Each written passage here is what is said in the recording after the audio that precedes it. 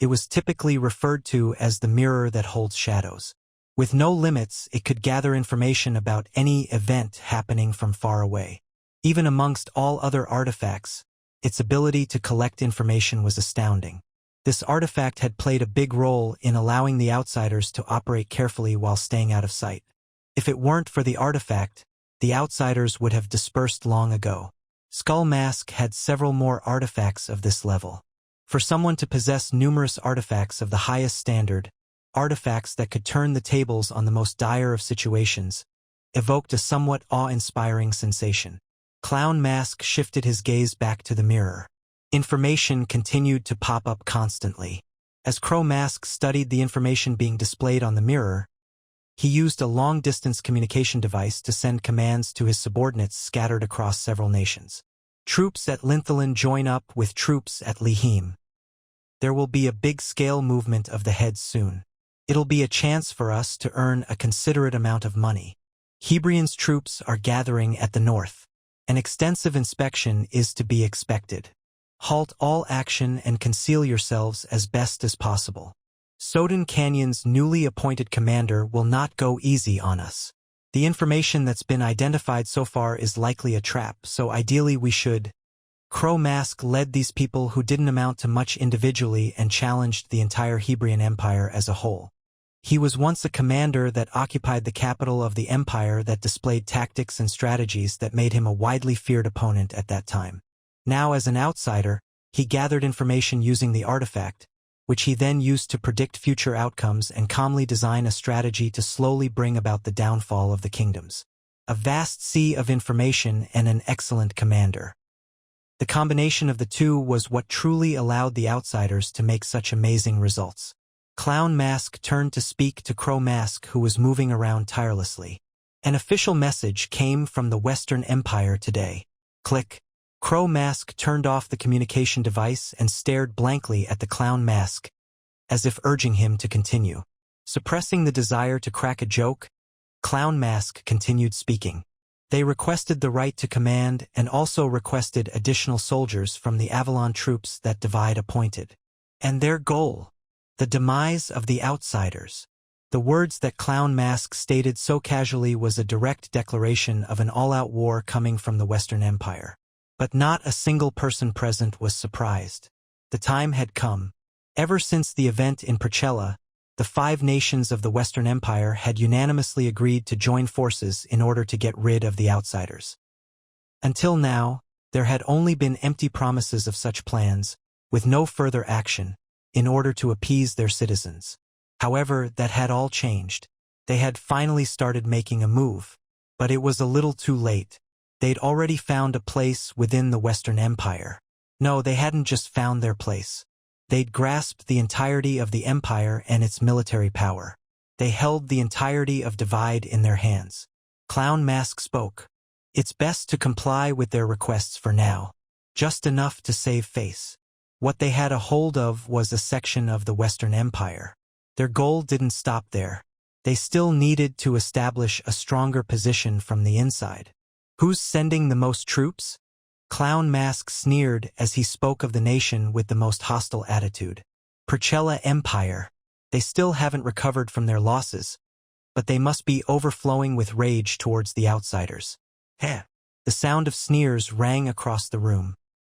Soon, that sound was interrupted by Crow Mask's command. Send double the number of troops to them. Eh? Ha! Clown Mask and Feather Mask cocked their heads. It was an order they didn't understand. Can I ask why you made that decision? It doesn't affect our organization settled here in Divide, but other organizations may be annihilated. The others accepted that death was just a step away when they decided to join the outsiders. Have you forgotten the pledge? The outsiders all prioritize their own goals, and to achieve those goals, we use each other. The outsiders were an organization made up of many different groups that had joined forces. As they merged into one, a single pledge was made. To achieve a goal, one may utilize others whenever they must. The organization had been united by the same ideals. Individually, everyone had different motives. Thus, the pledge had been made. And that pledge had molded everyone into humans that wouldn't stop at anything in order to achieve their goals. Of course, some had been like that from the start. As Clown Mask was listening to Crow Mask's rationale, he couldn't help but grin with glee. Crow Mask continued to speak. The Divide Nation will dispatch a large number of troops to aid in the disposal of the outsiders. Since we will provide the most troops out of all of the allied nations, we'll be able to take the lead of the Western Empire. Clown Mask gave a nod. Perhaps. Starting with that, we'll dominate the Western Empire step by step. If we're able to secure an opportunity with the sacrifice of an ally in name only, we must seize the chance. There wasn't a single ounce of guilt discernible in his words. It was a tactic devised through meticulous calculations. Clown Mask's fondness for Crow Mask started to grow more and more. Unlike himself, who simply killed for joy, the way he calculated everything objectively, even sending out allies to their deaths if it aligned with his plans, intrigued him greatly. Good. Let's proceed with that plan. Once Clown Mask gave his word, Crow Mask turned back to the mirror. And out of the many markers, his gaze moved to one in particular. Hebrion Academy. Year after year, Crow Mask contemplated how to best overthrow the Hebrion Academy. He had eventually settled on using the annual party competition. It took his subordinate, Ben Quick, a very long time to approach the level of magic that allowed him to create a virtual shadow world. It was an opportunity they wouldn't be able to recreate. Thus, they couldn't fail here. But the plan had collapsed. It was fair to say that it was an absolute defeat. As his plan had failed, Crow Mask used the artifact that he had acquired from Skull Mask in preparation for that sort of situation. He killed Ben Quick without hesitation. He had no choice but to kill him if the plan had failed anyway. Ben Quick had spent a considerable amount of time as Crow Mask's subordinate. He knew too much about the outsiders. Even if the plan failed, Crow Mask had planned to utilize the fact that Ben Quick was a commoner to intensify the hostility between the commoners and the nobles. The relationship between the two classes had already reached its tipping point. The event should have been the final blow. But it was silent. Strangely silent. The anticipated chaos didn't happen. But why? Recalling the face he'd seen when using the mind control artifact, Crow Mask easily figured out the reason. The man had buried the incident. The fact that the same person had interfered in his plans, yet again, made Crow Mask's face contort in anger. The way he had buried it was fully predictable. Dirty hypocrite. Crow Mask recalled the conversation he shared with him in Perchella. What is the difference between you and I? You two won't stop at any means. Indeed, our pursuits are different, but you are no different from us. I will be the one to finish you off without fail. The atmosphere died down, and the piercing wind started to peek through. The Hebrion Academy was shrouded in an abnormally somber atmosphere. The autumn leaves that used to embrace the trees had scattered hopelessly. The grass that used to light up the meadows had shriveled up, and all the flowers that had been embroidered across the gardens had frozen. And people had died. Once the situation at the party competition had been settled, Hebrion Academy delivered the news to the families of the victims. Each family expressed their grief in their own way. Some cried wordlessly as they accepted the news. Others didn't accept the reality and went looking for their children, and others expressed their anger towards the academy. Their methods of grieving were different, but the one thing in common was that there wasn't a single person that didn't cry. Hebrion Academy did their best to console them and took the necessary measures. I want to see my daughter's face one last time, one countess wife pleaded, but it was an impossible request to grant. Corpses couldn't be seen. If someone were to meet their end in the shadow world, their corpse would become a part of the world.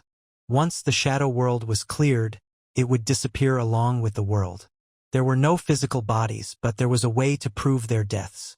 The party competition had been recorded, but not a single family member wanted to confirm it. They didn't want to witness the moment their family member reached their tragic end. Even after the belongings of the deceased were returned to their families, the commotion didn't die down. Eventually, the only thing Hebrion Academy could do was to wait until everyone calmed down. There were a total of 14 students sacrificed. 9 from the Alpha class, 5 from the beta class, and 1 professor, Benquick Periamas. As someone who had dedicated his entire life to education, he had no one that could be called family. He was alone. He had neither parents, nor a wife or children since he had never married, nor any relatives. A professor who always managed to find himself at odds with him murmured. No wonder he always stayed at the academy over the breaks. Another professor who had an ambiguous relationship with him spoke in a dry tone. Didn't he go on his very first trip this vacation? But who knew that'd be his last trip? Someone clicked their tongue. Poor man. Everybody took pity on Benquick. To pity the murder of a man like Benquick who had devoted his life to education was to be expected. Benquick's dedication and his efforts were recognized by Hebrion Academy, and he was laid to rest in the National Burial Ground, a place that was only open to honorable people. The autumn leaves scattered. The students stood in a line facing the coffins, as red rain drizzled on them. Other than a few professors that were taking care of the situation, all the students and professors were present at the hall. Shortly thereafter, Justin's commemorative speech began. He spoke about Benquick's life, how hard he had worked for the students at Hebrion Academy, and how he had truly devoted everything for this cause. The sound of people's cries came from all directions. There were many students from the beta class that had greatly admired Benquick. They shed tears as they mourned the loss of a respected professor. Desir feigned grief as he looked down on Benquick's coffin. A murderer of 14 people that was being mourned by students and professors alike in the National Burial Ground. Could there be anything more ironic? All of this had been caused by one person's lie. Desir felt sick to his stomach. Claiming that it was for the commoners, Benquick had targeted the nobles, and set in motion a chain of events that resulted in nothing but needless tragedy. If the truth was made public, what would naturally follow wouldn't be a surprise to anyone. The nobles would view Benquick not as an outsider, but as a commoner, which would cause more discrimination against them, leading to another revolt. Another wall between the two classes would be inevitable. It was the shortcut to an irreversible collapse. Desir couldn't let that happen. It must be stopped. Desir was the sole person to witness Benquick's end. The only thing that the others knew was the fact that the artifact he was using had the power of mind control. Only Desir knew how and when those powers had activated. Benquick had died because of the mind-controlling artifact. Someone amongst the outsiders made that call in order to prevent Desir from getting information on them. However, thanks to his death, Desir was able to lie. That Benquick's mind had been controlled for a long time, that he had been used by the outsiders. Despite Desir's intentions, in the end he had done nothing but cover for a murderer. Desir had to deliberate on his actions. He had seen parallels between himself and the outsiders in that neither would stop at anything to achieve their goals. No matter what happened, he had to make sure he didn't become a pawn for them. He couldn't afford to waste time. Rustle. Desir was pulled out of his thoughts as something cold hit his palm. It was a chilled leaf. Desir clenched his fist and crushed the leaf. And the moment he opened his hand, the finely crushed leaf fluttered away with the wind. Desir felt all the strength leave his body. Suddenly, the dean's voice rang in his ears. We will not forget the students that were cruelly victimized and our beloved Professor Benquick. They will forever be by our side. Am I feeling guilty about lying? Perhaps. If I was given another chance, would I make a different choice? No, never. Desir shook his head. Even if he was given thousands, millions of chances, he would always make the same decision. I mustn't forget my goal. Desir resolved himself. He was keenly aware of what was important and what he needed to do to achieve his goal. To prevent the future, to save humanity, I'll make the tough choice every time it's required. They could criticize and call him a hypocrite as much as they wanted to. That didn't matter. His goal was never to enforce something like justice in the first place. He didn't want to build trust and respect between nobles and commoners because it was a noble cause. There was a single goal he needed to achieve even if it meant that he had to shoulder all the guilt, shame, and hatred. That was to save everyone from the upcoming disaster. If it's for that, I'd happily label myself a hypocrite. That was it. Hardening his newfound resolve, Desir stared straight ahead. The numerous students and professors that were lined up beside Benquick's coffin stood solemnly. They burned with hatred and the desire to overthrow the outsiders. Desir saw Professor Pugman hand his handkerchief over to Professor Bridget, who was shedding tears. At this moment, the wall that separated the commoners and nobles didn't exist. That is all. Justin's speech ended.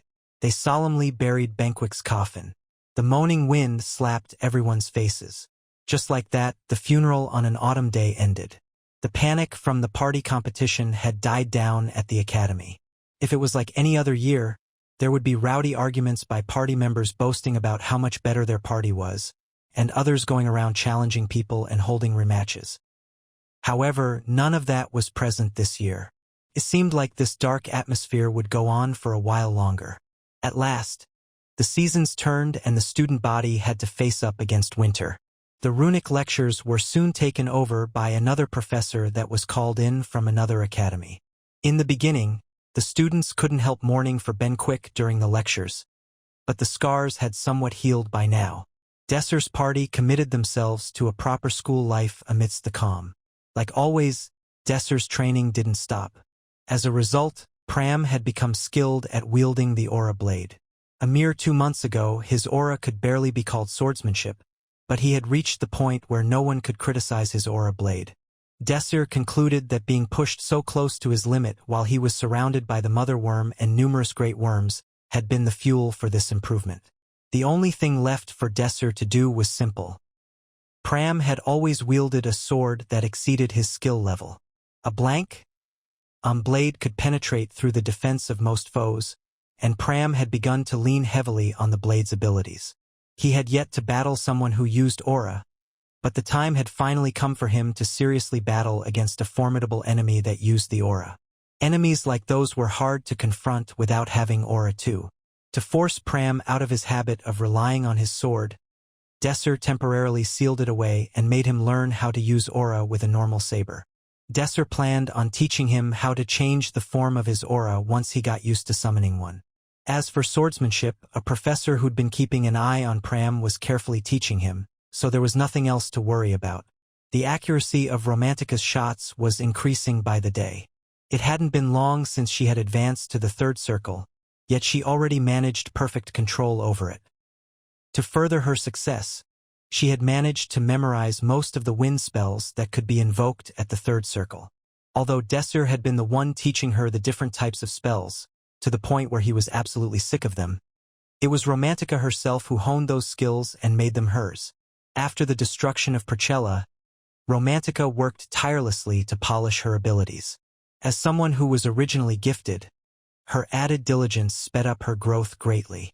Conversely, Agest still faced a wall. She was still struggling to conjure based on an image. Feeling like she had plateaued while everyone around her was making substantial progress and achieving goals, Agest felt a surge of anxiety. Desperate to see results, she asked Desir to start training with her more often, because he was the only person skilled enough to stand a chance against her. Desir was more than willing to spend time with Agest to support her in reaching a new level, so he accepted her request without hesitation. The time the two spent stuck together naturally grew. Apart from meal and rest times, the two were almost always seen together.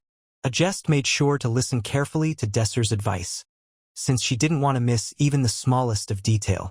An association somewhat like this should be fine. As a result, she was able to come across a meaningful hint about the magic image she wanted to invoke. Frichel wasn't a particularly talented individual, but she was a hard worker who was serious about everything. If she focused on getting the basics correct, she had the potential to reach the 2nd circle within a few months. If she was lucky, achieving 3rd circle within 10 years would be possible. Takiran's achievements were also going pretty well. He had never gotten the chance to improve because there had never been a teacher to teach him proper swordsmanship. The fact that he had been unable to do anything at the party competition seemed to have been a great shock to him. As a result, the experience made him eager to become stronger, and after immersing himself in daily training, he was able to enter the pawn class. Takiran's little brother eventually left the party. Not everyone had the willpower to bear Desir's demanding training regimen. He had initially joined not because he had a goal that he wanted to achieve, but because he wanted to stick with his brother. As a result, he didn't have the will to endure the pain in order to achieve something. Desir didn't relegate himself to the role of tutor. After all, he needed to get stronger as well to face the oncoming storm. Whenever he had a moment of respite, Desir analyzed his new magic system from various perspectives. If he wanted to invoke magic multiple times in a fight, he still had a lot of fine-tuning to do. He frequently cooped himself up in the library, and could be found up to his nose in stacks of books. Whenever he felt himself approach a wall, he made a point to converse with and bounce ideas off of Zod. Soon after, he'd be back on track. Through their combined hard work, Desir's party improved smoothly and quickly. "Good morning, Desir."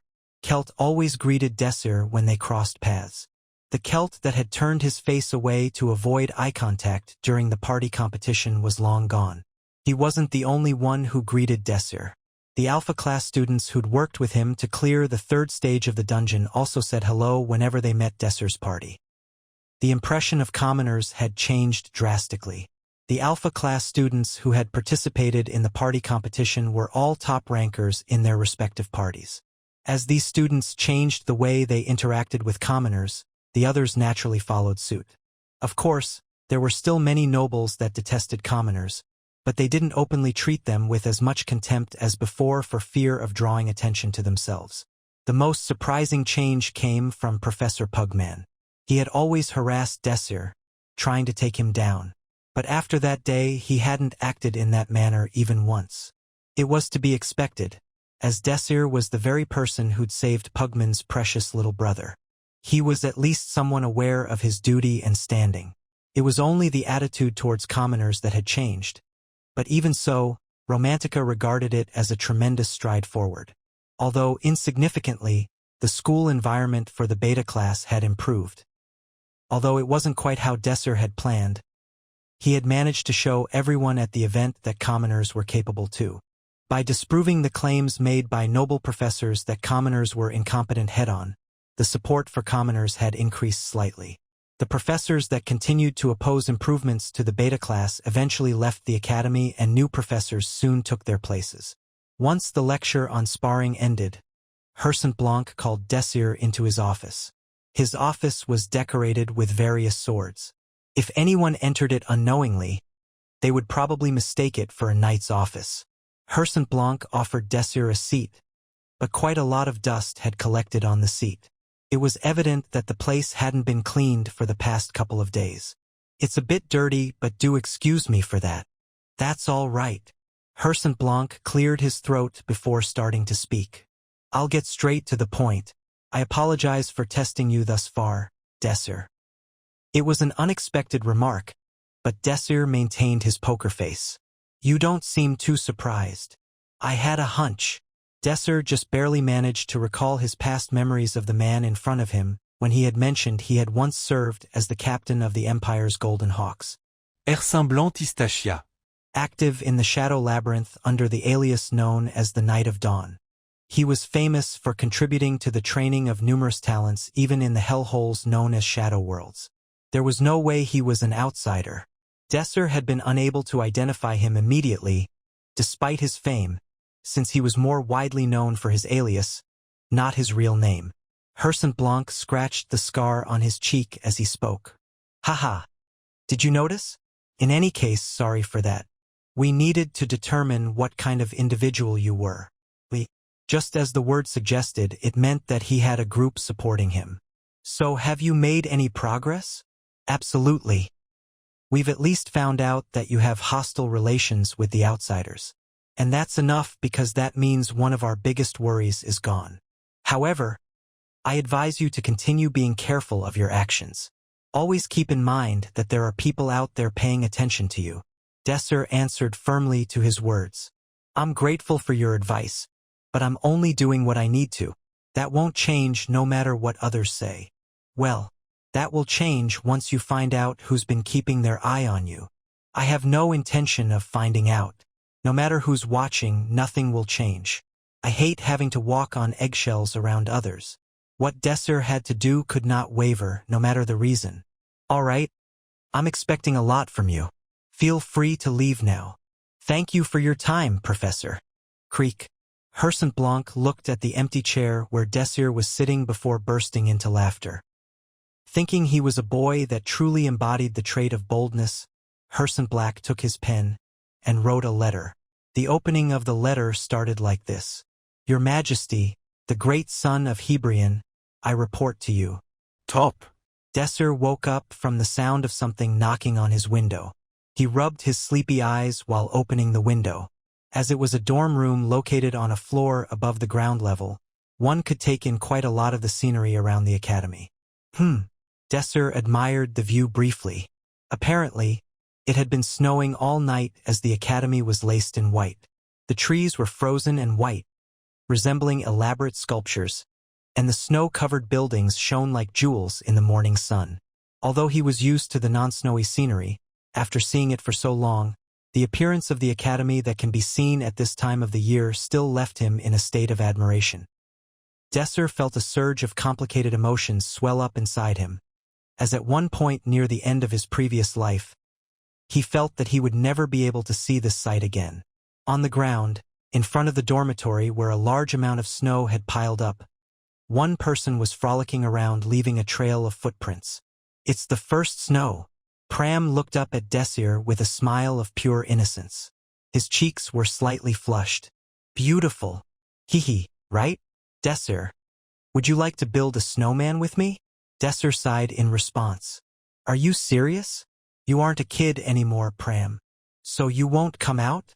Pram looked a little sad, but it was also a cute expression for Desir. For a brief moment, Desir felt a tug at his heartstrings, but he quickly hardened his mind. He couldn't let today's work be set to the side by this obvious honey trap. I have a lot of work to do today. Thanks for waking me up, Pram. He spoke coldly and started to close the window. Bam! A snowball hit the window and the debris splashed Desir's face. Ah, that's okay, Desir. How about after this? He was coyly smiling as he taunted Desir. Pram had Desir right where he wanted him. Since the honey trap had failed, Pram was going with the hard line instead. Although Desir felt some pride in how well he had taught Pram to act in preparation for the next shadow world, he shook his head in distress at the comical situation he had dug for himself.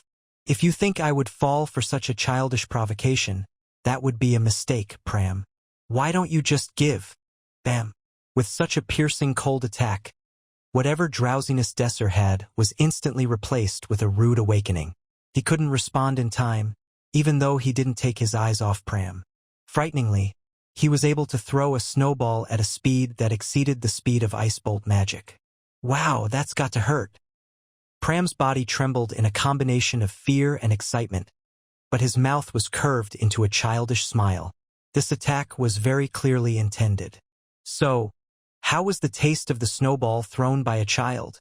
The snowball wasn't tight, so the moment it hit Desir's face, it exploded harmlessly and fell to the ground. Desir wiped his face. As he removed the remaining snow on his face, his flushed cheeks were revealed. Wait there patiently. Desir roughly donned a coat hanging on a nearby hanger. January 1st. The academy had been painted as a winter wonderland after a consistent night of snowfall. As the new year approached, the atmosphere within Hebrion Academy started to relax. The scars left over from a few months ago seemed to have started fading. Since all the big events like the party competition and the final exam were over, the schedule for the remainder of the semester was actually very light. In fact, before the vacation, which was due to begin in February, students were given a large amount of free time. However, the exception to this was Desir. Desir touched his red cheeks, which showed the telltale signs from the aftermath of an intense snowball fight, and began organizing the multitude of papers laid out on the desk in front of him. He would have chosen to do this work in his office, as usual, but he ended up bringing it to the dormitory since there was no more room for additional paper due to the substantial amount of party-related work. Despite there being various types of documents and paper in front of him, he decided to tackle the newspapers first. The Western Kingdom takes charge. The kings of the Western Kingdom Union proclaimed an all-out war on the group known as the Outsiders. Lord Zod of the Magic Tower declared his support, issuing a statement saying that those who disturb the peace should be disposed of accordingly. As a result, all branches of the Magic Tower have begun to sponsor the Western Kingdom Union through an increased supply of magical equipment. It became clear to Desir that his actions were having an impact on the world. Events were beginning to differ greatly from his past. The next piece of paper to look through was a letter. Priscilla and Zod did their best to cooperate with Desir, but Priscilla and Zod mainly used letters due to the confidentiality of the information they exchanged with each other. This signified how much they trusted Desir. Desir started to calmly analyze the situation based on the information they had provided him with. The branch of the Magic Tower that was dedicated to the study of magic stones, the Epane branch, had been destroyed by the outsiders. As a result, development of the Aurora system had been delayed. The Aurora system was the next-generation defensive equipment the Magic Tower had been researching as part of the flood of new ideas Desir brought with him. The silver mine in the Preleka Empire, which had been occupied by the outsiders, had been recaptured. Allied forces used tactical magic against the outsiders who were escaping from the southern part of the Adaina kingdom.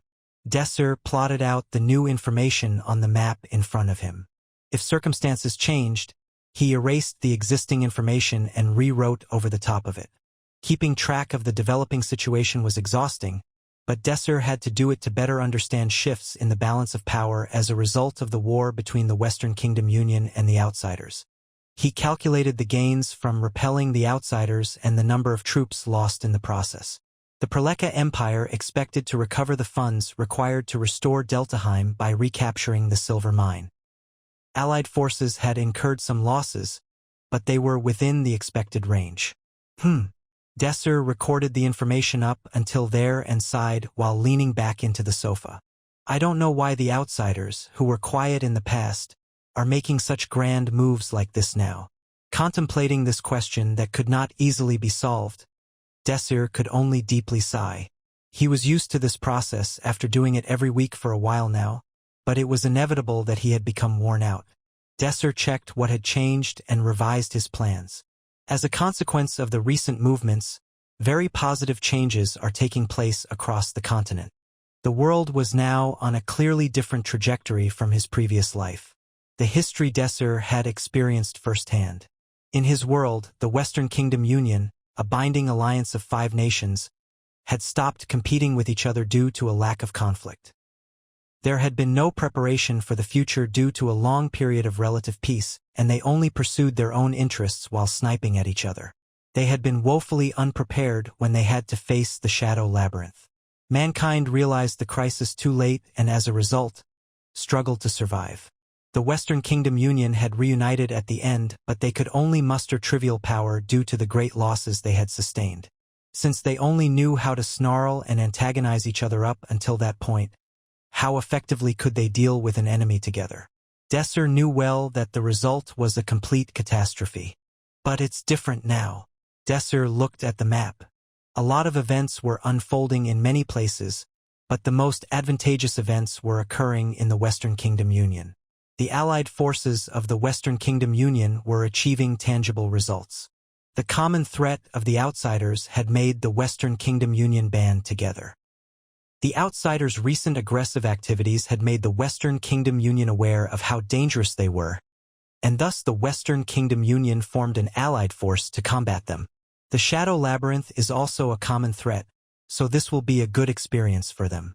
But Desir marked the country bordering the Hebrion Empire in red. The country boasting the largest territory and having the most military amongst the nations that made up the Western Kingdom Union. The King of Divide, Clora Ars F. Baldershoe, looked down on the outsiders and ignored them. But now, Divide had just contributed the most forces in the allied force. What change have they undergone in just a few months? Desir quickly shook his head. He made some hypotheses, but he could only guess without supporting evidence. To score it, they are 8 out of 10. Either way was good. Whatever the King of Divide thought, the Western Kingdom Union was unified and moving in a good direction. Desir turned his eyes to the next problematic spot, the Hebrion Empire, which was currently the strongest empire power on the continent. Now the key is the relationship between the Western Kingdom Union and the Hebrion Empire. The Western Kingdom Union and the Hebrion Empire had a bad relationship. After the arrival of the Shadow Worlds, a truce was signed and there had been no great disagreement so far, but it was only a temporary truce. Although Desir from the Hebrion Empire was hailed as a hero in the Western Kingdom Union, it was merely the fame of an individual and had not substantially changed the relationship between the two nations. Top. Desir tapped on the center of the Hebrion Empire where the Emperor Palace was marked. After all, the Emperor is the key. Rogbala's family, a great family who ruled the Hebrion Empire. Unfortunately, I don't know anything about the Rogbala's family. Up until now, he had always acted in accordance with his previous memories and experiences. This time, though, he had nothing to work with on which to base any plans. To score them, they would have to be a 2 out of 10. It was a very low score in comparison to what he had worked with thus far. After catching up on the material in front of himself, Desir let out a sigh of relief as he finished up his planning for the day. He had done enough pre-work to keep abreast of the large changes that could affect his plans. There was another problem that required his undivided attention next, though: the development of his own power. Pure politicking could only get one so far. At the end of the day, one needed enough strength to defend oneself, let alone enact change on the scale of countries. I'm not strong enough. This was Desir's self-evaluation. Desir had just formed a third circle spell with the power of a fifth circle wizard, but the amount of power he could use was still not enough. The problem with his new system of magic had also now become apparent. If I consume all of my mana firing off a single spell, I can't do anything else in a fight without a colleague to continue the fight for me if I fail to finish the job in a single strike. The method of combining and unleashing several spells consumed far too much mana. But because of this unique property, the amount of force Desir could fire was much stronger than firing off multiple spells with the same amount of mana. However, the power might as well be useless with how inefficient it was in terms of mana. Desir remembered his goal and could feel that this half-assed approach would not be enough. For this reason, Desir spent the next 2 months struggling desperately to improve the effectiveness of this new magic system. He frantically eked out what little extra time he could find in his schedule, while also reducing the time spent on eating and sleeping. His messy room reflected just how desperate he was. Desir's desk was littered with paper and empty cups of coffee. The floor was no different. Books lay strewn all around his studying area. The weaknesses of magic arrangement systems. What is the most useful magic system? Insights on Shadow Worlds Volume 3. Types of magical worlds and their significance. He used the names of his party members to borrow as many books as he could from the library, but even this amount was insufficient for his needs. He put his all into this endeavor but had nothing to show for it. Could be considered a complete failure. He had researched many related topics and used all of the material he could get his hands on, but there was no way to perfect this magic system any further. I can't do this on my own. When all hope seemed lost, Desir desperately felt the need to consult with somebody. Fortunately, Desir had an advisor more reliable than anyone else. Zod Xarian, the only seventh circle wizard and the chairman of the esteemed Magic Tower, the leading magical company in both magical research and production of magical equipment. Desir regularly liaised with Zod as a technical advisor to the Magic Tower. Essentially, Desir would describe his ideas and theories, and Zod used these to formulate groundbreaking theories or design earth-shaking equipment. It was in this way that the Magic Tower had developed technology at a far faster pace than in Desir's previous timeline. Desir hastily cleared his desk before placing the communication pad on it and starting the call. Good. I managed to catch you.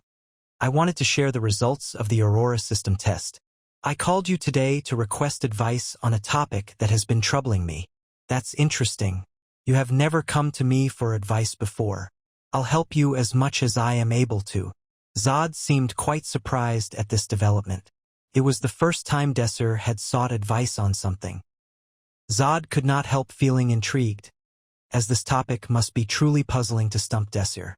I've been researching a magic system recently, but it was hard to improve further. A magic system? Go ahead. Zod, slightly leaking his disappointment, didn't expect much from Desir's question, as the modern magic arrangement system was a complete system that could no longer be improved. Let me explain where I am at first. Desir began to explain to Zod the principles of his magical system. Initially, Zod was amazed little by little, but as Desir continued, he became very silent. The silence stretched to an awkward length after Desir finished explaining. Amazing. I knew you were great, but I didn't think you were capable of something like this. After breaking the silence, Zod expressed his admiration of Desir. There are still too many things I need to do to improve it. No, it's great. Although it consumes a lot of magical power, it can be said to have risen beyond the power that can theoretically be expressed in our modern magical system. Since it was impossible to explain the draconic magic system, Desir only explained the way he arranged the structure by borrowing the structure of a tesseract. But Zod caught on immediately. This is the magic system you used in Preleka. Am I right? Yes. Zod couldn't help but sigh. A genius was a genius, after all. I'm sorry, but I can't think of any method to improve it right now. To be honest, I could barely understand a small portion of the magic that I saw back then. Is that so? Unfortunately, I wouldn't even know where to get started. For the great sage Zod Exarian, the concept of draconic magic was a realm entirely outside of his cognition. Desir was forced to give up with a sigh. There was no way to continue if even Zod couldn't help. Though some regret remained, he decided that there was no choice but to admit defeat for the time being and refocus his efforts otherwise. With his focus no longer dedicated to the new magic system, he could now devote his time to the next high priority. The Aurora system, the ultimate shield created by humanity, implemented and used near the end of the Shadow Labyrinth in his past timeline. It was the technology that Desir and Zod were trying to implement with the greatest of care. This was due to the fact that they talked about this topic first. We were able to successfully implement the system such that it's capable of defending against six-circle magic. If we could solve the outrageous amount of magic stones it consumes, there's no reason it couldn't remain active permanently. You've already managed to construct it? Yes. I've filled in some of the parts you've advised us on. It had taken much longer to complete the Aurora system in his previous life. Because of the Shadow Labyrinth, many talented people had lost their lives, and it was not as easy to invest the required money and time under such circumstances. But now, people had been able to devote themselves purely to the development of this technology, and money was not an issue either. Thanks to this, the rate at which new technology could be researched was exponentially higher than it had been in Desir's past life. At this rate, they would be able to quickly catch up to the technology level that was prevalent near the end of his previous life. We were able to design a portable version as well. It's single-use though, as a trade-off, and the functionality of it is slightly lower than the stationary version. It can barely hold up against a single six-circle spell. In other words, an item that can be used once before getting discarded. Considering the material and production cost, this was definitely something too costly to be treated as a disposable item. But Desir felt that this was good enough. Being able to defend against a six-circle spell without draining the user's mana was an extraordinary feat, capable of changing the tides in a desperate battle. This is good enough. Thank you very much. Honestly, Desir, I haven't gotten this excited in years. Thanks to you, the Magic Tower has made significant technological advancement. Now let's talk about the next project. Desir cut off Zod as he attempted to switch topics. The Aurora system is far from completed. It's only barely enough for practical use as it is. Barely? Did you just say barely? Did you not just say that this was good enough? Zod's tone increased by several octaves. He was upset at Desir telling him that the technology that he had poured his heart and soul into was only barely usable. He had just completed it after a great deal of trial and error over a long period of time. The Aurora system was one of the key technologies for clearing the Shadow Labyrinth. If the development of it wasn't stopped here, it could relatively easily be improved to match the level of development completed in his previous life, but it would not easily be improved beyond that. However, Desir couldn't be satisfied with just that. He shouldn't be satisfied with just this. This time, it had to be developed further. The goal is to make something strong enough to stop the magic I used in Preleka. Zod laughed at this notion. After all, he had witnessed Desir's draconic magic with his own eyes. Do you think that will be possible? If you think it is impossible, we should stop here for now and move on to the next project. Actually, the purpose of this project was to make something easy to commercialize, so it doesn't matter if you move on to the next topic. Could be more advanced, but what can I do if you, the only wizard on the continent who can develop this Aurora system, says no? You drive me crazy. Zod laughed. He had a pleasant smile on his face. You know me too well. My pride would be wounded if I failed to exceed your expectations after hearing such a bold claim. Then please do so. With Zod's enthusiasm reinvigorated, discussion of the Aurora system came to a close. It was now time to wrap up any remaining loose ends and end the call. Oh, Desir, should have arrived by now. What do you mean? My New Year's gift to you all. I hope the students like it. Thank you for taking care of us. There's no one in this world who wouldn't like something that the Lord of the Magic Tower personally sent them. Thank you for saying that. Then I will get in touch with you again soon. Blip. When Desir ended the communication, he noticed that there were dozens of messages in his inbox. When he checked the sender, most of them were from Romantica. Dozens of messages, but the contents of them all were the same. When the hell are you coming? Desir easily guessed the reason behind Romantica's frantic urging and just smiled bitterly. What took you so long? As Desir opened the door of the party's office, he was greeted by Romantica's annoying cries. Stepping into the office, Desir was surprised to see boxes stacked like small mountains in the center of the office. What the hell are these? Desir had expected a few gifts. It had long been a custom for parents to send gifts to their children in the new year. However, considering that there were 6 party members, the number of gifts was too large. These gifts are from various places. Desir, you sure are famous. Frichel's words were true. Of course, there had been gifts from the party members' families, but there were also gifts from a wide variety of companies and notable people. I understand Preleka, Magic Tower, and the Eru conglomerate, but Kyre Trading Company? Where even is that? Amongst the places where the gifts came from, there were some places they didn't have any direct relation with. During the attack in Preleka, there were a lot of tourists there, so maybe it's one of them? Desir nodded as Romantica's suggestion seemed reasonable. When Desir stopped Daednut from destroying Deltaheim, the capital of Preleka, there had been tourists from all over the continent due to the Yellow Ocean competition. If someone did you a favor, it was only common courtesy to send a gift. And in this case, it wasn't just a favor. Desir had saved their lives. Nevertheless, it was the Western Kingdom Union that had sent the most gifts. After he single-handedly neutralized the assault on Preleka, Desir gained great renown not only in Preleka but also from the kings of Adenia and Arunbeth. The luxurious gifts made it clear just how much favor they had for Desir. I was waiting for Desir to join us before opening them. Yes, so sit down quickly. My hands are tingling and I can't wait any longer to open these. We have arranged them in order of distance from the Hebrion Academy. You can open them up in this order. They looked too excited. As soon as Desir sat down, Romantica began to tear into the wrapping paper. Oh, I told you to open them in order, Romantica. I'll start with the ones from my hometown. A gift to Romantica? Then I will open this. No, wait. Pram. Put that down right now. Hurly-burly. The gifts that had been painstakingly arranged began to get randomly mixed up. The mountains of gifts soon collapsed and the room consequently started to look incredibly messy. They are still kids after all. Desir shrugged and sat down next to a jest who had been sitting quietly up until now. Good morning.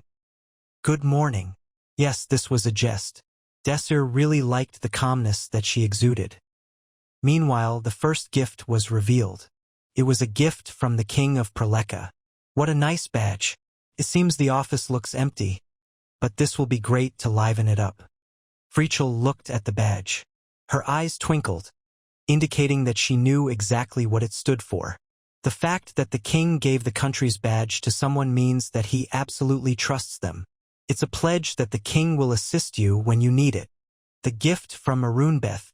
It's a ticket for the Lugian theater. They are even royal seats that allow one to sit in the perfect position to see the stage. Incredible. These are worth 200 gold on the scalping market right now. This is sent by His Majesty the King of Adenia. It's a rare xanthreleaf herb. It has a very unique taste and aroma when brewed as a tea. People say it is impossible to get a hold of in winter, but he has sent this to us. As gifts from the kings of various countries, everything that they had received was difficult to obtain as an individual, and all were consequently precious. It was finally time to open the gift sent from the magic tower. There were 2 gifts from Zod. From the notes on the box, the gifts were for Takiron and Frichel. Zod was one of the biggest supporters of the Desir party, and the support he had provided had been of great help to the Desir party thus far. As a result, the others weren't very disappointed or dissatisfied, even though they didn't receive a gift of their own this time. Oh, look at this, it's a great sword. When the first box opened, a great sword that glowed brilliantly in the dark was revealed. It was a sword forged with black iron. Black iron was somewhat heavier than steel, but it was far harder than any regular alloy of steel. It was the preferred material of many swordsmen due to its combination of strength and weight. In addition, shield magic was enchanted onto the sword, which allowed it to simultaneously have a high offensive and defensive might, affording the wielder more options during battle. When Takiron demonstrated the shield magic, the party members responded with amazed applause. When the next box opening revealed a book, the party was a bit embarrassed to see that gift was some old book. Frichel, on the other hand, treated it as if it was some kind of valuable treasure. In response to the puzzled reaction of the party members, Frichel passionately explained what exactly this gift entailed. So passionate, in fact, that spit flew from her mouth, spraying the room. This is a rare old book that went out of print a long time ago. Most of them are now lost, so you can just imagine how expensive this would be to obtain these days. And he didn't just send a copy. This is an original. Both of the newer party members seemed to love the gifts that Zod had sent. He must feel the results of our cooperation have been fruitful. With those 2 gifts as the highlight, the unboxing continued. The gifts unveiled were varied, and each time a box was opened, a round of applause as well as exclamation or laughing could be heard leaking out of the party room. It was as this kind of atmosphere continued that Agest also picked up one of the boxes from a pile in front of her before opening it. There was a muffler in the box. It was made out of a luxurious wool, and the embroidery of blue thread intertwined with red thread intimating that it was a muffler filled with heavy feelings from the sender. Agest gazed at the tip of the muffler. Dia. It was the initials of Desir Arman. Agest picked up the muffler and looked at Desir as if she was possessed. Desir smiled, fully immersed in the infectious happiness of the other party members, before suddenly turning to match the gaze that was avidly boring a hole into the side of his head. Agest was at a distance of less than half a meter. It was close enough to let him feel her warmth. For a moment, Desir's breath stopped. Before Desir regained his wits to ask why, Agest moved. For a while, Desir felt dizzy from the soft scent that lingered in the space around him. Desir's reaction was so delayed that the back of Agest's hand caressed his cheek without any resistance. Agest! Awakened Desir leaned back, but Agest pulled the muffler and dragged him back towards her. Wait! 1, 2. Desir said nothing until the muffler was fully wrapped around his neck. As the muffler was finally wrapped around Desir's neck, their eyes met. Her golden eyes shook like a wave breaking against a shore. Agest hurriedly lifted her hand from the muffler, shrinking back as if a child touching a toy that they have been told should not be touched. In the party office, which had been raucous just moments before, there was now only silence. It was as if the prior noise had been a lie. No one dared open their mouth to break this awkward tension. The office, which had never been quiet, was finally soundless for the first time. Your name was on it. Agest attempted to excuse her behavior after the awkward silence had truly become unbearable. No one else spoke up though. The awkward silence began afresh. The door opened, Desir thanked God for the distraction. What's going on? It's exceptionally quiet in here today. It was Professor Bridget. She looked around with a relaxed smile like always. While looking around the office, it was apparent to everyone that she was happy seeing Desir.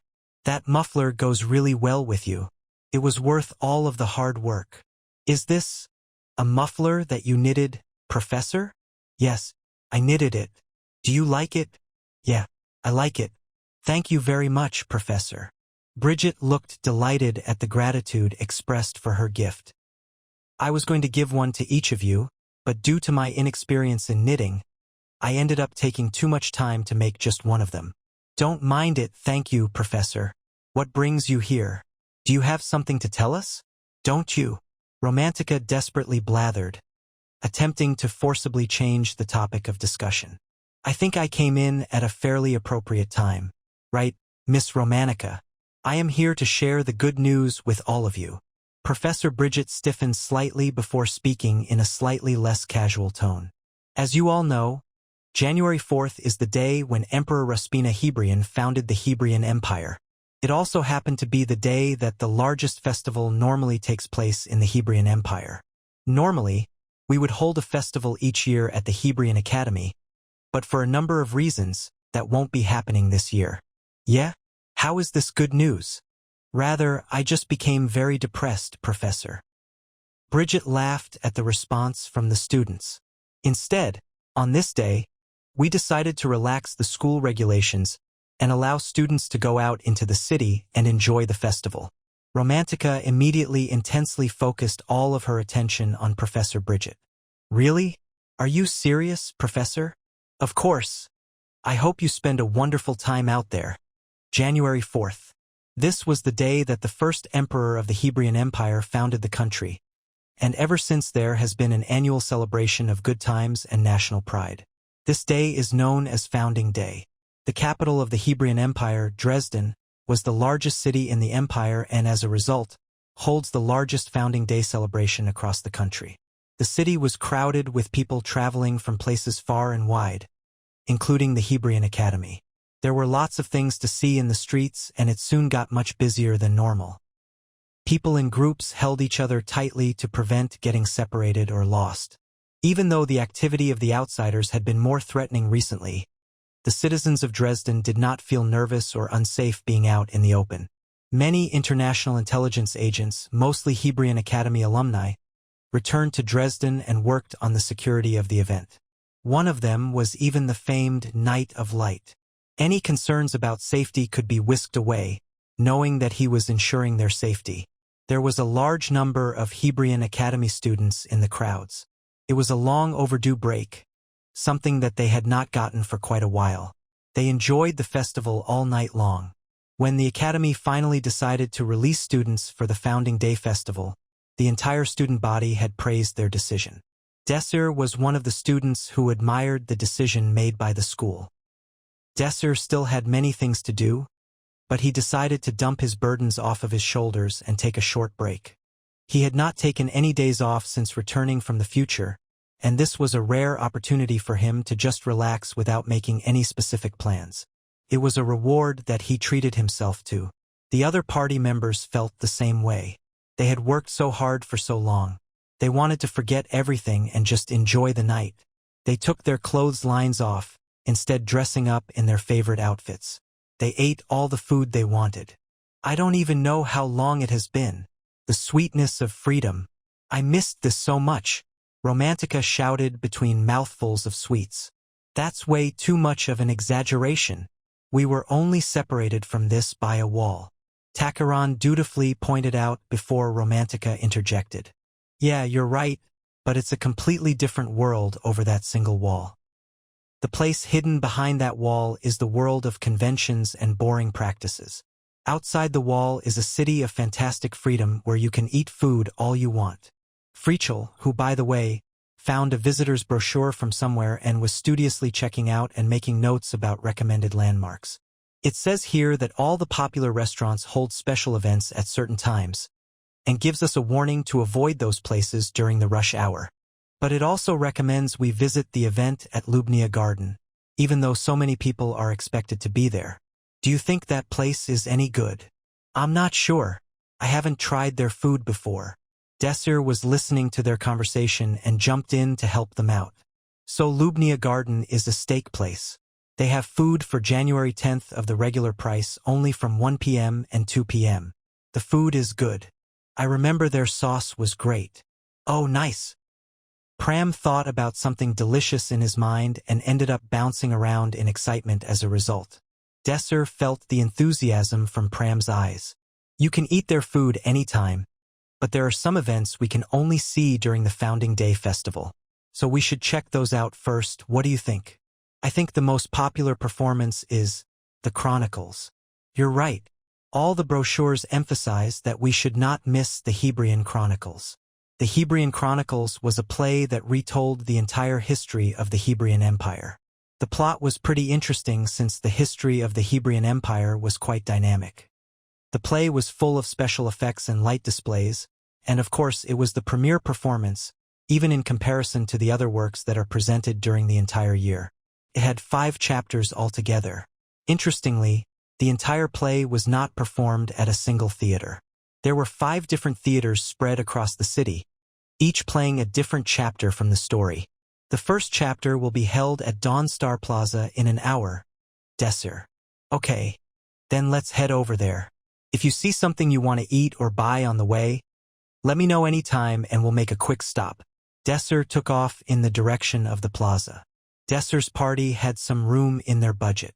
They had just received their grants from the Mage Tower and were able to obtain additional funds from demonstrating such a great feat of competency in the party competition.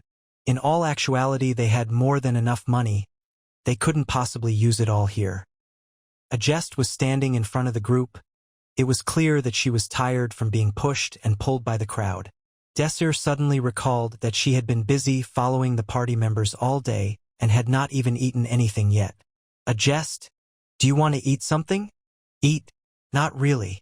Don't you crave something that you had once as a child or used to have all the time, like ice cream, waffles, or the like? Seizing the opportunity to jump in, Pram suddenly chirped at the group. If we have a destination set, let's go already. If we get there late, it will only be harder to find seats and all that. You two, a jest. You need to hurry up. Pram pushed a jest. Romantica came out of nowhere and pulled Desir in a direction opposite to where the group was heading. Desir, you said we can buy anything we want to eat? I want that. Can you get me that? Romantica, that's right now. If we are 1 second late, it'll be all sold out. In a moment, Desir and a jest were pulled apart, and a distance quickly formed between them. Pram and Romantica looked at each other while they were pulling Desir and a jest far apart, and smiled at each other. Never allow them a chance. Never a chance. They continued to pull them apart while they walked along the streets in opposite directions. The group looked at a water fountain and grabbed some snacks at a bar. Pram and Romantica had their eye on them every second and did not allow them a moment of reprieve. The group eventually ambled over to the Dawn Star Plaza to see the Chronicles performance.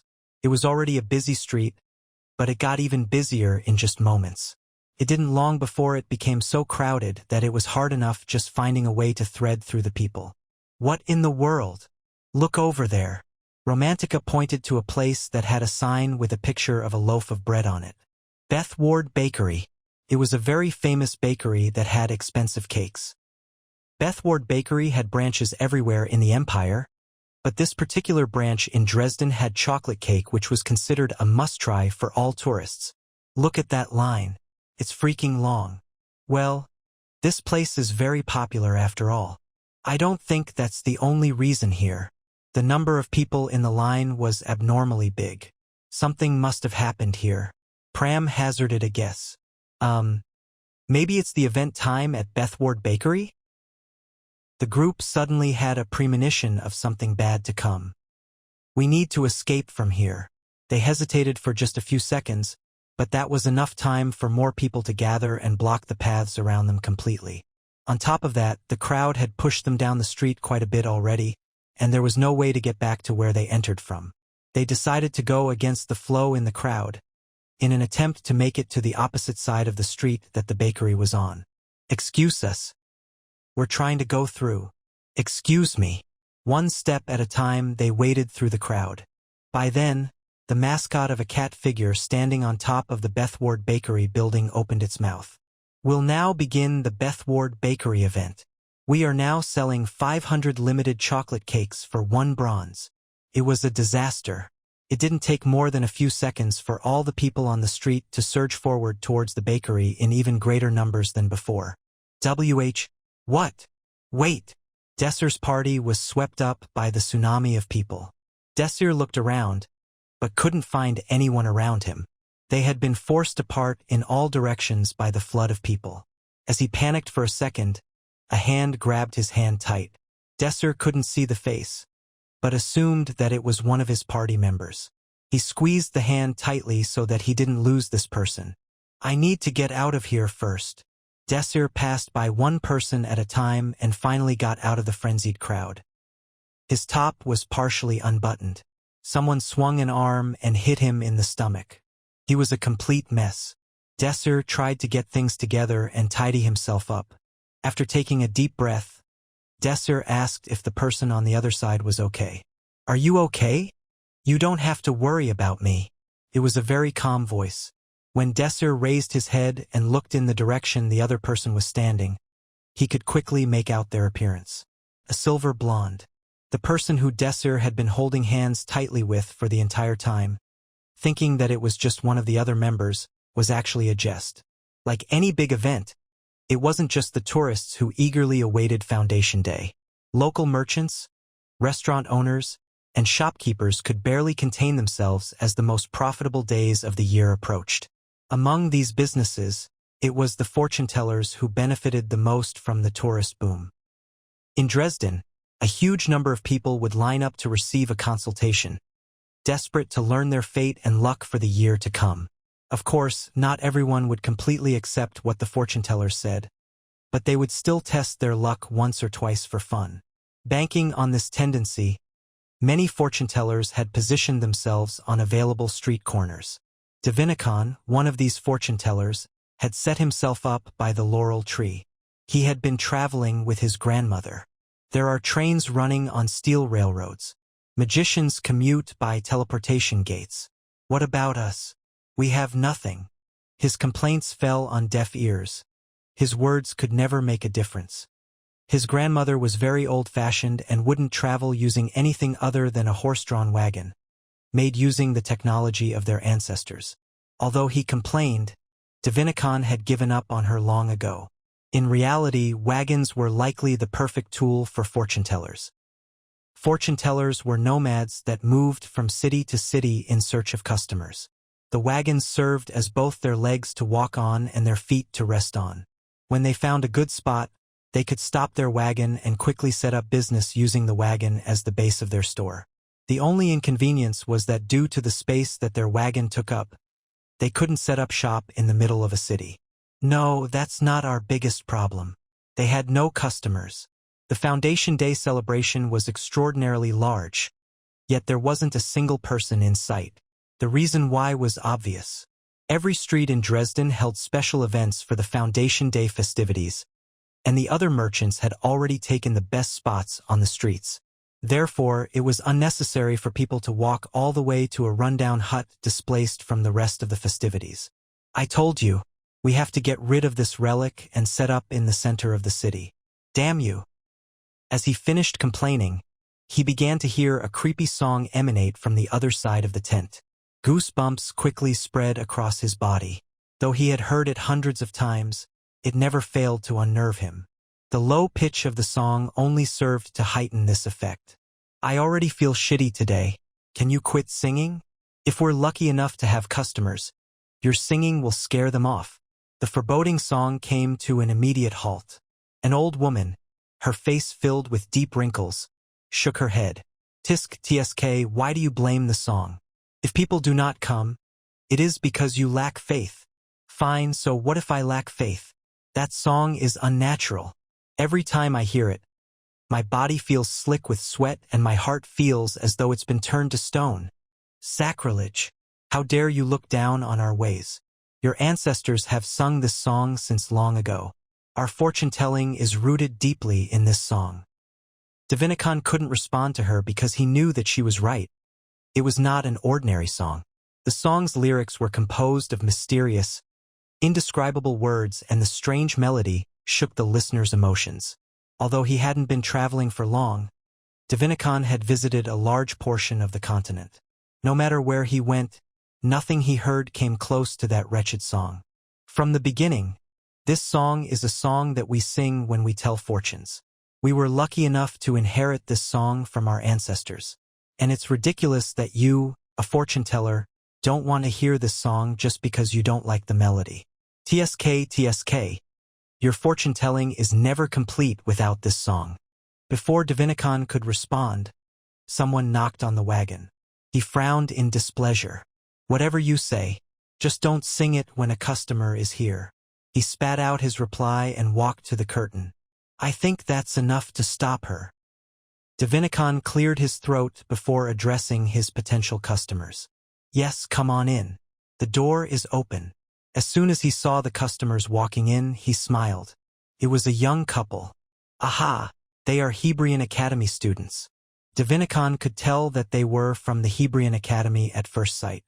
Dresden was a special city because it had the school of Hebrion, the largest school in the continent. Many magicians and knights had studied and trained there, and consequently, they had achieved great fame and power. Students are still students, however. Their appearance hinted at nobility. They probably came in to entertain themselves. Divinicon was thinking that he could butter them up with some sugar-coated words. They should then happily pay a large sum of money.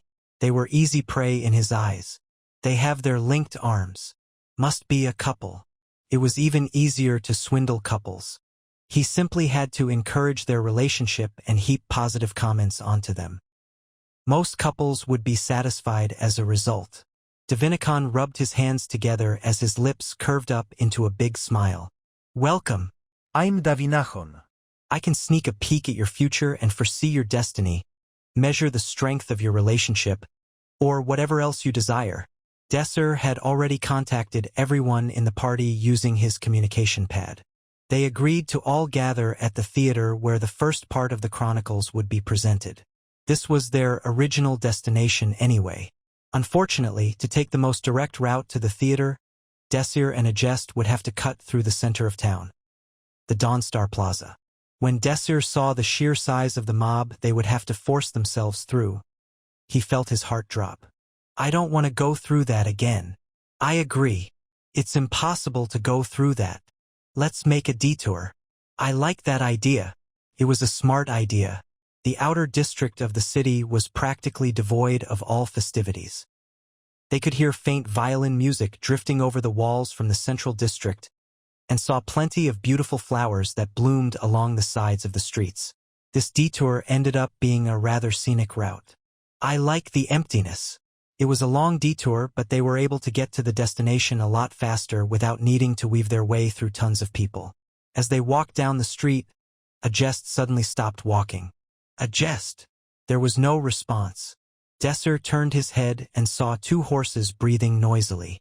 Next to them was a very old, worn-out wagon with a sign placed out front. Sneak a peek at your future and foresee your destiny and love relationships.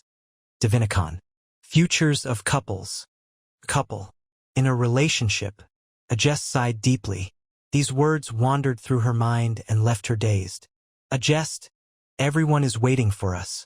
Let's hurry up. Desir anxiously attempted to get her moving again.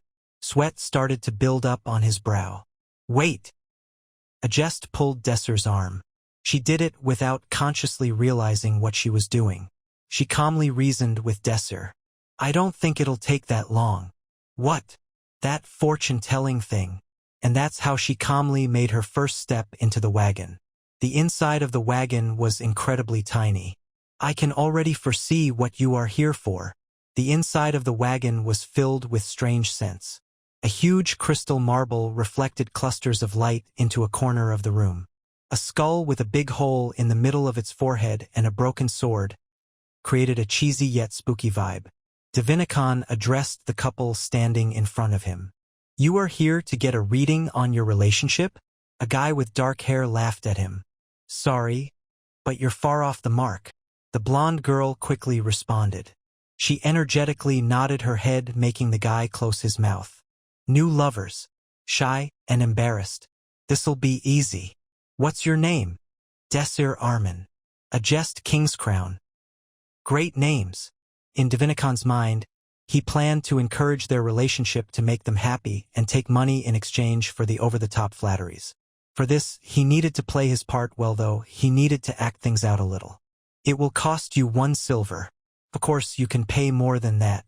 It would be a great investment for your fortune.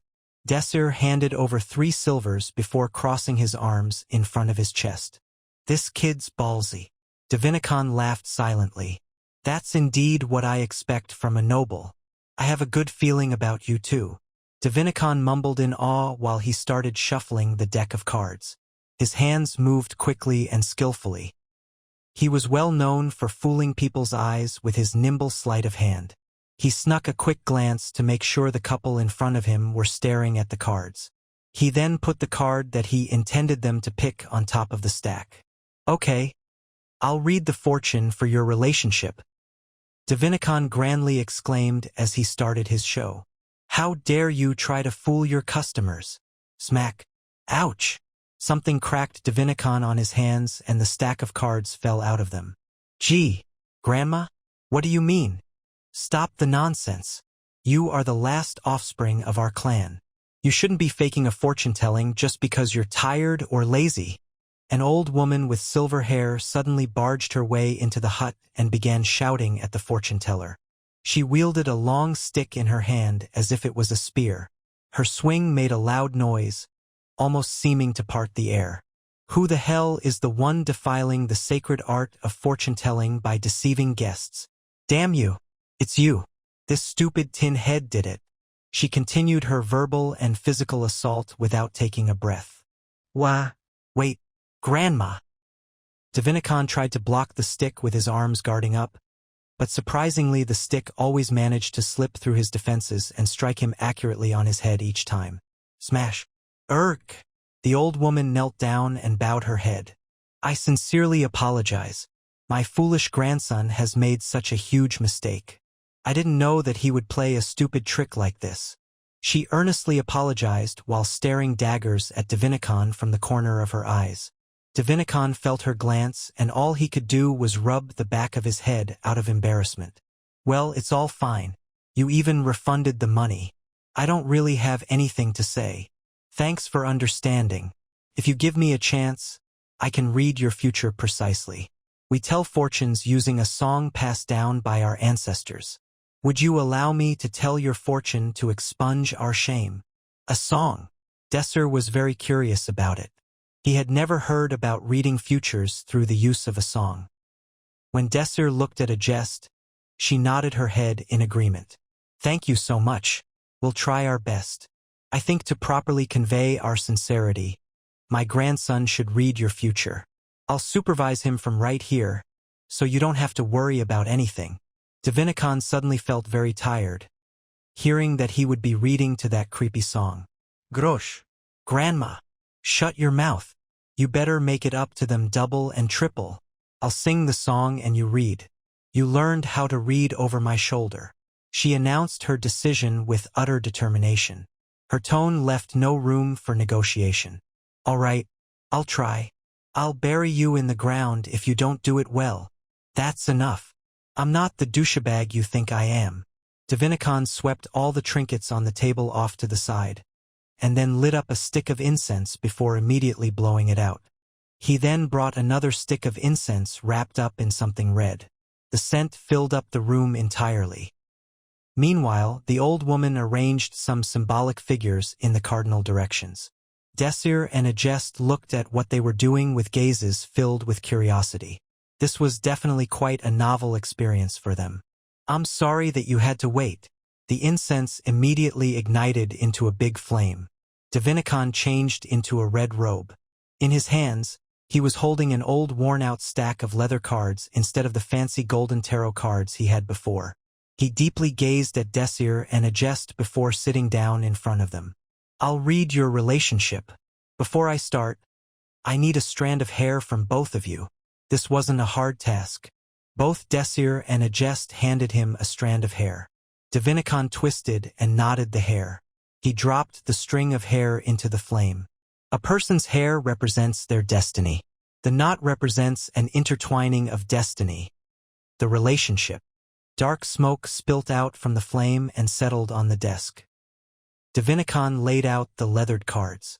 Within a moment, the cards were covered by the smoke and disappeared from view. Now then, I need to spiritually connect your souls to the cards. For this, we need the song. The old woman started singing in a deep and low tone. Den alado, Calypse. Denilan Kaniwai. Desir thought that this turn wasn't too surprising at all.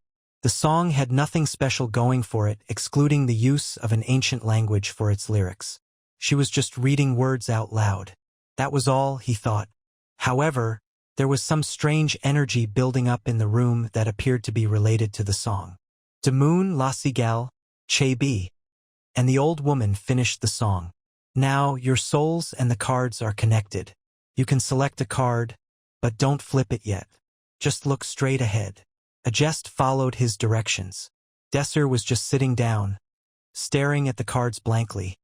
So Agest had to poke his knee to wake him up. Desir quickly selected a card. Divinicon received both cards and flipped them. One of the cards had a picture of multiple swords. This card represents alliance, strong bond, or a concentration. Divinicon solemnly told them. He then sighed and closed his eyes. After a while, he loudly exhaled out and opened his eyes. But these swords have subtly disconnected. You can see the deviation. Each sword is blocking the word ahead. It is difficult to see positively. Agest's face tensed up. Divinicon continued. He now flipped the card Agest had selected. This card showed a collapsed world. Amongst the pieces of debris, there was a pillar of a temple standing. If the pillar wasn't there, the card would have looked like a pile of stones and rocks. No matter how solid a temple is built, it will someday collapse. There will be decay due to time, rain, snow, and wind. And when it hits its limit, it will collapse. It will lose its purpose and become a pile of rocks. Divinicon took a breath before continuing. Humans are no different from this. We have a downfall at least once in our life. The heavier the ceiling we support, the heavier burdens and responsibilities we hold. And this makes it all the easier to fall. He pointed at the pillar.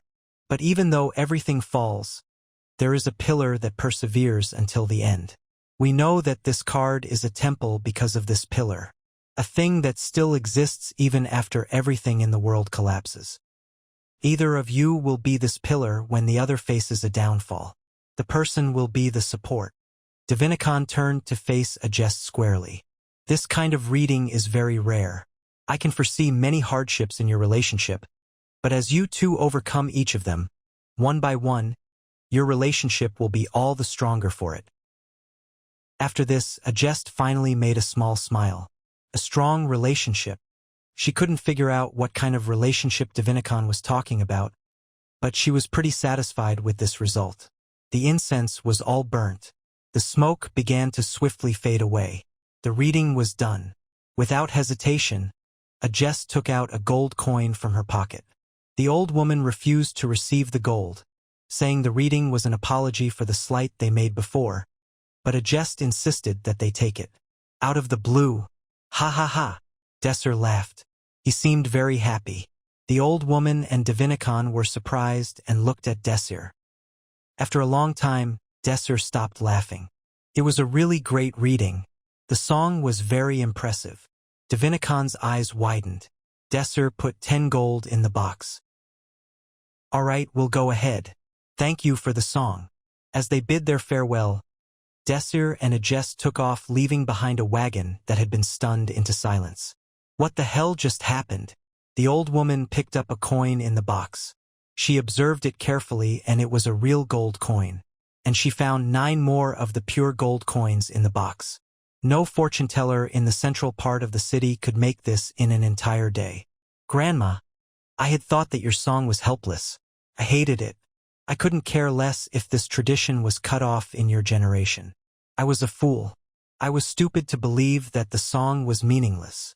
Divinicon broke the silence with his rambling. So, what you are saying is that you want to carry this tradition on.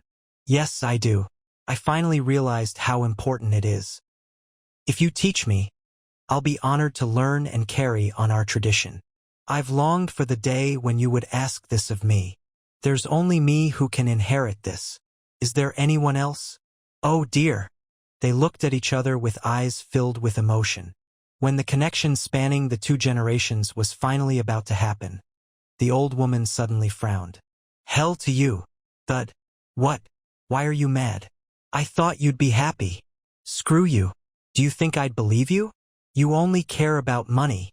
Desir surely overpaid the fortune tellers with 10 gold. Precisely, he paid this much not because he liked the reading, but the method of fortune telling. Specifically, he liked the ritual and the song that it was based around. Once the old woman started singing, Desir couldn't pay any attention to the reading, focusing entirely on the song. It was a very mysterious song. According to what the old woman said, the song must have been passed down generation to generation over a long period of time. The song had the power to shake his emotions. How? The melody of the song was very ordinary. It didn't have any special passage, nor could it be described with any particular color. The lyrics were not unique at all, although Desir couldn't understand the meaning of them. They were just ancient words, but the ancient words definitely moved Desir's heart. They were just regular words in isolation, but the energy in the room completely changed when they were expressed together in those particular phrases. If the words were arranged in a different order, Desir might have felt differently. The arrangement of words, harmony. Desir suddenly felt enlightened. His thoughts suddenly raced in a particular direction and he ended up thinking about magic. I'd never thought about things in this perspective. He quickly thought about the magic structures he used. Inversion, dragon language, and the tesseract structure. Desir's magic structure that he newly invented was converting the dragon language into spells. The song is very similar to the tesseract in terms of its structure. Both the song and the tesseract magic combined lower-leveled spells, words, to create upper-leveled spells versus. But Desir had never thought about the arrangement of these building blocks when he cast a spell using this new magical system. It was as if he was randomly making verses without any concern for the arrangement of the words. When you currently sing it, it's just words put together meaninglessly. As a result, Desir could finish a phrase, but the phrase was pointless. I really can improve my magic. If he could find the best combination of magic that he could cast in the tesseract structure simultaneously, this could be the most brilliant innovation in this world. Seriously, where have you been? We've been waiting for ages. When Desir and Agest reunited with their party members, Pram and Romantica were fuming fervently. That was to be expected because by the time they arrived at the meeting place, the first part of the chronicle play was already over. Sorry. There were a lot of people on the streets, so it took some time to get here. Like that, Desir made an excuse. Pram and Romantica reluctantly accepted his apology. But that didn't mean their anger had died down. Seemingly quite displeased, they vehemently picked out their snacks and constantly annoyed Desir by pointing out things they could play with. It was as if they were trying to get compensation for the time they hadn't spent with him. Being in a good mood, Desir willingly gave in to all of their demands. He even went as far as saving seats for them in an incredibly crowded restaurant. At this point, they started getting suspicious if anything had happened during his absence with Agest. Has Desir ever been that kind before? He seems to be very happy about something. The festival must have been rather fun. Frichel added on to Romantica and Pram's speculations. If I had to take a guess, I'm pretty sure he's been like that since he started spending more time with Agest instead of us. Something clearly happened between the two. Frichel. The moment Frichel heard Romantica's voice, a sudden chill went down her spine. It was winter, so it was still cold, but that chill most definitely was not from the weather. Understanding the situation, Frichel quickly attempted to backpedal. I mean, it's probably because he's very happy to be with you, Romantica. Of course, right? As he was busy enjoying the festival at its peak, Desir's communication pad rang. It was an audio message from Professor Bridget. It was a request for Desir to go to the dean's office immediately. Getting a sense that it was quite urgent from her tone of voice, Desir had no choice but to end his break there. The other party members tried to return to the academy with Desir, but since he had been the only one that Professor Bridget had summoned, he told them to enjoy themselves more before heading back towards the academy.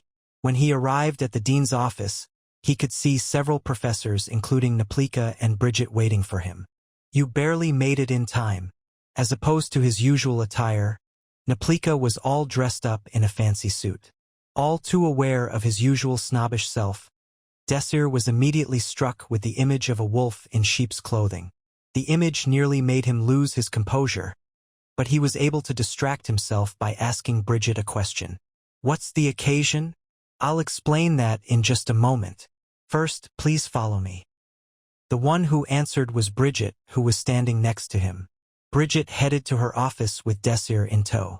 The moment he saw several dress suits hanging in a bunch once the door opened, Desir had to press Bridget for an answer even though he knew it would be discourteous. "Professor, this is a bit unexpected. I know that this may come as a shock. It shocked us as well. Not this one. This one won't do either." In short order, 3 suits were held up against Desir's clothes, only to be tossed on the floor. As she held up a lightly checkered shirt to Desir, Bridget opened her mouth. "I'm sure you're aware that a party is held by the royal family every year on the anniversary of the empire's founding." "Of course. Every year on the founding day, the nobles attended or hosted various parties. The scale of the party and the class of the nobles that attended said parties was determined by the host's status and power, and the best of them all was, without a doubt, the party hosted by the royal family. The annual party hosted by the royal family was extremely well known. Not only were important figures invited, but so were the continent's most powerful figures. It was truly the pinnacle of high society, a social party that only the most powerful figures of each nation could attend. It was a place that lower nobles wouldn't even dare imagine attending. Having finally picked out an adequate suit at last, Bridget grinned slyly as she opened her mouth. "His Majesty said that he wants to meet Hebrion Academy's best student." It was so sudden that all of the professors were left flustered, but it would be ludicrous to not obey His Majesty's orders. Hearing the story up to that point, Desir was able to fill in the blanks. However, there remained one question he couldn't fathom on his own. But wouldn't it have been impossible to select the best student based on the Academy's system? Hebrion Academy did rank the students by skill, but the ranks were given based on grade level. This meant that it made it difficult to compare students of different grades. But Bridget just smiled as if she had seen that coming. "Hee, that's why we had a meeting. We had to choose between Redoria, Alceria, and you all ranked first in your respective grades. And do you know what the results were like?" She spoke quickly in a tone that made her excitement evident. "Unanimous, it was unanimous. All of the professors chose you. Even Professor Pugman agreed that you were the best student. Do you know what that means? It means that you will be representing Hebrion Academy students as you attend the royal family's ball." Bridget's cheerful voice echoed throughout the room. Desir was in a carriage accompanied by Professor Pugman, headed for Idark's palace, to attend the royal party.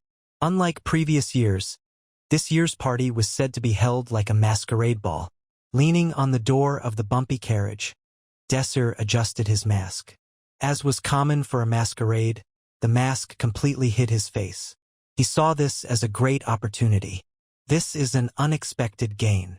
He had been trying to figure out how to get close to the Emperor anyway.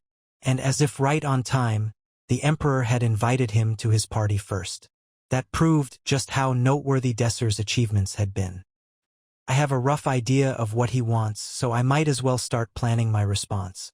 As Desir was lost in his thoughts, Pugman turned his head to face him. "His Majesty is being kind enough to show you what it's like in the upper class, so I recommend you keep your mouth shut. Needlessly rambling will only reveal your limited insight. I didn't expect you to care about me so much." Professor Napolitan pursed his lips at Desir's response. "If it was up to me, I'd enjoy watching you get ridiculed by the other nobles after your identity is revealed. However, the fact that your Hebrion Academy's representative prevents me from taking any pleasure in doing so. The Academy's honor mustn't be tarnished. How touching, indeed. You always need to have the last word, don't you? It's all thanks to your wonderful teaching. The carriage reached its destination. Pugman and Desir did a last check to ensure their masks were securely attached. Truth be told, Pugman didn't gain any anonymity by wearing a mask. His presence was so distinct that it made it trivial to guess who he was. As they entered the palace, the party hall's impressive interior came into sight. The jewels that adorned the interior dazzled brightly as the light bounced off. It almost seemed like jewels were more common in this palace than pebbles on the sidewalk. Despite being overly extravagant, the artistic value in this room was undeniably outstanding. Even Desir, who was often unfazed by displays of wealth or power, felt his jaw drop an inch. Even the rather luxuriously decorated Hebrion Academy looked plain in comparison to the royal palace's banquet hall. By the time Desir and Pugman had arrived, there were already quite a number of people occupying the area. Despite their faces being hidden, the elegance that exuded from their every little movement made it clear that they weren't ordinary people. Stately music filled the party hall. The people at the party talked to each other naturally despite not being able to see each other's faces. Well then, I'll be going off to mingle. I'll have the carriage stand by, so leave whenever you wish. Although the faster you leave, the better. Pugman added on as he got up from his chair. I hope we don't cross paths again. My thoughts exactly. Desir looked around as he sipped on a drink at his table. Some people had already started dancing after finding partners. Now, what do I need to do? Desir hadn't come to this place to admire the surroundings, nor had he come to enjoy the delicious food. His goal was to get close to the Emperor. And the Emperor himself wants to meet me as well. The Emperor had said that he wanted to see Hebrion Academy's best student. But with the party being a masquerade ball, he couldn't have meant that he just wanted a glimpse from afar. Desir thought of two reasons why the Emperor could have changed the party to a masquerade ball. First, to keep his commoner status from getting exposed. And second, for the Emperor to keep himself out of the spotlight at the party. Combining these two reasons, the conclusion he drew was that the Emperor wanted to meet him while out of the public's eye. He was sure that the Emperor was within the crowds. Desir's eyes moved quickly, scanning the crowds of people within the party hall. A person busy talking with others. A person that sipped his drink through lips that their mask didn't cover. A person that got embarrassed as his identity was exposed. And, thank you for coming on such short notice. A person that was approaching him. The man that was walking towards Desir had concealed his face with a white mask. He was at least 2 feet taller than Desir and had a fairly large build. Like the other guests, he was in a suit, but his outfit looked a bit simple in comparison to the other attendees. It was plain dark blue. The aura that he exuded was noticeably different from the other guests. His overwhelming energy leaked out with every large stride he took, and his dignity overflowed from his broad shoulders. Desir was certain. This person was the very Emperor of Hebrion, Giltian Zedgar F. Rogfalas, the one who had been titled the Empire's Guardian for bringing the civil war to an end. He was the Emperor who quickly stabilized a frenzied empire torn apart by a civil war, leading it to its full restoration. Nice to meet you, Your Majesty. Desir got up from his seat and greeted him with a slight nod. Normally, this sort of behavior towards the Emperor would lead him straight to the guillotine, but Giltian merely scoffed lightly. You seem to have some common sense. After sitting across from Desir, Giltian encouraged him to sit comfortably. You're in a rather unique position. I'm sure you're already well aware of that yourself. Understanding what Giltian was referring to, Desir nodded. Yes, of course. Good. Desir could feel Giltian making a sly smile, even though the only thing visible behind the white mask were 2 chilly eyes. If you're aware of your position, then I assume you'll understand what I'm about to say. Are you aware that your presence feels like a threat to people like us? What do you mean by threat? I'm honored by your high opinion of me, but I'm just a mere student. The moment Desir finished answering, he felt a chill travel down his backside. "Are you mocking me?" The Emperor's two eyes, the only thing he could be seen through the white mask, were frighteningly cold. "You've been getting a lot of internal support from the commoners. It seems like some nobles have recently begun advocating for you as well." As Giltian said, after the party competition, many of the nobles who had maintained a neutral relationship with the commoners started being more amicable. It didn't feel right to say that the change meant that they were advocating for Desir himself, but it wasn't completely wrong either. Desir couldn't deny his words. "And internationally you've been building a relationship with the Magic Tower, and in some nations you're even being hailed as a hero." Gilshan's cold words continued. "I'm not an incompetent fellow who will regard someone like that as a mere student, Desir Arman." At his unexpected reaction, Desir held his breath. "Which is why I want you." And as if nothing had ever happened, Giltian had reverted back to the way he was when they'd first met. It was an act to take control of the conversation. Even Desir was momentarily overwhelmed. "May I ask why?" Giltian expressed his thoughts in an extremely calm tone. "To strengthen the royal family's position." It was an extremely calm tone. Hebrion Empire may look peaceful from the outside, but it is actually in an unstable position. It's been like this since I took the throne. In the past, when a commoner revolt known as the Revolutionary Army occupied Dresden's royal palace, the child emperor was beheaded without a chance to leave behind any descendants, and Hebrion's royal bloodline consequently died out. At the time, the ruthless family was considered to be next in line since they carried the blood of Hebrion Empire's first emperor, Rusfina Hebrion. For that reason, Giltian was able to receive the full support of 4 noble families and lead the united army of 5 families to win the war against the Revolutionary Army. This brought the civil war to an end in just a year. Like that, the current royal family became the Rogfulas, and Giltian Zedgar F. Rogfulas became the emperor.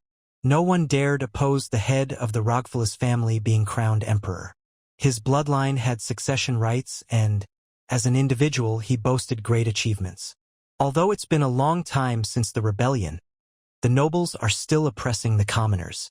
The nobles were afraid that history would repeat itself in the hands of the commoners, and to prevent that, the nobles continued to do everything they could to suppress them. But the times have changed. The commoners have become much more aware of the disparity in their treatment. Moreover, with the advancements made in magic and engineering, it has become especially easy for commoners to grab hold of power that could kill the nobles. Looking at numbers alone, the commoners overwhelm the nobles. If a large group launched an attack equipped with modern magical equipment, there was no guarantee that the royal family would be able to withstand it like they had in the past. The commoners are no longer a presence that can be neglected. This kind of oppression will only lead to another civil war. I cannot continue to overlook this. Desir agreed with him. If the discrimination against the commoners continued on like this, he truly believed that a second civil war could take place. That is why I have always tried to prioritize the convenience of the commoners, even if it meant severing ties with several families. I continued allowing commoners to enroll in Hebrion Academy, and apart from punishing the Revolutionary Army, I've always treated commoners fairly. The nobles despised the commoners and demanded harsher punishments, but the emperor refused. Consumed by the momentary rage and hatred, our nobility has allowed themselves to be blinded from reality. Alas, how foolish.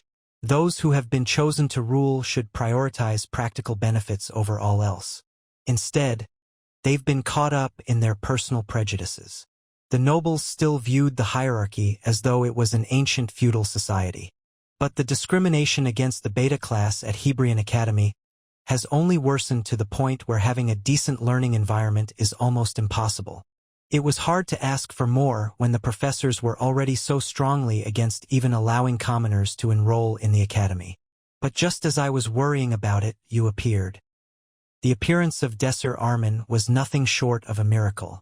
Desir Arman immediately made a name for himself by taking the top-ranking spot for his year as a commoner. Not even a year later, he formed a party almost entirely composed of commoners and cleared a level 4 shadow world. And more than anything, He thwarted the terrorist attacks of the outsiders in the Procella Empire and managed to protect the kings of the Western Kingdom Union. Who else could have achieved this? Commoners went wild at his presence. They cheered at the birth of a great magician. He was a hero. What I want to say is that we have similar goals. Don't you want to free the commoners from the oppression of the nobles? You want to keep the nobles in check. You catch on fast. The moment he finished his sentence, the dancing and music in the party hall came to a stop too. The people that had been dancing in the center of the hall dispersed like a low tide. Sound filled the large hall as new conversations began. Come work for me. It would be an honor. I'll try my best. Desir answered immediately. With a request like this, he couldn't hesitate before answering. He couldn't make it seem like he was weighing the pros and cons. That's a good attitude. Creating a connection with the emperor. This was what Desir had wanted all along. If he had support from the ruler of a nation, it would be extremely beneficial later on when he started training a military force to fight against the Shadow Labyrinth. And it may be a chance to get close to Raffaello as well. Raffaello Scheringer, one of the greatest swordsmen from the Scheringer bloodline. He was one of the strongest human beings who had reached the end of the Shadow Labyrinth with Desir in his previous life. He was most likely the current commander of the Imperial Knights, so creating a connection with the Emperor would make it easier to get close to him. Let's see if we can be a little greedy. The Emperor was the one who made the request, so there was still a bit of leverage that Desir could take advantage of. However, I have one condition. If it's something I can grant, then I'll do what I can. I understand that the Western Kingdom Union has requested an alliance with the Hebrion Empire during their war on the outsiders through the Magic Tower. Yes, but you denied the request. The Western Kingdom Union is a potential enemy of Hebrion Empire. As for the outsiders, it goes without saying. Is there a particular reason to help them? I say let our enemies fight amongst themselves. It's not that I don't understand your deeper intentions, but common sense won't work on the outsiders.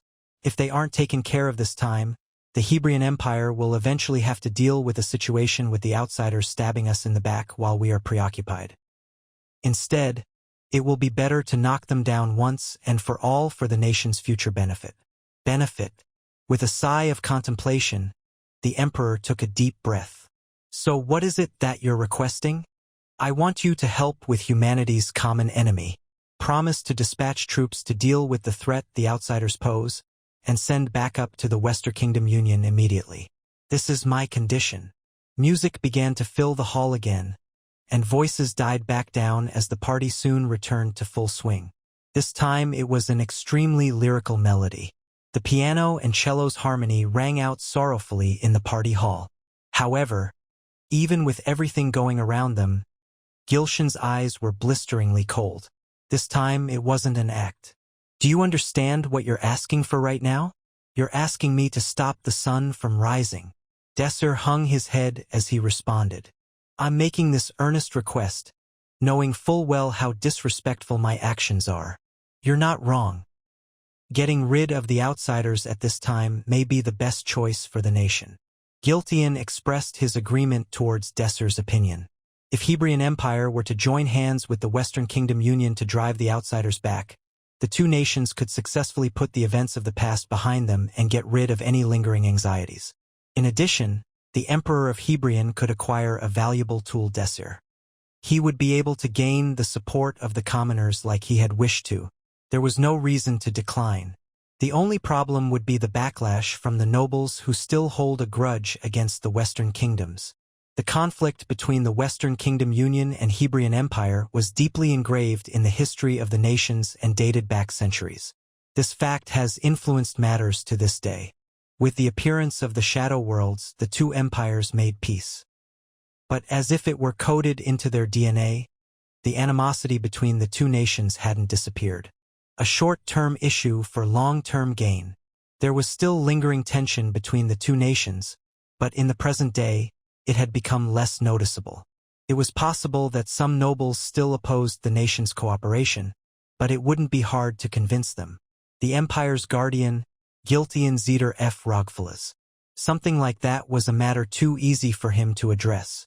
But if he was still hesitating to accept Desir's proposal, it meant that there was another hidden reason.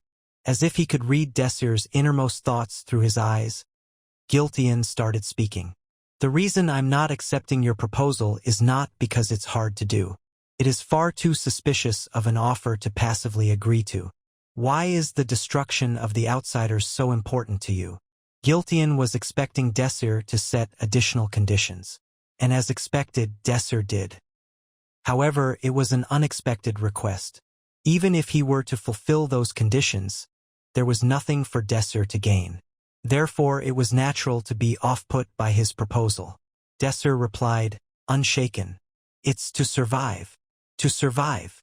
The outsiders are a big threat, and I have ruined many of their plans. I'm most likely already regarded as an enemy that must be eliminated." "I suppose so. Your presence is like a thorn in their side. All the outsiders must be taken care of to ensure my own safety. No jewel out there is more important than my safety, so I proposed a condition that is the most beneficial to me." Desir had already anticipated that the emperor would be doubtful of his proposal, and as the very person who had ruined the outsiders' plans until now, he had prepared a reasonable justification. Giltian spoke with narrowed eyes. "Yet you didn't limit your target to the outsiders, but instead you've broadened your target to humanity's common enemy." The emperor keenly pointed out the loopholes in Desir's argument. But Desir had seen that coming as well. "The main goal of my proposal is not the purging of outsiders, but rather the reconciliation of the two nations. The reconciliation of Hebrion Empire and the Western Kingdom Union. That was currently Desir's most ambitious goal. To be honest, the outsiders aren't an immediate threat. They are quite troublesome, but not to the point of becoming a genuine threat to the nation." Giltian nodded at Desir's words. "However, I am always concerned about a threat that may strike us at any moment. To prepare for that day, I believe that all unnecessary conflict should stop and that we should join forces." He didn't think that simple tactics would persuade the emperor. For example, something like the level of the shadow worlds suddenly increasing could happen.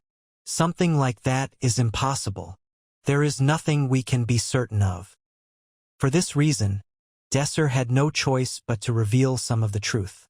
If the whole of humanity is threatened, it's everyone's safety that needs to be ensured. However, my safety is also included in there, so I think it's a beneficial proposal for me as well. Giltian probed Desir with a suspicious gaze. "So you're saying you'll give up a definite gain for a threat that may or may not exist? As long as there is uncertainty, we must be prepared. If we find ourselves in such a situation, it'll already be too late. That is why I'm putting forward this proposal. This time, exterminating the threat of the outsiders will be the start of an alliance between the Western Kingdom Union and Hebrion Empire. The threat that the outsiders posed had been revealed. Through their past actions, the outsiders made it clear they were willing to sacrifice many innocents in their quest for revenge and eventual equality. Which is why I'll make use of you." Desir decided to turn the outsiders into a rallying cry for a better world. The presence of the outsiders would be used as a starting point to unite humanity. The threats in plain sight would be used as the foundation of an alliance to prepare for the Shadow Labyrinth. Giltian, who was silently listening to Desir's claims, closed his eyes and thought for a moment before opening them to speak. "All right, I accept your condition. However, some parts of your proposal remain ambiguous. How many troops do you want to send to the Western Kingdom Union? What qualifies as an alliance with the Western Kingdom Union? I'll leave that up to you." There is no way he'd determine that a disaster like a Shadow Labyrinth isn't a threat. Back then, even without a proposal like this, all nearby nations joined forces to fight against the Shadow Labyrinth. Which is why Desir didn't feel the need to make any additional demands. After he made his point, Desir kept quiet. Saying anything else could make the emperor grow suspicious, which would only make more problems for him in the future. Desir knew where he should draw the line. "You've maintained a moderate position." Giltian seemed pleased by Desir's attitude. From now on, to stand up to humanity's common enemy, Hebrion Empire will dispatch troops strong enough to defeat the outsider threat. And following that, we will also dispatch troops to the Western Kingdom Union who is currently at war with the outsiders. In exchange, you will pledge allegiance to me from today forth. Thank you, Your Excellency. I will do my best. Our conversation today was quite enjoyable. Giltian took something out from his pockets as he rose from his seat. You'll be needing this from now on, since you'll be working for me. The medallion was made of gold, with beautiful patterns exquisitely engraved into it. It'll be easier to think of this as an identification card. You'll be able to freely use the teleportation gates if you show that to the guards. The teleportation gates. Gates were structures enchanted with teleportation magic. They allowed one to arrive at their destination in mere seconds, no matter how far away the destination was. However, as they were only open for the usage of VIPs and for various military purposes, Desir couldn't access them. No matter how famous he became, he would never have access to them. But he had just been given the authority to access them as he pleased. I hope we can continue this good relationship. Giltian walked away. In an instant, he blended in with the other masked individuals, and soon, he had disappeared. Desir returned to the Hebrion Academy. The other members of his party hadn't returned yet, as the office was still deserted. After brewing some tea, he took a seat on the sofa and organized his thoughts. Once he got a whiff of the tea's aroma, his thoughts seemed to straighten out. A lot of things happened today. Desir had persuaded the Emperor during their conversation to sympathize with the Western Kingdom Union. For now, Hebrion Empire has agreed to support the Western Kingdom Union, so the outsiders are more or less dealt with. They probably won't have the leeway to continue rampaging as they have been so far. For the moment, he had taken enough direct action. The Emperor didn't oppose the idea as much as Desir had expected, so their discussion ended quickly. And I've even been given permission to use the teleportation gate. The golden medallion he had received from the Emperor felt heavy in his pocket. Until now, it had taken a long time to travel to the Western Kingdom Union. This meant that visits were hard to arrange. But now that he was authorized to use the teleportation gate, he could arrive in an instant without wasting any time. I could even go to see how Zod is progressing on his research. I've been too busy with my own affairs to take the time and go visit him, but his biggest achievement today by far was that he had come up with an idea to improve his new magic spell. The importance of its arrangement. Moving forward, I'll have to figure out which arrangement works best for each formula by trying them out one by one. It was going to require an immense amount of effort.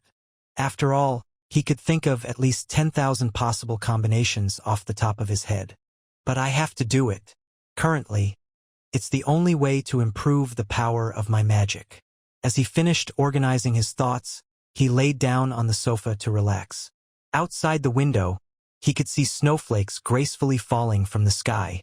It was a wintry night. The anniversary of the nation's founding was almost over. Desir pulled out a piece of paper that listed all of the events that happened in his past that he had taken the time to record, before they started to fade from his memory. The paper was filled with notes. Each event was recorded with its relative importance and its rough date. Like last year, this year was filled with incidents of various importance. Among those events, Desir's eyes were fixed on one point, 3614, the appearance of higher-tiered shadow worlds. Since returning to the past, there wasn't much time left until the first wave of higher-leveled shadow worlds appeared. After the Founding Day celebration ended, winter vacation began. Romantica left on the train to the Preleka Empire. She was unwilling to leave, but couldn't turn down her parents' request to come home for the holiday. Her trip home was unavoidable, but Desir made sure to emphasize that she needed to continue practicing her imagery training during the vacation. This was both a necessity and the fastest way to ensure she could safely enter the Fourth Circle. Frichel and Takaran also left for their hometowns like Romantica. Desir gave them their own assignments to allow them to be productive and to keep them from frittering away their time just lazing about. Pram, Ajest, and Desir stayed in the academy. They had no place to go, so they decided to stay and focus on their training. With renewed vigor and the recently afforded extra time to focus on his training, Pram had become rather proficient in using his aura. Pram had grown stronger by ending his reliance on his rapier. He could now bring out his full power with ordinary swords. At first, Pram couldn't control his aura very well and ended up breaking many of these ordinary swords. When he called forth his aura, the swords would crumble under the pressure. Up until now, he had only used his rapier that boasted the ability of holding an infinite amount of aura. As a result, he had never needed to improve the fine control of his aura. Pram's training had been a complete success. He could now control the strength and intensity of the aura infused in his sword, drastically boosting his overall fighting ability. At this point, Pram was at a level that made it difficult for a wizard like Desir to offer further advice on. Fortunately, there was a suitable person available to offer the much-needed mentoring at the Hebrion Academy. Ensemble-driven. He served as the master of the Knights of the Golden Hawk and was now a professor at the Hebrion Academy.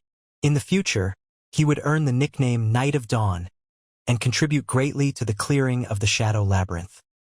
Blanc was one of the few top-class bishop-rank swordsmen in the kingdom. Since Desir could no longer offer effective advice to Pram, he could only approach Blanc and ask him to mentor Pram. After Desir had pledged allegiance to the Emperor, a sort of cooperative relationship was easily established with the Emperor's closest swordsman, Blanc. Due to this mutual understanding, he was more than happy to accept Desir's request. Ajest was finally able to achieve the fourth circle.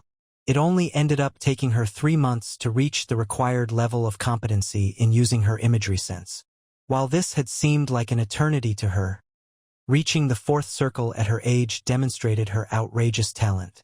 Her talents far exceeded the common sense and left Hebrion Academy's curriculum in shame in comparison. Desir felt he couldn't be left behind, so he also devoted himself to his training. A clue on how he could improve his new magic system had finally been found. All that remained was translating this theory into practice. Winter break gave him the perfect opportunity to seek out a perfect combination for at least one of his spells. Although there were thousands of ways his basic arrays and formations could be combined into new spells, only a handful of these would produce powerful yet cost-effective spells. Desir knew it would be very difficult to find the perfect formation for a single spell, due to the number of combinations that needed to be considered, multiplied by the fundamental nature of this new magic system. This magic system had a structure reminiscent of the Tesseract artifact he had seen Crow mask use, meaning multiple magic spells needed to be calculated simultaneously. Desir decided to complete his new spells one by one. First, he selected some of the most versatile magic amongst the third circle spells and began experimenting. However, there was one significant problem with this process, in order to verify the effect of changing the arrangement of magic formations. However, considering that the magical power required to fuel these spells was typically at a level higher than the fifth circle, he would struggle to find a suitable place to practice. Even though the Hebrion Academy is well equipped, even their training grounds could not hold up against fifth circle magic. But I will not give up with just this roadblock. Desir thus got in contact with Zod and suggested that he test the defense of the Aurora system. Doing this, he could hit 2 birds with the same stone. He could ascertain how complete the Aurora system was, while also improving his magic system. As soon as Zod approved the request, Desir headed straight to Althea, where the headquarters of the magic tower was located. The Hebrion Empire and Althea were not close, but this was no longer a problem as the Emperor had given Desir permission to use the transportation gate as he saw fit. The experiment began with Zod running the Aurora system in a large open space. The Aurora system whirred to life. The magic stones powering it began to hum. A large film shot across the ground, completely covering it from any assault. This technology was the culmination of years of dedicated research by the future Zod Exarian, widely referred to as the Great Sage. Using his new magic system, Desir mentally formulated his first arrangement and invoked the spell, firing it straight at the barrier cast by the Aurora system. The ground shook as a spell equivalent to the fifth circle struck the shield. Jarrrrrrrr.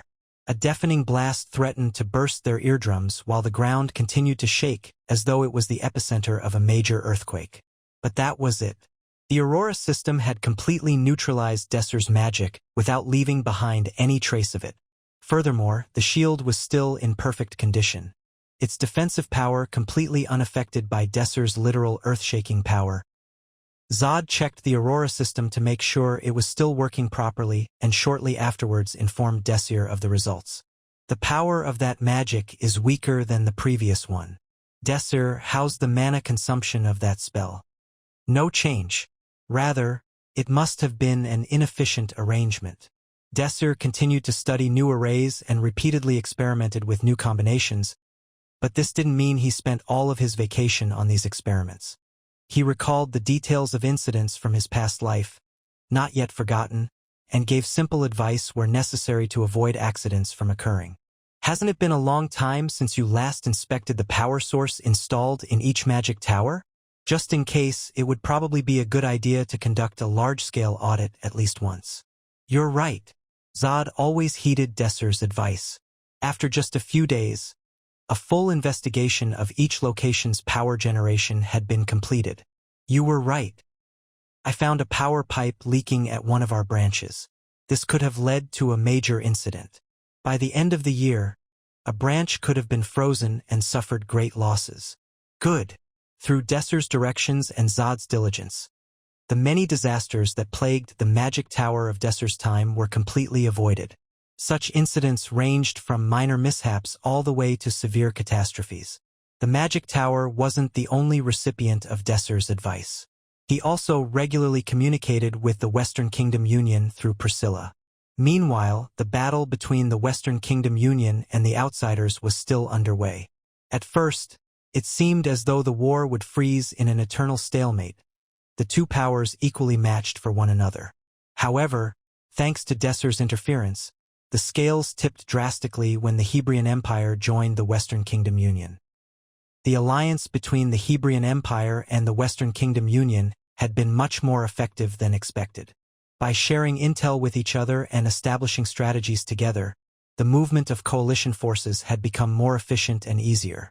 As a result, the number of active hotspots of outsider activity plunged swiftly and steadily, and by the end of Hebrion Academy's winter vacation, the Outsiders had begun to group up in a desperate last stand against the coalition forces. The Allied forces judged that this was the opportunity to exterminate the threat of the Outsiders once and for all, so they poured almost all of their resources into the northern plains of Audenia where the Outsiders had rallied. Lines of troops stood in formation on opposite ends of the plains. The two groups stood off, monitoring and probing each other. Amidst the standoff, small-scale skirmishes occasionally broke out. As the Outsiders weren't committing to a full assault and were heavily entrenched on their end of the plains, it seemed like this standoff was not going to be resolved in the short term. It looks like the last struggle of a rodent caught in a rat trap. If so, defeating this band of criminals would completely wipe out the Outsiders' forces. But Desir felt a rising sense of discomfort. So far, the Outsiders had yet to play one of their strongest pieces. Crow Mask still hasn't made an appearance here, or anywhere else for that matter. Desir received his information from Priscilla, who was participating directly in this battle of the plains. It's really strange. Desir tried to make sense of this discrepancy. If the Outsiders lost this battle, their fate was as good as sealed. It was truly perplexing that they would keep a wizard on the level of the Crow Mask in reserve. He should have shown up by now. In his past life, the Outsiders had never made a move like this. Desir wasn't able to solve this with his knowledge of the past. Like he could fix the power leak or find Prama Mentor. The Outsiders were a rogue element, where Desir had no trick up his sleeve, nothing to guide his actions. All he could do was provide his insight and give recommendations on which tactics to pursue and what to be wary of. They may be planning something. Please remain careful. I'll keep that in mind. As the vacation came to an end, Desir had managed to achieve tangible results in his magical system research. He successfully developed spells powerful enough to affect the Aurora system. Zod looked in sheer incredulity at the cracks that tarnished his pride and joy. It seems this spell is a bit too much of a heavy burden on the Aurora system. It has power that is less than the 6th circle, but definitely amongst the higher tiers of 5th circle spells. What makes this incredible, though, is that the base of it is formed purely out of third circle spells. In addition to the increase in power, the mana consumed has been greatly reduced by interweaving and arranging the corresponding spell arrays so that they were simultaneously derived, instead of being derived one at a time. It was a bit of a letdown that Desir had only managed to improve a single spell to this level, but being able to successfully improve upon his magic system in the end, he could not help being excited nonetheless. His choice to focus on the ordering of spells in the arrays had ended up being the right decision. He had now proven that the power and efficiency of his spells could be improved by rearranging the spell arrays, and further work would doubtlessly achieve further results in the future. After much trial and error, Desir had started to get a feel for the optimal arrangement of spells. It probably wouldn't take too much longer to find perfect arrangements for his other spells. It was finally time for the new semester to begin. The last remnants of snow had melted and green sprouts started pushing their way out of the ground. And just like past years, the start of spring signified the start of a new school year at the Hebrion Academy. Excluding Takaran, all of the Desir party's members had become sophomores this semester, and were now obligated to take on the role of mentoring. A mentor's responsibilities were simple. They had to guide the applicants around the academy, ensure they arrive safely at the exam and understand what is required from them, and finally, they had to give them a tour of the various facilities in the academy if the mentee manages to pass the exam. The proportion of applicants for the exam had changed drastically in comparison to previous years. Typically, there had always been many more nobles than commoners. For some reason, though, this proportion had been reversed in this year's applicants. The origins of the students also varied greatly from the usual. Although the prestige of Hebrion Academy attracted a lot of international students in general, this year the proportion of international students was very high. Why did you apply for admission to the Hebrion Academy? Applicants were surveyed by the Eden Times, a renowned newspaper publishing company that regularly covered the annual entrance ceremony at the academy. It's because of Desir Arman. Who wouldn't want to go to the same school as a person like him? I've always heard it's a really good academy, however. I was hesitant to join after hearing about the discrimination against commoners. I'm now hearing that this has improved considerably in recent years, so I have no reason to apply to any other school. Meanwhile, Desir busied himself checking the list of applicants. After a few hours, he found one that caught his eye. Ronde Visselbang. Specializing in fire magic, he mainly used precision bombing spells, demonstrating a far higher single-target damage than anyone else in his age group. He was well and truly a first-class talent. This much couldn't be denied, as long as one only looked at his ability. He had a major flaw, though. This one is rather cheeky. Recalling his prior life, Desir remembered how Rond had problems maintaining human relationships due to his personality. He eventually quit school. As a nobleman, he was eligible to join the Alpha class, so Desir could only sigh in helplessness. Rond should have been able to grow to much greater heights had he continued attending school. If I lead him from the shadows, he will be able to climb to a tremendous level. Desir thought highly of Rond's potential. He didn't doubt that Rond would play a big role in the coming battles, if he could count on him being by his side. Fortunately, before Rond's admission, the walls dividing the two classes of students had already been mostly broken, so Desir was ready and able to recruit him. Desir decided to try to get Rond into his party first. Mentors rarely chose their mentee directly, but Desir was able to become his mentor by simply expressing his desire to take Rond. When Professor Bridget's guidance session ended, signaling the start of the pre-exam period where mentor and the mentee met, Desir could easily recognize Rond from a distance. He saw a boy with flaming red hair. Rond was leaning his back against the wall, hands tucked into his pockets. With his menacing eyes, he looked rather vicious. Even students already enrolled in the academy chose to steer clear of him. Desir was familiar with his personality, so he managed to remain calm. However, the grand stratagems he devised to tempt the boy into joining his party were for naught. Desir, is it true that you're my mentor, sir?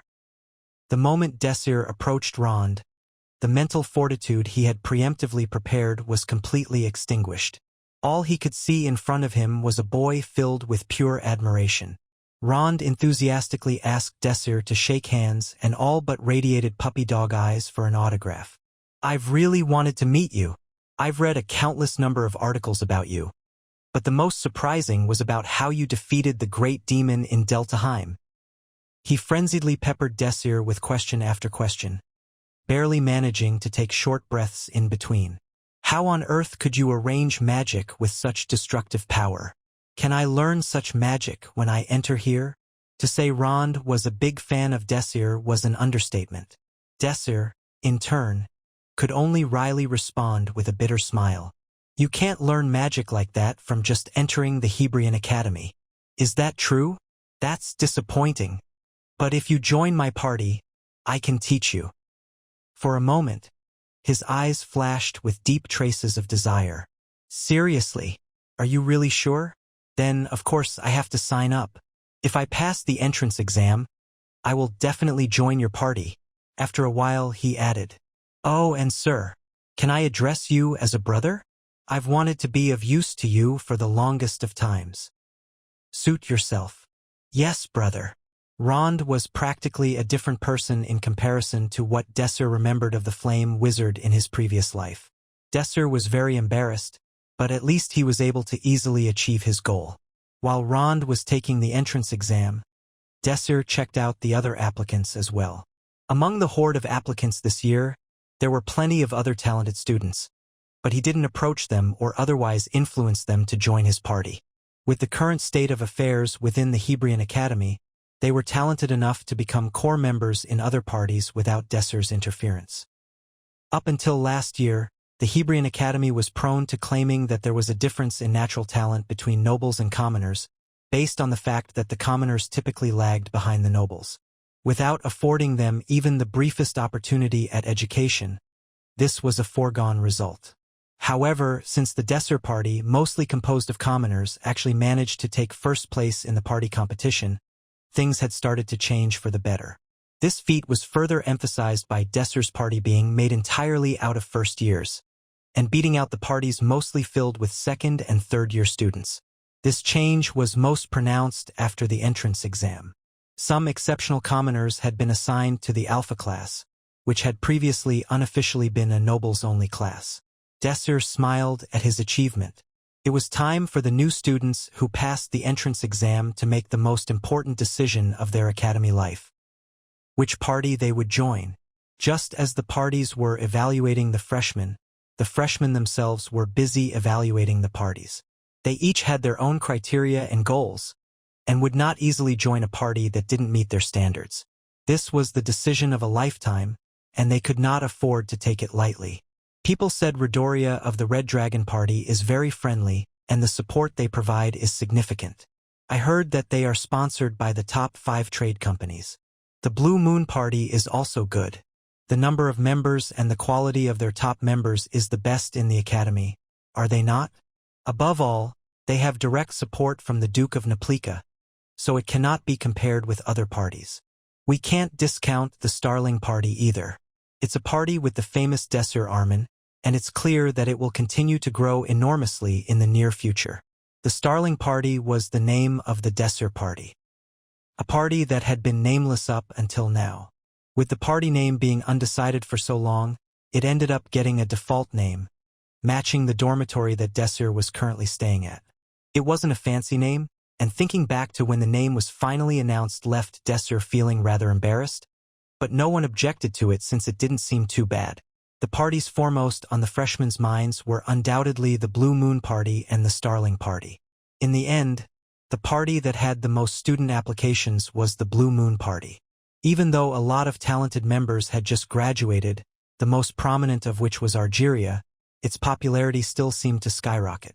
The Starling Party had dozens of applicants, which was remarkable considering the fact that it was a new party with only 1 year of prior activity. I can't afford to waste effort on students who have no drive to improve themselves. Desir interviewed the applicants and ended up only selecting students he felt were eager to learn. A total of 19 students joined the Desir party. It was clear that the freshmen had some proficiency as they had managed to enter the academy by making it through the fierce competition, but it was still insufficient.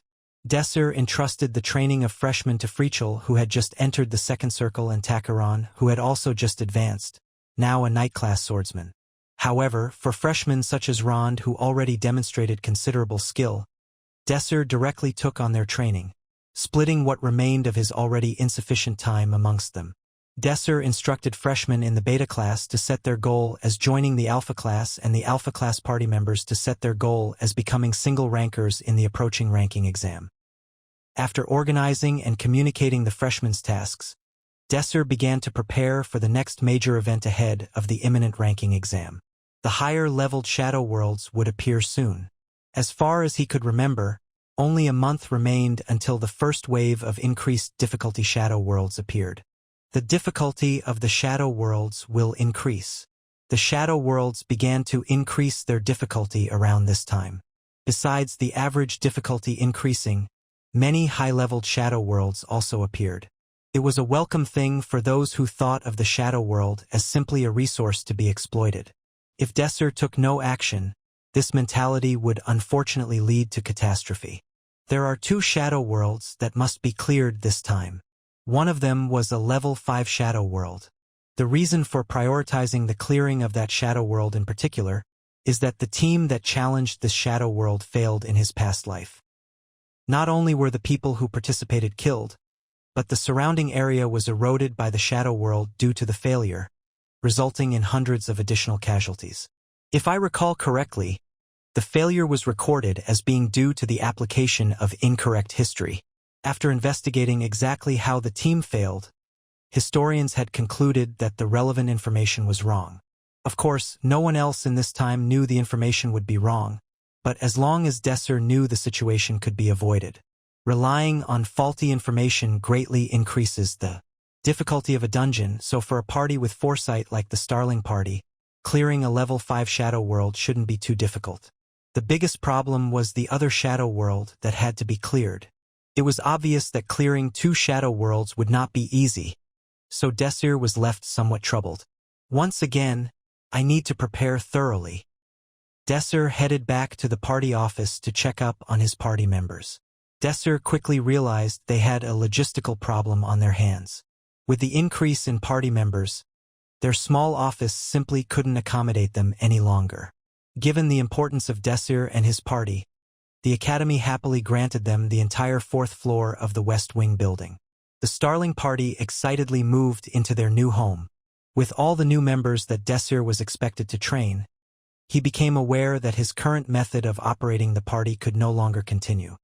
He was already stretched as thin as possible, and the number of new members would only continue to grow in the future. Desir restructured the party into 3 different subgroups: the main party, the sub-party, and the probationary party. The probationary party would be composed of new students with low or unreliable military might and were. Desir instructed them to familiarize themselves with the basics taught in their academy classes and furthered their education as a group outside of class, focusing on the elements that the academy neglected. The current notable sub-party members were Frichel and Takaran. They had some military might, but they still lacked the experience to contribute reliably to the overall party. What little experience they had and their trivial achievements put them ahead of the probationary party, but not by much. These factors prevented them from being considered part of the main force. For their level, they could provide limited assistance to the main force as they continued to develop. If there was further growth, these 2 had the potential to become active members of the main party. The main party members, of course, contained the core power of the Starling party. Romanica, Agest, and Pram, as well as Desir acting in the role of party leader. Each core member had the strength and experience to do their part, as well as pull their own weight even in higher-leveled shadow worlds. Overall, these classifications made sense and created a natural hierarchy, but Rond Fizzlebang was different.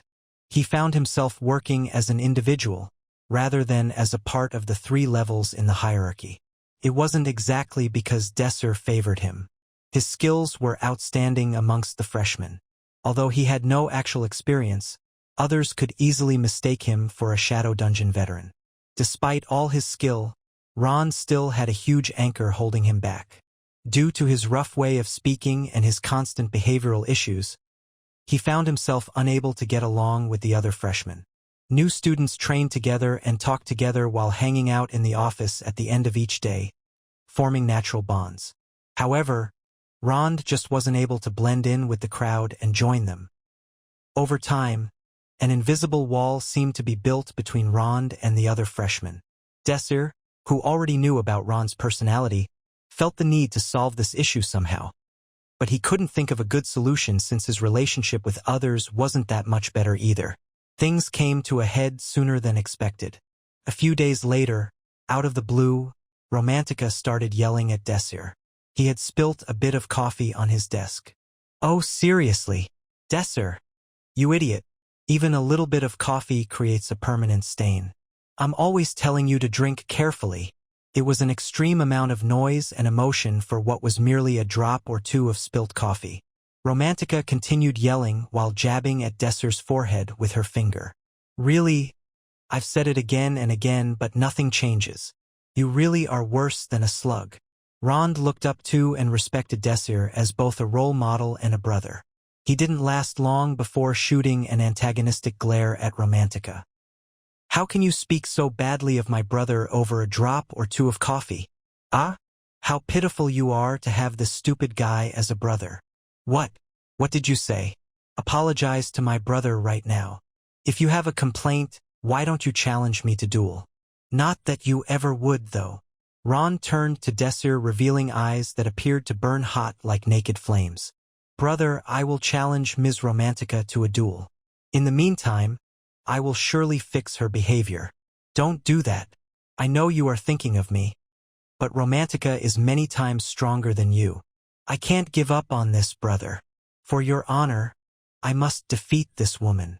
After pretending to deeply consider this request, his face creasing in the anguish of his alleged internal conflict, Desir accepted the request. In the interest of both parties' feelings, he had to at least make them think he gave this serious thought. Thus, the duel of Rond versus Romantica was established. Romantica haughtily faced off against Rond. "If you beat me, I'll apologize to Desir. But it's not fair for only me to have loser conditions. I want you to add a condition too.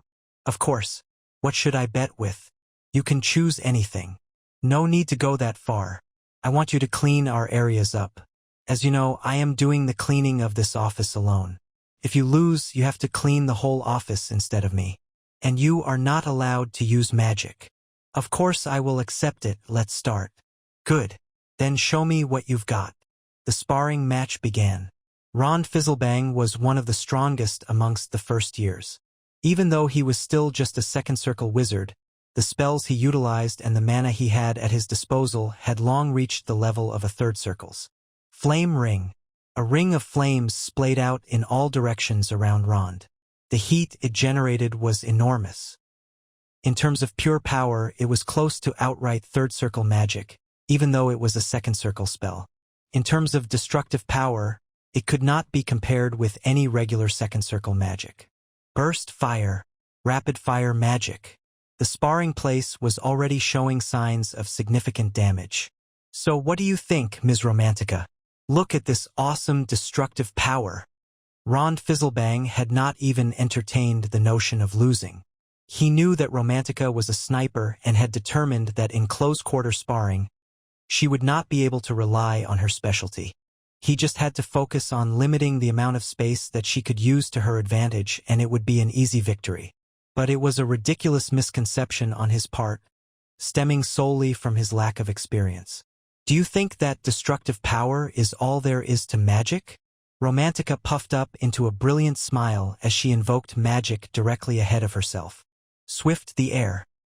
A spell that lets one compress a specified amount of space into a vacuum. The flames that had been soaring uninhibited in all directions suddenly extinguished. Ha! Rond was unable to recast the spell that he considered his greatest strength. An experienced wizard would have adapted to the sudden change in situation, but he was just a freshman who had just entered the academy. Romantica shrugged her shoulders, exaggerating her easy victory. "I think it's over." "Oh, no, I can still." No. "That's enough." Desir spoke up and stopped the duel. It was Romantica's victory. Rond bowed his head while addressing Desir. Be our brother. I wasn't able to avenge her properly due to my lack of skill. Please let me. Rond was beside himself in embarrassment and grief. Before he could continue, Romantica jumped in. I'm sorry for the words I spoke, Desir. You? Why did you apologize? You won. Huh? I should apologize if I take something too far while I'm angry. What are you talking about? However, while still trying to process what had happened, Romantica's next words snapped him out of his stupor. I don't know what you are talking about. Go start cleaning. You start immediately. Oh, I see.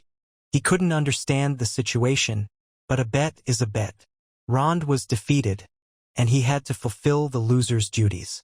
From that day onwards, Rond cleaned the entire party office on his own. If he used magic, the cleaning would have been a little easier, but it couldn't be helped since that was an additional condition. He was not allowed to use magic. Rond was forced to sweep and wipe each surface while sweating heavily. While he was busy struggling to clean like that, a few freshmen approached him. Did the seniors ask you to clean this? Well, yeah, something like that. Why didn't you tell us? Are you going to clean up everything here alone? Why you? You are actually kinder than the way you look. You can ask us for help. We're not going to just watch you do this. Each of them brought cleaning tools out of the closet and got to work helping Rond. At first, it was a bit awkward, but once they realized that Rond wasn't that bad, they gradually began to loosen up. After spending time cleaning together, they started to develop an easygoing relationship where they shared jokes and hung out afterwards. Desir and Romantica looked at them while smiling. It was D-Day. A world anomaly has been detected. Open shadow gates according to procedure. As the shadow gates opened, the full-scale attack of the shadow worlds began. There was no top ranker or single rankers in the first grade, as the shadow worlds had appeared before the ranking exam. In addition, since they appeared so soon after the entrance ceremony, the first years had not received a proper amount of training yet.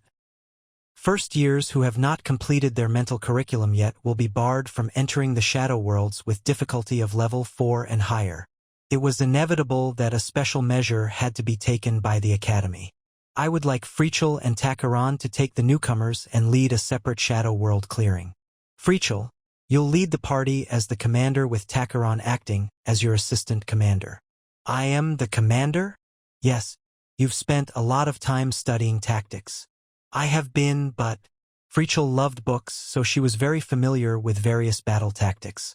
In addition, rather than Takaran who would be positioned in the front lines, it was more reasonable for Frichel to observe and control the situation from the rear. Once you've got a better sense for leading while clearing a low-difficulty shadow world, go clear the level 5 shadow world, Rhoda Village Battle. This is a shadow world that we have reserved, so there is no need to rush to complete it. However, please make sure to stick it out and complete it, even if it's low level. Roger. Desir entrusted the lower-leveled shadow world to the other party members.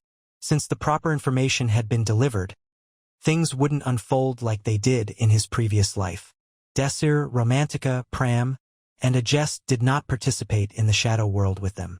They were the core power of the Starling Party. There was a different shadow world that they had to clear. The shadow world we will clear is level 3. Other party members nodded their heads in consent to Desir's announcement. I guess we really are going to target something like that after all. Well, I was expecting something like this. Estimated difficulty, level 3. Level 3 shadow worlds based on the Athena province. A level 3 shadow world. At this point, level 3 shadow worlds, which happen to actually be the highest level of difficulty that appear, were qualitatively different from other levels in terms of difficulty. For this reason, the Central Committee did not easily give parties permission to attempt clearing such shadow worlds unless they were adequately qualified. Desir's success against a level 4 shadow world last year was largely attributed to Toa's crest, but his pursuit of this artifact happened to also be the reason why he targeted that shadow world in particular. However, things were different from last year. Their power had now been proven through a number of events. The Starling Party was acknowledged as contender for first place in strength against the Blue Moon Party, with a fraction of the members. The Central Committee took this into consideration when judging this, and it didn't take them long to accept Desir's request. In fact, approval came almost as soon as Desir submitted it. Participation request has been approved.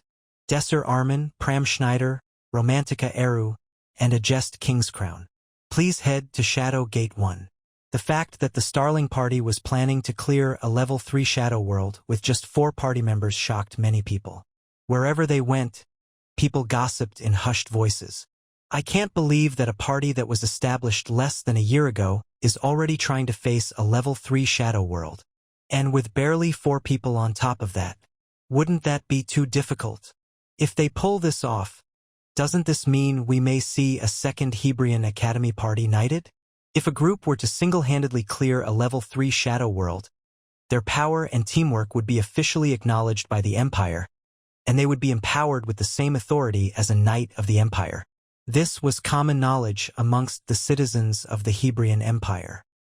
A party of students being no different from a real party meant that this rule naturally applied to parties with the Hebrion Academy.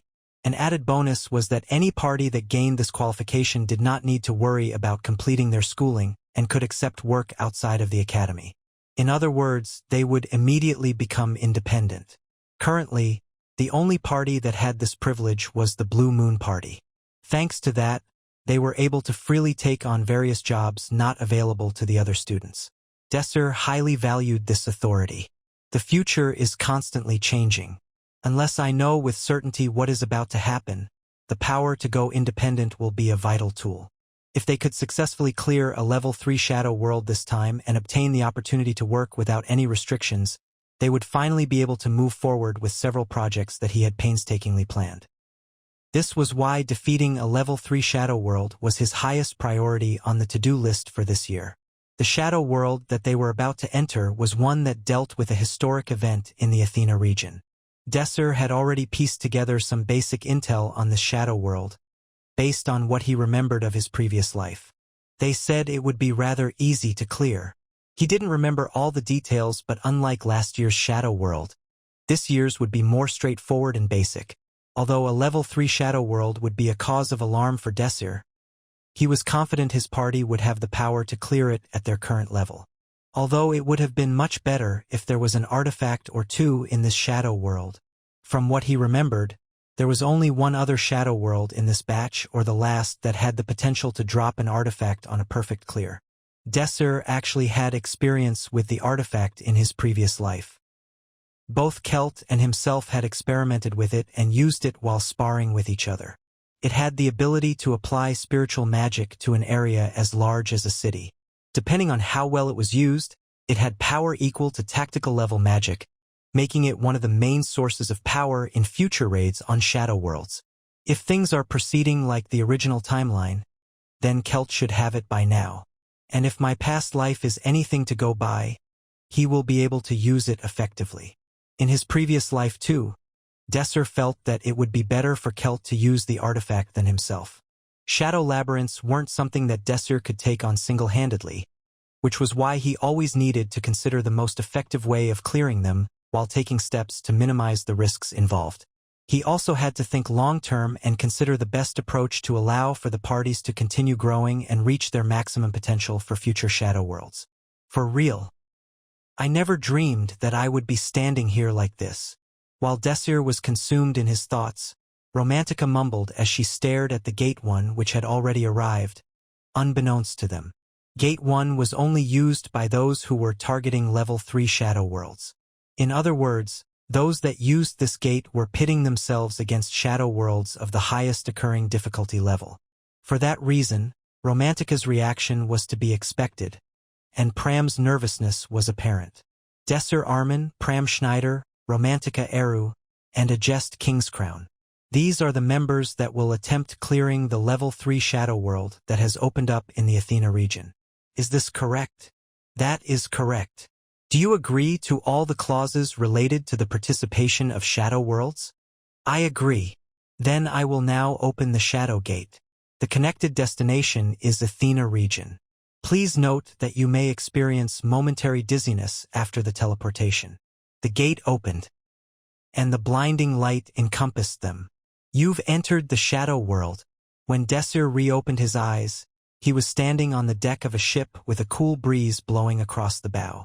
As he attempted to make out the rough noises around him, he studied his surroundings closely.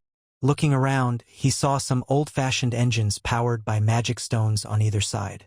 On closer inspection, what could be first mistaken as a ship clearly wasn't. Of this, Desir could be certain. There was no mast, and above all else, they were not at sea. Desir headed towards the railing and looked down. It was a vast desert. Desir guessed that it was the Pedunsa Desert that spanned the Athena region. The occasional villages that they sailed past looked like miniature models on a table. They had to be incredibly high up. That's right. The thing that he was riding on was floating midair. If so, then the thing that Desir was standing on was obvious. An airship, huh? An airship. Using an engine powered by the magic of these stones. It was a method of transportation fit to represent the technological level of a civilized society. In terms of status, it was comparable to that of trains in modern society. The biggest advantages of airships were that, unlike trains, they were able to pass over mountains, and they weren't restricted by railways. However, due to the large amount of investment that was needed to produce engines that could float, they were impossible to mass-produce, and each country only produced them for military purposes. In modern times, where the number of wars had decreased significantly, they were merely seen as relics of an age-long past. It wasn't too long ago when airships were still being used actively. Using the airship as evidence, Desir was sure that the time period he was in wasn't too different from what he had recalled. The airship itself wasn't very big, but that didn't mean it was shabby. The size was small, but the interior seemed rather modern for its time. Just as Desir was examining the airship, people in military uniforms roamed around the deck. Check the coordinates. Damn it! I told you to keep an eye on the fourth engine as it's running low on power. If we had left it any later, we would have had a problem. The route to the capital Altia is clear. The quest hadn't been activated. This meant that there was a condition he hadn't met yet. As Desir was pondering about the quest that wasn't activating, someone spoke to him. Desir. When he turned around, Romantica was standing in front of him. Once she confirmed that it was indeed Desir, her face lit up. Ha! I'm so glad. You don't know how nervous I was. Thinking that we might have been completely separated like last time. As if she'd recalled a bad memory, Romantica shook her head in distress. Desir responded to her in a solemn but serious tone. Did you pick up any information? No, nothing in particular. What about you? First of all, the time period of this shadow world is roughly 120 to 140 years in the past. Really? How'd you already figure that out? The airship we're on is heading towards the capital Altia. Isn't Altia the city-state where the magic tower is? It is. As if receiving some inspiration, Romantica sorted through her memories in search of anything relevant. After a short moment, she exclaimed in surprise. Oh, there was a time when Altia was the capital, right? It was as she said. In modern times, Altia was a city-state, so it wasn't referred to as the capital of anything, but at the height of its prosperity, there was a time where it was an important part of a magic empire. Right? This shadow world is based on an event F. Before the collapse of Kumamarelson, the magic empire. Considering that the airship was invented 140 years ago, we should be somewhere in between those two dates. A shadow world intertwined with a magic empire. We'll have to wait and see what other details we can uncover. In less than 10 minutes, Desir had managed to gather information on their surroundings. To Romantica, that was an admirable feat. So here you were, mercenaries. A man clothed in what seemed to be an officer's uniform headed towards them. Like his attire, his gait was extremely disciplined, but his expression was pleasant like that of a traveler exploring the azure sky. Desir naturally responded to him. The view from here is quite spectacular. The view that we see from the sky is truly marvelous. Even more so with a beautiful woman. Despite his mischievous joke, he still addressed Desir and Romantica in a respectful manner.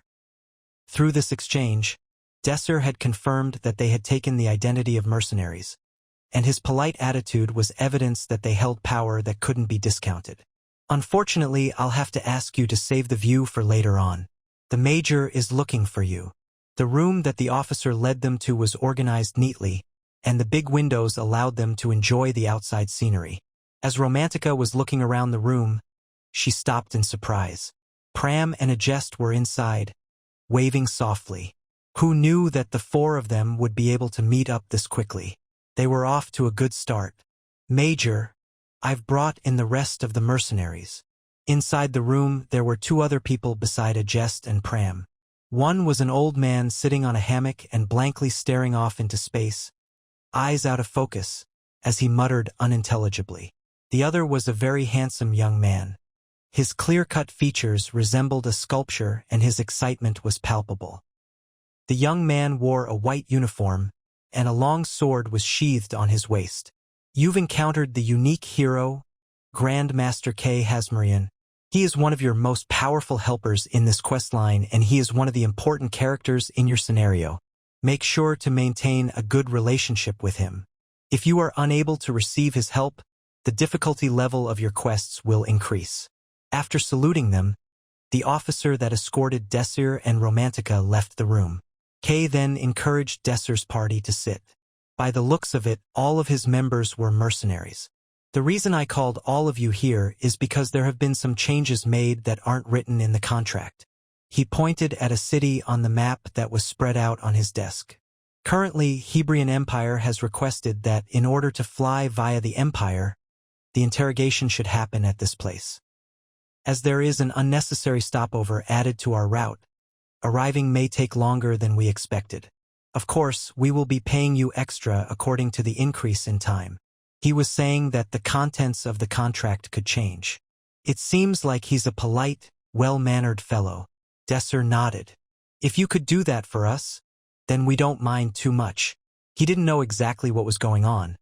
But in a situation like this, it was important to continue the conversation without making it too awkward. Then I'll give you the new contract. Kay pulled out the contract and handed it to Desir and his party members.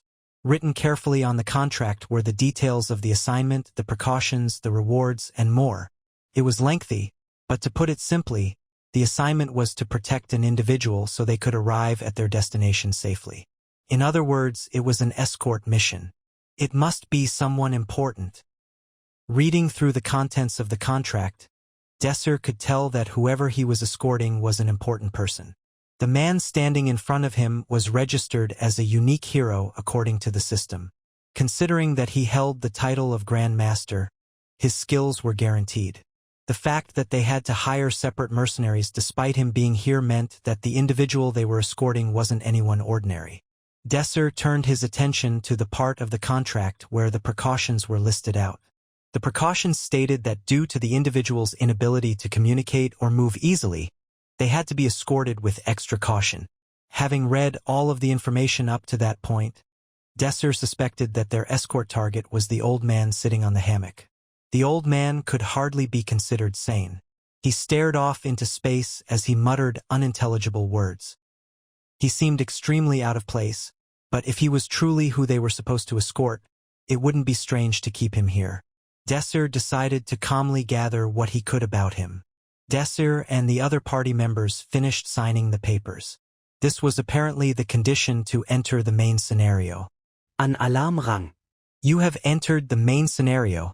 K. Hebrion has a very desperate goal. He will stop at nothing to achieve it.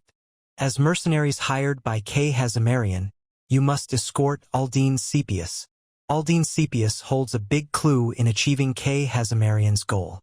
Aldine's life will have a grave impact on your progress in the quest. Due to some unexpected turbulence, the airship started to shake considerably. As the situation became serious, Kay headed towards the steering wheel himself. After Kay dashed out of the room, only the Starling party and the old man were left in the room. Having never been on an airship before, Romantica and Pram seemed to be enjoying the novel experience of being caught in unexpected turbulence. They showed no signs of being nervous. In fact, they couldn't even hold in their excitement as they bounded over to peer out the window in the room. The sun, halfway across the horizon, painted the desert a scarlet red. Oh my gosh! It's endless. The southern desert really is massive. They say not even the Empire can manage all of it. The Hebrion Empire's Paddan Desert in the Athena region was probably the single largest region of land found anywhere on the continent. But it's not a suitable environment to live in, so there aren't any cities connected to the capital, excluding the Desert Flower City. There are probably more wandering nomads than citizens. As they were engaged in conversation, a jest amused herself by skimming through several books from the bookshelf in the room. The use of airships had decreased significantly in modern times, so it was hard to find books related to it. However, there appeared to be many of those here. Watching the other members of the party enjoy their respective activities amidst the turbulence, Desir smiled bitterly before shifting his gaze to the map laid across the table. Things are going according to my expectation. That was the conclusion Desir had come to about the shadow world. He was already well versed in details relating to such shadow worlds. There were many potential threats while in air, but they could easily be solved by everyone they had present aboard the airship. If they could only reach Altia, their destination, the shadow world would be cleared. We just need to assist Kay appropriately. The threats were likely to fall short of a level 3 shadow world. However, the Starling party had a great helper. A person whose caliber was truly incomparable to anyone else they could find in the Hebrion Academy.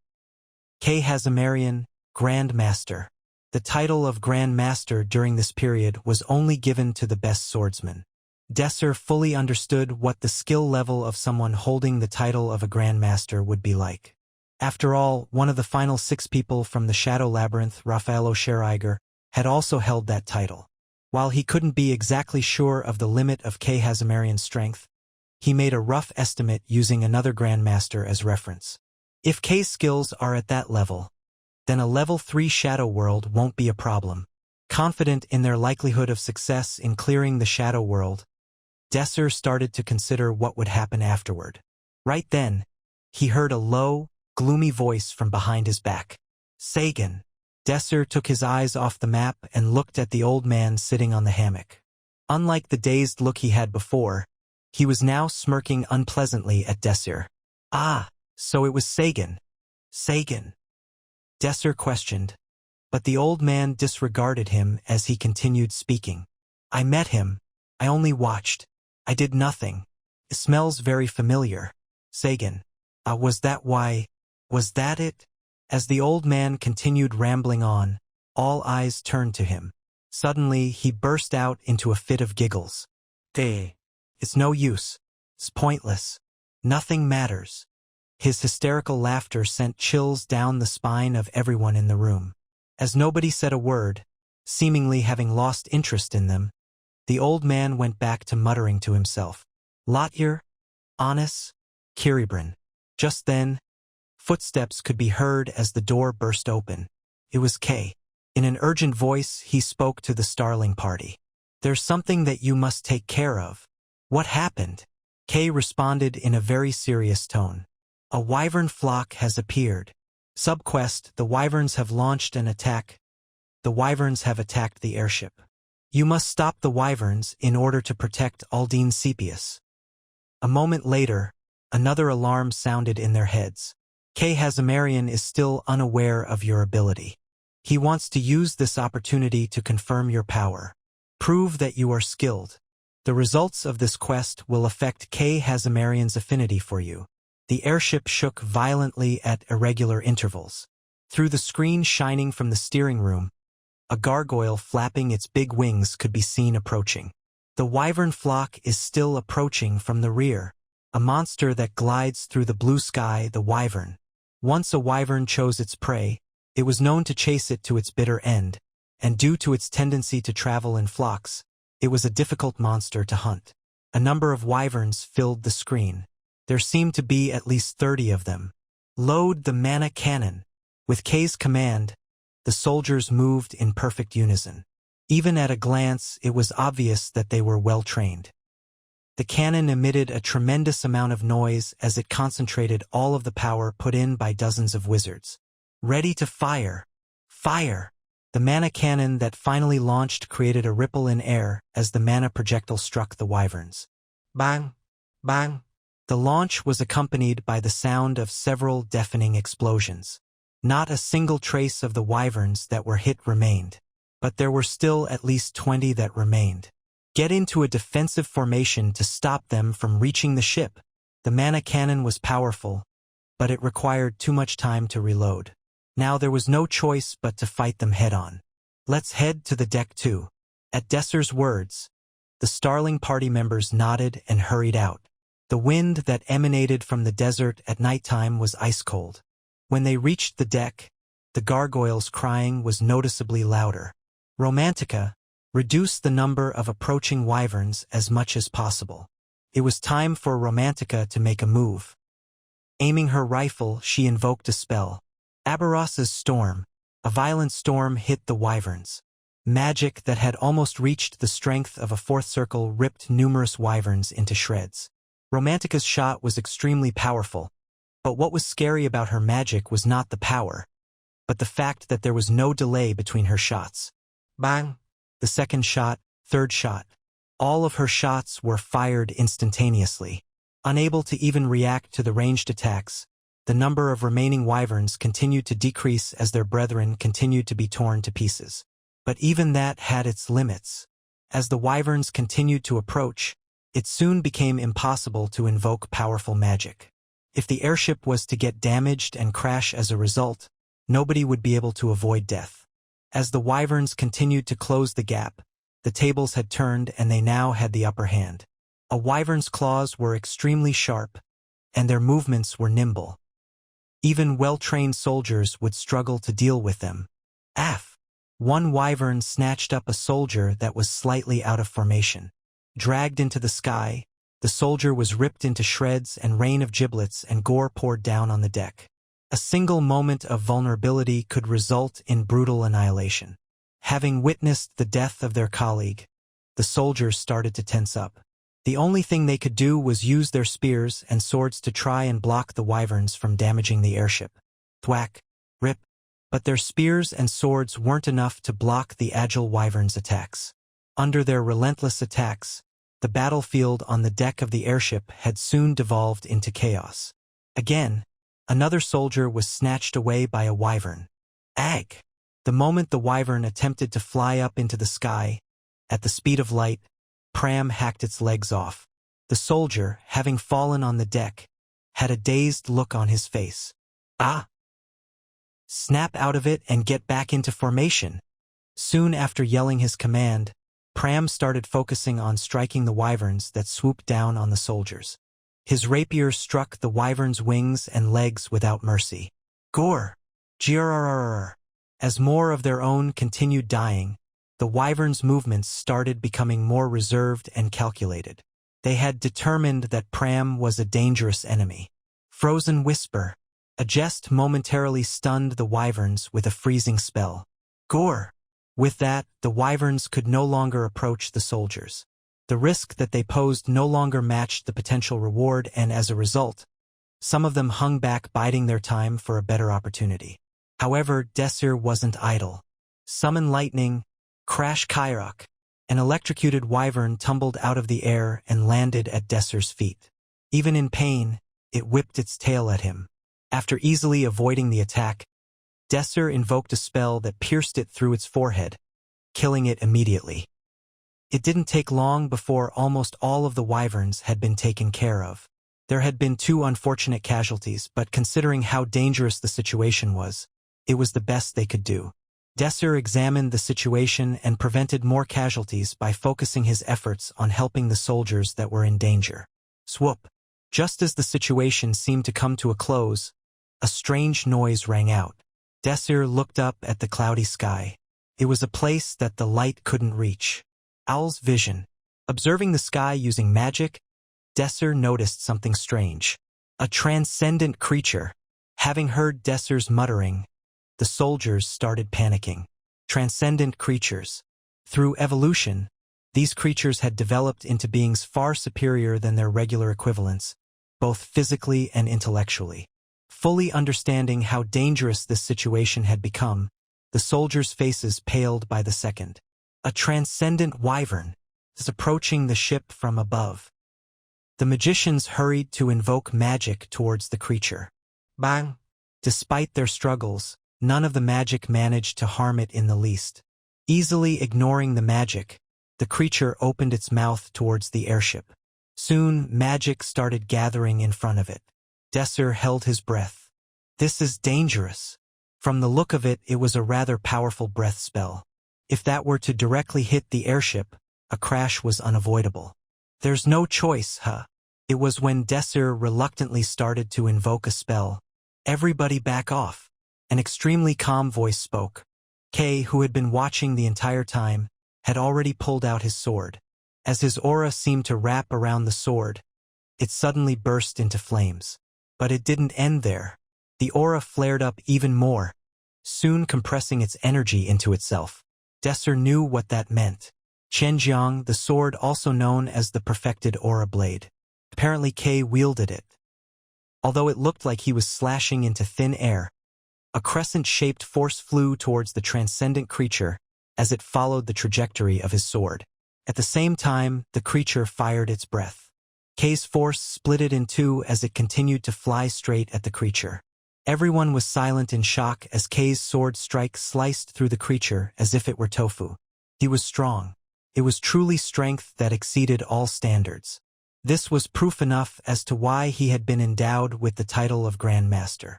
Having taken care of the transcendent creature, only a few wyverns remained.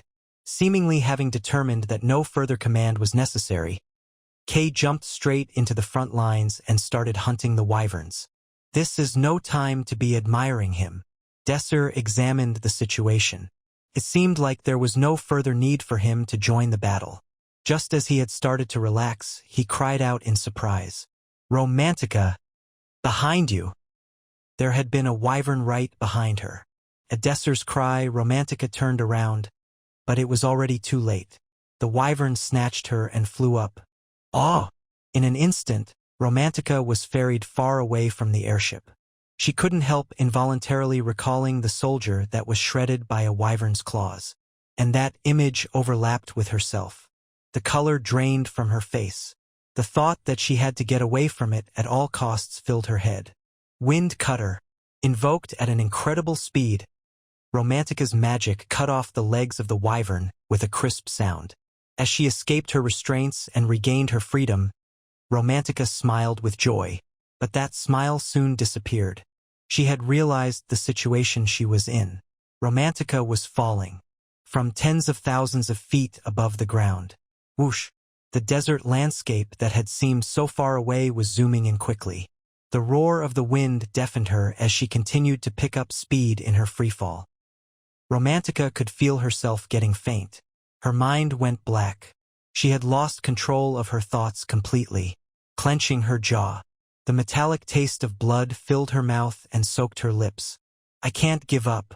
If I let go of my consciousness here, I'll die. Romantica could easily picture her pancake body if she didn't think of a way out of this.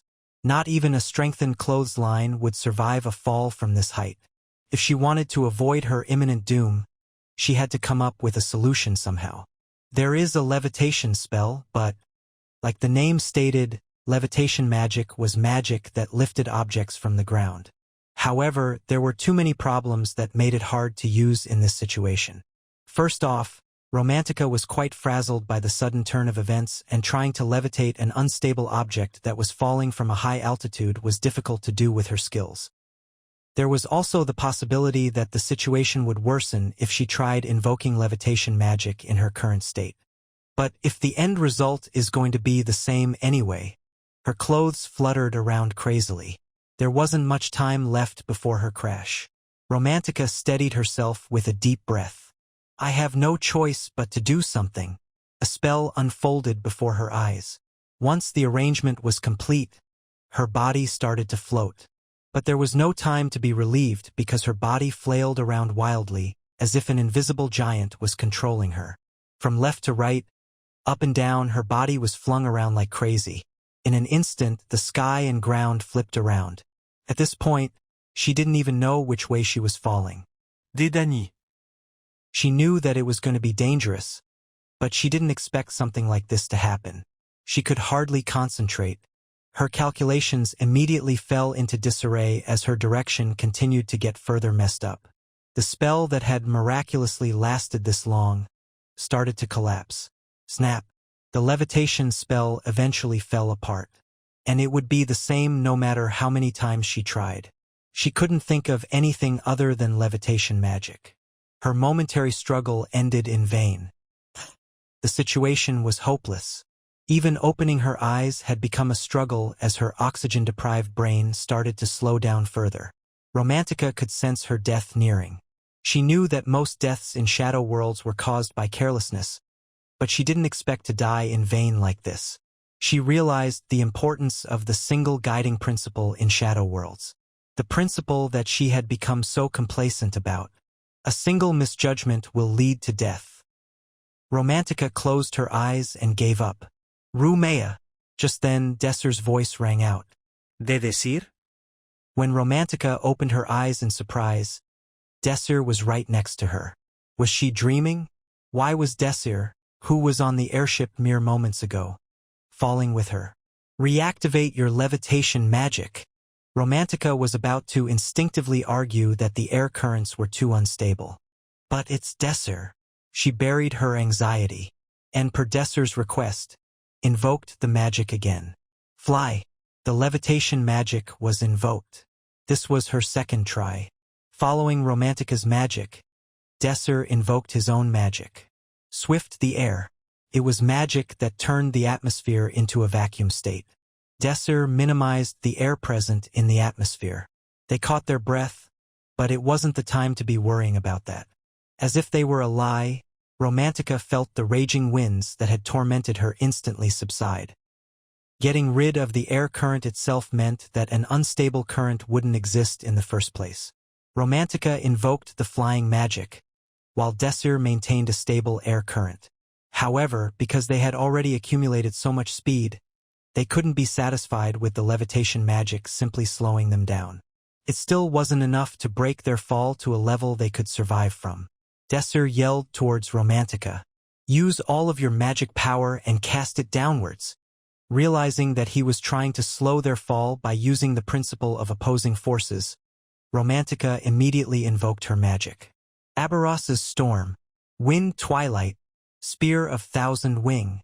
It was a vast array of spells. Romantica poured out all of the magic she had. As she continuously invoked magic into the desert below, her magic power soon started to run dry. Hold on tight. Desir then pulled her into his arms. He also started to invoke magic towards the ground. It seemed to have a complex structure. It had been formed using his new magic system, Peria Arund. It was a third circle wind property magic. As the magic hit the ground, the sand exploded, creating a huge crater.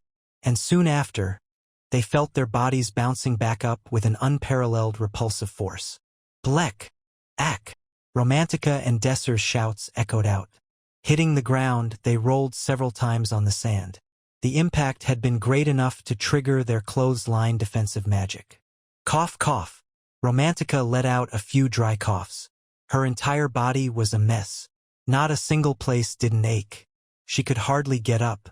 After a while, the sand dust subsided, and the airship sailing in the sky seemed like a small dot in the distance. Well, it seems to still be flying. Desir's voice rang out. He was lying flat next to Romantica. The two lay still for a while. Desir's voice was tender as he checked up on Romantica. Check if you have any injuries. I probably don't have any. Then that's a relief. Desir gave a small smile. The sun's heat was intense. It went without saying that the heat of the desert was extreme during the day. The sand was boiling hot and the dry air burned their throats every time they breathed. What was even worse were the temperature swings. While it was hot in the daytime, the temperature dropped down to freezing temperatures in the evening. The desert's climate was simply too inhospitable. One could say that it wasn't a suitable habitat for humans. Desir and Romantica walked along that very desert. If their legs ached, they took a break, and if they needed water, they made some with magic. To all those who traveled the desert, finding water was the biggest concern. But magicians who knew how to invoke water magic didn't have to worry about that. Romantica stared at Desir's back as she trailed along. She opened her mouth a few times in an attempt to speak, but she gave up every time. She'd already missed the right time to voice her gratitude. Romantica wasn't straightforward enough to thank him now. But the one obvious fact made her waver. He risked his life to save me. If he hadn't jumped in as soon as she fell, he wouldn't have made it in time. Simply put, there hadn't been a moment of hesitation. Every time she was reminded of this fact, her face burned as if the sun had increased in temperature. Meanwhile, Desir was thinking about his next steps. This was unexpected. By this point, they should still be on the airship undertaking their mission. There were other threats waiting for them, but overall, the Shadow World would have been easy to clear with the Grandmaster's help. But not even Desir expected things to turn out this way. They did say they'd be taking a break in the middle. That was probably their only chance to get back onto the airship. The problem was whether they would be able to arrive at that city in time. It's impossible to reach it by foot. Even if they were to ride a carriage, there was no hope. In that case, they had just one other option. I'm pretty sure there was a city around here somewhere.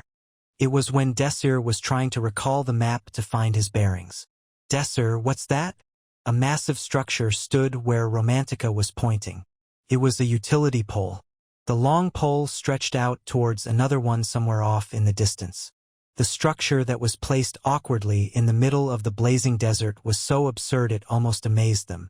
Building something like that in the middle of nowhere was quite a feat. Hermes' wing. It's a magic utility pole. It was used frequently by the Empire before the development of communication magic. It was used for many other purposes besides communication too. It allowed magical networks to be connected between cities. I can't believe they're connecting cities with something like that. Realistically speaking, it's impossible to connect all the places people live. That's why it's pretty rare to see them outside big cities. There was only one place in the southern desert that could be called a big city. The desert flower city must be somewhere around here. We'll get there if we follow where the utility pole leads to. Desir let out a sigh of relief. If it was the desert flower city, there was no doubt that all the conditions would be present to allow for them to regroup. If they missed this opportunity, there likely wouldn't be another. There must be a teleportation gate here. Unlike in modern times, teleportation gates were almost impossible to come across. But if it was the desert flower city, there was no doubt they'd see one. After reorganizing, we'll use the teleportation gate. Having decided on his next course of action, he started heading towards the utility pole in the blazing heat once more. They eventually arrived at Desert Flower City and needed to be inspected by the guards. But Desir and Romantica had already made identification cards for each major time period before entering the Shadow World. They easily slipped into the city. Most of the buildings in the city were built by shaving back rock or hardening sand, which explained the lack of taller buildings. Desir, people keep staring at us. The citizens eyed the two warily, but that was to be expected since they were wearing black suits. Both the attire and the color were unsuitable for desert environments. They had no choice but to stop by a store to buy some clothes. Luckily, they still held on to the deposit that Kay had given them. Is that how you traveled through the desert? That's right. The merchant clearly exuded hostility towards these outsiders. He demanded they pay twice more than the locals. Romantica was livid, but after weighing up the consequences of causing a scene here, ended up paying full price. Having somewhat blended in, Desir and Romantica stopped by at a nearby restaurant to eat. Romantica wolfed down her food as the pair had been unable to get a proper meal since embarking on their journey across the desert. But something seemed off. There were a lot of seats in the restaurant, yet no one dared to sit close to them. Desir called an employee over. Why is everyone here so wary of outsiders? I can't have my mouth run in front of an outsider like you. I suggest you think again. Desir tossed him 10 silver. The employee quickly took it and hid it before anyone could notice. It's because there's been an increase in mysterious disappearances lately. Every night they disappear one by one. We can't help but be wary of strangers. Is that so? So that was what had happened. If that was the case, their hostility was valid.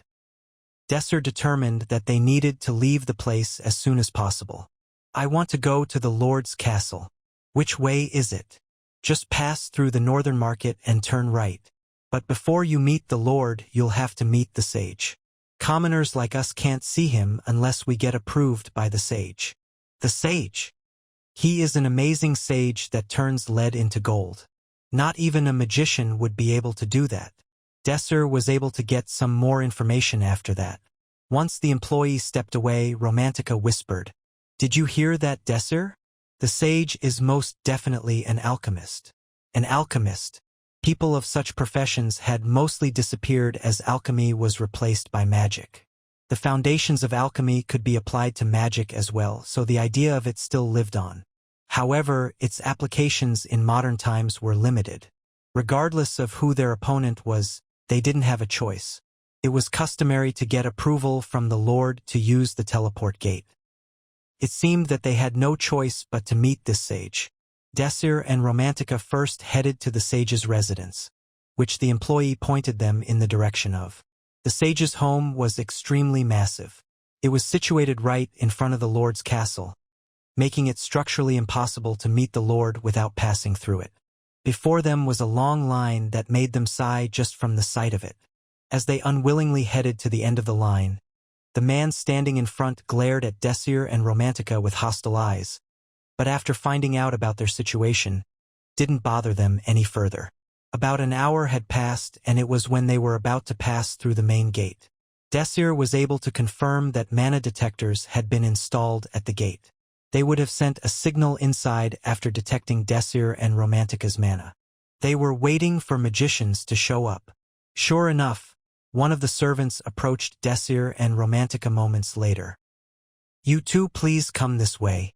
They escaped the line and went through the residence's back door, arriving at a large room. There, the servant bowed his head. "My master is waiting for you." The moment they entered the room, the smell of gunpowder wafted by. The room was filled with various solutions and metals. From the room that appeared to be a lab, a man greeted them. "May all creations of goods be with you." "Oh, this is the greeting of alchemists. Is that so?" At his explanation, Desir and Romantica also bowed to greet him. Being the first to raise his head, Desir spoke to him. "The Lord must put a lot of faith in you, since everyone must gain approval from an alchemist before seeing him."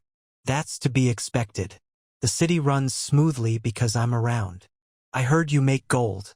From my understanding, making gold seems to be a very advanced form of alchemy." As Desir stated the information he'd heard from the employee, the alchemist laughed. "Everything was conducted through legitimate research. These are the books, and these are the materials that were used during the research. Please feel free to take a look." Desir stared blankly at the documents that were presented to him. "What is the reason you're showing me all this?" "Excuse me?" His face stiffened momentarily. He then burst into laughter and put away the documents he'd presented to Desir. "Ha ha ha! I'd assumed you'd be curious. Don't they call it a magician's thirst for knowledge? A thirst for knowledge?" It was a ridiculous excuse. Desir immediately realized what his actions meant. He's mistaken us for investigators. He had presented the research material, as if expecting them to ask for it. There must be something he's guilty about. Just then, an alarm rang out. "A second main quest has been detected. As of now, it is only a hunch. Gathering more detailed information will allow you to start a new main quest." A second main quest. That meant that there was another way to clear the shadow world. But Desir didn't want to proceed with the second main quest. There were too many problems that came along with it. A level 3 shadow world was not easy to clear. They didn't have any information, and there was no need to overdo it while they were separated from their colleagues. Determining that clearing their initial quest as soon as possible was better, Desir hurried to change the subject. "I heard that it was necessary to gain your approval in order to meet the Lord. Personally, I'd like to get things done quickly." "I see. I'm asking this as a formality, but why have you come to this city?" "To use the teleport gate." The gate. Yes, we are top mercenaries that were traveling the desert, but we've ended up getting separated from our party due to a monster attack. We need to use the teleport gate to get back to them. Desir clearly stated his objectives. It wasn't really anything worth hiding, and he figured that it would help convince him. The alchemist nodded as he spoke.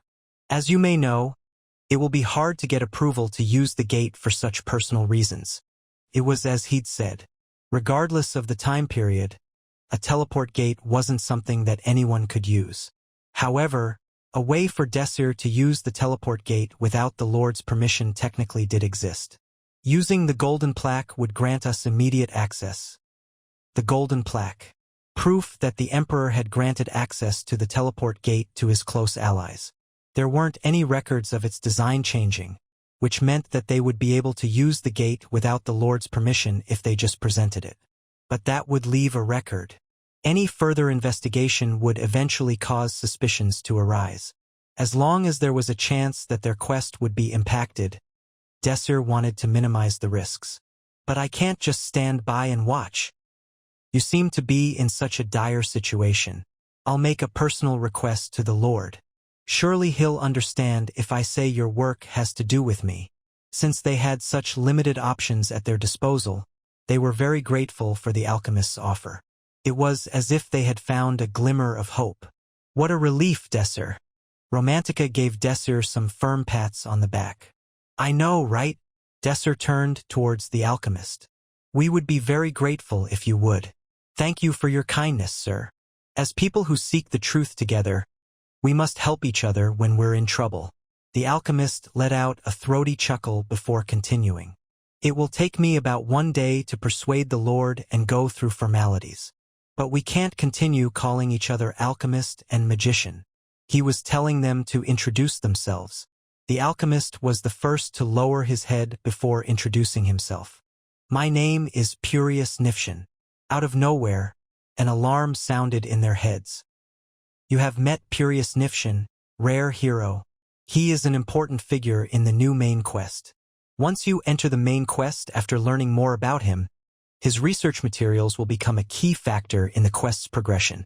Purius' affinity towards you is currently neutraled. Purius. Hearing that, Romantica exclaimed in surprise. So did Desir. Purius Nifshin. He was an alchemist famous enough to remain in the history books. An alchemist that had worked 100 years ago. He had devoted his entire life to researching the secrets of eternity. Although his research ultimately failed, his findings contributed greatly to the development of medicine. In addition, having realized the limits of alchemy, his research that tried to incorporate magic into alchemy went on to greatly impact magic engineering. Although he was unable to leave any achievements in alchemy, he left his mark as someone that had contributed greatly to technological developments in all areas. Then it's understandable why one alchemist is given so much power. He hadn't made any big achievements in alchemy, but the fact that he was an outstanding figure was undeniable. Alchemy had died out in the modern times, but back then it was considerably influential, so it was understandable that the Lord put his trust in it. I'm D. Nebsalin. You can call me D. And the lady? As Desir gave him a pseudonym, Romantica followed suit. I'm Lynn Myart. And as you know, the current situation in Desert Flower City isn't, shall we say, the most amicable, so it won't be easy for you to stay here as outsiders. I'll get permission from the Lord in a day, so feel free to stay at my residence in the meantime. Thank you for your consideration. Having no reason to decline, Desir immediately accepted Purius' offer. Immediately, Purius ordered a servant to prepare rooms for Desir and Romantica. He also made sure they prepared a grand meal for his guests. The servant guided Desir and Romantica around the mansion. It wasn't a very big mansion, but it had a rather complex structure. Without the servant, they would have easily found themselves lost. Before too long, they had finally arrived at their temporary accommodation. Romantica was on the 3rd floor, and Desir was on the 2nd. After they enjoyed a brief respite in their respective rooms, a servant led them to the dining hall. Inside, Purius was waiting for them. Shortly after Desir and Romantica took their seats, the food started arriving in multiple luxurious courses. Unlike anything they had tasted before, the food was quite exotic. Purius explained to them that it had been cooked with various spices to preserve the food for as long as possible in the desert. It was predominantly Purius who led the conversation. Starting with an explanation of the spices used, he recounted many interesting stories. He was good with his words, and dinner was enjoyable as a result of the light conversation. By the time dinner was over, it was nighttime outside. Romantica spoke as if they had been extremely lucky. For there to have been a rare hero right where we landed. I think we were really lucky. Definitely. Not to mention, he's very generous. I can't believe he's not only helping us use the teleport gate, but he's also giving us a place to stay. That's true. Had it not been for Purius, they wouldn't have been able to stay in the city so comfortably. To say the desert F. They couldn't even guarantee that they could get a room during these chaotic times. There's one thing that's been bothering me, though. They did say that there was a possibility of entering a new main quest. What do you think that was about, Desir? Probably something to do with the alchemist. Since they said entering would be made possible after gaining more information, that would probably mean checking the documents Purius gave us or finding out additional information about him. I wonder what it'll be about. Desir was also curious. A second main quest wasn't common, and through the quest, they had a chance to discover historical facts that hadn't been revealed to the world. For someone who was invested in learning, it was quite a tantalizing opportunity. But Desir wasn't foolish enough to risk his life to satisfy his curiosity. It's too dangerous for the two of us to try clearing a new quest. Let's forget about the second main quest for now and focus on finding Pram and Agest. If that's what you want, then it can't be helped. Romantica belatedly agreed with Desir. She had also determined that it would be too much for them to focus on the quest here. Like that, they both agreed to forget about the second main quest and returned to their respective rooms. Up! Feeling something nudge her cheek, Romantica squirmed. She wanted to sleep more, but the nuisance persisted. As she refused to wake up, it started to shake her violently. Romantica, wake up! The moment she realized it was Desir's voice, Romantica woke up with a start. Her mouth hung open as she gaped at Desir in surprise. What the hell are you doing in the middle of the night? There's no time to panic. Hurry up and put your clothesline on. Romantica was about to argue with him, but after seeing how serious he was, she nodded before hurrying to dress herself. After confirming that Romantica was ready, Desir spoke to her. I'm warning you in advance, but don't be too surprised. The moment Desir opened the door, his warning became meaningless as Romantica froze in fright. A grotesque monster had been placed there. The monster was sprawled out, covered in its own slime, and something had been pierced through its chest. It was quite obvious that it had been slain by Desir. The moment the light shone on it, revealing its form, an alarm rang out. You've entered the second main quest. An unknown condition has been fulfilled. The main quest, the truth of eternal life, is starting now. Purius Nifshin, the alchemist who resides in the desert flower town, is concealing something from you. Purius Nifshin is trying to secure your position for reasons that are unknown. Block his offensive and fight him off. Romantica was flustered by the alerts that poured in. The quest that she supposedly wasn't going for was progressing by itself automatically. Romantica asked Desir with a surprised voice, what is this? We're not the only ones who have an impact on the world. Sometimes, the quest may progress automatically when triggered by a character from the shadow world. Desir had a bitter smile on his face. Activating a second main quest meant that there would be at least one more condition to clearing the shadow world. There was no way to cancel a main quest that had already begun. The only choice was to proceed with this second main quest. Purius has involuntarily forced us into this quest now, so we'll have to clear it before we regroup with Pram and Agest. I see. Desir looked down at the ground. The moonlit monster had an extremely horrific form. It had the body of a lion, the wriggling tail of a snake, as well as the wings of a wyvern. Not only that, but its sharp fangs were covered in steel and its legs ended in sharp blades instead of feet. It was a hybrid of the body parts of various different creatures. Mechanical equipment had even been added onto it. Romantica had heard of creatures like this before. It was a chimera, a living weapon made by combining different life forms, an existence deeply frowned upon by all countries, no matter the time period. If it had snuck up on us, that surely would have been the end of us. We would likely be dead had we not installed defensive spells. The chimera looked for a chance to attack while they were asleep, but fortunately, Desir had been able to detect the chimera's approach through a detector spell. He immediately seized the chance to attack the chimera first, then ran towards Romantica's room to deal with all the chimeras that were targeting her too. They didn't know the reason for the chimera's actions, but it was clear that the chimera's target was their lives. Let's worry about that later. Better get out of here first. Desir's defensive spells, which had been installed in strategic locations, were detecting the chimeras and sending strong signals. They didn't have the luxury to idly chat in front of the corpses of the chimeras. Besides, they had to fight off Purius in order to end this quest. Romantica and Desir started to move along the corridor with the help of the moonlight. Though the residence was not big, it was complicated like a maze, so it was not an easy task finding the correct path out. Romantica, prepare for battle. Another chimera appeared not too long after they started escaping. Something crawled out of a room on the 3rd floor. Bright red, fresh blood dripped from the corner of its mouth. Between the crevice of the half-broken door, there were what seemed to be someone's hand and leg. Desir voiced his mental note. They don't seem to care about the life of a servant. This monster had a different form than previous chimeras that they had encountered thus far. It looked very similar to a praying mantis. Because chimeras were created by combining the strengths of different creatures, they may seem invincible, but in reality, most chimeras struggled to maintain their balance from the uneven distribution of the weight of their various parts. Since the combined body parts could easily collapse, it was not an easy task to create chimeras. However, the bodies of the chimeras created by Purius were very well balanced.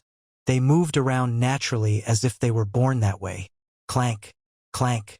The blade on the chimera's legs created a threatening sound as the main body moved.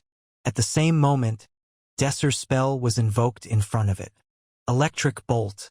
A second circle spell that casts an electric bolt. A light flashed. The air was immediately filled with the smell of burning flesh, but the chimera continued to lumber forward with blades on its legs. It was as if it wasn't affected at all. Desir and Romantica lowered their heads. Virum. There was an ominous sound above their heads. I wonder if one of its components is from a monster that has resistance to electricity. The chimera climbed the wall at a great speed. Its movement demanded their complete attention. Kiyek. Each swing of its blades was performed while it moved with great swiftness. It was proving difficult to react to its speed and force. How come it's so fast? Romantica was completely taken aback at how quickly it closed the distance. During that short moment of distraction, she revealed an opening, allowing it to hit her with a full-powered strike. Fortunately, she was wearing a clothesline, otherwise that powerful strike would have claimed her arm.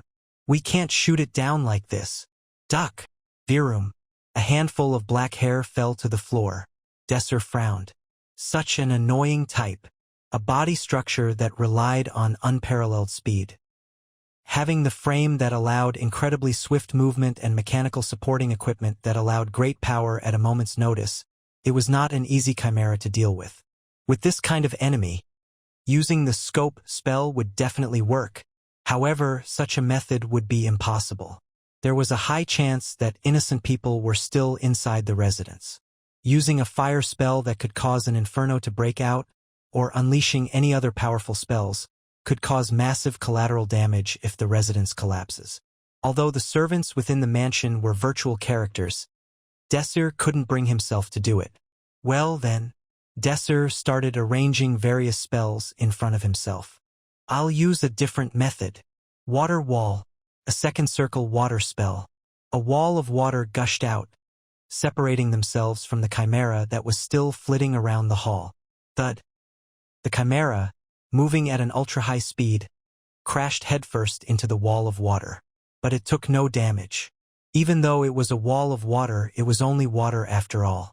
It wouldn't be too difficult for a chimera to break through that wall with its ability.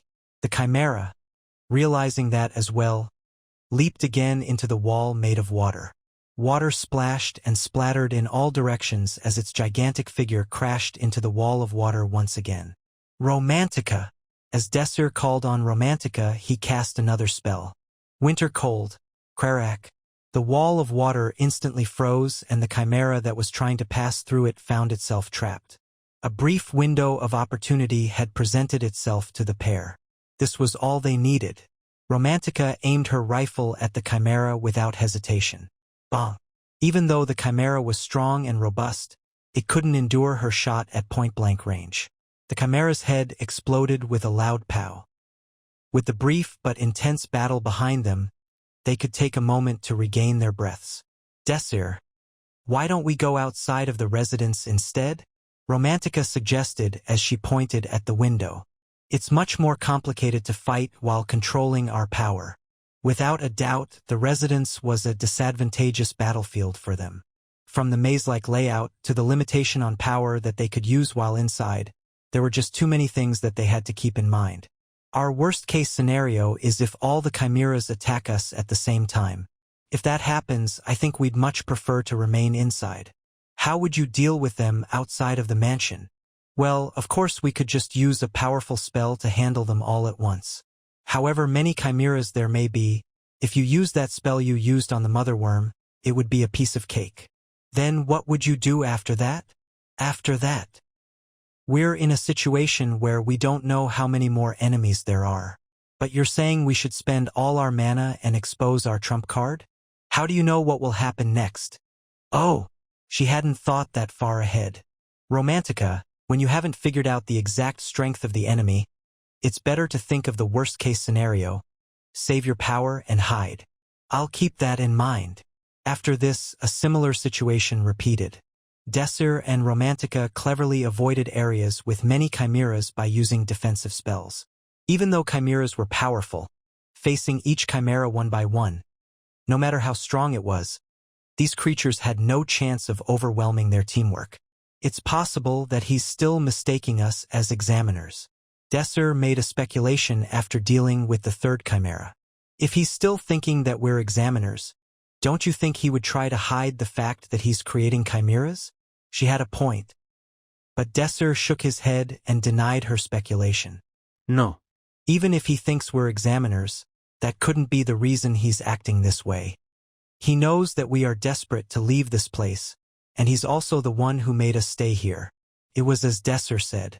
Purius knew the goal of Desir and Romantica was to try and leave the city as soon as possible.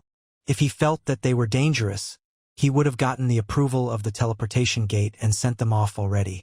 However, Purius had Desir and Romantica stay at his residence instead of sending them away.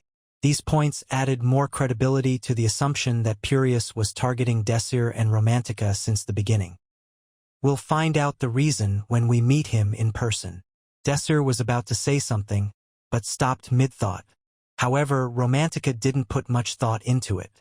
The quest continued. They were already well acquainted with the direction to the laboratory, so it wasn't difficult for them to move onwards. When they reached the laboratory at last, there were two chimeras laying in wait there. This seemed very likely to be the correct path. Having guards here meant that there must be something in need of protection. It was clear that Purius was in the laboratory that these chimeras were guarding. Purius was exuberantly talking to someone else in the musty basement. Now that we've got our hands on the hardest material to obtain, it won't take us too long to reach our goal. An archaic piece of magical paraphernalia lit up the basement. This marks the end of the long period of time we have spent on this research. The voice heard through the magic equipment was so loud and heavily distorted that it was barely discernible. However, considering the distance between the two was so large, the sound quality could be considered very good. It's all because you have done your best to assist me. I didn't receive this much support, even when I served as a professor. I never imagined I could perform this kind of experiment. How do you feel about going against God's will? It's refreshing. Purius smiled as his face exuded unbridled joy. I feel so refreshed. It doesn't even feel like my feet are on the ground right now.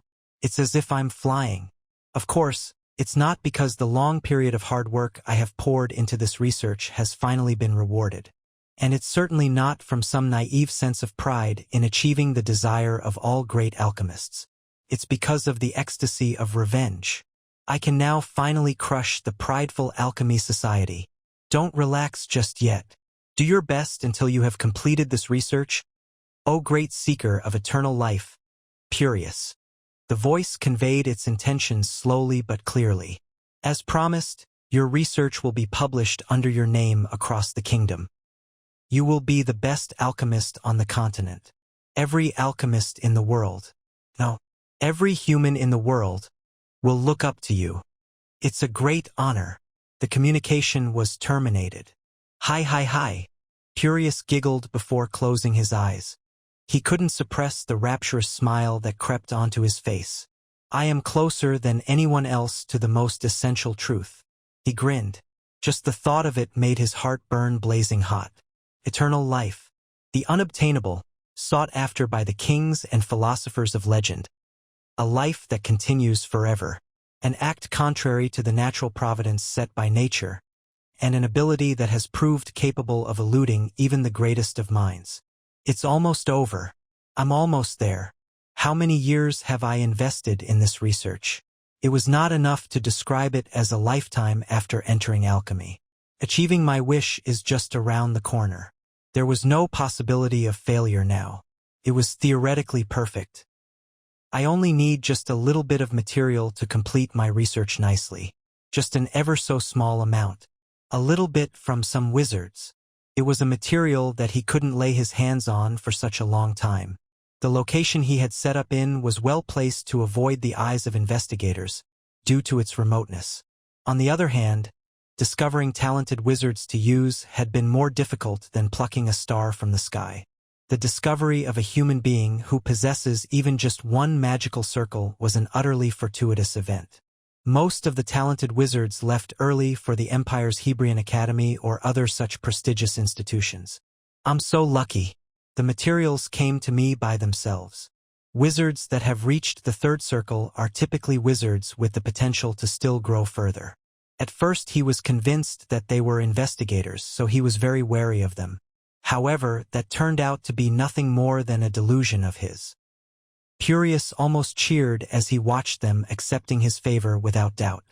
He wanted to capture them right away and use them as materials, but he held himself back again and again. He could not afford to ruin this golden opportunity. After waiting for them to fall asleep, Purius released the chimera to hunt them down. They will be used as honored material vital in approaching greater truths. They would be happy to serve a greater purpose. He truly felt this from the bottom of his heart. Just as he thought that this was the end, Chimera Unit 1 has been destroyed. Alarms sounded from the sensor attuned to the biometrics of the chimeras. What? Unit 1 was a chimera he had poured his heart and soul into making.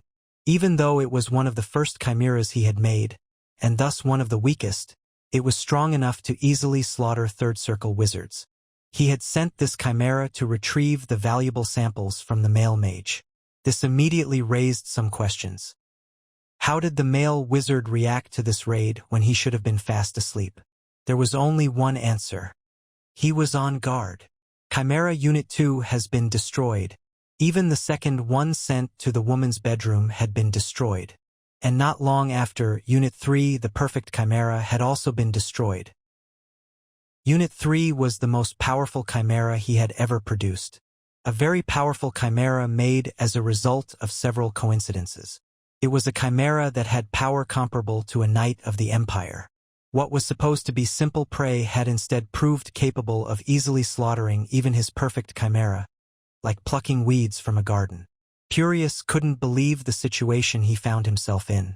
Rather, he remained skeptical of the situation he found himself in. The fact that his chimera had been destroyed by wizards at the Third Circle was something that his pride could not handle. But reality would not suffer anyone's delusions of grandeur. Now that even the third chimera, his magnum opus, had been destroyed, there were no chimeras able to stop them. Chimera Unit 4 has been destroyed. Shit! Furious slammed his desk. A flask near the edge of it fell onto the floor. Chimeras aren't disposable like pawns. He prepared these chimeras with his heart and soul to fight back in the event investigators decided to march troops on his laboratory. They were not supposed to be consumed in vain. No, I should not panic just yet. If he wanted to judge the situation objectively, he needed to swallow his pride.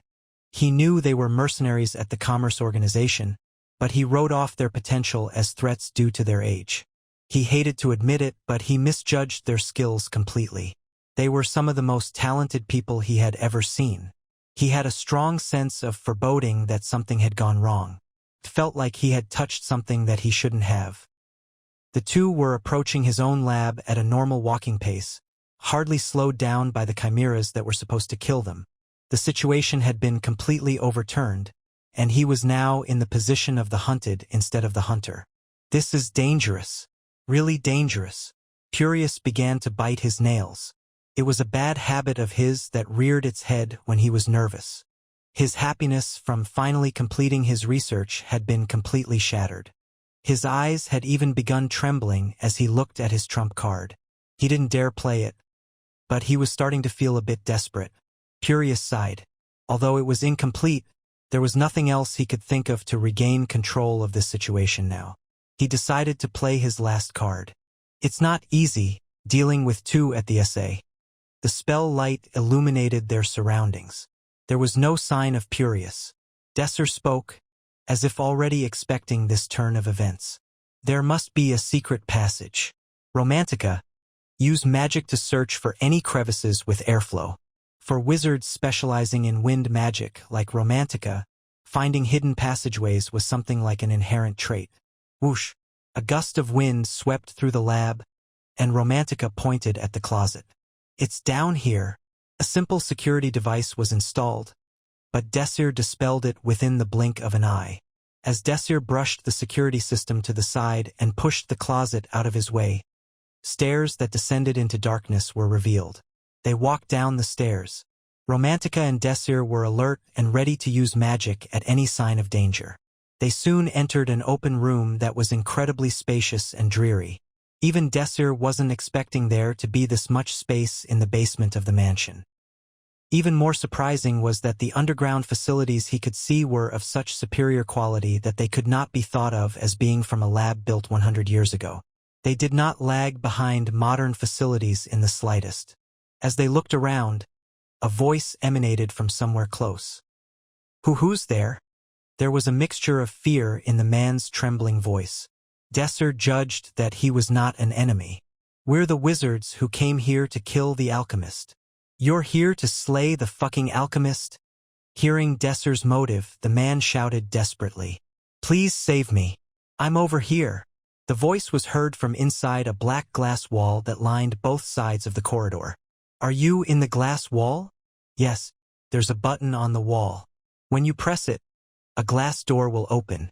Just as he said it would, the glass door opened after Desir pressed the button. What then appeared was a man tied to a clamp. Romantica let out a small scream out of shock. The man was in terrible shape.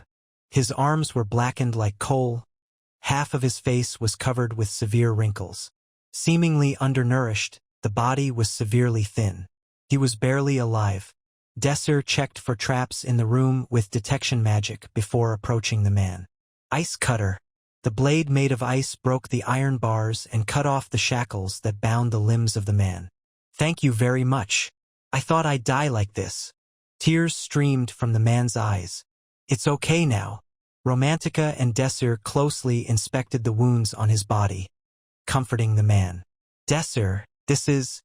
Although his skin was terribly disfigured, some of the wounds adorning his body looked like small puncture marks left by syringes. It was fairly obvious that the man had been turned into a human test dummy, pumped full of various alchemical fluids and subjected to all kinds of harm. Were human experiments conducted here? Desir asked in a heavy voice. Judging from the condition of the man's body and his mental state, he'd clearly been through extensive physical abuse. Yes, I went to the mansion to see the Lord, but at one point I suddenly passed out. When I opened my eyes and I found myself here, I've had a hell of a life since that day. The man quivered, recalling what had happened. The alchemist injected us with drugs and observed us. He's the devil incarnate. Us. Romantica's face turned pale. Are you saying there are more people in here? I don't know how many people there are, but with all the screaming I heard, quite a few people must have been captured like me. Desir thought for a moment before turning towards Romantica. Romantica, take this man and the rest of the survivors to the surface. In the meantime, I'll deal with the alchemist. Desir. Romantica tried to stop Desir, but Desir had decided on the best course of action and would not be easily dissuaded. We need to divide our roles. There's a chimera out there that we haven't dealt with yet, and we need someone to protect the survivors from it. Besides, if the chimera comes in here, I'll be in trouble. Let's do it together. We are not yet sure what Purius will do in the meantime. I'll stop him. So kill the chimera as soon as possible and come help me. Is that okay? Someone had to do it. Okay. She had no choice. Romantica supported the man and left to find the remaining survivors. After Romantica left, Desir walked down the hallway and looked at the writing someone had handwritten on the glass wall with some kind of pen. Woman in her 40s. Man in his 40s. Woman in her 50s. Man in his 50s. Inside one of the rooms marked with an X, a dead and dissected body was visible on the lab table. Desir realized what the X sign means. It was a sign of death. They had been cruelly treated as test subjects and then died miserably. Desir turned around and returned to the hallway before heading deeper into the laboratory. The age of experimental subjects increased as he went further inside, before stopping after reaching the 60s. Subsequent subjects were classified by constitution rather than age. The glass doors listed subjects by various traits including unique blood types, a man who had survived a previous alchemical experiment, and even a man that had reached the first circle. There were no survivors. However, amongst those names there was a new demarcation on 2 doors. It read, unsecured. Teenage woman at the 3rd circle, unsecured. Teenage man at the 3rd circle, unsecured. For a moment Desir's heart beat violently. He felt as if his blood was literally boiling. He could never forgive Purius. Desir continued down the hallway before reaching the end of it. The hallway terminated in a large circular room. There was a monitor that kept track of the status of the human experiments, a freezer and a coffin full of various test material, as well as a man boldly standing in the middle of the room. There was a dim smile on his lips. Ahahaha. Good. I'll admit it. I didn't think you'd be able to make it all the way here, but I'll be washing my hands of you now. You are insanely amazing. Of course, it was the alchemist Purius Nifshin. I am also impressed. Desir spoke solemnly, but with a firm tone. Only a face like yours could utter such trash so confidently. You shouldn't even be able to hold your head high after throwing your humanity away. Please, do I really deserve such harsh words? In order for progress to be made, sacrifices must be made as well. I've furthered alchemy through my utter dedication to the craft. I have reached the sublime truth. All these wasted lives. And you want praise for your dedication? Yes, progress requires noble sacrifice. The experimental data gained from sacrifice formed the basis of my research. Without them, I never would have been able to revolutionize alchemy. Revolutionize the world. He spoke fervently to Desir while pointing his finger at him. Now I am approaching the precipice. Only one more sacrifice needs to be made. With a 3rd circle wizard, I can finally finish my research. One of the greatest truths that mankind has pursued for so long can finally be revealed. Don't you want to be witness to this moment? As a wizard who has dedicated their life to unveiling the truth, can you really say you aren't interested? Desir didn't feel this question was worth answering. Instead, he aimed a spell at him with a face filled with disgust. Purius screamed in desperation. How come? Why don't you chase the great truth? Why aren't you praising my great achievements? I am the closest to uncovering the truth, more than anyone in the world. I try not to make a hobby of being pleased with the deeds of a manic murderer. Purius exploded in a fit of rage. Human experiments are an inevitable factor in exploring life. I'm only going to ask you one question. Desir killing intent began to leak out. Was there anyone who agreed to your delusion and participated in the experiment willingly? What? Did anyone ever join you in the pursuit of your great truth? Purius? Did anyone ever enthusiastically agree to those painful experiments with the same fervor as you conducted them? I'll put it plainly. Has anyone willingly thrown away their life? You are pathetic. In the pursuit of the truth, such questions are irrelevant. They should be thanking me for using their humble bodies in a manner useful for the advancement of human civilization. Desir regretted even starting a conversation with the deranged Purius. His delusion was not on a level that could be solved through conversation. What a shame. You, after all, are no different than the close-minded simpletons in the academy. Well, that's it. When Purius finished speaking, as if to confirm that he'd made up his mind, a notification sounded. Rare hero Purius Nifshin's evil deeds were detected. Your reputation with Purius has dropped to hostile. Purius's research will bring numerous advances to human civilization in the future, but his research required numerous victims. Purius is a person who will do anything for his own research. You are an important experiment subject for his research. He intends to use his trump card to make you an experimental subject. Defeat Purius Nifshin. Purius sighed before addressing Desir for the last time. It's unfortunate. I never thought I could convince you, but I didn't want it to end this way. It was as he said. No further conversation was necessary. Purius wanted to catch him and make him an experimental subject, and Desir had to defeat Purius to progress the quest.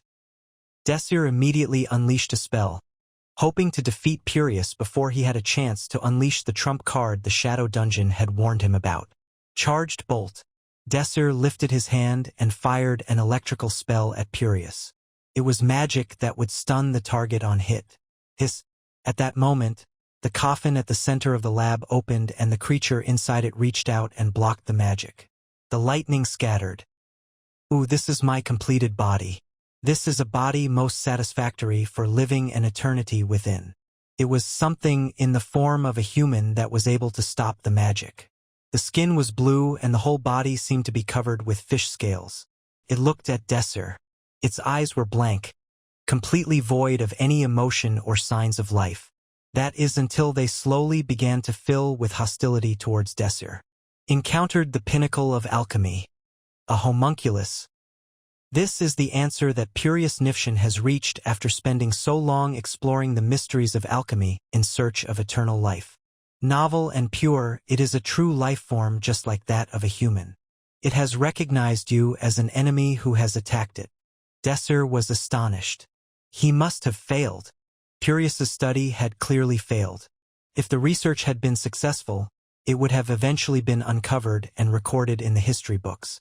Desir was somewhat embarrassed by the fact that the history of this shadow world reflected a major difference from reality. What are you talking about? Didn't I say that I was about to complete it? Even though I couldn't obtain the right wizard material to properly finish it, it should still be enough to deal with you. The homunculus struck the ground. The basement laboratory was quite large, so the distance between it and Desir was quite large, but that quickly changed before Desir had time to react. Its speed was far superior to that of the chimera he had dealt with before. Ki-eek! The homunculus swung its arm at Desir. It was a simple swing without any skill, but its speed and power exceeded the rook class, and in terms of its pure power was at the level of a bishop class attack. Desir hastily unleashed magic to strengthen his body. Balance adjustment. Strengthen muscle strength. Enhance dynamic visual acuity. Acceleration. Even though he managed to invoke 4 different body strengthening spells, he had only just managed to buy himself enough time to react. Even with this strengthening magic, Desir was no match for the homunculus, so he began arranging third circle defensive spells one after another. Sigh of Kizard. Fire Shield. Whenever the defensive magic and homunculus hit each other, a heavy clash rang out and dust fell from the ceiling. The fierce battle continued. Desir, who had crossed numerous life-or-death crises in the past, had never experienced battling against an enemy with this level of physical abilities while on his own. However, the homunculus had a decisive difference from the typical enemy Desir had encountered. Its attacks are very monotonous. The attack pattern was dead simple. The homunculus continued to attack only in the form of swinging its arms or biting. It felt as if a newborn baby had taken over a monstrous adult's body. It also seemed to be unable to control its power and accurately gauge the distance between itself and its target. These defects manifested in it hitting its own body or bouncing off walls that it charged into due to inertia. No matter how powerful the creature was, it was a useless creation without a wizard able to control it. For Desir, who had experienced numerous battlefields, this battle had turned into a piece of cake. Desir read its pattern and began to move in earnest. When the homunculus charged forward again, Desir did not avoid it and instead unleashed Sigh of Khizard in its face. Bomb! The Sigh of Khizard spell couldn't withstand the shock and shattered. The homunculus maintained its trajectory and hit Desir head-on. Since the momentum was greatly reduced by the defensive magic, Desir took no serious damage. Desir held his ground and grabbed the homunculus's head. He then started to arrange a spell. Gravity control. As the gravity started to increase, Desir kicked homunculus's head to the ground. Smash! It was such a large impact that cracks appeared on the stone floor. Desir wasn't yet done, however. Another attack shortly followed up. Burst! Dozens of fireballs formed in the air and crashed into the homunculus's body. As the fireballs rained down, a smoke cloud formed. Kaya Oea! Homunculus flailed its fist around to escape from Desir's attack, but was blocked by Desir's defensive magic. The initiative of this battle had long been seized by Desir. Desir calmly responded to the attack of the homunculus and sealed its movement. Bind! I'll say crown. Keek! A scream burst out. The homunculus was pummeled by Desir. An utterly ruthless pummeling. Despite being hit with so much magic, based on the screams, it still managed to hang on to life. The strength of its body was definitely incredible. Of course, it won't last much longer. While pummeling the homunculus, Desir couldn't help but ponder the implications this event raised. Is this really the pinnacle of alchemy? The homunculus had a body that was superior enough to withstand Desir's magic. However, as the attacks continued, the hard body began to be destroyed little by little. It was far too weak. It was far from being called the pinnacle of alchemy. Burst fire. Crash. The homunculus's skin was cracked, muscles were torn, and bones were broken. It had been thoroughly crushed by Desir's magic.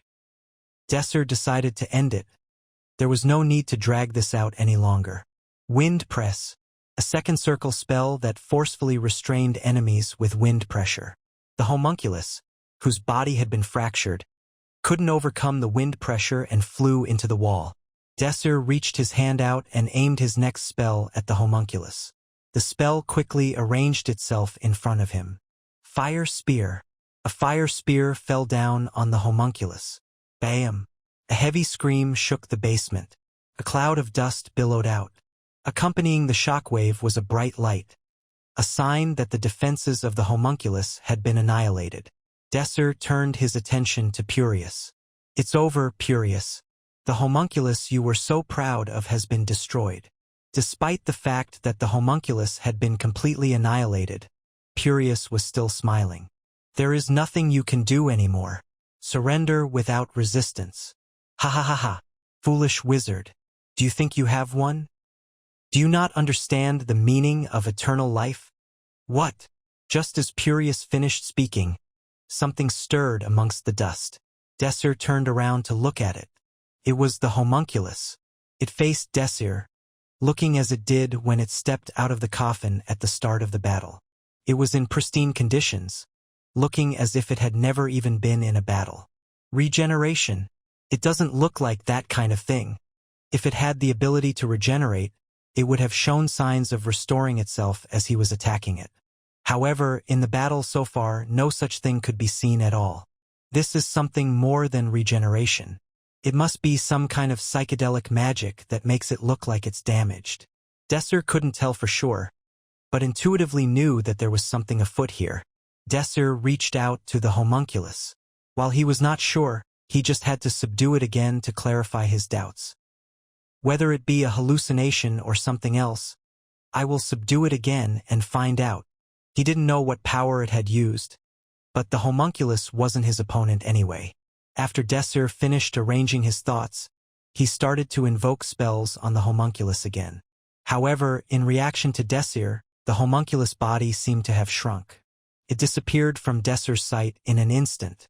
Before Desir could even react, Desir felt a sharp pain on his left arm. The pain was unbearable, almost as if it were on fire. Bam! Despite feeling a tremendous amount of pain, Desir completed the arrangement of his spell. An intense shock wave struck the homunculus and it was blown off its feet by the force, burying itself halfway into the nearby wall. Desir was astonished. It managed to attack before the spell was activated? Its speed had become incomparably fast in comparison to the last clash. Even with improved reflexes and muscle strength from his strengthening magic, he was completely unable to respond. The homunculus pulled itself out of the wall and looked at Desir. It stood still as if observing Desir. Something has changed. This creature that had just jumped around without thinking before now had a look of intelligence on its face, as if it were carefully contemplating the best way to attack next. Desir invoked another spell. Simultaneously, the homunculus began to move. It was so fast that it left behind an afterimage, creating the illusion of there being multiple copies of it all over the place. Bang! Bong! Desir's magic streaked through the air and smashed into the innocent wall. The homunculus had been slowly closing the distance before realizing that Desir's magic couldn't hurt it. It has the ability to gradually improve its judgment. I can't take my time dealing with it anymore. Since that's the case, Desir had internally admitted that he could no longer shoot down the homunculus with a single-shot magic. Upon reaching this conclusion, he decided to pour all of his effort into a long-ranged attack that it could not avoid. I'll say crown. It was one of the top-class spells amongst those of the second circle. He was planning to arrange this larger-scale magic while retreating from the homunculus that would be preoccupied with that spell for a while. What? At that moment, however, the homunculus rushed towards Desir. Unexpectedly, it took the attack magic directly and approached him. The speed it moved at was beyond imagination. It never even gave Desir a chance to unleash defensive magic. Instinctively, Desir lifted his arms to defend himself. Bang! A tremendous impact sounded. With it, the mana capacity of Th. Immediately after Desir shook his head to clear it, he saw the arm of the homunculus descending on him to split his head. Sigh of Kizzard. Fortunately, Desir was bounced back by the homunculus shattering the defensive spell. He barely got off in time. Unfortunately, the homunculus's continuous attacks did not let up. Smash, smash, smash. Explosions emanated from its simple yet powerful fist swings and kicks. Moreover, as his vision on his right side was greatly reduced, this kind of close-range combat was very unfavorable for Desir. In order to respond to this speed, Desir remembered the way he handled the chimera. A spell arranged itself in front of him. Water wall. Desir summoned a cylindrical wall of water, blocking him off from the homunculus on all sides. Winter ice. The water around him froze immediately as it formed. Shkhk. Kai-ah. The body of the homunculus approached Desir with the exact timing he had hoped for. As it was partially through the water wall, it also froze under the influence of the spell combo. It was trapped on his right-hand side. Desir unleashed a spell of the third circle while feeling a blood-curdling sensation at how close this encounter was. Summon lighting.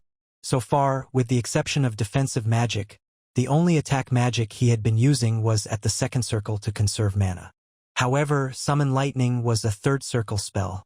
It may not be the pinnacle of third circle spells, but it definitely could not be discounted. An intense thunderstorm swept the ice wall that had temporarily trapped the homunculus. There was a dazzling flash as lighting filled the enclosed room. Within an instant, An extreme current of electricity penetrated the body of the homunculus. Using such a spell while surrounded by water definitely wasn't safe, but it was certainly effective. As Desir expected, the homunculus's face was soon burned black. The current was so powerful that Desir could see its red and blue blood vessels bursting all over its body. Ka-ak! Screamed in pain. Crack! At the same time, the ice sphere that had restrained it was broken, and thousands of shards of ice were flung out. A blue hand reached through the ice shards and made a swipe at Desir. What the hell is this ability? He couldn't make any sense of it. It truly felt like he had done significant damage to the homunculus. The manner in which he had done it was even completely different from last time. How exactly the homunculus was recovering was far beyond his comprehension and outside of his realm of experience. Although he couldn't figure out what it was easy to figure out what it wasn't. From the amount of damage it sustained and how it seemed to instantaneously revert to a perfect condition, it wasn't a form of regeneration or an illusion effect. Within a moment, it was back to its original shape. It was as if this was its natural state. Anyone would be dumbstruck. Desir could only feel bitter at the mana expenditure for such inconclusive results. Raise wall.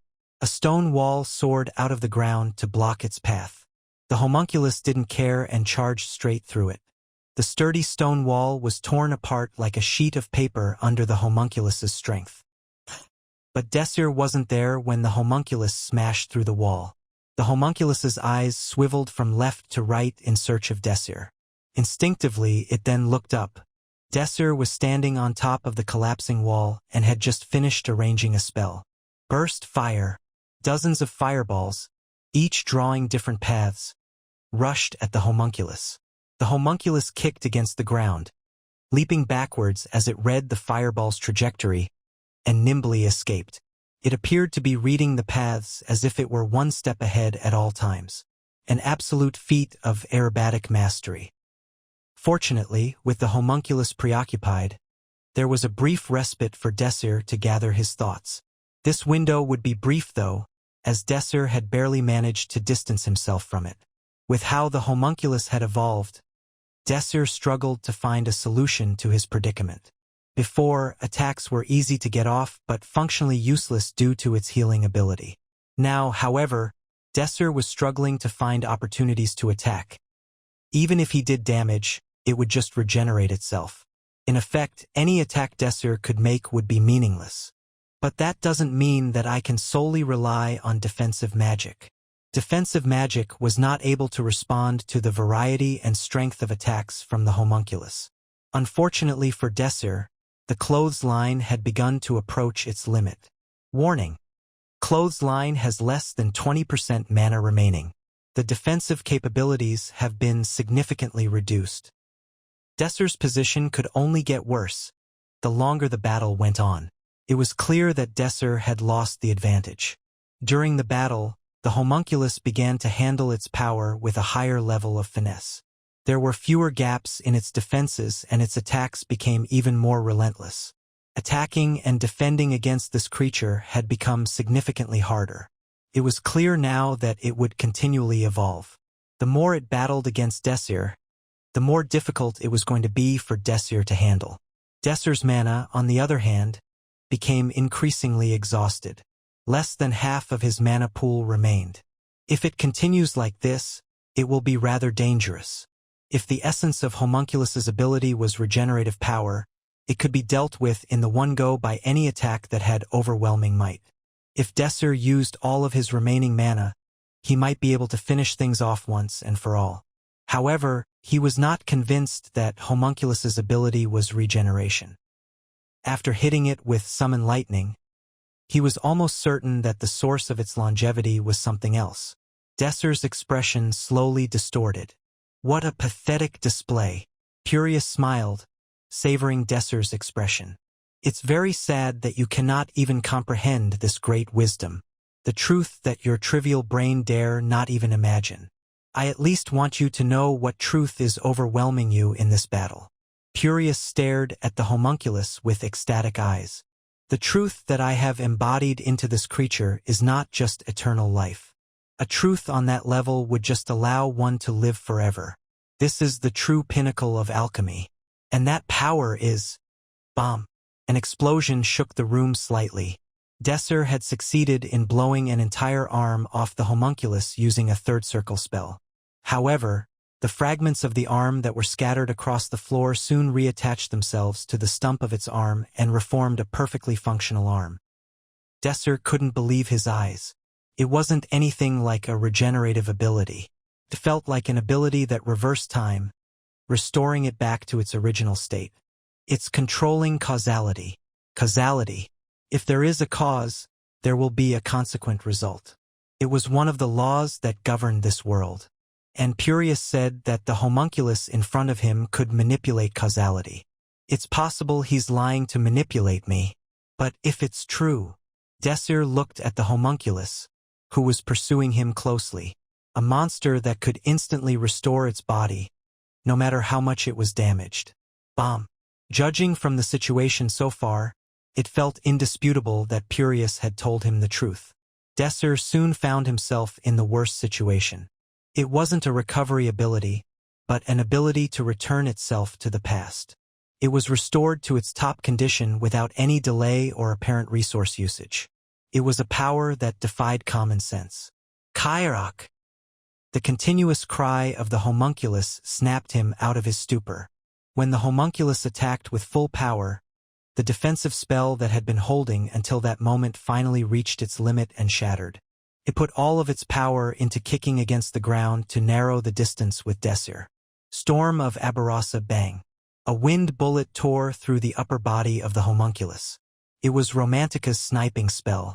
Desir noticed that Romantica had arrived. She's arrived on time. Desir sighed and distanced himself from the homunculus. Of course, as before, its body restored itself in an instant. What the hell is that monster? Through the communication magic cast by Romantica, a voice tinged with embarrassment could be heard. It's a monster with a strange recovery ability. Make sure to focus on slowing or stopping it rather than thinking about outright defeating it. I'll hold it in check as much as possible. Romantica's sniping magic was fast and accurate. If the homunculus showed any gap in its defense, her sniping magic destroyed its body. Bang! Grrrr. With the sniping magic now providing covering fire for Desir, the homunculus couldn't rush as aggressively as before. Desir, who couldn't even find an opportunity to take a breather just moments before, could now find the time to sigh and contemplate on the best action to take. Indiscriminate attacks are useless. He needed a method to reverse this situation. No, if it controlled causality in the first place, how the hell could it even be defeated? No matter how hard they try, it was impossible to cope in any way if the results of all their attacks were just ignored. Then, how high is the possibility of that alchemist lying? Desir desperately mused. Is there any information that I have missed? Is there even just one weak point? Its ability is only used to restore its own body. Then, is the scope of the ability limited to itself? Based on what we are aware of in our time period, his research had failed. So what's this in front of us? Desir's brain began to run wild. He combined all his past research, his theoretical discussions with Zod, what he had observed from the homunculus, and searched for some common thread to serve as a basis for theoretical weaknesses. After a few moments, he realized that the homunculus's power and combat style contradicted each other. Why did it need to avoid my attacks? The homunculus did not need to evade Desir's attacks, as long as it could eliminate all of the resulting damage. On the contrary, it was a valid judgment to take advantage of its merits and just take that damage in exchange for being able to dish out damage of its own. If it really can control causality, it should disregard its well-being in order to deal more damage. Something isn't adding up. Desir followed this train of thought and arrived at the logical conclusion. Well, I've spent a lot of time here. Let's finish things up. As soon as Purius bounced his finger, the homunculus stopped moving and placed its legs firmly on the ground. It was as if it was putting down roots. Creak. The sound of the muscles and bones twisting and tearing could be heard. The shape of the homunculus, which was originally in a humanoid form, began to gradually shift. These changes soon reached a level where the creature could hardly be recognized as a human. After a while, the atmosphere around where the homunculus stood was greatly distorted. Desir and Romantica's bodies stung, and all of their senses were signaling that they were in imminent danger. Desir, who was much more sensitive to mana than Romantica, felt an enormous amount of it gather around the homunculus in just an instant. He couldn't help but feel surprised. In order to unleash magic, it is necessary to collect mana and arrange it into a spell. Depending on the magic system used, the way these steps were performed may be different, but these steps were not something that could be skipped. However, the homunculus which manipulated causality was different. It produced only the result of collecting the mana and focused all of that resulting energy in front of itself without going through any process. Shit! Romantica! Desir immediately started running toward Romantica. Purius laughed. Ha ha ha ha! It's no use running away. Bing! Purius stood proudly, his eyes in awe at the power of the homunculus. It was because the magic that the homunculus developed in front of his eyes was not at the level that a third circle wizard could block. Up until now, it had not used this ability as it had been used to suppress the wizards for later use as experimental material, something that couldn't be done if their bodies were obliterated. But Purius changed his mind as it became hard to suppress Desir after Romantica joined. Purius looked in the direction Desir had headed. To reach the surface, one had to leave through the single hallway that led to this room. There was no way to escape the attack. No, it didn't really matter even if they escaped. I'll blow up the city. He had reached the point where he had already created such a fuss that people would flock to this city, and it was impossible to continue research here any longer. The city was of no value to him anymore.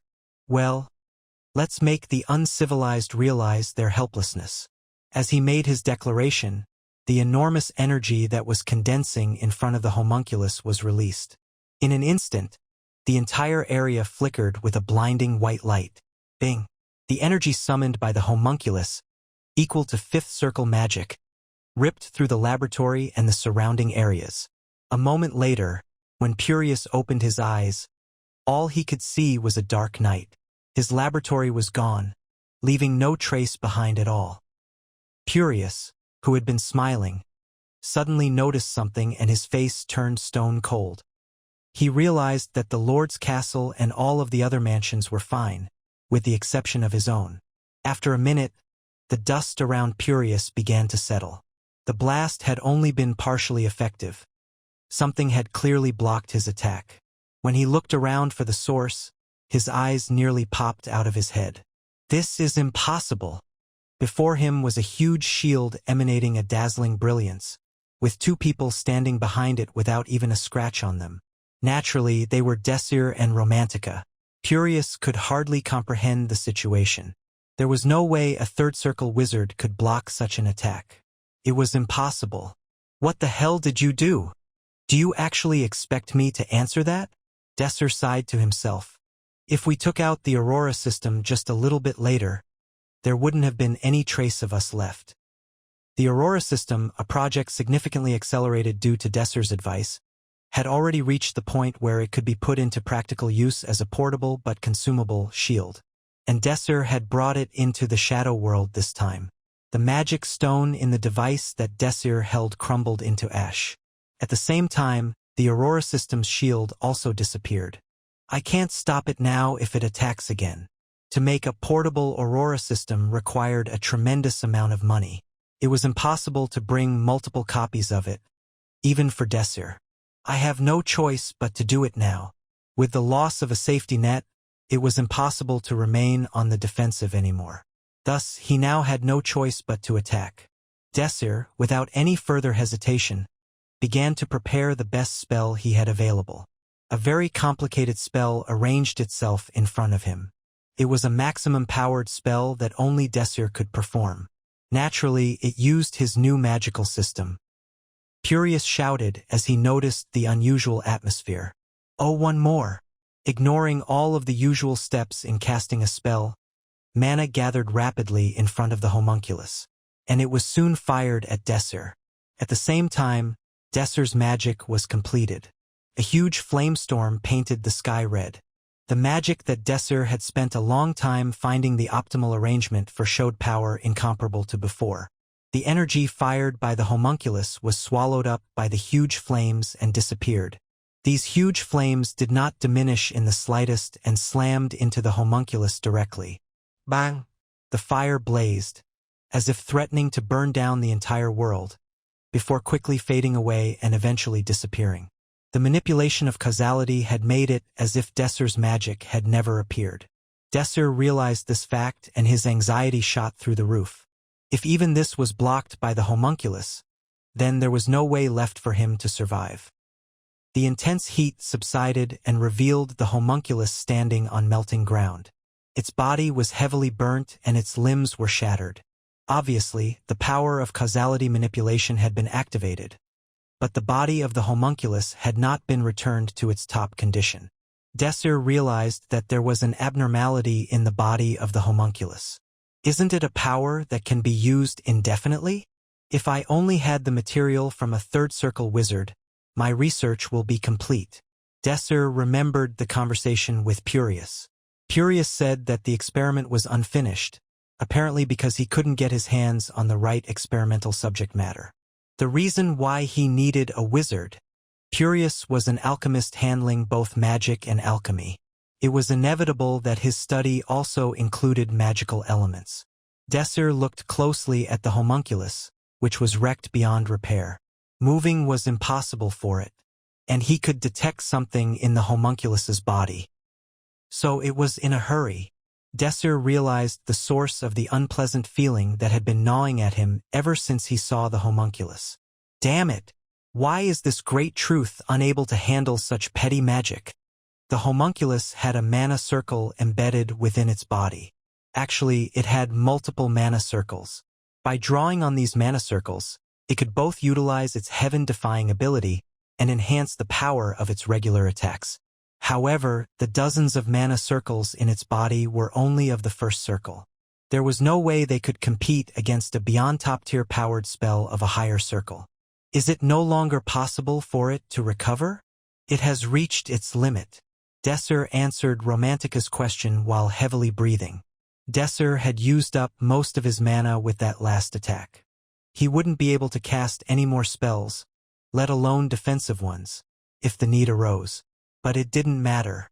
The recovery ability of the homunculus seemed to be out of commission. The once terrifying homunculus had been reduced to the point where it could easily be handled by Romantica. Romantica aimed at Purius. Should I kill the alchemist first? No, I have something to ask him. Please attack just the homunculus. Romantica nodded and aimed at the homunculus. Crack. The homunculus's leg was sniped and exploded in a terrible mess of gore. In an instant the leg recovered.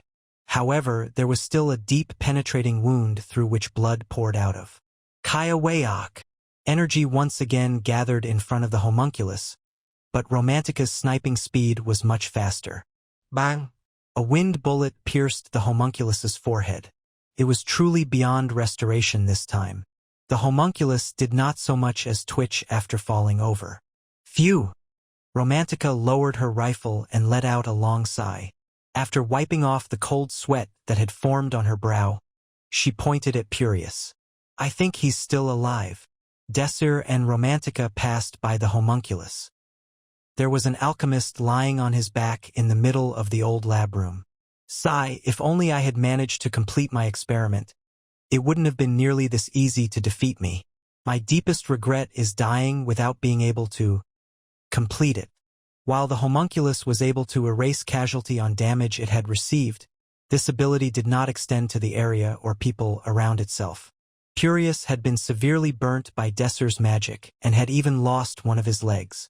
It was a serious injury. You will never understand, ever. Purius's face was scrunched up into a frown from the severe pain he was in. Desir asked Romantica to stand back for a moment before addressing Purius. There is one thing I want to know. No matter how good of an alchemist you are, it's impossible to conduct this kind of experiment by yourself. Who helped you? Why should I answer that? Because I'll end your life as painlessly as possible. Desir stomped on his remaining leg. Ka-ah! Purius shrieked in pain, but Desir's face did not betray the slightest intention of lifting his boot. However, Desir eventually relented and lifted his boot slightly. Purius stared at him fiercely while gasping in pain. His face, that seemed to be stuck in a perpetual frown, was accentuated by the burns. Children would cry in fright if they saw him in this pathetic state. "I'm already dying anyway. I can't trade the name of my benefactor. So you have someone behind you after all." Purius realized that he had been misled by Desir. His eyes snapped open and his breath soon ceased. A notification sounded. "Rare hero Purius Nifshin is dead. You have completed the quest, the truth of eternal life. As you have freed the city from the grasp of evil alchemists, the city lord will hear out one request. You have dealt with the threat brilliantly. However, the danger to you has not yet subsided. Purius Nifshin was executed, but you have discovered an unknown force behind him, supporting his experiments. Exterminate them to foil their dastardly plot." Witnessing the collapse of the mansion, soldiers of the fief rushed in. Identifying the fallen bodies of Purius and one other person, they arrested Desir and Romantica. To the soldiers, they had caught criminals red-handed. For them, Purius was a savior often referred to as a sage. However, survivors from the experiments quickly exposed the misdeeds of Purius. Their stories were supported by the wounds that remained on their bodies. Subsequently, traces of the battle soon revealed that the entire city would have been blown away if not for the Aurora system deployed by Desir. Desir and Romantica were treated as heroes who fought on behalf of the city, and the Lord of the Desert Flower City invited them to the castle in an expression of gratitude. "Wizards, thank you for saving the city. Thank you on behalf of the Desert Flower City. As a reward, I will do my best to answer any request you may have of me. Is there something you want? Please allow us to use the teleportation gate." Desir answered the Lord's question without any hesitation. "A request that simple? I'll prepare it for use right away." The work was conducted swiftly. While waiting for the teleportation gate, Desir and Romantica changed outfits and packed away their damaged clotheslines. Romantica, never one to ruminate on something for too long, voiced her concern. "Desir, isn't it strange that the story of the shadow world is different to the actual history we studied?" It was as Romantica had surmised. In the real world, Purius's study of eternal life never saw the light of day. Desir could not recall any story of a homunculus, let alone one that powerful, being created in his previous life. However, this made it clear that Purius had almost finished his research into eternal life.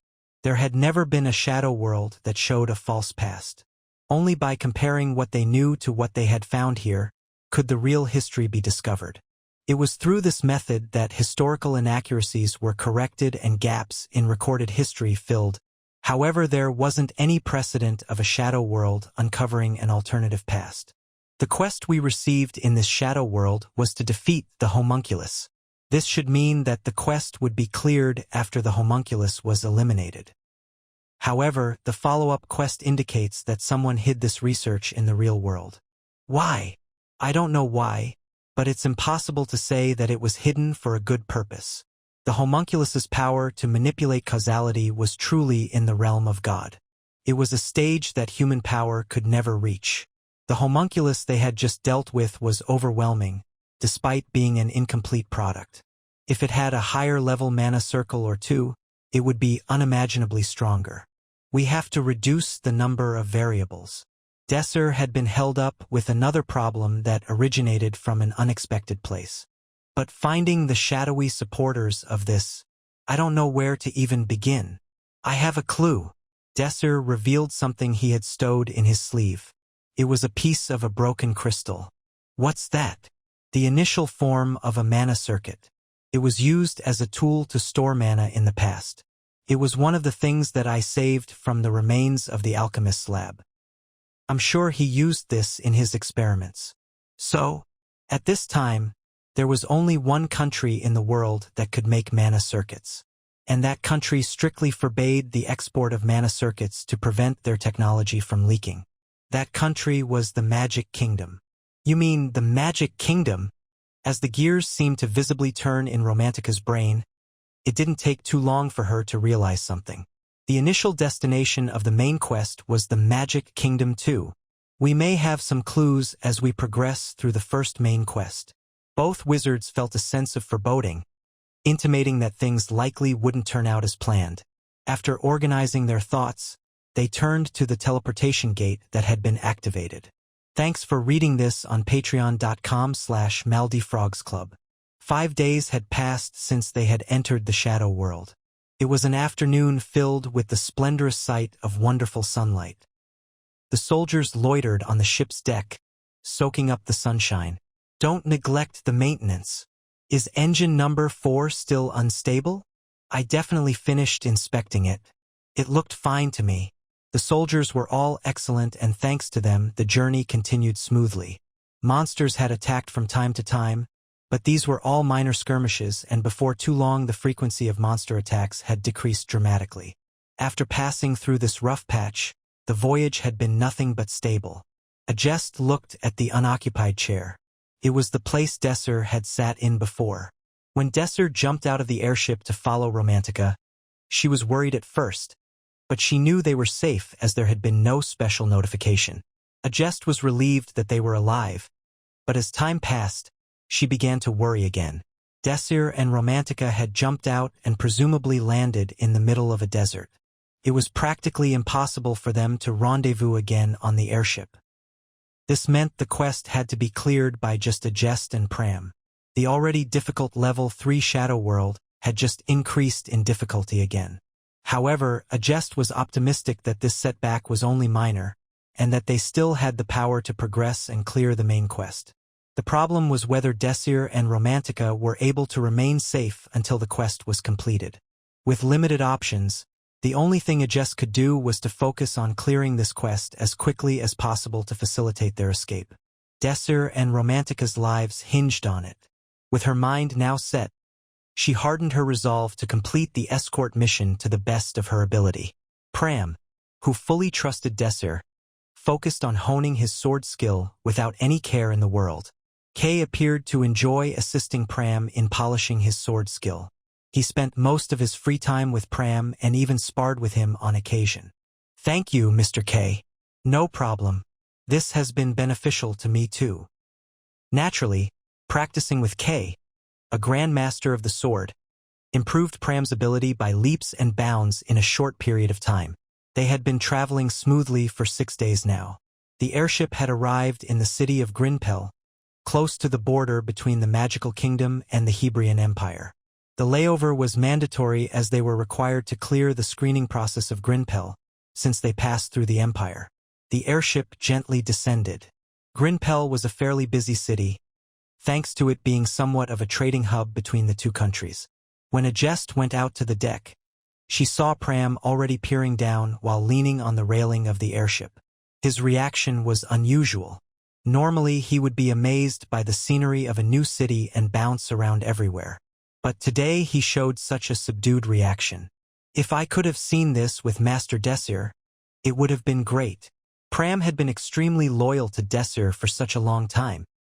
Ever since they had enrolled in the academy, they had never left each other's side. Rather, it was almost surprising for him to not show any change of expression until now. Agest spoke to Pram. Do you miss Desir? Pram flinched and looked back. How long have you been there? For some time. Pram buried his face into the railing and every part of his face not covered, including his earlobes, turned crimson. I feel a little embarrassed. Agest walked towards the railing and stood next to Pram. Once we finish clearing this shadow world, everyone who participated will return to the original world.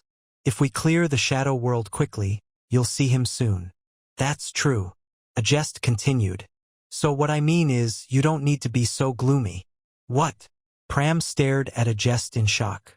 After taking a moment to recollect himself, he smiled. Of course, Master Agest. The airship started to shake and rattle as it landed on the airfield after receiving clearance from the control tower. There were many other airships on the airfield, so theirs didn't stand out at all. Here in the border town, there were a lot of merchants who interacted with the magical kingdom. There was a gigantic river dividing the two countries, and they often crossed the border with airships to prevent getting attacked by monsters. It was mostly merchant ships on the airfield, but there were also a few military ships from the Hebrion Empire too. In the modern age, such a sight was rare to behold. Teleportation gates had been widely deployed and usage of airships had been completely phased out. Kay went through the required formalities and paid the docking fee for landing at the airfield. Afterward, he gathered all of his men and ordered them to go have fun while staying within the city. It would take about 3 days to get through the screening procedure. After such a long time sailing, a 3-day break was truly a breath of fresh air. The sailors disembarked. Their excitement was palpable. Okay, it's our turn to disembark. Kay assisted Aldine, who was mumbling incoherently. Agest and Pram took their time climbing down. They expected all the sailors, who departed the ship well before them, to have disappeared by now. Instead, they were all just standing there. Their eyes were fixed on the same place, eyes bulging as if they had just seen a ghost. What's wrong? Agest and Pram turned their gaze upon what the sailors were looking at. Do you have any idea how tedious it was for me to wait for you to catch up? And there were the two people they thought they would not see before clearing the shadow world. So I did the Lord a little favor, and was able to use the teleport gate. Desir and his party, along with Kay and Aldine, booked themselves into a cozy inn. At the inn, Desir described their journey to Kay, Pram and Agest, filling them in on how exactly they had arrived via the teleportation gate. Of course, he omitted a few key parts of the story. In his version of events, they killed an evil alchemist at the Lord's request. They made sure to tweak anything related to the shadow worlds in particular. Nobody noticed how they slyly tangled the truth with lies. After listening to the story, Kay spoke up. That must have been a challenging journey. I shouldn't say this as your employer, but wouldn't it have been easier for you if you didn't come back? It'd still be considered a successful mission complete, even if you hadn't come back, since that unsavory incident took place while you were on duty. Well, our peers are all here, and we thought we'd do as much as we can, as we had already been paid. I believe that's the right attitude for a mercenary. Kay did a double take as he reevaluated Desir. Admirable. I don't think I deserve a compliment. That's simply what is expected of us. You'd be surprised. Many mercenaries think it's over once they get paid. Our mercenaries also despise those people very much. You're very different from the mercenaries that I know. I hope we meet again after this. We look forward to it. Having more clients is never a bad thing. The notification sound appeared in the middle of the conversation between Desir and Kay. Kay Hazamarian thinks you are useful. Kay's likability for you has increased to trust on condition. That was an unexpected earning. The trust with condition meant his likability rating had increased to a point where he could be trusted to a certain extent. Obtaining Kay's favor could be helpful in the future. After recounting their journeys, they split up and started to head back to their respective rooms. Kay and Aldine shared a room, while Desir and his party would stay in a different room. I'm going to be away for 3 days. I'd like you to protect Aldine properly during that time. Before retiring for the night, Desir's party was given the order to guard Aldine. Main quest, Guard in Grinpel, has started. Kay Hazamarian will be doing an important task for 3 days. His guarding range has been greatly weakened. A strong enemy is seeking Aldine Cephus. Protect him at all cost. You fail this quest if Aldine dies. Desir gathered his party and briefly told them what truly happened instead of the fake story that he shared while Kay was present. He filled Agest and Pram in on the detail of their second main quest. So this means we must get rid of the power behind the homunculus. Yes, we need to stop the research involving the creation of homunculus. It feels like this is a lot tougher than our previous main quest. It was just a plain guarding quest, and it had now expanded into foiling some group's plot. Agest spoke up. But it's simply too broad of a scope to find this unknown group. Do we have any clues to go off, Desir? We only have one, but it's a good start. It's the mana circuit I took from the lab. He took out and held the mana circuit he had stowed in a pocket near his chest. This was a piece of old technology used to store mana, the kind used before mana stone technology was developed. Aren't those supposed to be made in the Magic Kingdom? What is it doing way out in the middle of the desert? Exactly. Someone in the Magical Kingdom provided him with a mana circuit for his illegal research. Mana circuits were made using a highly developed manufacturing system. Every mana circuit has a unique serial number. We can trace this mana circuit back to the factory which manufactured it based on this. And the factory must have the record of who bought it.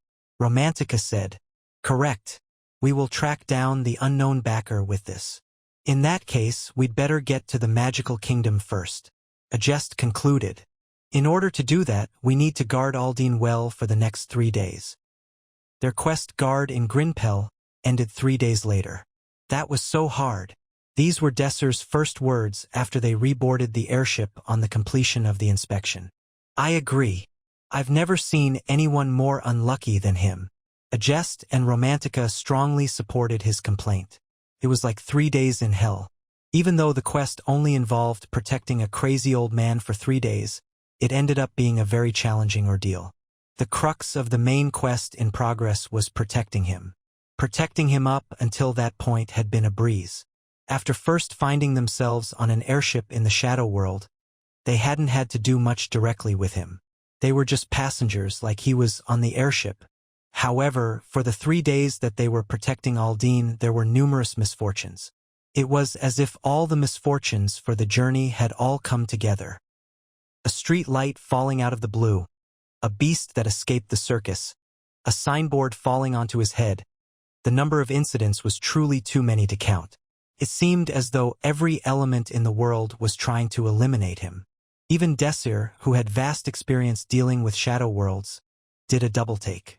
Come to think of it, I almost got sucked into one of the engines that was acting up on the airship. Pram's eyes were sunken. Oddly enough, we were attacked too many times by monsters. Romantica rubbed her sleepy eyes, yawning. They ended up focusing all of their effort on protecting Aldine, leaving no extra time for sleep. They ended up not leaving the inn at all after the first day. Usually, a trading city had a lot to see and enjoy, but they couldn't even afford to dream of such a luxury. Desir's party worked hard, so Aldine was kept safe and sound as a result of their diligence. On the airship, there was Kay.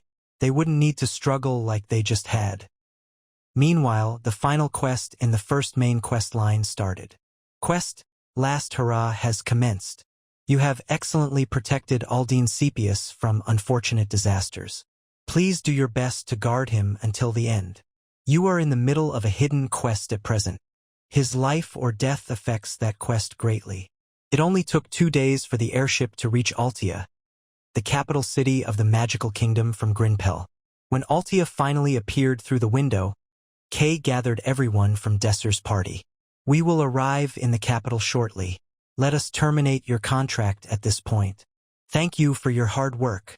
Kay signed their contracts, designating them as a completed mission. The mercenary contract would be fully terminated once they submitted their signed contract to the Mercenary Guild in the Magical Kingdom. They would also receive the balance of the bounty. The first main questline would be cleared with this. After saying bye to Kay, Pram spoke up as they headed back to their rooms. This quest was quite simple for a level 3 shadow world. It's not over, so you can't quite relax yet, Pram. Pram nodded at Desir's sage advice. If things went smoothly, the shadow world would have been cleared. However, they were forced to enter the hidden second main questline. Desir's face was filled with anxiety, since even he didn't know anything about these series of events. It wasn't even recorded in the history books they had studied up on. Desir glanced at the room where Kay and he had held a conversation. Under normal circumstances, the first quest and the second quest tend to be related in a major way. I wanted to collect as much information as possible.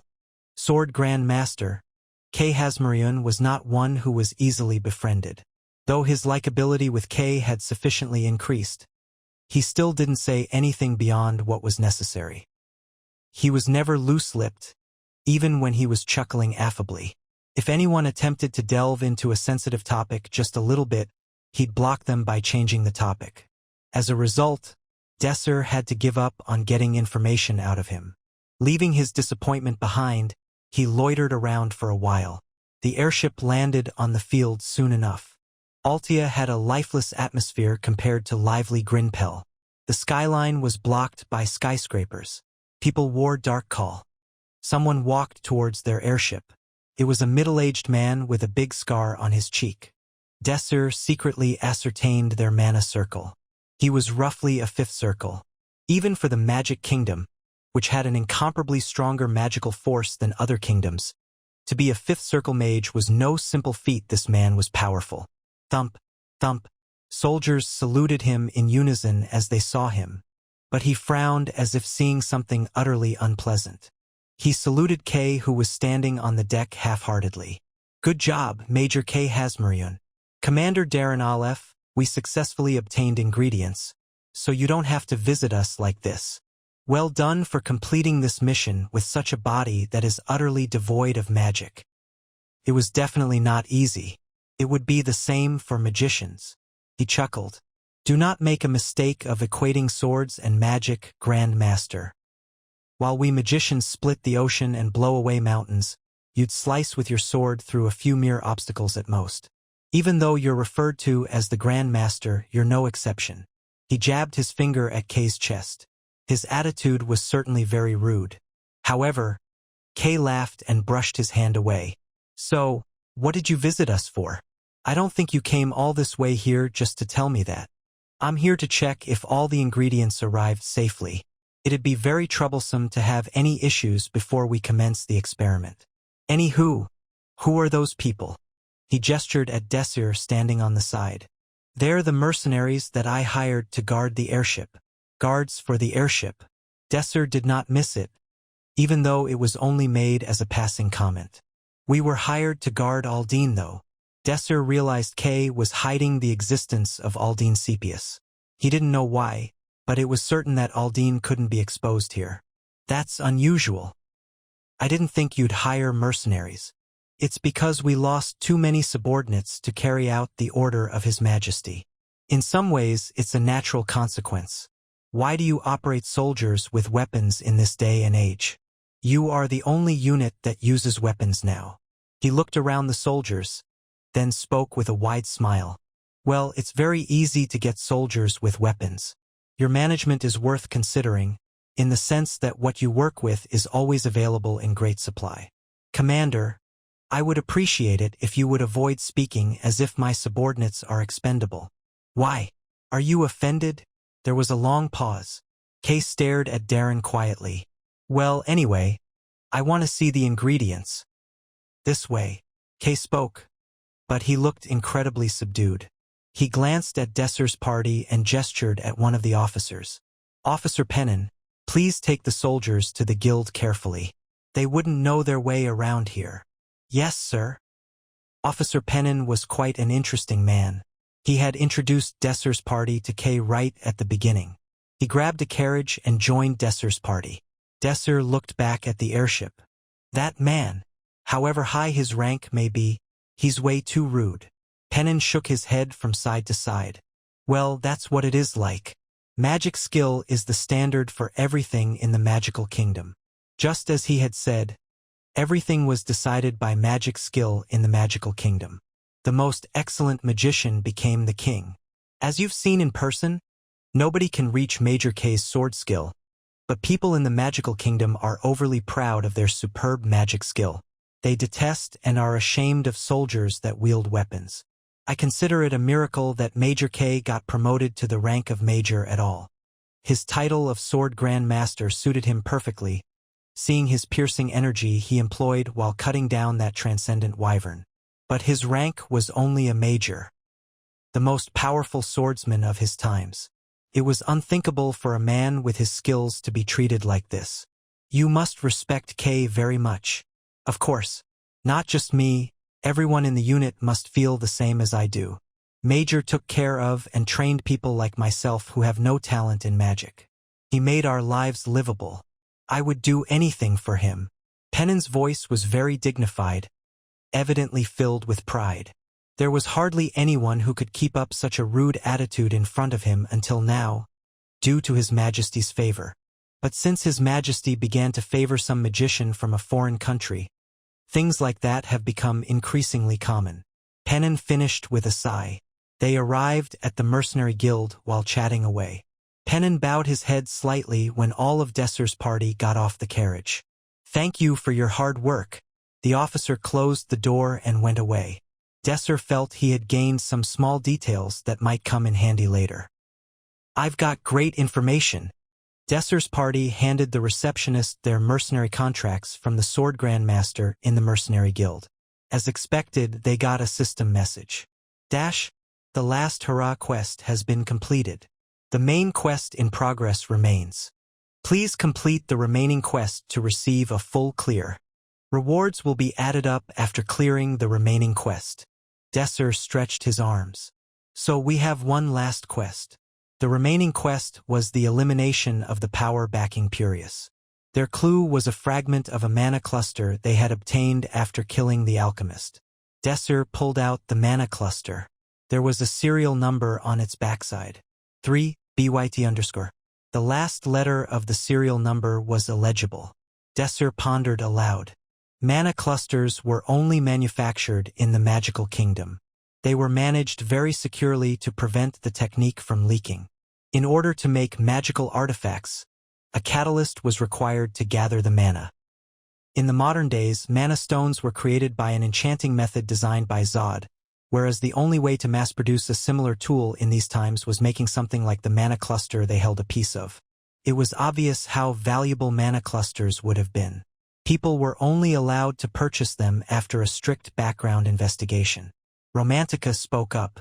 As mana clusters are thoroughly managed, there must be records of people who bought them.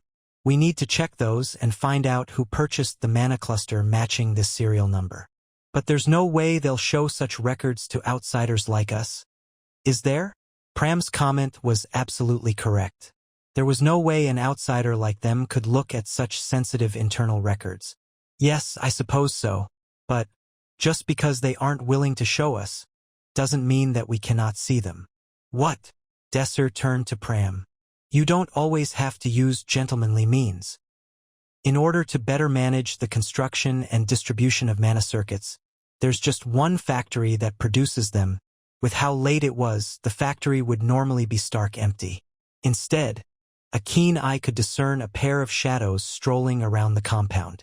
Naturally, it was Desir and Pram. They had hidden their faces with masks and concealed their tracks as much as possible with recognition reduction magic as well soundproof magic. While I understand that this is the best method, why did Desir choose me instead of Romantica or a jest? Remaining as cautious as possible, they only conversed through the texting feature on their communication pads. First of all, we're the perfect match. You and me. Pram abruptly came to a stop. Mamech. Yes, you're a swordsman and I am a magician. It's the perfect combination to fight any enemy. I guess so. What did you think I meant? Resuming their previous pace, they soon found themselves face to face with a giant door, warded by nearly a dozen security spells. 1 second. Desir touched the door with his hand. Within moments, all of the techniques protecting the door started shining little by little before shattering and scattering like snowflakes. Desir's spell inversion incapacitated the security in less than 10 seconds. If the wizards who placed those spells were present, they wouldn't be able to believe their eyes. With the obstructions dealt with, the door simply swung open. Unfortunately, their path was barred with more than just the few measly security spells set up on the door. Although every trap and barrier was meant to block intruders from entering, Desir was able to thoroughly disarm and destroy them as they steadily pushed forward. Pram typed out a message that made his disappointment known. This is pretty sloppy for a state-managed facility. This would have been reasonably secure back then, all things considered. This factory was fitted with state-of-the-art devices and techniques. It would have been nearly impossible to intrude, even with decent skills. However, that was if you judged it based on the standard of that time. The problem is that these techniques are so old-fashioned by today's standards. This technology was over 100 years old. Whether it was cutting edge or mainstream for its time did not matter much. When compared to modern magic techniques, the defenses set up were more obnoxious than effective. Above all things, Desir's true talent lay in the field of spell inversion. No magical security system was able to demonstrate even a fraction of its capability against Desir. If they had used physical security systems too, I wouldn't have broken through this as easily as I had. Encountering physical defenses would have drastically slowed Desir down. That was why he had chosen to bring Pram with him, but since there had yet to be any, Pram did little more than walk beside Desir. Such a one-dimensional defense. If only the Magic Kingdom had an ounce of humility. The Magic Kingdom's anti-magic bigotry was their theoretical downfall. Their misplaced pride in being the leaders of magical engineering left them completely vulnerable to someone who specialized in deconstructing magic. Their arrogance and vanity allowed Desir to force his way through easily. This way, Pram. The purely magical security system had ended up backfiring completely. It was completely dismantled by Desir and also happened to give him a massive lead on where to find what he was looking for. By deliberately taking the path protected by stronger security spells, it wasn't too long before they found themselves in a room filled with thousands of bookcases spaced out lengthways. Each shelf housed documents that appeared to be the records on delivered mana circuits. Desir and Pram started searching for their serial number, scanning each book page by page. I found it, Desir. Thanks to the documents being properly sorted and classified, it took them a lot less time than expected to locate the serial numbers, matching what they had in a book. The last digit of the serial number found on their mana circuit had been worn away. While this greatly narrowed down the scope of their search, it meant there would probably still be quite a few circuit boards that matched their search criteria. Fortunately, their final list consisted of 4 people in total. 3 Byet-1. Crew Panyer, 27 years old, Lord of the Panyer Province. 3 Byet-2. Funi Raffleraff, 45 years old, Army of Sunfrostlight. 3 Byet-3. Kefsi Gen 31 years old and Locatropius 32 years old, Trading Conglomerate. 3 Byet-4. Lon Gen Aquinios 88 years old, Magician of Society 5. Desir recorded their details into his communication pad. They then swiftly retreated to minimize their chance of being detected. While doing so, Desir didn't neglect to restore all the security systems he had disabled or destroyed on his way in. The chance of being caught was now incredibly low. Thanks for reading this on patreon.com/MaldiFrogsClub. With their now narrowed list of suspects that had purchased the mana circuit obtained from Purius's lab, they could afford to properly investigate the 4 remaining suspects. It was certain that one of these people had given the mana circuit to Purius, even though it was a tightly controlled export. Knowing who this person was would surely be helpful in clearing the quest. Let's each investigate one of these people. Desir's party decided to split up and start simultaneously investigating the suspects. Desir was in charge of Lon Gen Aquinios, a magician of Society 5. He was a complete recluse, never leaving the lab that he was director of. His diligent focus on research was admirable. This situation certainly increased the difficulty of any normal investigation. Realizing this, Desir obtained a job in the lab after demonstrating his strength in numeracy. Desir needed to become the direct assistant of Lon Gen Aquinios in order to have even a chance at observing him closely. So in order to make this happen, he kicked out the previous assistant and took his place. After close observation, he determined that Lon Gen Aquinios was innocent. He saw the mana circuit matching the serial number recorded in the book from the factory firsthand, making it impossible for that circuit to be the one supplied to Purius. Okay, time for our regular report. Desir contacted his party via his communication pad at the time they had prearranged. The first response was from Romantica. Panyer Province seems like a normal province. I found nothing special here. Romantica monitored every action of this crew Panyer using detection and wiretap magic, before concluding that he was innocent. The 2 people that Agest and Pram observed were also not the one they were looking for. I checked the serial number of their mana circuit, but it matched what was listed. Mine too. There was no outcome whatsoever. However, they couldn't just accept this outcome. They started discussing the direction of the investigation moving forward. One moment. Be quiet, everyone. Romantica's demand stopped the conversation. What's wrong? I'm going to revise the report I just submitted. I think I have the answer. I'll send through a live video feed, so take a look at it. Desir stared at his communication pad. The screen made some static noise before clearing up and playing the video feed. Desir grinned after seeing it. Crew Pannier and someone else were talking, and that person was someone Desir recognized. It was Commander Darren Aleph, the Fifth Circle magician who had greeted them at the landing dock.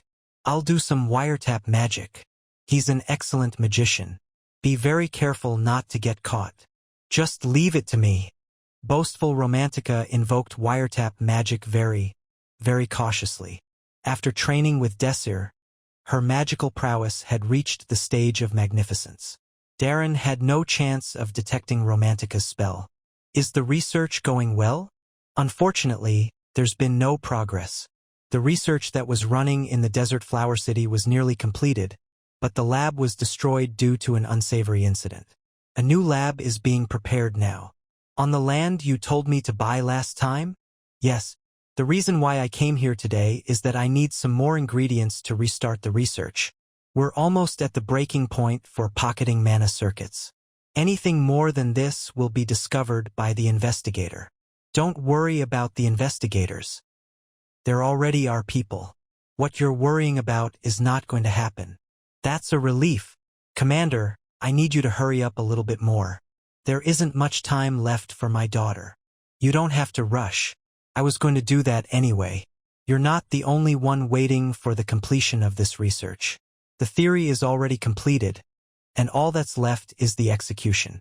If you provide me with the ingredients correctly, I will meet the deadline without any problem. I believe in you, Colonel. Crew went away for a while and brought out mana circuits from somewhere before handing them over to Darren. These were probably freshly made mana circuits. Darren left immediately afterwards. Romantica broke the silence. What are you going to do, Desir? That man is related to the attack. Desir interjected. Wait right there, Romantica. I'll get ready and meet you over there. Inside the room of a secluded, quiet inn. Four masked people surrounded a single man. He was tied to a chair with rope, mouth gagged, and his eyes blindfolded with a piece of black cloth. The masked people exchanged glances and the cloth blinding him came off. He was the Lord of Pannier, Crew Pannier. Once the gag was removed from his mouth, he started yelling loudly. You lot! What do you want? Why are you doing this to me? It's no use raising your voice. We've already invoked soundproofing magic. The masked man spoke with a voice distinctly recognizable if someone from Desir's party were to hear it. It was Desir's voice. Desir had kidnapped Crew Pannier. Who the hell sent you? Which faction sent you? If you've kidnapped me, then you must want to ransom me. If you let me go right this instant, I'll pay you double of what you were offered. What do you think? So noisy. You're pretty talkative for someone who's about to die soon. Are you an assassin? Okay. I'll pay you 3 times, no 4 times what you've been offered to kill me. No, I can give you up to 5 times the amount. That should be enough to satisfy you. Desir cut him off. Unfortunately, we value honesty the most. No matter how much you offer us, the result won't change. Once he finished speaking, Desir raised his hand. As he did, a strong chill started to form around Crew. Crack. The air froze and started to crystallize. At the same time, Crew's arms and legs started freezing up. His face instantly drained of all color and he started yelling in desperation. And no, I can't die now. I can't die yet. Please, please, just give me a bit of time. I'm begging you. Is it because of your daughter? At Desir's words, Crew's eyes widened in surprise. How did you? How unfortunate for the soon-to-be orphan. I wonder if it'd be better to let her go with you, rather than have to live out the rest of her life suffering from the pain of losing her father. Wait. I'm the only one you want. Leave my daughter out of this. What a touching display of fatherly love. Crew clung desperately to Desir, covered in his own snot and tears. As expected, he was a father that loved his daughter dearly. Desir's heart was heavy, but he had no choice. He feigned indifference as he spoke. From what I know, your daughter doesn't have much time left to live anyway. She's going to die soon. So instead of hurting her feelings again, wouldn't it better for her to die with you? No. My daughter won't die. She's going to live forever. So please spare my daughter. Crew had already lost his sense of judgment. He had even said something that should have remained unspoken. Everything was proceeding according to Desir's plan. Forever? I'd like to hear more. No, I mean, coming to his senses, Crew stammered. He realized that he had made a fatal mistake, but it was already too late. Desir invoked first circle electric magic that traveled up his spine. Sparks flew. Ergurg! A hideous scream filled the room. We don't care about money, but when it comes to increasing life expectancy, we're very interested. Erg! Crew moaned in pain. Consider yourself lucky. We may even save your life. You'll save my life? Desir caught his attention before speaking solemnly. Of course. From now on we'll be asking some questions and all you need to do is answer them sincerely. If we're able to get some valuable information out of you, we'll spare your life. If you value the information more than your daughter's life, then you can keep your mouth shut. I'll tell you everything. Ask me anything. What do you Maya? Able to live for an eternity. Starting with the existence of the homunculus, Desir managed to get a hold of various pieces of information and confirm several suspicions that he had held for some time now. These ranged from the fact that the Panur faction actively traded with the Hebrion Academy and had used this as cover to stop by the desert flower city on the way, allowing them to hand over the research material to Purius without suspicion, to the fact there were other factions who were a part of the plan, responsible for supplying materials, to finally the fact that Colonel Darren was leading this effort and managing everyone. From what I know, there are people even more powerful than Colonel Darren who are involved. Can't you be a bit more specific? Who's leading the plan? I don't know either. I was just following orders. I don't know anything more than that. That was all he could find out. He wasn't able to find out the identity of the organizer like he'd originally intended to. Well, I wasn't exactly expecting to discover their identity after finding one clue anyway. He had unveiled all he could from this source. Now all that was left were the final questions. The most important ones. So, they've built a new lab and are in the process of creating a new homunculus. How much longer will it take them to finish it? I heard that they're expecting to meet their original deadline. All the materials have been gathered, and the theory has been completed, so it shouldn't be impossible. When's that? 3 days from now. The moment Crew finished talking, an alarm rang out. You've discovered the plans of the forces that supported Purius Nifshin. When the original laboratory was destroyed, they poured their heart and souls into preparing to continue their original plan. Purius has completed the theory of homunculus creation, and there are sufficient materials as well. Unless there is a disturbance, they will complete the homunculus in 3 days. You've found out the failure conditions of the eradication quest. If you are unable to interrupt their plans, the quest will be deemed as a failure. Remove them to stop the completion of the homunculus. Thanks for reading this on patreon.com/maldifrogsclub. The newly built homunculus research lab was built on land that had recently been acquired by the Panur faction. The lab looked like a clean residence, no different to any other, but its identity was betrayed by the large amounts of mana that Desir could feel permeating the area. So we fail the shadow world the moment the homunculus is completed. Desir felt his blood run cold. If they hadn't found out where the research was taking place, they would have failed the quest without even getting a chance to react. Failing to clear a shadow world meant immediate death. As he came back to his senses, he reproached himself for looking down on this shadow world. No matter how easy the main quest was, they were in a level 3 shadow world after all. It was not something that could be looked down upon. We almost died in vain. According to Crew, the residence-like appearance was just a cover, and the homunculus was being created inside the building at this very moment. A rather high level of defensive magic has been set up. After lifting the defensive magic and entering, Desir confirmed Crew's information. The inside of the residence was totally unlike a normal home, more like a laboratory. The atmosphere was extremely grotesque. A massive test tube that held an unknown liquid was on display front and center. Inside it was deformed bits of what vaguely resembled a human figure. Ordinary humans had been contained in other tubes on the sides of the room. How cruel! In the end, the base that they required to create homunculus were still humans after all. All research into homunculus had an extremely unethical side to it. Crew had been aware of this, but chose to stay silent and support it. Desir's torturing had also served to condemn him for his portion of the blame. I'd been expecting this to some extent since I heard they've been experimenting on humans, but even so, this is too much. For them to have gone all in and invested so much in this particular experiment and lab was a clear sign that they were confident that their research would succeed this time. If things proceeded according to the quest guideline, completion of the homunculus was only a matter of time. Even though it was built after Pirius Lab got destroyed, the fact that they'd already managed to upgrade their facilities to this level gave Desir's party an estimate of how strong their enemies were. So someone's still alive, Pram yelled. Just like he said, a girl inside a tank was staring at them with her eyes wide open.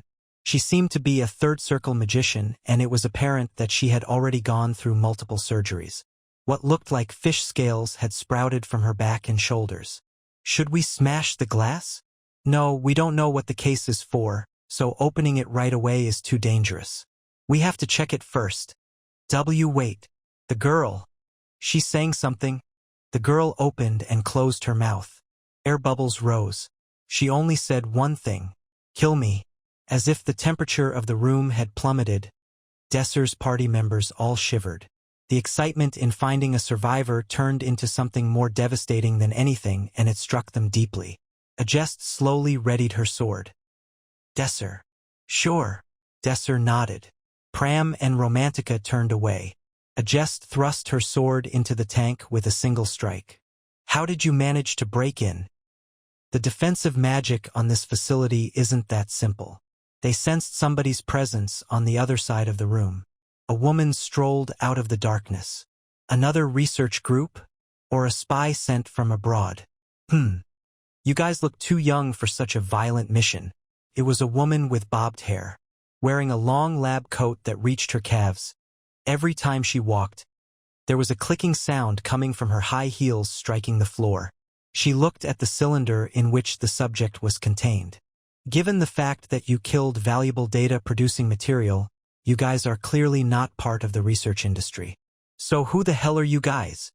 Are you the general manager of this facility? I'm the one who will be asking questions, not you. You should know your place. As she spoke, the nearby mana changed subtly for just a moment. Desir sensed a spell on the level of the fifth circle based on the amount of mana she was using. At this time, fifth circle wizards are unlikely to be common, even in the Magic Kingdom. Desir guessed that she must hold a rather high position in this plan. Given her demeanor, it wasn't particularly difficult to guess, and wasn't far from the truth. The director of the Research Institute, Tatlina, spoke while reaching out towards Desir. Oh well, guess I can just drag you over and perform my own investigation. Her spell was finally invoked. The whole building shook as hundreds of earthen spears rose up out of the ground. They descended on Desir's party like waves. Burst fire. Boom. Dozens of fire bolts were instantly invoked by Desir and collided with the ground. None of the hundreds of stone spears retained their shape. But that wasn't the end of it. Tatlina invoked magic again. Stalactite rain. Sharp stalactites began to form on the ceiling and soon poured down on Desir's party. Boom! Boom! She had invoked this spell at a tremendous speed. However, Desir's response was almost instantaneous. Sigh of Kizzard. Tatlina whistled, betraying her slight admiration for Desir, since he had managed to stop 2 consecutive attacks. Oh, you're pretty good. She spoke with a relaxed smile. I'll put my heart into this just a little bit more. Tatlina beckoned and the walls of the lab began to wriggle like a bunch of living creatures. As the research conducted here was dangerous and uncertain, the laboratory was not only equipped with defensive facilities. The building itself was constructed out of solid stone and concrete. This made it the best battleground for Tatlina, an Earth attribute wizard. She held the utmost confidence in beating any enemy with her home field advantage. Swish. The development speed of a fifth circle wizard is always very high. Her magic was no exception to this, as it devastated the place Desir had been standing just moments before.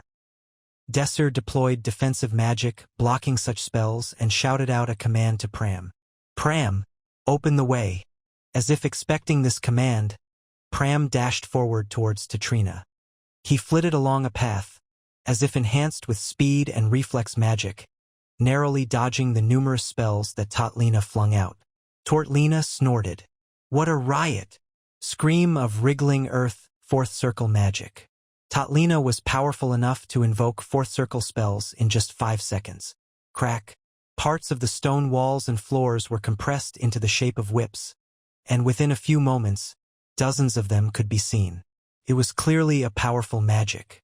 Any place the whip passed was destroyed, leaving nothing but a gaping hole. Countless whips blocked the way forward while the rest rushed forward towards Pram directly. Ha! Pram did not slow down in the slightest, even as the menacing whips bore down on him. His rapier flashed brilliantly and several whips fell to the ground. However, they regenerated in an instant. It was impossible to clear the way by removing these whips one by one. Scream of wriggling earth was a notorious spell among swordsmen. The infinitely regenerating whips gave a wizard complete control over the battlefield, limiting the movement and actions of their opponents.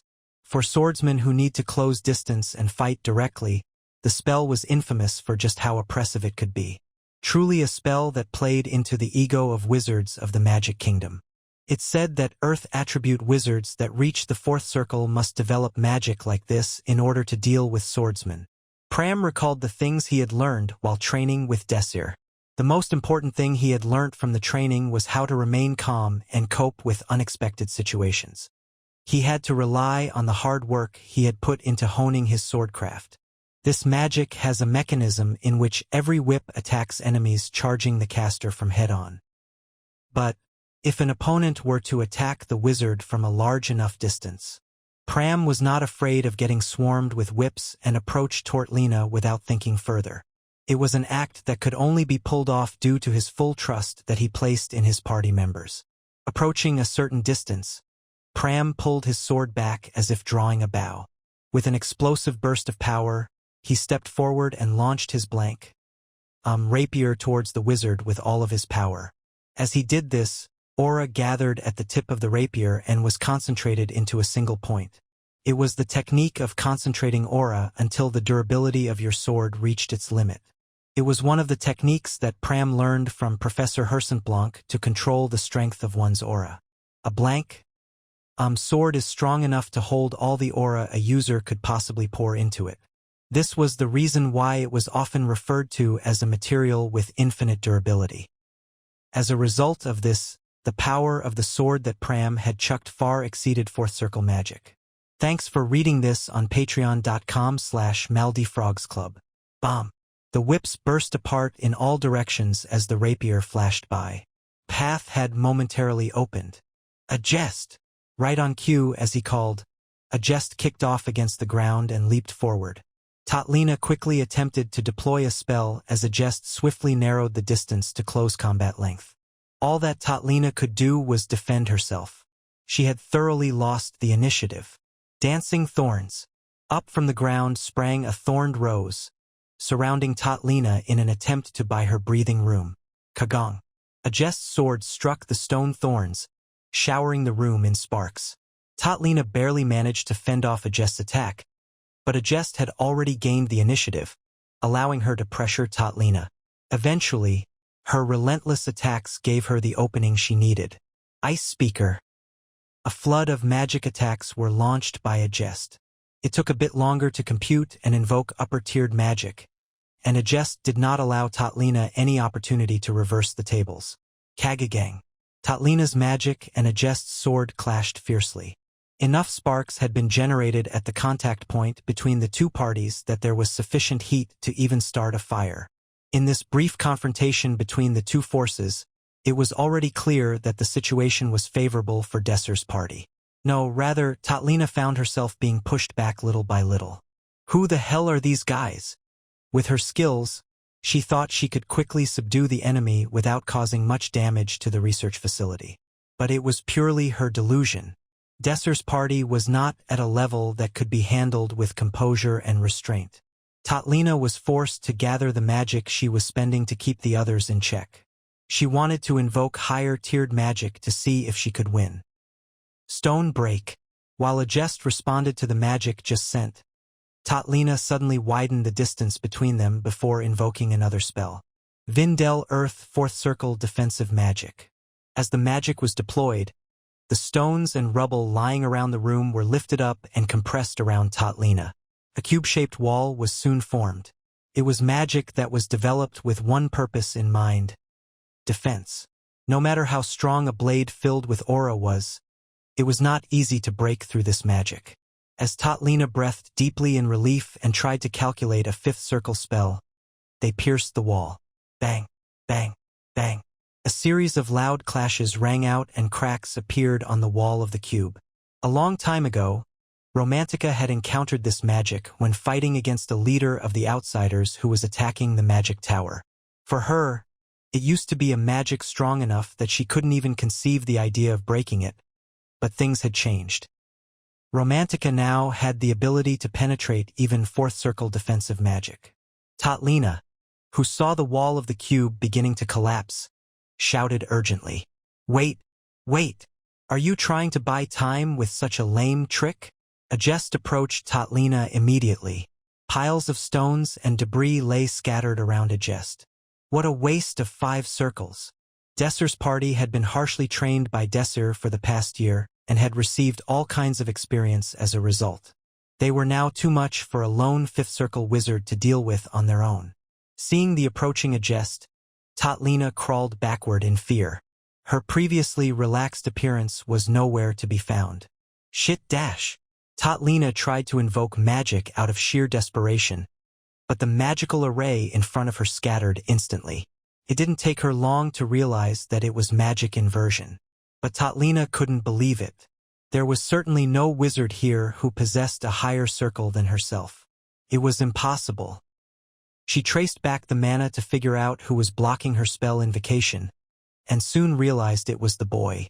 Tatlina, who looked at Desir, could plainly see that he had blocked her magic with tremendous computational speed.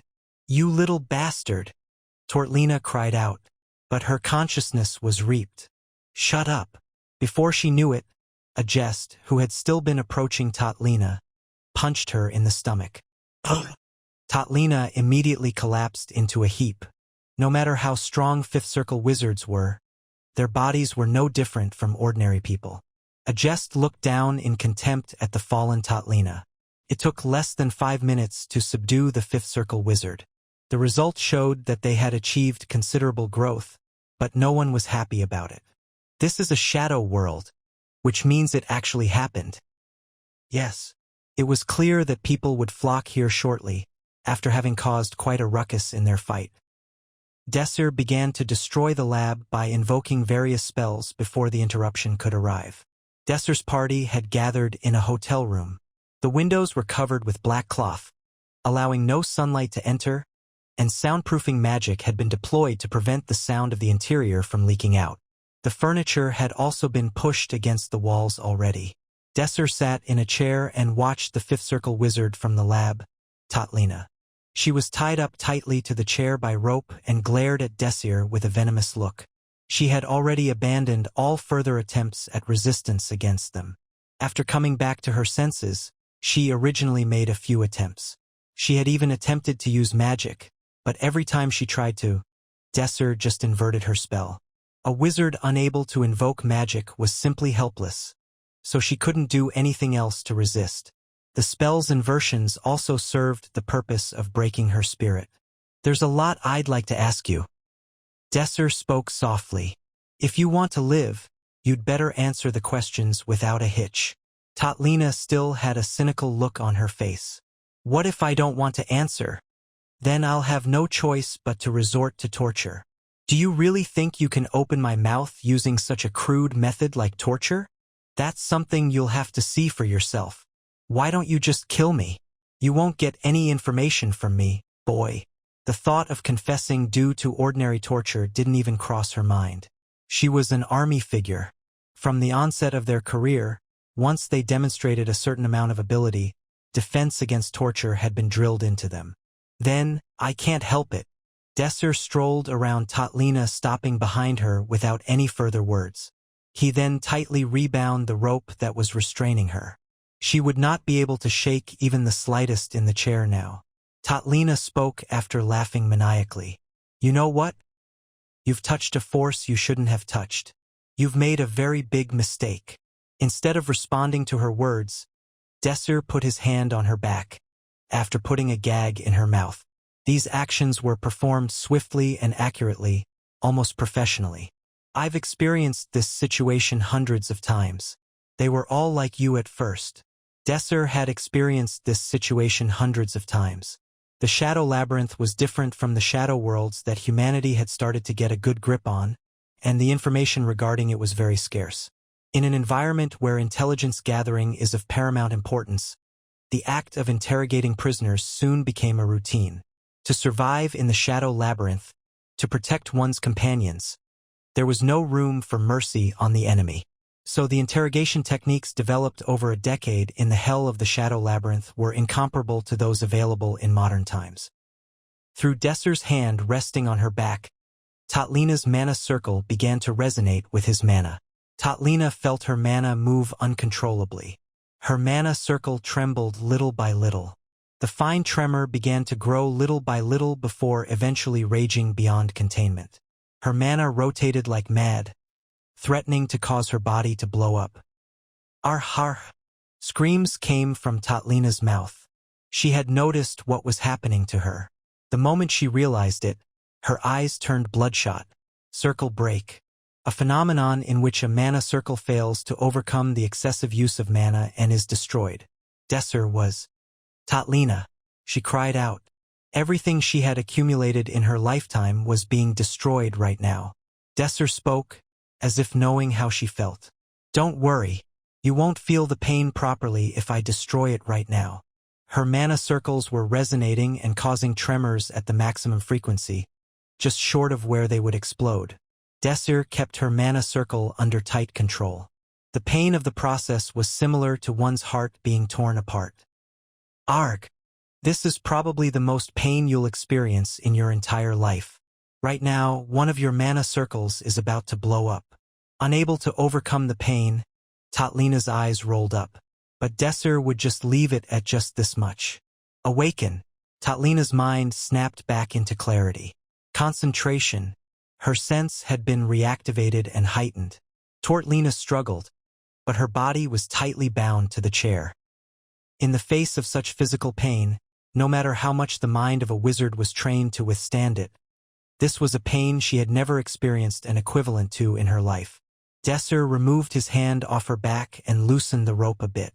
He then posed a question to her. Who led the study on homunculus? Tatlina hesitated. Desir, however, did not hesitate in the slightest. He immediately gagged her again and began manipulating her mana circles again. No. The screams resounded again. Desir looked down at her dryly. It was a very businesslike look with no emotion at all. It seemed to show that if he put his mind to it, he could repeat this forever. He eventually stopped the torture after a little while. While the actual time he could spend bringing her mana circle to a frenzy without having them explode was not too long, it felt like an eternity to her. Who led the study on homunculus? I'll tell you, so please, stop. Desir gave her a moment to recollect herself. Tatlina was eventually able to pull herself together. When she was barely able to speak normally, she opened her mouth. It was as if she was in a hurry to speak and not be involved anymore. It's the king's orders. The production of homunculus is under the order of the king. The army just carries out the king's orders. There's no way he suddenly ordered the production of homunculus without being given motivation to do so. The beginning of the plan came from a man that arrived from abroad. Tatlina began recollecting the series of events.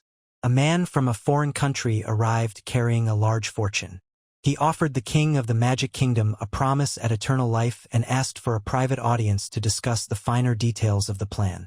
In the private meeting, the man became a faithful vassal of the king and proposed a plan to manufacture homunculus, the creation of complete life. At first, no one believed the crazy story, but he showed us all the research he'd done so far. This proved the possibility of his work succeeding as well as its potential. The problem was that it was damn difficult to get the materials. That's how the homunculus manufacturing plan was implemented. Of course, experimenting with human life isn't exactly ethical, so we carried out our research in secret.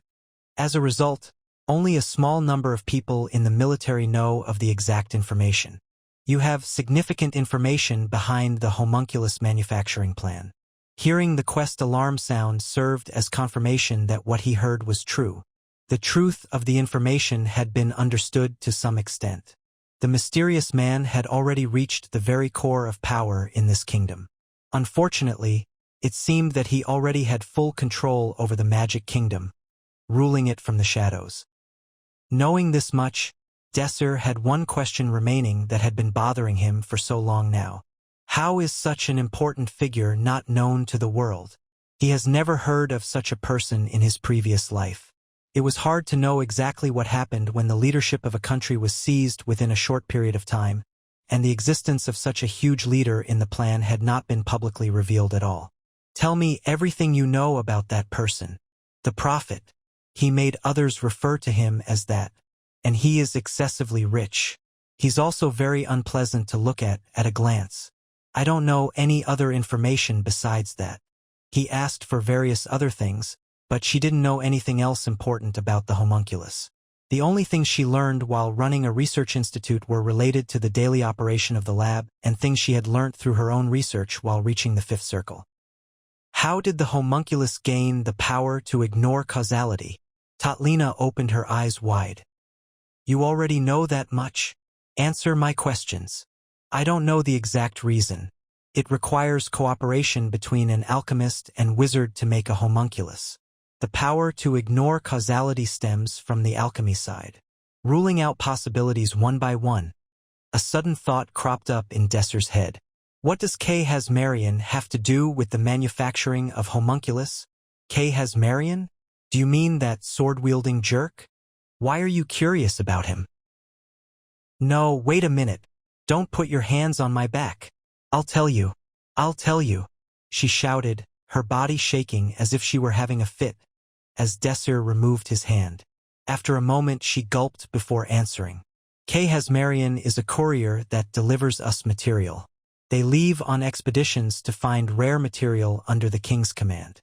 He doesn't even know what he's looking for. He's looking for materials without knowing what to look for. By the king's order.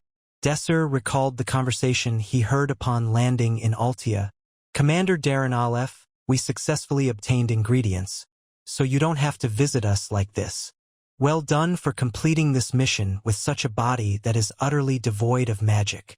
Only then did Desir understand what the conversation between Kay and Colonel Darren signified. He was relieved. If he were the enemy, he would certainly have been the worst and the strongest foe they could likely encounter. Was the original main quest to carry the research materials of homunculus?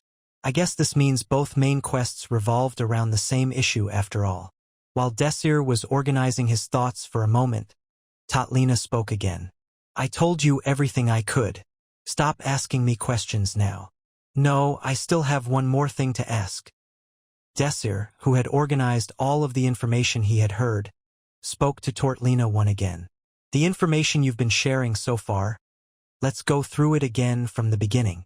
Desir asked Tatlina again to confirm everything he had heard so far, asking his questions again to determine the truth of the information by ensuring that it was consistent with the previous answers. As a result, slight differences emerged in parts of Tatlina's previous answers. I knew it. No, wait. It's a... Desir tortured her again whenever such a discrepancy appeared between her current answer and the first one. Desir called out and gathered his companions before sharing the information he had obtained from Tatlina. Agest was the first to respond. To clear this quest, we have to kill that foreigner. Romantica followed up. And in order to get rid of the man, we must break through the castle defenses where he is staying. Excluding Agest, who always maintained an expressionless face, everyone looked dejected at the scale of this upcoming task. Everyone knew just how difficult it would be. Although Desir's party had so far raided several facilities, most of them being known for extremely tight security, they were on a whole different level to a royal palace. The place where the king of a country stayed. It was clear that such a place would be so strong that it would be incomparable to anywhere they had ventured in Shadow Worlds before. They were only 4 people regardless of how strong their party was.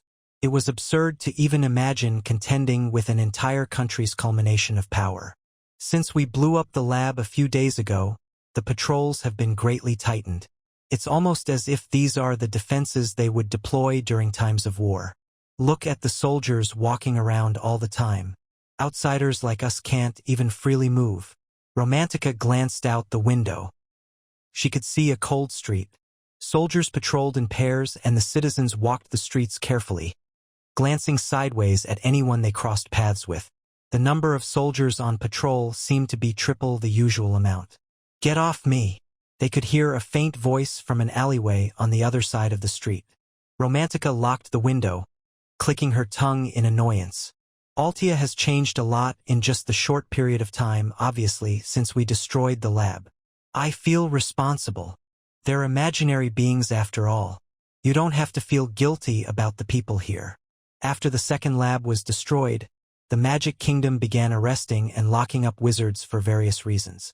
If someone showed any sign of disobedience, they would immediately be overpowered and taken into custody. After losing their experimental test subjects again, they were now abusing their power as a country to collect other test material by force. This was a country of wizards. Wizards were numerous and there was no better place to collect subjects than here. The problem is that we're mercenaries.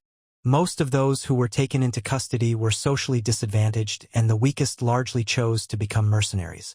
Desir theorized that mercenaries were often targeted since they had no one to vouch for their identity and most of them would not be missed by others. As a result, foreigners like themselves could not venture out recklessly. The city had become so quiet that even the airships that could usually be spotted flying overhead every 10 minutes had disappeared. In addition, they've blocked all borders with neighboring countries. Inside the city, they're checking everyone thoroughly and the encircling net is narrowing down. They'll find us here soon. They paid the innkeeper a small fortune to keep their secret, but frankly they couldn't tell how long such an arrangement would last. Pram seemed a little worried. It's really violent. Even if they're a mercenary, if anyone is even the smallest bit suspicious, they'll be taken into custody. Thanks to that, the mercenary guild is starting to form a resistance movement. There must be a lot of tension brewing. Which means it's not time to show an indecisive attitude. Desir drank the water on the desk. The lukewarm water had a disgusting taste. It's so obvious. Taking as many mercenaries away as possible gives them a large selection to pick the best test subjects from. Wizards over Third Circle were not that common. Purius had not even been able to find an experimental test subject at a level of at least the Third Circle, even after conducting his research over such a long period of time. But that's because Purius had been limited to working on his research in secret. With a nation-state backing him openly, he would have definitely gotten his hands on such material. He would have discarded a safe future, though. But the person who now led the homunculus manufacturing effort no longer seemed willing to conduct their research from the shadows. They were hauling in experts from the mercenary guilds without any pretext whatsoever. Agest didn't understand the behavior. If it's done in this manner, there's definitely someone who will find it suspicious. A homunculus may be exposed to the outside world as a result. There must be a reason why they have to take such a risk and complete the homunculus in 5 days. No matter what they think, what we have to do isn't going to change. So, how are we going to proceed with the quest in this situation? Desir answered Romantica's question. The only way forward is to get Kay's help. Grand Master Kay Hebrion. He was a very powerful warrior and a senior member of the army. He also led quite a few troops directly. This current situation would be a bit easier to manage with his help. But Romantica immediately expressed skepticism towards such an option. There's no reason for Kay to help us. What would you think from his point of view if we, who are foreigners, suddenly asked for assistance in entering the royal castle? He'd rather take us in for questioning. Romantica's opinion was absolutely right. As she said, a hasty approach would have led to rousing Kay's suspicion.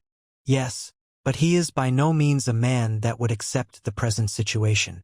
It was Kay's holy spirit that Desir banked on, after witnessing it for himself during his stay on the airship.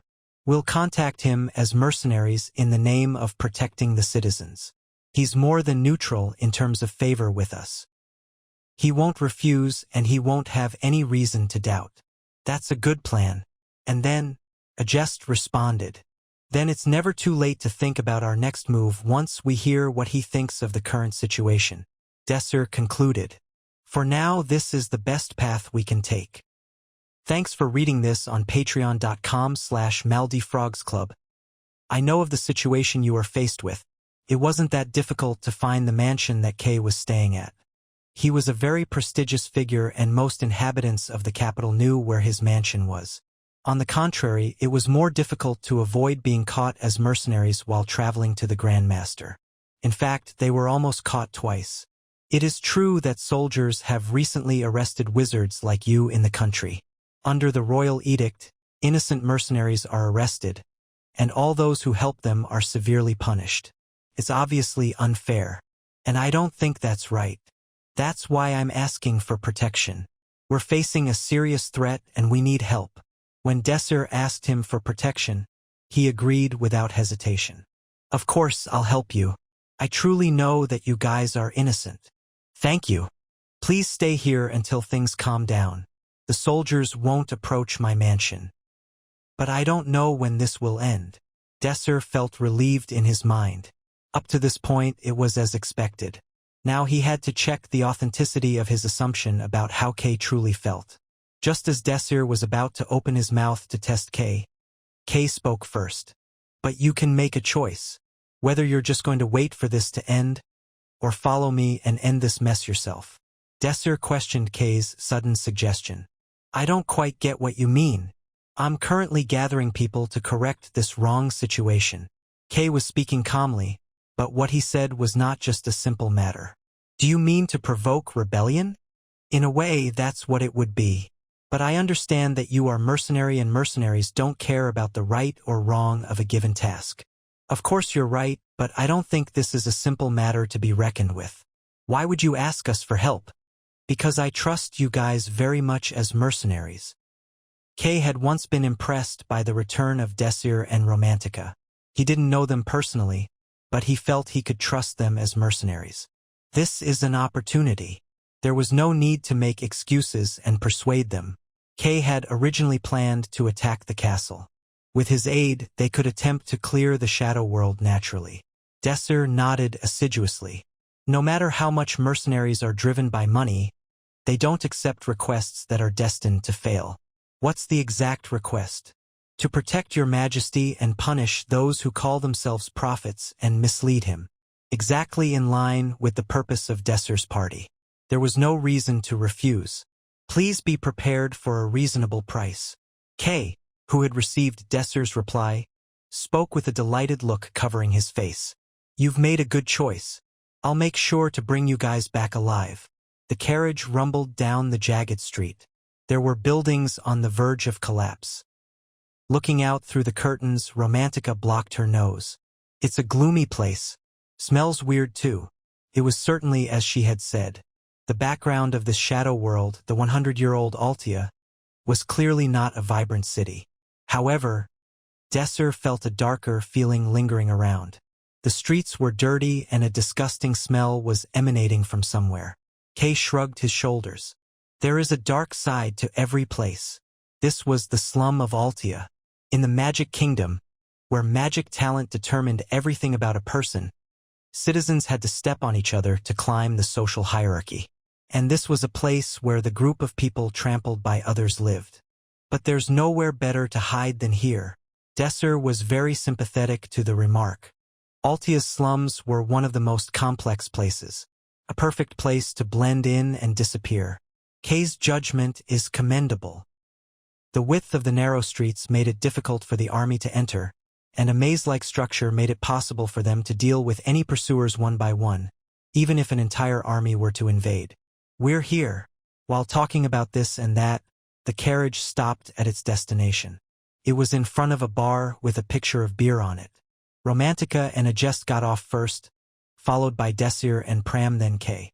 When they opened the door of the bar, countless eyes fell on them. A myriad of people were there. Wearing shabby casual clothes, they truly looked like residents of the slums. Among them, a man with a giant body and a beard covering his chin addressed Kay. He looked very fierce. "What brings the noble lord here? I don't think there's any alcohol here that suits the taste of a noble like you." "Well, maybe apple rum will suit my taste. I'm here for just 3 glasses of apple rum." "What would you like to eat?" "Strawberries pickled in sugar for 4 days." Then the furry young man's expression became very warm. "He is our major." As soon as he dropped such words, everyone in the bar stood up and saluted Kay, each person taking a step forward and entering a rigid stance. They were soldiers led by Kay. "He has set up the bar as an assembly area." Kay nodded, and they sat down again. "That's pretty thorough. I've learnt from past experience." Kay's men sat down again, eating and chatting. The quiet pub quickly became noisy. A middle-aged man approached Kay. "You look great, mister. You're still the same." He fist-bumped Kay, showing great pleasure in doing so. "This troublemaker in the back alley has grown so big that he is now leading this many soldiers. I'll pay my rent, so don't worry." "What about the other soldiers?" "It's fine. If you signal for them, they'll be here in 2 minutes." "Okay. By the way, is there a better place to talk? I'd like to speak with the new recruits." Kay pointed at Desir's party. "I'll set up a private room. Thanks for reading this on patreon.com/maldifrogsclub. The owner led them to a separate room inside the bar. This place was designed to keep sound from leaking out of its thick walls. "We don't have much time, so I'll give you a brief explanation." Kay's story began. Through it, Desir and his party began to match up the missing pieces of the puzzle from the new facts they obtained from Kay. "After the Prophet came, I traveled all over the continent under His Majesty's orders. We visited Eretion's ice lake, uncharted territory within the southern continent, and even the ruins of a civilization that collapsed a long time ago. And we collected valuable material." The story was simple. To sum it up simply, Kay had endured such adversity and collected material these ingredients as soon as possible. Desir noticed the strangeness of it. "And before too long, I couldn't find any semblance of the man he used to be, the man who was once the greatest sorcerer. We haven't even spoken in the past year." He naturally held suspicion that the Prophet had done something, but there was nothing he could do alone. "Are you saying he has been controlled?" "That expression would be more accurate. I've never heard of magic that governs the mind." "He has been controlled." Desir intoned the words over and over again. Kay quenched his throat. Romantica, Pram, and Ajest waited quietly for Kay to continue with his story. "Your Majesty lost control, and a man called the Prophet took that control. From then on, the Magic Kingdom went the wrong way. The vast national budget was squandered on personal matters, and the people were taxed to cover the shortfall. As a result, the Magic Kingdom faced a recession." "How was the atmosphere like on the street?" "It was depressing. It became very quiet, and people became afraid of the soldiers. Citizens are anxious, suffering. And the cause is simple. It's all because of that Prophet." So Kay created his group and waited for an opportunity. And this led to the current situation. "I don't know why, but the Prophet is moving with great urgency. If we miss this chance now, we may never have another." The suppression of wizards in the Magic Kingdom, which valued wizards above all else, proved that they were currently on the precipice of disaster. The current situation was not favorable, but it was hard to say if it had gone too far yet. When a door closed, a window typically opened. This newly opened window had enabled Kay the opportunity to make a decision and act, which in turn allowed Desir's party a chance to gain Kay's cooperation in their quest. After finishing his story, Kay pulled out a contract for Desir. And when Desir finished signing the contract, an alarm sounded. You've signed a mercenary contract with Kay Hebrion. Kay Hebrion has become your helper. This contractual relationship will be maintained while your objectives are aligned and remain in effect while you still prove yourself reliable to his cause. Kay then handed a map to Desir. It was a map detailing the geography of Altia. The map showed that the royal castle was divided into outer and inner parts. It even showed where the troops were placed. This plan begins with us entering the castle. After entering the palace, we must secure and protect His Majesty. I can't let him be manipulated by them anymore. Desir nodded. It was not important to Desir whether the king was alive or not, since he was a virtual figure in a shadow world anyway, but Kay's opinion could not be ignored. Our forces are currently overwhelmingly inferior, and we can't win head-on against the wizards that are protecting the entire capital. Before they come, we have to break into the castle and kill the prophet. Kay marked the airfield on the map. The units deployed at the airfield are skilled, but lack experience. It's not going to be a problem to break through there. Kay continued to elaborate on the finer details of the mission. He had access to information about the units deployed to the royal castle. Desir could see that he had been preparing thoroughly for this day. The only problem is on the king's aid.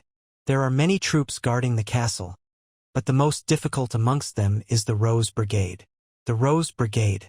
Desir didn't hear an explanation about them from Kay, but everyone present knew its name. The Rose Brigade, under the direct control of the king, was the elite group of the Magic Kingdom. Each unit was so talented and possessed such a high level of skill that they would each be recorded in history for their prowess. The Rose Brigade is divided into the Red Rose and the Blue Rose battalions. We're going to break through the South Gate, the less populated entrance. Desir confirmed, after inspecting the map. It's the territory that the Red Rose are in charge of. What does their troop formation look like? Their troop arrangement consists of about 2,680 Third Circle Wizards, 200 Fourth Circle Wizards, and several Fifth Circle Wizards that direct them all. What about the Knights? None. Are there no archers? They think they can do everything with their magic. That's what all wizards here think. It was as it had been recorded in the history books. Surely they had the skills to justify such confidence. But that was it. There was no problem if that was all they had. Why are you smiling? Kay questioned Desir, who had been smiling to himself. Oh, I'm sorry. Things seem to be going easier than I thought. This is easy? Yes. No matter how confident they are in their skills, it is just too absurd. Desir snorted quietly. I'd rather show you than tell you. The light faded as the sky rapidly dimmed. It was now somewhere between twilight and darkness. As the street lamps lit up one by one and the contours of the street were gradually eaten away by the night, if one looked up into the sky, they would see an airship heading towards the palace. Those standing on top of the airship were able to hear various noises. The sound of the wind whistling by, the sound of the ship creaking, as well as the roaring of the magic engine. Whoosh! The soldiers stood with faces painted in utter determination. The airship felt like it was tearing through the air at warp speed, the air slicing by them like a sword. Their cheeks stung and earlobes felt as though they were being torn off. But they all remained upright. They preserved their formation. You are all proud soldiers of Kumamarelson Magic Kingdom, Kay Hebrion. His voice wasn't loud, but his distinct voice was not buried under all of the different noises. We were not blessed with the mana that the wizards proudly boast of. We use the edge tools that this kingdom looks down upon. If we were to die in the field of duty, no one would remember us. History may portray us as evil traitors, but none of that matters. No matter what people say, no matter what future generations may say, no matter if we win or lose, we are standing here at this moment for the sake of the kingdom. The crowd was silent. Thud. He brought his weapon downwards in a simple motion to strike against the deck of the ship. We may be holding the swords of the kingdom, but these swords are for the removal of evil. In the name of His Majesty, I pray that we remove the evil of this kingdom. Thud. Weapons struck the deck in unison. The soldiers shouted. They shouted together as one. Our hearts are your swords. Your will is the purpose of our lives. All of these soldiers had been saved by K. They were people who devoted their lives to him alone. Their fervor was such that it seemed likely that they would even take their own lives if instructed to. Commander, we'll be entering range of the palace's anti-air defense soon. The twilight had almost completely faded. The palace, located in the center of the capital, was slowly consumed by the darkness. Hebrion gave his first command for the mission. Prepare for entry. Desir nodded. As he took the lead of the soldiers, he looked down. On the surface of the land, there were many sorcerers waiting. They were soldiers who were guarding the magic kingdom. They numbered 600 strong. He could also make out a magic cannon aimed at the airship and several strong-looking sorcerers busy calculating and formulating spells. As the airship entered their effective range, an unbelievable number of spells were released in their direction. Countless flowers of mana came into full bloom with stalks of mana seemingly planted on the ground below. These spells were powerful, as one would expect from the defense invoked by the country with the strongest and most advanced magic on this continent at this point in history. Bang! There were fire spells, ice spells, and even thunderbolt spells. The sorcerers worked together and fired everything they had at the airship from all sides. The scene was impressive, somewhat reminiscent of a festival's fireworks. What a feast for the eyes! The sheer number of spells was overwhelming. The airship had advanced in secret and traveled at high speeds to reach the palace. It did not take more than 10 minutes for the airship to take off and arrive at the palace. It was quite impressive that the palace defense had already prepared to this extent and mounted a defense capable of intercepting them at this level within such a short period of time. Furthermore, the spells that the soldiers of the Magic Kingdom invoked in order to protect the palace were good enough to annihilate a whole legion of any other nation. All of these spells that currently filled up the sky descended on the lone airship like a flood. Desir closed his eyes and stretched his arms out towards the ground below. He confirmed the spell techniques that were used to form the various spells hurtling at them. He couldn't help muttering to himself. Such poor quality. Those were spells widely used 100 years before the era that Desir lived in. The power of them was different and form varied greatly too. They lacked in every department and were far behind their equivalent modern versions. The techniques used here had a mountain of development left in order to approach what was common in modern times. During that era, the power of a wizard was determined purely by the strength of the spells they could deploy. With such a narrow focus on what strength meant, techniques to invert spells by digging into their weaknesses had not even been discovered or applied yet. They were simply not prepared in this field in the slightest. In comparison to the modern spell techniques that encoded the spell calculations in complicated and obfuscated spell arrays to protect against spell analysis and inversion, their spell techniques were honest to a fault. Spells that are not prepared adequately are no more than easy prey. It would take only a minimal amount of effort from Desir to invert all of the spells that were pouring towards them. He wouldn't feel any threat from hundreds of such spells shooting towards him. Desir opened his eyes. Crack. The fastest spell approaching the airship was inverted. It disappeared without a trace, leaving faint fragments of mana particles behind. That was just the beginning. Crack, crack. Many spells shooting towards the airship started to disappear. Within mere moments, the flood of spells had been significantly culled. The night sky had started to return to its original, dark state. A second flood of spells poured in once again. It's no use. The result was the same. However, this time the spells were neutralized much faster. Even before the spells were fully invoked, the spell techniques were interrupted and turned into mana particles. Those on the ground were left astonished. This phenomenon was a kind of strength that was entirely out of their league and outside of any common sense. There was no one who could manage to carry out such an attack, if it could even be called that. Of course, we can't block every attack by just inverting it. Following the flood of many spells, the magic cannon was fired at the airship, leaving a streak of light as it surged at them.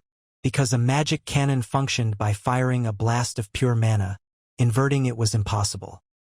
Normally, it was necessary to deploy defensive spells, but there was no need to on this airship.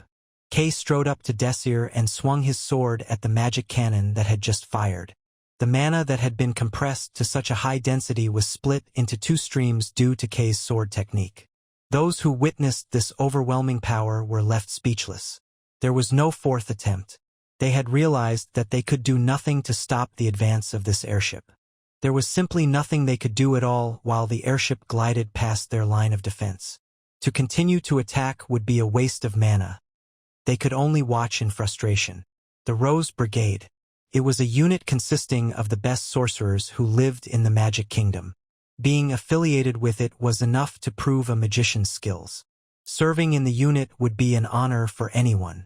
Colonel Darren was the leader of the Red Rose Battalion, a section of that unit. His office was one of the most luxurious places in the palace. Darren was reading a report and drinking coffee, somewhat of a daily routine for him. In front of him was a lovely lady wearing a military uniform. So, the communication spells won't be operational until tomorrow? That's correct, sir. There's an issue with the communication arrays that are installed everywhere in the palace. The restoration is expected to be completed tomorrow. That's strange. I thought there would be no issues for a while after we did such extensive repairs last year. After the communication arrays were installed, the kingdom's reporting system relied heavily on the use of communication spells. Due to their extreme dependency, whenever there were problems with these communication arrays, they would be almost completely cut off from their communication network. Darren flipped to the next page of the report, reading it line by line. His face creased further and further into a frown. Well, there's no good news here at all. The sentiment of the citizens is the worst. Sir, it's clear that there are innocent amongst them. I feel a little bit troubled by the fact that they are detaining them without a formal trial. What did you just say? Darren harshly inquired. Look here, Lieutenant. Sympathizing with them, are you? No, sir. The lieutenant quickly shook her head. With a slightly softer tone, Darren spoke again. No, you should be sympathetic as a human, of course. But you are a lieutenant. If you forget where you belong, that would make things difficult. You're a soldier after all. That's correct, sir. Right? Just follow orders given by the authority. Just adhere to your orders, retire, and live with the pension you receive. You can sympathize, but do not cross that line. That's not too hard, is it? It was at that moment. Bang! An explosion resounded throughout the palace ground. Even the table shook as if there were an earthquake. Someone hurriedly opened the door and entered without even knocking. He was a wizard under the command of Darren. My apologies for this misconduct, Colonel. He saluted towards Darren, but Darren just frowned in obvious distaste for the flagrant breach in etiquette. I'm a busy person. I'm not some minor person to whom a petty person like you could just report to without observing due formality. But it's important. I don't want to hear it. Get out. Let's have a proper conversion after suitable procedure has been adhered to. That's not possible, Colonel. I am truly sorry for my misconduct, but the palace is being attacked. What? Currently the force placed in the outer bailey is responding to the attack, but the soldiers are being neutralized at a large scale. Same goes for the Red Rose Battalion that is stationed there. A heavy silence sank down on them. Darren put down his cup. The liquid in the cup shook slightly, indicating a great disturbance somewhere on the palace grounds. This lent credibility to the report, even if the sound and earthquake were to be ignored. Is it the Hebrion Empire invading? They haven't issued any proclamation of war. It is not a war. There is only one airship approaching the palace. He then added, as if it were an afterthought. It's an airship that the Grand Master of the Sword, Commander K, operates. There was only one location in the palace where the airship could land. It was located at the Wolfgang Tower, the tower nearest to the south gate out of the 6 towers that line the outer bailey. It was also the largest of them all. Landing on the Wolfgang Tower went very smoothly. Desir's inverting of spells had completely neutralized an entire platoon. This was only possible due to their force consisting of just wizards. This removed the need for excessive violence and loss of life. The airship landed on the Wolfgang Tower with ease. The unit that Kay led and Desir's party disembarked off of the airship and proceeded down the tower. Formation. The soldiers quickly leapt into formation. In order to enter the inner bailey, one had to pass through the bridge that connected the outer bailey to the inner bailey. Out of all 15 floors of the Wolfgang Tower, the bridge was located on the 8th floor. Wait. Commander K? Block them. Kiek. The guards who were guarding the tower were terribly rattled. They could not comprehend the fact that they were under attack by a force similar to them. The unit that K was leading consisted of those who dealt solely in weapons and arms. Even though there were just a few enemies, it was no easy task to respond to the sorcerer's overwhelming firepower. However, the guards suffered helplessly in front of K's unit. For some reason, they were not able to properly arrange spells in time. This was due to Desir's spell inversion. Wizards who could not use spells could be considered as no more than ordinary people. The pivotal point is how fast we penetrate into the inner bailey. Before entering this place, Desir destroyed the communication arrays that were installed everywhere in the Altia Palace. During this point of history, they had not managed to develop technology that could allow deployment of emergency communication arrays or keep communication arrays in reserve to deploy at a moment's notice. As a result, Altia's communication system had totally collapsed. This had the domino effect of collapsing their entire system of command. If the command system collapsed, it would be impossible to unite and coordinate forces properly and effectively, even if they were in possession of the largest army or the world's greatest soldiers. We shouldn't drag this out any longer. No one would have thought that the Magic Kingdom could be this fragile. Fragile to such a degree that it could collapse so easily to a vastly inferior force. Due to the commotion being raised as they passed through, even without the system of command in place, it was obvious that soldiers stationed nearby would eventually flock towards Wolfgang Tower. If that happens, we'll lose our chance of winning. Vrum. Desir simply swung his hands about and the spell techniques of 3 nearby wizards, busily preparing third circle magic, disappeared with a poof. Taking advantage of the opportunity, K's soldiers leapt forward and subdued them. We are no match for them if we look at how many people they have in total.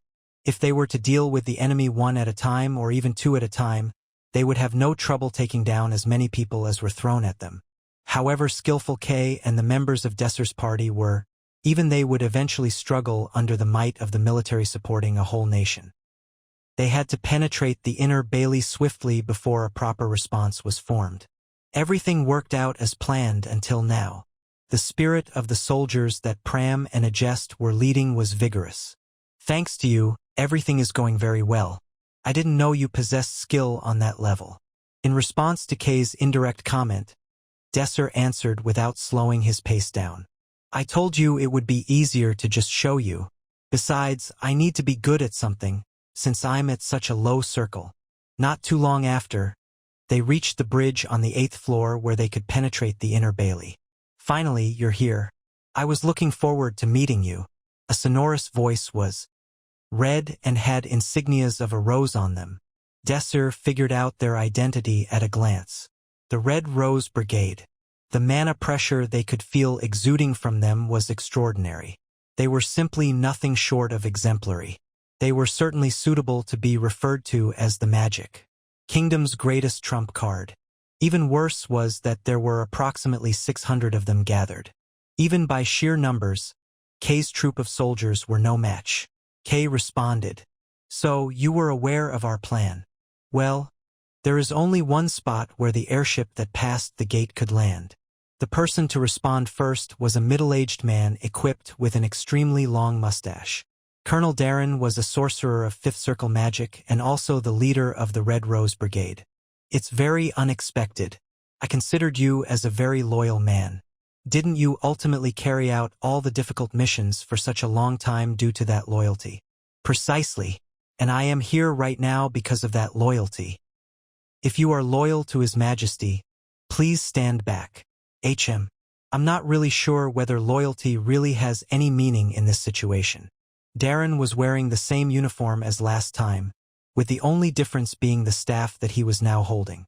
On the contrary, I'm quite glad to be able to stand and fight against you.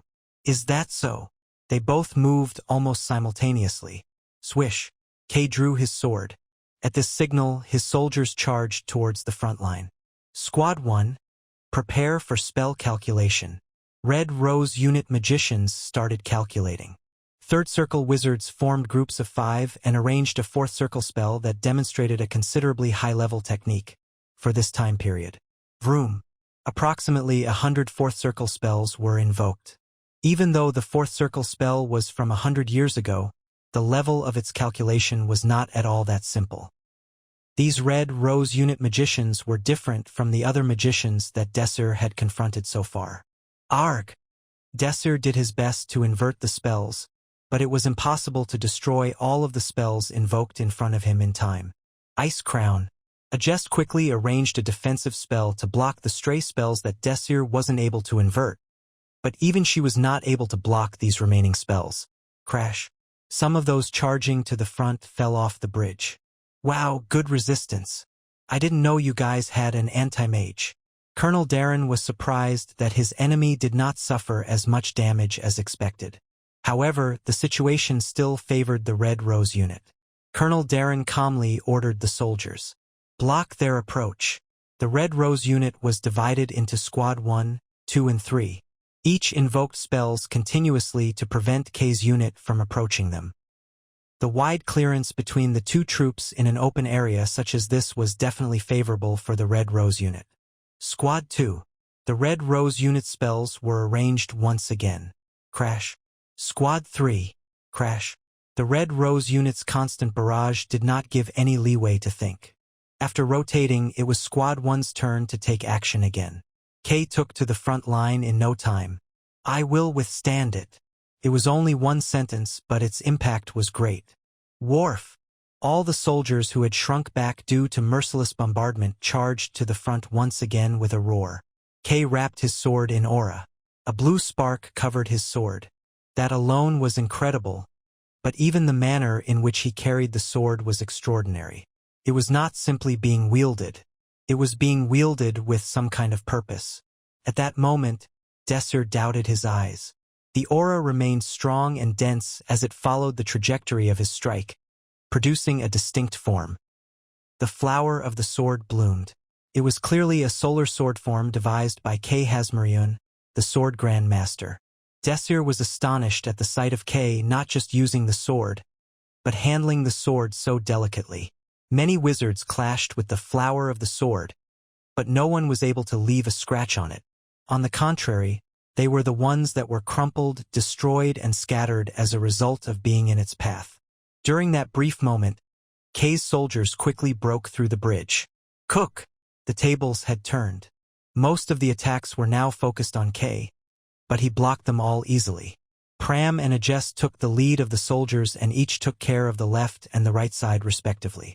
Romantica sniped at the magicians who were busy arranging spells in an attempt to reduce their focus on attacks. Darren's face was slowly filled with uneasiness. At last, he ventured forth to the front line.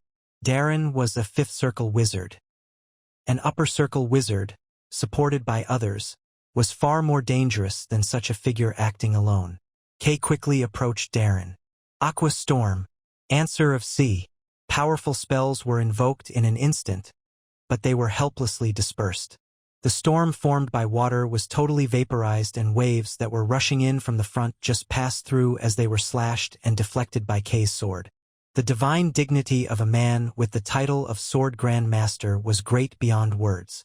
One man, depending on one sword, vanquished numerous spells. Darren's magic was no exception and was ruthlessly struck down by Kay. Cook! Darren stepped back.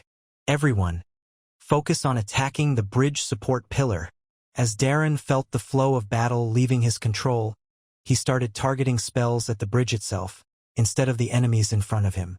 The supporting pillar was very solid, but under sustained fire, it soon started to show signs of failing. He's thinking of just cutting down the bridge. Desir read Darren's mind, but didn't dare take any action. It would take just a split second for the bridge to crumble down if he used his inversion negligently. Kay also was not in a situation that allowed him to act rashly. He had to protect his soldiers. This left them with a single option. A jest. He only called her name, but a jest knew immediately what had to be done. She stepped back from the front line, hid behind the soldiers before striking her sword into the ground. Various spell arrays started unfolding in front of her. However, Darren's spell was completed just one step faster. Death stays in the river. It was a fifth circle spell. An enormous amount of water suddenly appeared around the bridge. These waves inundated the bridge, indiscriminately shaking it like powerful seismic waves. A spell on the level of a natural disaster. It was a spell of such magnitude and power that it could easily be described as such. As Darren's spell continued to wreak havoc, a significant portion of its power was suddenly aimed at the 9 pillars supporting the bridge. Crash. One of the pillars supporting the bridge collapsed in an instant. The spell didn't end there, though. Its trajectory suddenly twisted and swept towards the second pillar. The gigantic pillars supporting the bridge 8 stories high couldn't withstand the force and crumbled instantly in the face of such unmitigated violence. Subsequently, the third pillar was destroyed in a mere split second. This third pillar proved to be the harbinger of destruction, as the bridge began to shake intensely after its disappearance. Fortunately, the torrent that Darren invoked disappeared after destroying the third pillar. However, having lost 1/3 of the pillars, the bridge was already on the verge of collapsing. Rocks and dust started to rain down from the shaking bridge. It seemed to be a miracle that the bridge had not yet collapsed. Winter Crystal. A jest spell was finally invoked. An extreme cold swept through a large area. This enormous cold front rampaged through the lower part of the bridge. The cold air that quickly gathered around the damaged pillars crystallized into enormous ice pillars shortly after.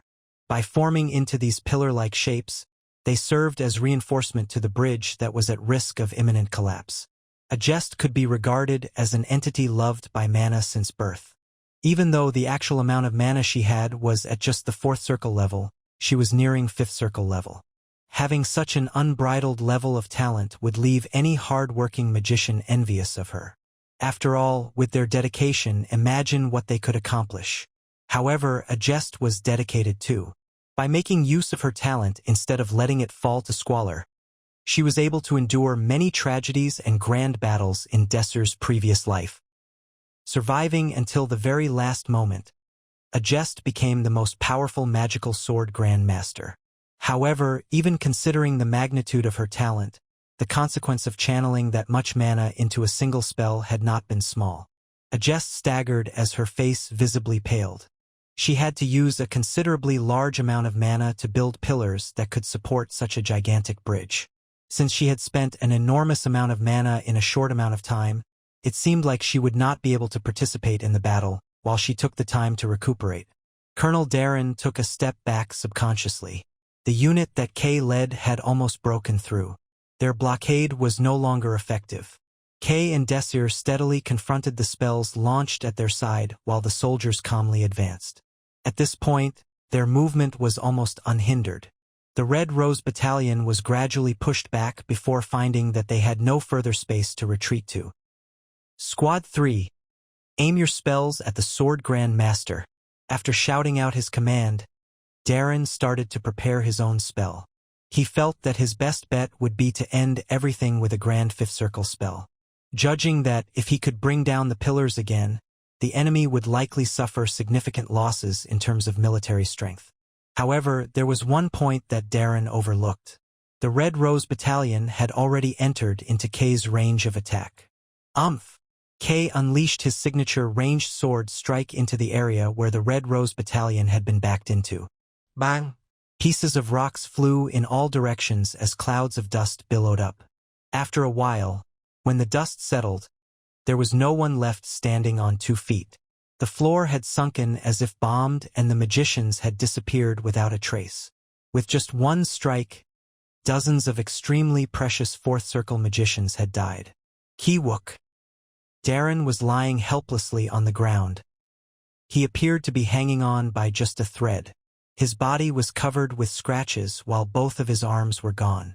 How could this happen? How could this be?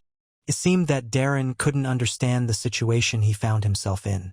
While he was dazed, Kay's side continued to break through the bridge at a steady pace. Charge! Under Kay's command, all of the soldiers advancing behind him rushed forward while roaring at the top of their lungs. Wa-aga! The only thing preventing them from breaking through now were the Red Rose Battalion's swordsman trainees. Note: the past chapters referred to the Rose Brigade and their composite battalions as a mage-only unit, but it appears the author either forgot or changed his mind. A close combat brawl ensued. Clang! The clash of weapons produced heavy sounds. The soldiers, led by Sword Grand Master K. Hebrion, had all achieved a minimum level in swordsmanship. With the uncertain futures due to their lack of skills in magic, they had dedicated their lives and energy into honing their skills and learning as much as possible from Kay's instruction. They slaughtered the Red Rose Battalion remnants, as if venting their anger on them for all of the magic that they had suffered under to get this far. Cook! The battle unfolded in a lopsided manner. The Red Rose Battalion were renowned for both their skills on the battlefield and their experience in combat. No matter if they were assaulted by a unit far larger than theirs or by a smaller unit of elite soldiers, they were well equipped to handle the situation. What they couldn't handle, however, was the relentless assault from Sword Grand Master's unit in close-quarter combat. Da-dum! What was worse, as Darren had lost his arms, he had also lost his mind and was not able to continue his role as a commander. His adjutant supported him and they attempted to flee in order to distance themselves as much as possible from Kay. The battle flow had decidedly leaned towards Kay's side. Clear the way towards Colonel Darren. Kay clearly stood out in the battlefield. He didn't even need to call forth his aura. He just had to swing his sword around and his enemies would find themselves overwhelmed. Whenever his sword was swung, more than one person would lose their life without fail. It was not an overstatement to say that he was a one-man army. He had such a dignified and overwhelming presence. Don't let anyone near the colonel. The Red Rose Battalion resisted strenuously, but it was no use. Kay approached Darren while taking down all those who obstructed his path. The distance shortened in a blink of an eye and in the end, the head of the adjutant supporting Darren also fell. There was no longer anyone who could resist Kay. Everything is over now. Kay pointed his sword at Darren, who lay haphazardly on the ground. Wait, spare my life. I'm not a figure that can die like this. Information. I could give you information. The prophet. I could give you information on him. How does that sound? I'm sure you know a lot of information. It may be a rash decision to kill you here. For a moment, Darren's face lit up. And at that moment, Kay slashed his neck. But those who sacrifice their soldiers in vain are unworthy of life.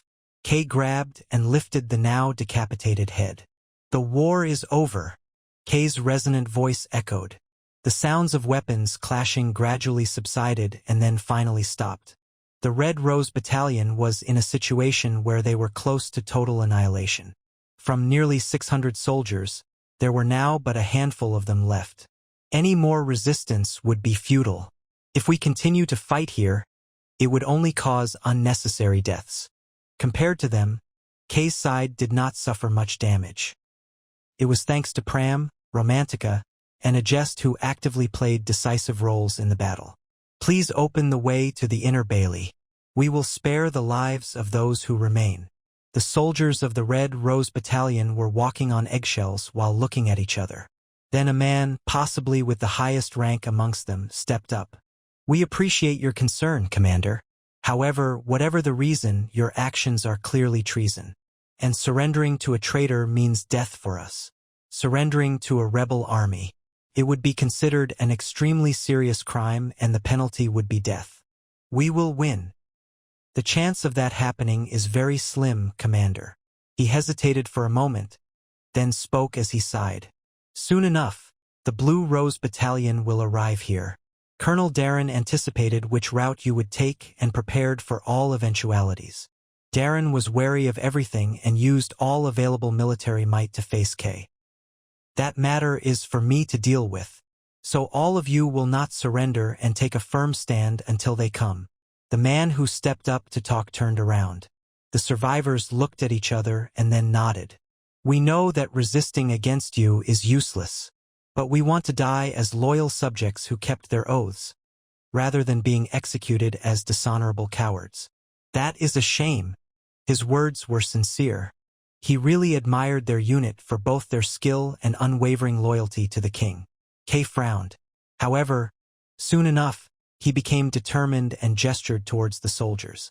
Then, Kay's subordinates all drew out their swords. Any last words? No. The Red Rose Battalion no longer resisted, and Kay's subordinates ended them as painlessly as possible. Moments later, there were no survivors left among them. The total annihilation of the Red Rose Battalion. Kay turned around and opened the door to the inner bailey. Magicians. The number of magicians born each year was always low.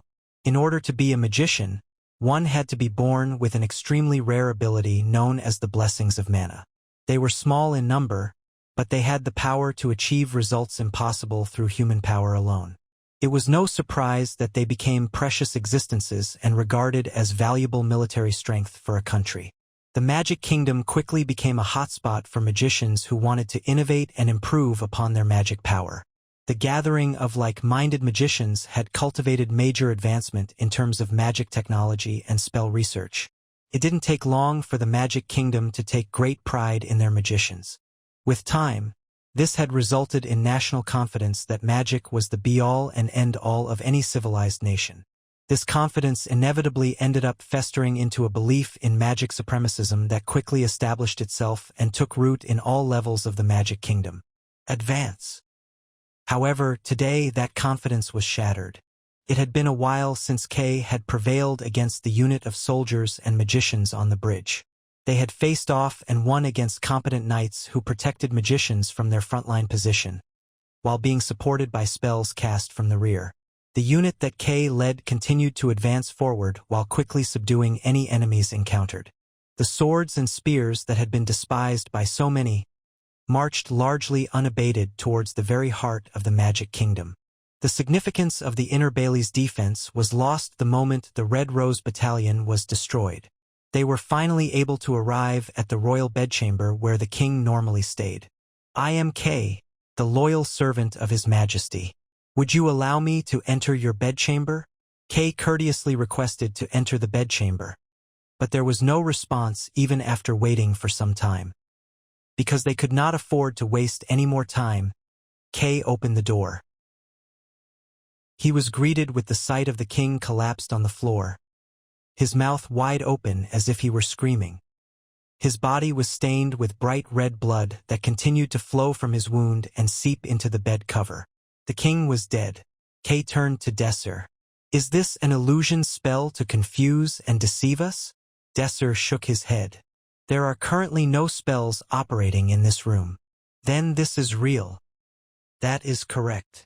Desir answered calmly, but could not conceal how flustered he was. Who would have known that the king was dead? Seeing the king lying there without his eyes closed, it was almost as if one could feel the pain he was feeling, just from seeing his tormented visage. Even with this terrible sight, Kay followed the trace of the blood and climbed up. The injury on the abdomen was revealed. The shape of the wound was diamond-like. This, Desir, who had been watching from a short distance away, sighed. The shape surprisingly matched the mark that Kay's sword would leave. They used their brains well. With this, Kay and Desir's party would be branded simply as rebel forces who invaded the palace and killed the king. And now, with the blood of the king on their hands, they would have to face both the elite Rose Brigade, as well as the whole military strength of the Magic Kingdom. Kay lifted the king, now lying unceremoniously on the ground, and laid him on the bed. He closed the king's eyes and whispered something to him, like a prayer.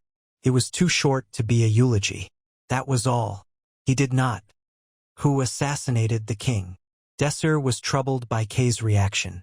Normally, people mourn the loss of a friend, yet Kay was calm and reserved. Perhaps it was his way of coping. He quickly distanced himself from the thought. If he didn't focus on their current situation, their death was inevitable. They hurriedly left the king's chamber and headed towards the place where the true enemy, the prophet, would likely be. In order to get there, they had to pass through an enormous hall in the center of the inner bailey. It was not difficult to reach their destination, the Hall of Knowledge. The hall they arrived at was colossal. It was big enough that it could even be regarded as a symbol of the power of the Magic Kingdom. As the hall was so large, a substantial number of military personnel would likely be positioned there. Since they had to pass through that area in order to advance towards the prophet's location, Kay predicted that there would likely be some form of resistance gathered there to intercept them. However, only half of his prediction was correct. Greyerg! A horrifying cry echoed. The large number of personnel they had guessed would be assembled there were strewn across the floor as chunks of meat. Instead of being greeted by an elite military unit, they were greeted by hundreds of monsters. Desir was able to speculate without difficulty that these monsters had brutally slaughtered the soldiers. They had slaughtered the humans and were eating to their heart's content. This sight was absolutely horrifying, and the creatures themselves were terrifying too. They were the kind of monsters that no one could forget. Chimeras. Chimeras were savage beasts that lacked self-consciousness. Due to its method of production and the danger they posed, the creation of these life forms was banned. As risky as it was to create these creatures, they were extremely powerful. The risk in flouting natural law had a corresponding reward. They were assembled by extracting the strengths of many different monsters. Therefore, they were naturally powerful as a result. The strength of each individual entity was exceptionally great, beyond all comparison. Even Kay's unit, having faced off against all sorts of adversity, saw most members' faces paling as they took in the sight of the monsters in front of them. Making an already bad situation worse, was that the number of chimeras in front of them was far greater than the number Desir and Romantica had faced in Purius's lab. I can't believe they created this many chimeras and kept them in the inner bailey. This demonstrated the power of the man, referred to as the prophet, occupying this palace. I guess he doesn't intend to hide them any longer. He probably couldn't afford to consider other options now. The fact that he sent out the chimeras that couldn't distinguish between friend and foe meant that he was running out of patience in such a situation. It also meant that he had no other options. That is to say, if they broke through this place, then they would be able to close the gap with the enemy quite quickly. Kriuk! One chimera sensed something and turned around to look. Then, one by one, other chimeras started to turn around to glare at Kay's unit. Thud! The bone that one of the chimeras was gnawing on dropped to the floor and echoed around the hall. This served as a signal, after which all of the chimeras sprung towards them. Krargarg! Kay calmed down the soldiers who panicked and quickly ordered them into an all-round defensive formation. Do not step back! As the sounds of the chimera's shrieks and steps got louder, the soldiers' tension increased as well. Before too long, the chimeras crashed into their round formation like a wave against a beach. Swords cut and sliced skin while chimera teeth dug into and ripped out flesh. The sound of slicing and flesh rending accompanied by the sound of blood gushing out. These were the sounds of a life and death battle. The few magicians in Kay's unit arranged spells and invoked them at the chimeras. Desir and Romantica joined them in an attempt to reduce the number of chimera approaching them. The chimeras here weren't as sophisticated as the chimeras that Purius created, but they were made from extremely powerful monsters. Seeing this, one would know that a good portion of the national budget had been invested into this. Thanks to Kay's excellent battle sense and ability to employ effective stratagem, their unit was able to endure against these powerful chimeras. This was not the case for the chimeras, those who lost their hunting sense and were rampaging recklessly. These chimeras would never be able to prepare a proper formation, and Kay's unit wasn't weak enough to be overwhelmed by chimeras that didn't use any formation. Or so they thought. That mindset swiftly faded. As the fight waged on, it became clear that the chimera's unnatural stamina greatly outpaced what Kay's unit was capable of. Slowly but surely, they lost the advantage and the tide of battle turned. As the soldiers reached their limits due to exhaustion, and gaps in their shield formation started to appear, the chimeras would use their claws to rake at the soldiers and pull them out of the formation. The soldiers that were dragged away were eaten alive in front of the remaining soldiers. Some of these people were familiar faces that Desir's party had seen several times during their journey on the airship. The current situation was much more dire than the previous battles these soldiers had faced up until now, and there was no end in sight. "Arg!" one of the soldiers screamed. After shredding a soldier, a chimera that looked a lot like a lion stretched out its claws towards the soldier, making a fuss. Burst fire. Dozens of fireballs materialized in front of Desir before shooting forward like meteors and shattering the claws while pushing away the lion-like chimera. The soldier saved by Desir thanked him with a slight nod and rejoined the battle once again. Even though he did an admirable deed, Desir's facial expression was not good. Desir was feeling miserable. "This is much more difficult than I expected. The level of difficulty has increased several-fold. No one could have expected a man referred to as a prophet would be managing a legion of chimeras of this magnitude." When Desir joined Hebrion, the strongest swordsman of this generation, and heard the detailed plan that Kay had proposed, he was certain that clearing this quest would be straightforward with Kay's aid. But when faced with the situation unfolding in front of his eyes, he was honestly not as confident in this quest being as straightforward to clear as initially anticipated. This level of difficulty corresponds to the highest tier of level 3 shadow worlds. This was even after considering the fact that Kay was there as an aid to the quest. If Kay wasn't there, the level of difficulty of this shadow world would have easily been level 2. Furthermore, the situation was rapidly deteriorating as time passed. It was even more clear that the situation would only deteriorate further from here. I could feel a lot of mana signatures heading towards here. Since there is a significant number of them, I'm guessing it's the Blue Rose Battalion. Kay's unit was exhausted from facing the chimeras. The chance of Kay's unit achieving victory against the Blue Rose Battalion was extremely slight. They had to quickly figure out a strategy. Desir broke away from his front line and moved towards the front line that Commander Kay was at. Pram and Agest were also battling nearby. The Blue Rose Battalion will arrive here in around 10 minutes. After hearing Desir's words, Kay had a stern look on his face. From his extensive experience in such situations, he knew that they would have no chance of winning once the Blue Rose Battalion arrived. Pennon, who had been listening from the side, shared his thoughts with Kay. "Commander, please consider transferring your commanding rights to me." Kay's face fell when he realized what this meant. "Can you do it? I believe it is better than ending all of this without achieving anything. I hope you can fulfill my earnest wish." "Huh." Desir felt something strange. When Kay faced the death of the king, he was calm. For the first time, Kay had revealed a bit of emotion. It was a subtle difference, but Desir didn't miss it. Kay was not able to suppress his emotions. He had exposed his emotions openly through a small change in his facial expression, different from the time he faced the king's death. However, he knew that this was the only way forward, so he decided to proceed without further delay. He knew that this would put him squarely on the path of slaughter. "Right now, I transfer all of my commanding rights to you, Ensign Pennon. It is my honor. I will do my best." After clearing up 3 nearest chimeras in one blow with a burst of aura, Kay stepped back from the front line. "I will not forget you all. We pray for your success in this war." Pennon split up the soldiers that were part of the formation, assigning a portion of them to the Sword Grand Master's unit. "Techi, Kais, Saluna, you guys follow the commander."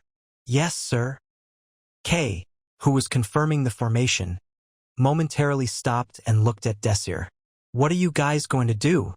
"We will follow you as well." If Desir's group remained here and faced the enemies, Kay's unit would be spared from annihilation. There was a chance that Pennon would be able to lead the remaining soldiers to join Kay after eliminating the enemies here.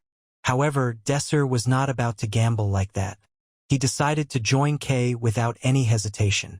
We must not mix up our priorities here. For Desir, the most important thing was the safety of his party members and clearing the quest. Remaining here and blocking the enemies was too risky. Furthermore, in order to clear the quest, it was a better choice to stay with Kay and eliminate the prophet. Even if the other soldiers were sacrificed here, they were still virtual characters. There was no reason to put himself at a disadvantage out of concern for their well-being. In the chaos of the hell-like battlefield, Desir motioned to Agest, Pram, and Romantica to fall back and regroup with him. Agest and Pram, who were holding their own in one of the front lines, were drenched in blood. When all of the members of the K detachment had gathered, Pennon cried out, "We will open a path temporarily in 10 seconds. He gave the orders and the soldiers started to move. K, the few soldiers assigned to accompany him, as well as Desir's group, readied themselves behind the front line. Now! K shouted his final order to the group of soldiers. They used their shields to shove the nearby chimeras to the side and create a momentary gap in their relentless assault.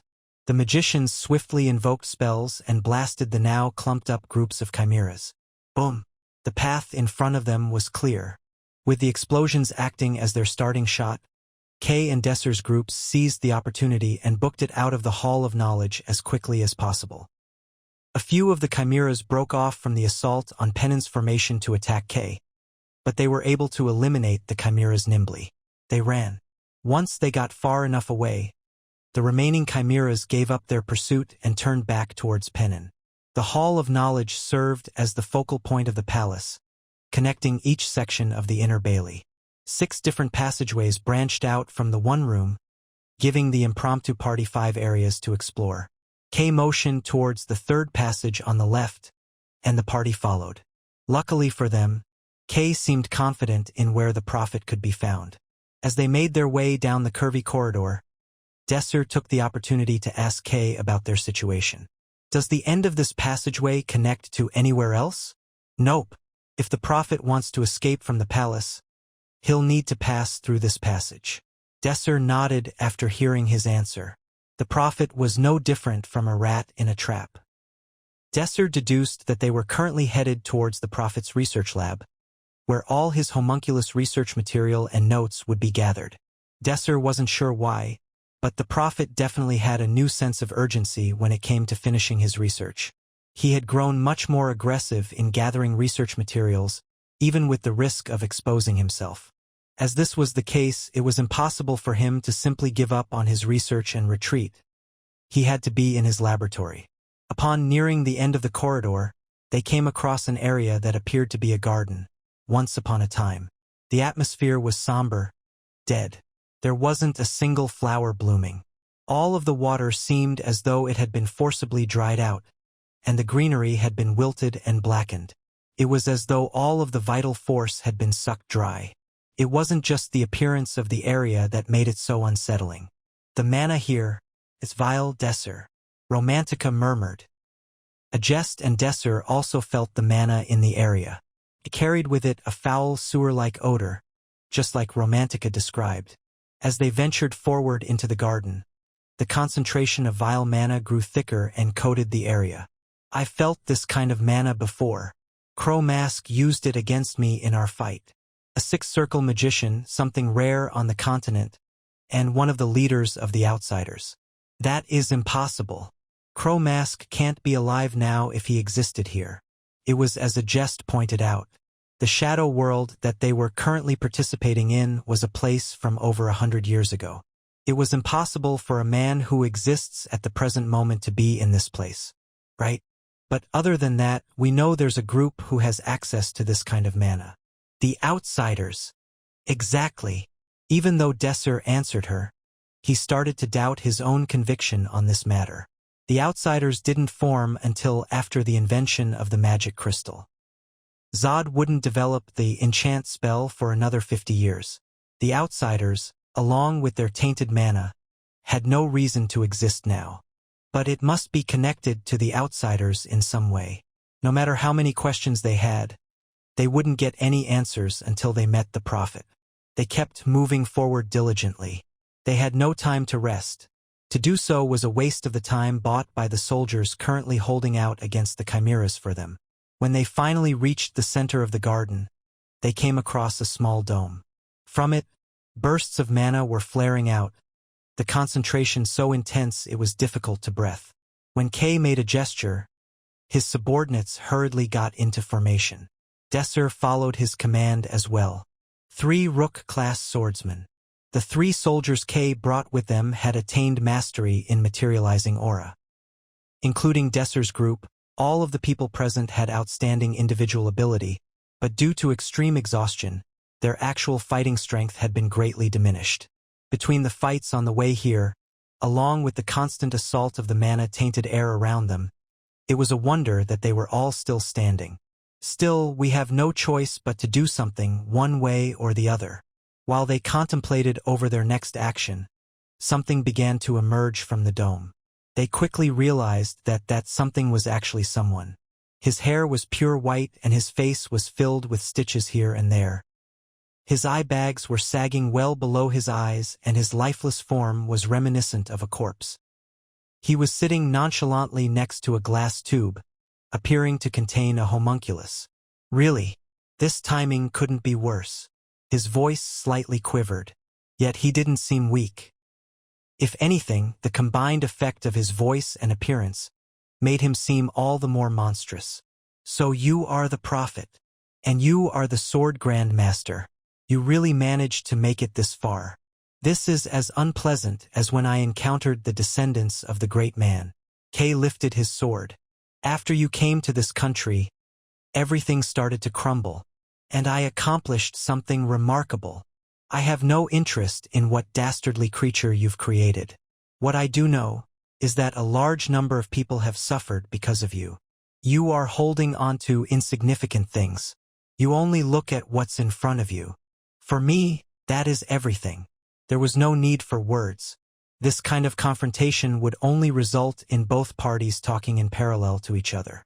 So what exactly are you going to do? You're the one with the most exceptional swordsmanship in this era, yet you are a mere soldier of the Magic Kingdom. A kingdom where, ironically, magic is the only standard of judgment for everything.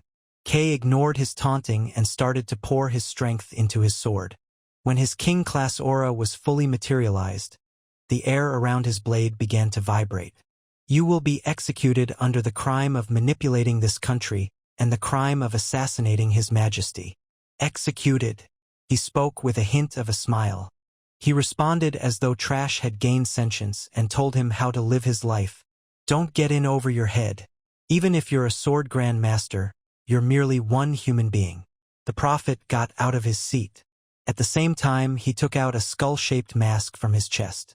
As soon as the prophet began to move, Kay shifted his stance so that his sword strike would be within reach of the prophet. Kay drew his sword in a flash. No one was able to follow the trajectory his sword made. However, the sword never made contact with the prophet. It was as if there was an invisible barrier blocking Kay's blade. Crack. The brooch hanging from the prophet's clothes cracked in response to Kay's blade. Desir realized that it was an artifact. Quite impatient, right? Don't think you're the only one in a hurry. The prophet held his hand out into the air, and something began to take shape within it. Within a moment, the prophet had generated a spear out of thin air. It was not an ordinary spear either. The shaft and the spearhead were all made up of blank. Brionac offensive crack. At that moment, a bright, blinding light suddenly poured out of it. The spear shattered into dozens of thinner blades, which began to circle around the prophet. Desir was caught completely off guard. Despite having cleared several shadow dungeons and having lived within the shadow labyrinth for a long time, he had never heard of an artifact like this one. Not only did he have an artifact this powerful, but he also had the artifact that he used to block Kay's attack. Desir judged that he may have more artifacts and started to take precautions against this fact. Kay raised the intensity of his aura and spoke towards Desir's group. My subordinates and I will attack him head-on. Please work together to surround him and attack from the sides. Did you think it would be that easy? One of the spear fragments pierced the glass tube that was containing the homunculus. Crack. Shards of glass sprayed outwards. I'll give you a choice. The homunculus that was inside the glass tube fell to the floor, but it raised itself up soon after. The eternal truth that alchemy seeks, or the mythical weapon that has murdered countless heroes of humankind. Choose one of these two.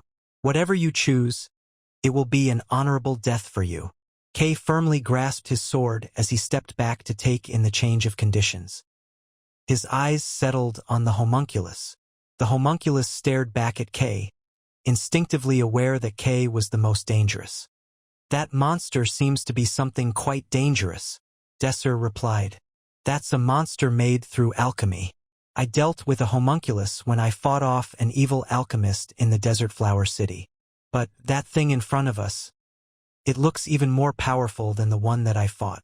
Standing next to the prophet, the homunculus looked rather human, unlike the incomplete homunculus manufactured by Purius. It had distinct facial features, and its skin and skeleton did not seem to be much different from that of any other human. Most importantly, the mana I can feel from it is at the second circle level. Purius homunculus wielded monstrous ability with just first circle mana. Given that, he could reasonably expect that the homunculus in front of him would be many times stronger than that one. I have an idea on how to get rid of it. Really?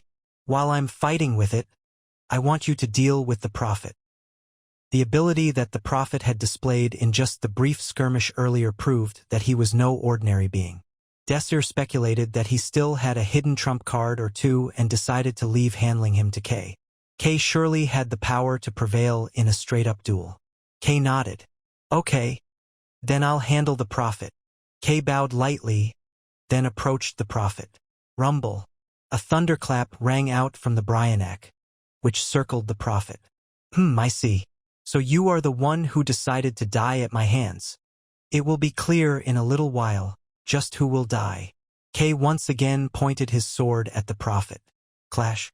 For the second time, Kay's sword was blocked by the invisible barrier, but the prophet's brooch, which was likely an artifact, couldn't overcome Kay's power and shattered as it disintegrated. Kay and the prophet made their move before the debris of the brooch could even hit the ground. Kay kicked harshly against the ground, while the shards of light hovering around the prophet formed a spear and shot towards Kay. Bomb! A multitude of clashes ensued. The homunculus launched an attack at Kay, in defense of its master, and the building trembled in response. No matter how strong Kay was, it was too much for any person to face off against both the prophet and homunculus at the same time. Desir and his party rushed into action. I'll give you instructions. Desir hastily commanded Kay's men. Commander believes in you, so we will also place our trust in you and follow your orders. Romantica. Romantica used her rifle to launch several sniping spells at the homunculus, as if she had been waiting for Desir's signal. Bang! It sounded like iron colliding with iron. Romantica's magic couldn't penetrate the homunculus skin at all. Although she hadn't put her full might into that attack, things did not look good. Romantica was shocked at what she had just witnessed. With its head bent at a strange angle, the homunculus looked away from Kay and focused on Desir's party. While it didn't suffer any damage, the attack was enough to draw its animosity. The homunculus judged Desir's party as being an immediate threat and engaged them. It had not yet had a chance to adapt to its body, so its speed was still very slow. It slowly started to lift itself off of the ground it had fallen onto after attacking Kay. In the meantime, Desir shared what information he had on the homunculus with Kay's men and his party. We shouldn't attack it rashly. The homunculus I fought before had the power to recover all of its wounds. Its recovery functions completely differently to regeneration, so it's no use just destroying its body, even if we destroyed its entire body in a single strike. As Desir finished his explanation, one of Kay's men spoke up, his face showing a quizzical expression. Then that means this thing can't be killed. I thought so too. Desir also thought the power was invincible when he first confronted the homunculus. But if you just follow my directions, we can win. Please don't do anything rash in the meantime. Thump. The homunculus suddenly kicked against the ground and sprung towards the party, apparently somewhat more comfortable moving around. The speed of its movement was now beyond the level of a bishop class. Perhaps because it still hadn't fully grasped its capabilities yet, the homunculus charge seemed somewhat reckless, but nonetheless remained extremely threatening. Desir gave his first command while looking at the approaching homunculus. Block it, Pram. Pram was a swordsman at the level of a rook class. His eyes were able to catch the movement of the homunculus without difficulty. Pram's sword pierced its shoulder. Pram's strong aura prevented the homunculus from using that arm anymore. It didn't take long, however, before it invoked the force of causality and returned to its former condition. Chase it, a jest. A jest kicked against the ground while spreading a spell along her sword. Magic sword. Ice wave. As her frosty sword sliced deeply into the body of the homunculus, it gradually began to freeze. Now! Desir signaled Kay's men. They didn't miss the opportunity. They used their aura and immobilized the homunculus by cutting off one of its legs. But it took 3 men rushing in together to only break one leg. As expected, the being in front of them was far more powerful than the homunculus he had previously dealt with. The homunculus once again invoked the force of causality. But this was Desir's intention. Desir realized that the force of causality was limited to returning the homunculus to its best condition, based on the amount of mana it had left. There was no time for the homunculus to run away. As soon as its body was restored, its hand was cut off at the wrist before it even knew it by the approaching Pram. The cycle of restoration and destruction continued several times. Cut, restore, cut, restore. On and on it went as a barrage of attacks landed on it. Don't give it a break. Another scary thing about homunculus was that they quickly learnt how to fully utilize their abilities, even while being pummeled. The homunculus in front of them was not yet able to fully utilize all of its abilities. So now was the best and only opportunity for Desir and his party. Desir was distinctly aware of this and desperately attempted to settle things as quickly as possible. Even its ability to control the force of causality is limited right now. This was the keystone of his plan. The homunculus used its accumulated mana whenever it empowered itself to deal or defend against an attack. So the key is not how much damage it takes, but how much we get it to reinforce itself. Desir and his party were able to accurately figure out how much damage they needed to inflict as the battle continued. With minimal effort, they induced the homunculus to reinforce itself using its limited power. Desir's strategy worked. He could feel the mana inside the homunculus gradually decreasing. Bryanak, an artifact belonging to the mythological age. It was a weapon that separated into several strands, moving freely in all directions as if each had their own will.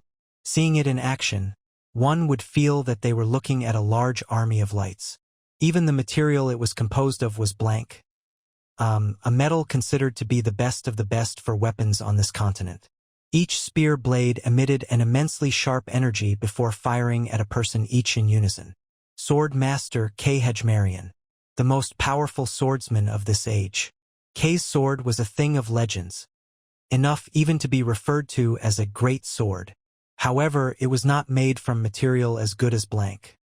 It was easy to predict that if Kay's great sword and the Bryanak made out of blank were to collide, Kay's sword would shatter. Kang. However, his sword was fine even after confronting Bryanak head-on. The blade shone brightly and warped the air around it. Due to Kay's strong aura, the sword blade was unharmed. His movement was graceful yet sharp, a paradox of something that was beautiful and rough. Countless sparks scattered everywhere like an afterglow. As the tip of his sword moved, the spear of light divided itself into dozens of shards, but more than half of them had to be used to just defend against the sword wielded by Kay. The remaining spears were free to press Kay little by little. Instead of just being flung as projectiles, each and every one of these shards continuously fired beams of light powered by mana. The problem was that, unlike ordinary magic, their attacks fired non-stop. The shards seemingly gathered their own mana. When an insurmountable number of beams poured down on Kay, he finally took a firm step and spread his aura around himself. Following the trajectory of his sword, the now dispersed aura hung in the air before soon forming into a certain shape. Their form started to resemble flowers in full bloom. The whole building vibrated once again when the reformed spear of light collided with Kay's flower-shaped aura. Their fight was a transcendent battle beyond the comprehension of most human beings. Your swordsmanship has really reached the top level. The prophet did not stop moving while expressing his admiration of Kay's swordsmanship. Ka'ange. Ka'ange. But why do you still wield your sword? Your king is dead, and your soldiers will all be hanged as rebels. Even if you succeed in this rebellion, no one will pardon you. There was no break in fighting as he talked. Maybe you have a purpose I'm not aware of. Ka'ange. The fight between the two was even. Neither side had the upper hand, as they both fought while concealing their trump card, not daring to reveal their real skills. It was the homunculus who changed the circumstances of the battle. Kra-a-ea. It shrieked loudly, and all present felt something change imperceptibly. Somehow, it felt like time had slowed down for just a moment. This wasn't just the imagination of one or two people. Everyone gathered here felt it. The prophet turned his head and looked in the direction of the sound. On the other side of the battlefield, the homunculus was being completely overpowered. When the homunculus was unilaterally defeated without offering any kind of decent resistance, and after it felt like it was useless exercising its power any further, it finally snapped and went on a rampage using up all of its power in the one go. It was an act that put itself at a distinct disadvantage and would certainly lead to ruin. The prophet spoke with a look of surprise. There's a man here aware of the power of a homunculus. His eyes turned to Desir, who had clearly been leading the battle. Desir's command had certainly piled up pressure on the homunculus. In fact, they had almost knocked it down for good. Without further thought, the prophet mobilized about half of the fragments of the Bryanak and aimed them at Desir's party. Feeling enormous power rocketing towards him, Desir ordered his party to hurriedly retreat. Your opponent is me. In an attempt to regain the attention of the prophet and reduce his interference in Desir's battle, Kay made full use of the gap in the prophet's defense and made a bold offensive. I can't take even a moment to look away. As the situation changed, the prophet decided he could not afford to use his power elsewhere. He even gave up attacking Kay, only using the Bryanak for defense. Ugh! After consolidating all of his power into defense, even Kay could not easily break through the prophet's shield. In the end, Kay was forced onto the back foot. Taking this opportunity, the prophet revealed another item. It was a huge bow made out of what looked like wood. Sorry, but I can't let them destroy it. Strangely, however, the arrow presumably knocked in the bow. It was not visible. Moreover, the bow started to float in the air as if it had been lifted by an invisible hand. Load a branch of Yggdrasil, the bowstring drawback in response to the voice of the prophet. At the same time, raw mana began to gather in front of the bow, forming an arrow. Feeling grave, Kay tried to stop it somehow, but it was no easy feat to break through Bryanak, which had been dedicated solely to defense. Despite Kay's best efforts, Yggdrasil's branch accumulated its strength. By then, Desir, who had been busy dealing with homunculus, was able to grasp the situation. Feeling the amount of mana now concentrated on the bow, Desir shouted as his face visibly paled after measuring its power. Deploy defensive magic. Right now. It was too late to use a spell that could offset its attack right now, and it was also impossible to avoid it somehow. Sigh of Kizard. A jest invoked the spell with the highest defensive capabilities that she knew. Desir and Romantica also rushed to gather as much mana as possible to deploy their own defensive magic. 2 ice barriers formed in front of them and a strong air current swirled to create a wall. It was a triple strength barrier. The Yggdrasil's branch was released at the barrier. It dissipated everything in the vicinity of its trajectory. It was truly a tremendous power. The triple defense magic shattered without enduring against its power for even a second. They had managed to alter its trajectory slightly though, saving their lives. But Kay's men were not fine.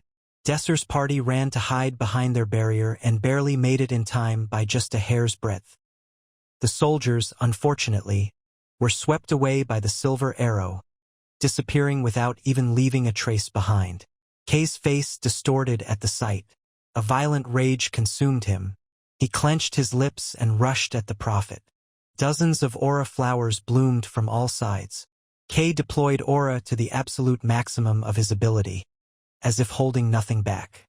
The prophet, now freed of the worry for the safety of the homunculus, turned his full attention back to Kay. He fired part of the Bryanak towards the sky.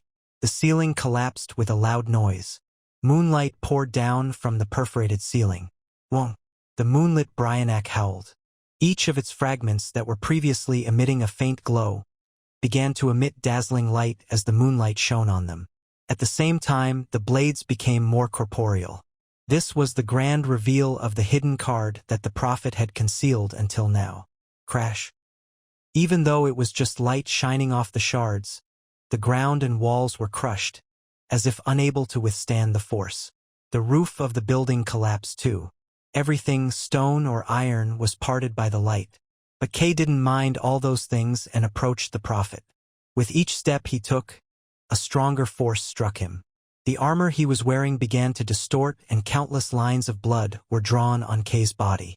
Soon after, his left arm burst, unable to withstand physical force, but Kay refused to back down.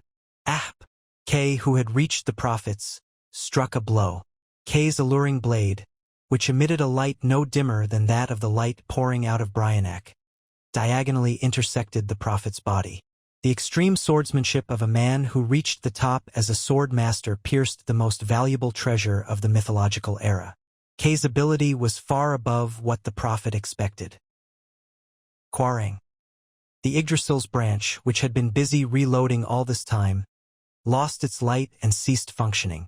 The prophet was still alive, even though he was not able to get up properly due to the sudden attack. It was too shallow. Kay frowned. The prophet shouted, wiping the blood flowing from his mouth. Free yourself.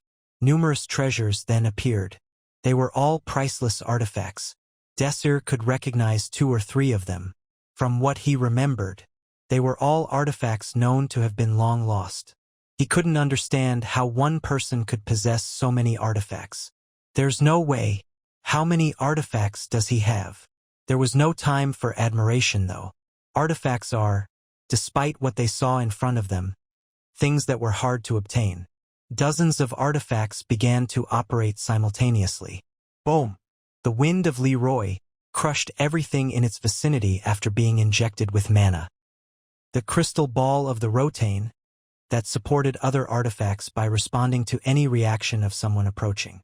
In addition, dozens of other artifacts poured out their capabilities at the same time. Their combined power was beyond any bombing that a magic unit could perform. Boom! Boom! If the K hadn't stood in front of them, Desir's party would have died. The situation was urgent. There was no time left to focus anymore on the homunculus. The homunculus had already consumed all of its mana and was unable to even move its arms and legs properly anyway. I'll finish it up later. Right now, the first priority was to deal with the prophet in front of them. Desir decided to use a spell with the highest power he was capable of producing. Desir began to arrange that magic. Beautiful figures appeared in front of him as he wove intricate spell arrays. Flame Storm. Desir unveiled a spell at the maximum power he could currently use. Boom! A storm of intense flames burned not only the dome but also everything in front of it. The prophet, who had not been able to properly walk due to the wounds he received from Kay, was swept away helplessly. The flames, which had surpassed the power of the numerous artifacts, ended up consuming everything without restraint. What emerged when the flames stopped was the scenery of the multitude of artifacts that had been vanquished and a half-crushed prophet. Judging from the number of artifacts stretched around him, he seemed to have fought back with defensive artifacts. The prophet's body was a wreck, but he was still breathing. Desir attempted to arrange one last spell, to end this without letting his guard down, but soon found himself falling down in exhaustion. The prophet muttered with an expression of disbelief. How do you know the language of the Sunju people? The Sunju people. A tribe of people otherwise known for being an exclusive club of mauled frogs, Patreon. Com mauled frogs exclui. While he couldn't quite place where he knew this from, Desir could vaguely recall this being the word used by a draconic tribe to describe themselves. Doubts about his identity grew bigger as the prophet possessed a lot of artifacts and even knew about draconic language. Soul. I never thought you'd be able to burn it to power a spell. Although it hadn't worked perfectly, I can see this is the end for me. The prophet's body crumbled like pottery cracking in a kiln. He spoke to Kay and Desir. Congratulations. You've performed a feat much greater than you could ever realize. The skull mask worn by the prophet cracked before crumbling. There has never been a man in my very long history who has driven me this far. When the mask was removed, the prophet's face was different to what they had seen when first meeting him. The dwarves, who were dexterous, were blinded by greed and their bodies melted into the magma. The elves fell into eternal sleep due to their faith in a far-off prophecy. And the believers of the goddess offered their whole country as a sacrifice. But it's like being destroyed by the most poorly treated beings in the kingdom of magic. The prophet had a very androgynous face, leaving one unable to tell whether he was a woman or a man. I think I've seen this face somewhere else. Desir, who had been agonizing for a long time, was finally able to recall the frame hanging in Wilhelm Evernaten's office. When he participated in the Shadow World test last year, he was shocked at this revelation. I remember seeing your face, Ismail, the last pope of the Holy Kingdom of Artemis. Yes, I was It was impossible for figures from that era to still exist in this time period. Maybe one or more of his artifacts have an ability that allows that. Artifacts all had powers that exceeded common sense. Even if there was an artifact with that kind of ability, it would not be a huge surprise. Desir spoke to the prophet after calming himself. I have a question. You may ask as much as you like. You guys deserve it. I'll answer for as long as time permits. His body was becoming more and more fragmented.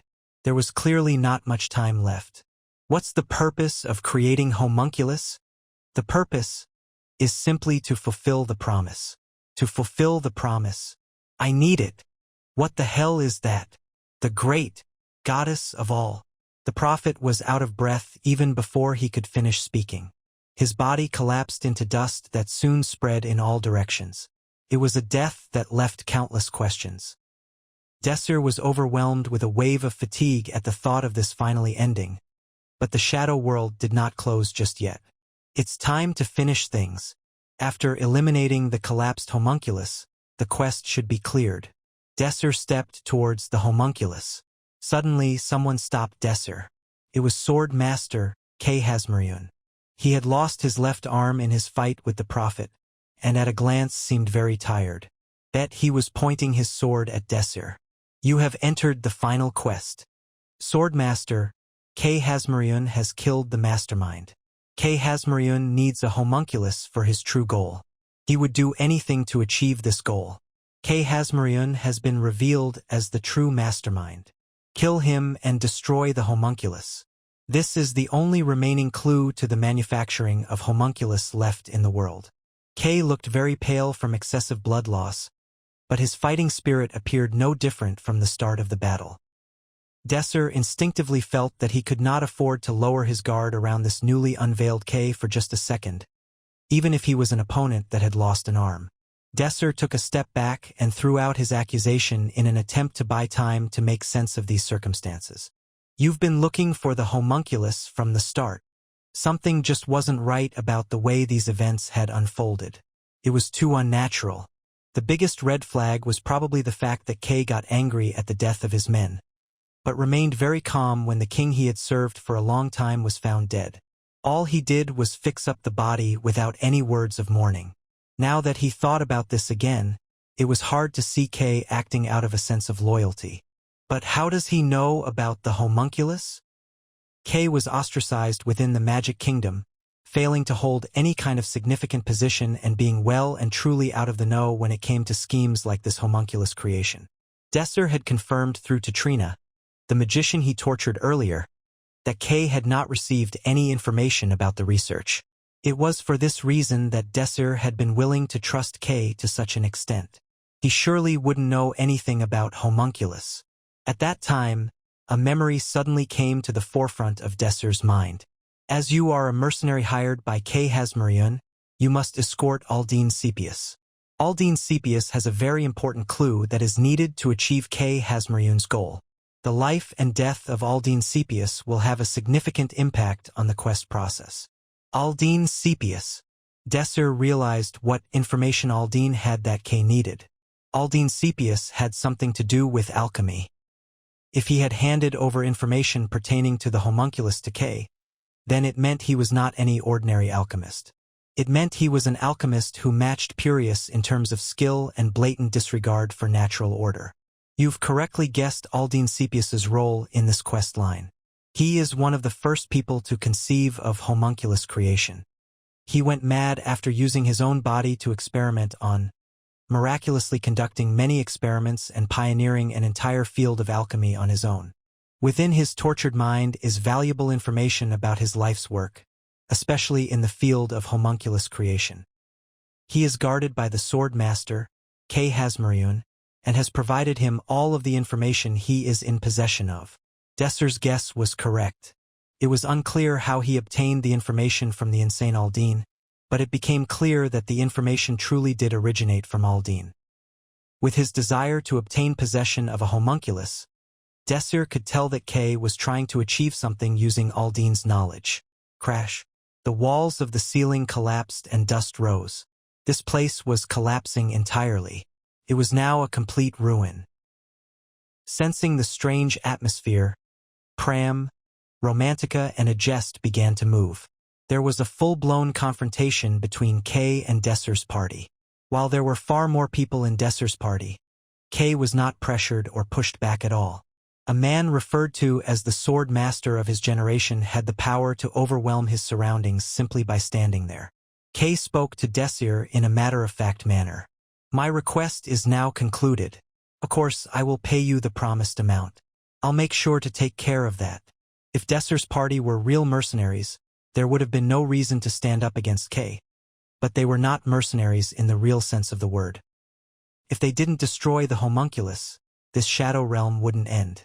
Even if they needed to make an enemy out of a sword master, they had no room to retreat. As Desir signaled his party members, they nodded with determination. Kay, who figured out what the action meant, could help expressing something akin to frustration. I don't understand why you're taking this form of action. If you want to interrupt me, I'll knock you down. An aura rose around Kay's sword. After seeing this, Desir and his party members began to feel nervous. So we have no choice but to fight. Desir had come to the conclusion that the quest for this shadow world was to prevent even the slightest possibility of this homunculus being studied. If so, unless Kay gave up on the homunculus, they had the unenviable task of knocking him down. Fortunately, Kay's aura was somewhat dimmer than before and had a somewhat hazy form. It was certainly a lot less substantial than usual. It was obvious that he had considerably taxed his strength in the battle with the prophet. I don't think that's going to make it much easier for us to win, but Desir confirmed the status of his party members. They had also fought all this time as they made their way here and had long reached their limits since facing the homunculus. Thank you for reading on patreon.com/maldifrogsclub. As Desir let down his guard just for a brief moment while grasping the situation, Kay took advantage of this opening and charged forward. Romantica fired a spell as soon as Kay moved, not failing to miss Kay's sudden movement. Her shot flew precisely at Kay's forehead. Kang. Kay lifted his sword and simply deflected the high-speed attack. This was a feat that required superhuman reflexes. Kay kicked against the ground once again. In a mere instant, the distance between Kay and Desir narrowed. Desir and Kay's eyes met. He was aiming for the commander, Desir. Pram hurriedly wielded a sword and blocked Kay's approach. Oop!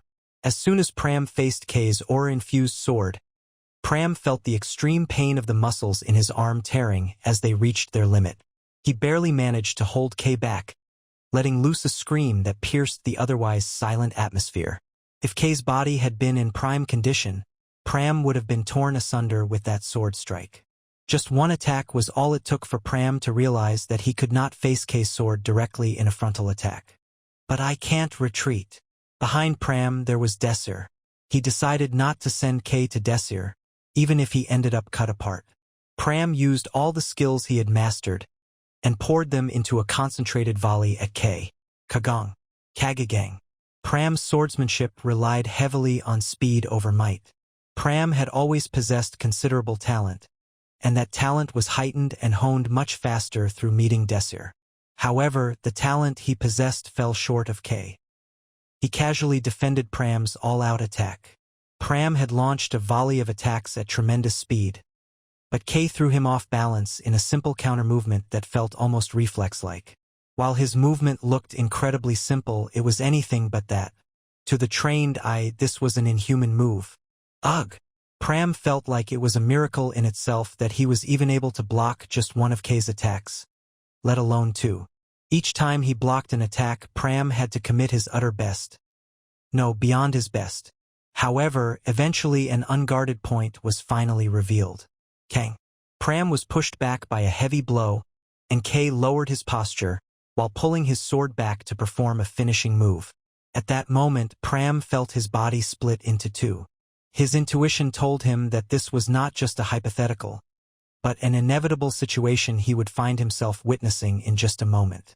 A strike that was impossible for him to deal with.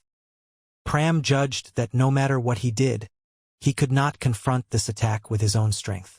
As if the very heavens themselves had seen the dire circumstances he was in, two spells streaked past him to interrupt Kay's attack. They were from Desir and Romantica. Burst fire, wind bullet bang. The huge explosion caused smoke to spread out in all directions. A jest, who had recovered a little bit of mana while Pram endured, dashed into the smoke. After a while, flames erupted among the hazy-looking figures between the smoke. As the gale that followed the trajectory of a sword parted the smoke, the scene of an equally determined Agest and Kay locked in mortal combat were revealed. Agest was being pushed back. With just sword skills alone, unable to use magic to reinforce her sword and body, she was merely a knight-class swordsman. She stood her ground against the frantic Kay, barely defending herself. In the meantime, Pram, who took a short breather, poured all of his strength into the hand he tightly gripped his sword with, and drew back his arm as if drawing a bow. A flurry of stabs washed over Kay. These stabs were so fast, they looked like beams of light. Kagagagrong.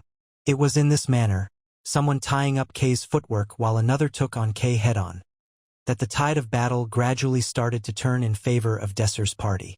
Desir's party had exceeded Kay's expectations. The situation was starting to get difficult now. Kay, who made this snap decision, suddenly stepped back and sheathed his sword. Desir knew well that he couldn't afford to let off the pressure and give him a break, but none of Desir's party could afford to chase him. A lull in battle naturally formed. After catching his breath, Kay was the first one to break the silence. "Did you guys get a request from someone else? I'll pay more than that, so please withdraw at this point." Kay seemed to think that the Desir's party was obstructing his work at someone else's request, since they were mercenaries after all. Desir replied, shaking his head. "We don't need money. Of course, we were not given a request by anyone else." Kay shouted in a fit of rage. Then why do you need a homunculus? You know better than anyone else what this has caused." Kay hesitated for a moment before breathing deeply, sighing, and then opening his mouth in response. "It's to change this world in which people are discriminated against due to magical ability." Desir's party, who had managed to get this far, struggling through various situations along the way, could easily understand the meaning of Kay's words. Magic is a privilege that is only afforded to a small number of people. No matter how hard they try, it's impossible for those who aren't blessed by mana to exceed their limits. Unlike swordsmanship, as Kay had pointed out, magic was an area of ability where one's limits are set at birth. Desir knew this more than anyone else. When he was born, his body failed to accept mana properly, so he was only able to reach the first circle. He could only achieve a mana capacity that barely qualified as third circle by relying on the artifact Toa's sentence, even while experiencing a life and death crisis in his previous life. The current Desir could be described as one that had exceeded their predetermined limits. However, in reality, this was all due to the coincidence of him becoming a returner. If that hadn't happened, he wouldn't have had a chance to break through the wall known as aptitude either. "I won't deny that magic is great. I also know that it has contributed greatly to the development of civilization. And I am also aware that magicians are going to play a bigger role in the future. Kay started speaking in a gentle tone, but as he continued, he gradually became more and more furious. But as the continent is developed by such magic, those who have not been blessed with mana will continue to be ostracized. It's obvious in this magical kingdom. Before too long, everything in the world will be decided by one's talent in magic. And I'm not going to let that happen. Kay seemed to believe that the existence of magic was the main culprit behind the Magic Kingdom's current situation. I will erase the existence of magic in this world. It was absurd. It was simply too absurd. That isn't possible. Desir said that, but deep down he felt it might actually be possible with that unique ability. It's not impossible if we utilize that power to manipulate causality. Kay looked at the homunculus.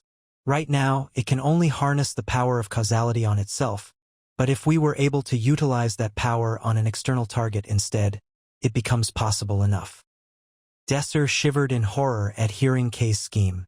The impact of erasing the existence of magic in the world was easily predictable without having to think too deeply.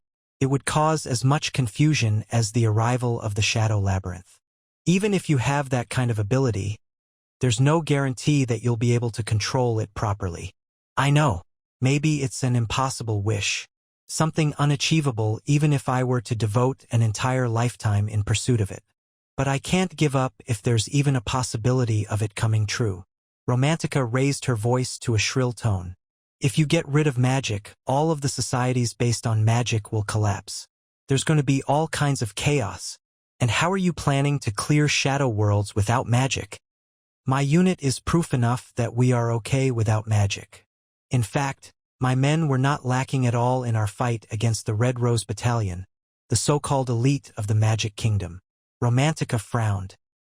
As Kay had said, his unit had never been pushed back against the Red Rose Battalion. Even so, if you were able to harness that power, there are plenty of better ways to use it. Getting rid of the shadow worlds would be better, for example. Kay shook his head. The Shadows worlds are a necessary factor for the unity of mankind.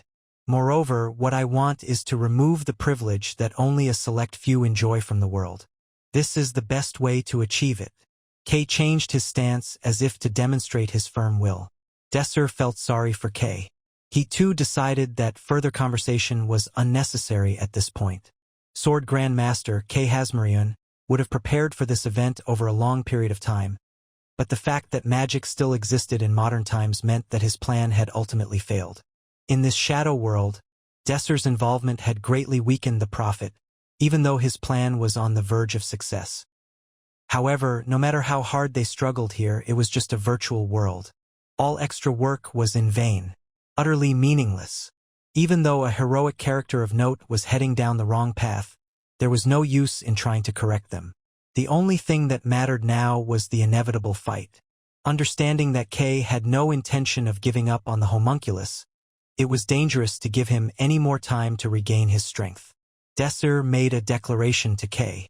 I will stop you at any cost. Then I regard you as my enemy. After recovering just a little during this short respite, Kay's sword threw out an aura more acerbic and vivid than in their previous skirmish, but clearly nowhere near his prime condition. This fight would be harder than before. Kay sliced the air several times, his weakened aura lingering in the air, eventually forming the shape of a flower. This was his signature move. It demonstrated a skill level beyond comparison that was incredibly delicate and refined, yet rough and strong. It was effective both offensively as well as defensively. It had played a critical role in defending against the bombing from the mage unit, and could be deployed at a moment's notice while remaining effective at close range. These flowers of pure swordsmanship don't just look pretty. They indiscriminately shred anything they touch. Pram and Agest rushed at Kay without the slightest hesitation, ultimately failing to react in time. Their attacks uselessly bounced off Kay's deadly flowers. Blood splashed across the floor. Within a fraction of a second, Kay had stomped against the ground to hurl himself at someone. His aura once again flared up around his brandished sword, sharpening it many-fold. This brilliantly shining sword was aimed at Desir. I expected you to come at me. No matter how strong Kay was, the number of options he had to deal with the combined force of Desir's party was limited. Losing an arm and having already exhausted most of his strength only compounded the difficulty, ultimately making it an impossible feat. The only strategy he could rely on was to separate their forces and attempt to deal with each party member one by one. His hand had been forced. Desir, who had expected Kay to do this, devoted all of his effort and time into invoking a magic spell. Kay could see Desir busy arranging a few small but fast invoking spell arrays. A sinister smile crept onto his face. Desir was not the only one attempting to predict their opponent's plan. Kay's experience during his lifetime of work ultimately culminated in reaching the lofty position of Sword Grandmaster, and was by no means lacking in comparison to Desir's experience in the Shadow Labyrinth. Thank you for reading on patreon.com/maldifrogsclub. Kay, who had witnessed Desir's magic several times already, had already finished estimating the preparation time, spell scope and spell power from the spell arrays he could see in front of him. Kay moved into a position that was just outside Desir's attack range. He then released a ranged sword strike. Desir could surely feel his impending doom, but did not seem to be reacting to it. The strike had almost reached him. Whoa! Kay instinctively sensed something was wrong. Desir had not ceased invoking his spell. Desir was an excellent magician. Kay realized that his attack must have failed and preemptively started to take a defensive stance while preparing to evade the attack if things looked dicey. Why would he still? He did not get a chance to finish that thought. His instincts moved faster than his mind, and Kay turned abruptly while putting all of his strength into his legs to leap out of the way. Crack. His leg bones, which had been far overworked, could not handle this sudden bout of strength as well as the significant stress placed on them during the battle up until now. Cracked eye. The pain he experienced as his nerves and muscles tore was severe, but Kay couldn't afford to mind that. He realized that what Desir was aiming for was none other than the homunculus. Kay, who had completely avoided the attack, headed back into the range of the attack on his own volition. Flame storm, boom. The flames of fire seemed to consume everything before Desir. They removed all darkness and painted the surroundings in a multitude of crimson shades. Blow. Kay was swept away by the tremendous momentum of the oncoming storm of flames. As the main body of flames swept past and died out, the figure of Kay appeared amid a blazing crater. The flames that remained around him continued to burn and melt the floor around him. Kay was unable to completely block the magic, and there were burn marks all over his body. But even with such a scarred body, he refused to relinquish his grasp on his sword. Kay gave Desir a fierce look. His spirits were still sharp, even though he was not even able to hold himself properly. He took a step toward Desir. Desir had no more magic left to develop. If Kay approached unchallenged, there were no further means to stop him now. Kang. A shot of supercondensed wind bounced off Kay's sword. TCCH. Romantica clicked her tongue. A strong current was sweeping around her. Bang. Bang. Kay deflected and sliced apart Romantica's shots, even with his body in such a wretched state. However, Kay could no longer afford to only care about attacks on himself. Romantica persistently aimed for the homunculus, and Kay's radius of action was severely limited as a result. Leaving the homunculus alone was a sure recipe for defeat. It was a confrontation that devolved into a war of attrition. Neither party could advance nor retreat. However, such a stalemate could not continue forever. There was a sudden commotion heard approaching the garden. Desir made his declaration triumphantly. "It's your loss." Appearing a moment later were many magicians, each wearing a cape bearing the illustration of blue roses. They surrounded Kay and Desir's party. "You aimed for this all along." Kay's voice shook in anger. "What in the world are you? Why did you do this to me?" He came so close to achieving his long-cherished desire. Before he could take that last step, he had been interrupted by those that he had tried to use, people he had shared a sense of camaraderie with. He could not handle the Blue Rose Battalion in his current condition. It was also impossible to protect the homunculus. he couldn't run away either. He would never have another chance at obtaining a homunculus. Kay felt like he was going to lose all sanity, faced with this incomprehensible situation. The commander of the Blue Rose Battalion walked out. He glanced up and down at Kay, then smiled. He then took out something and threw it at Kay. Thud. Kay could hear the sound of the flesh dully bouncing off the ground. Kay's eyes opened wide after seeing what it was. It was the head of the second Lieutenant Pennon. His face was distorted in pain and his eyes were sewn open. Overall, he looked incredibly miserable. Kay spoke in a trembling voice. "Commander Lurgan, did you have to do this? This is the fate of rebels. Don't worry. You'll soon follow in the footsteps of your men." It was a decisive moment. Kay, who thought he had prepared himself for the death of his subordinates, could no longer maintain his sanity upon seeing their tragic deaths. Click. Kay spared Desir one glance but soon turned away. From his point of view, Desir and his party were figures who would be treated as rebels anyway and were fated to die either way. Kay's anger soon descended fully on Lurgan, who had brutally murdered his men. As the angry Kay took one step forward, the countless magicians surrounding him began to arrange spells aimed at him, as if they had been waiting for him to move. The Blue Rose Battalion were only concerned with Kay. This was because he was perceived as the greatest threat here. As a result, there was no one keeping an eye on Pram, who had been busy crawling into a corner out of sight.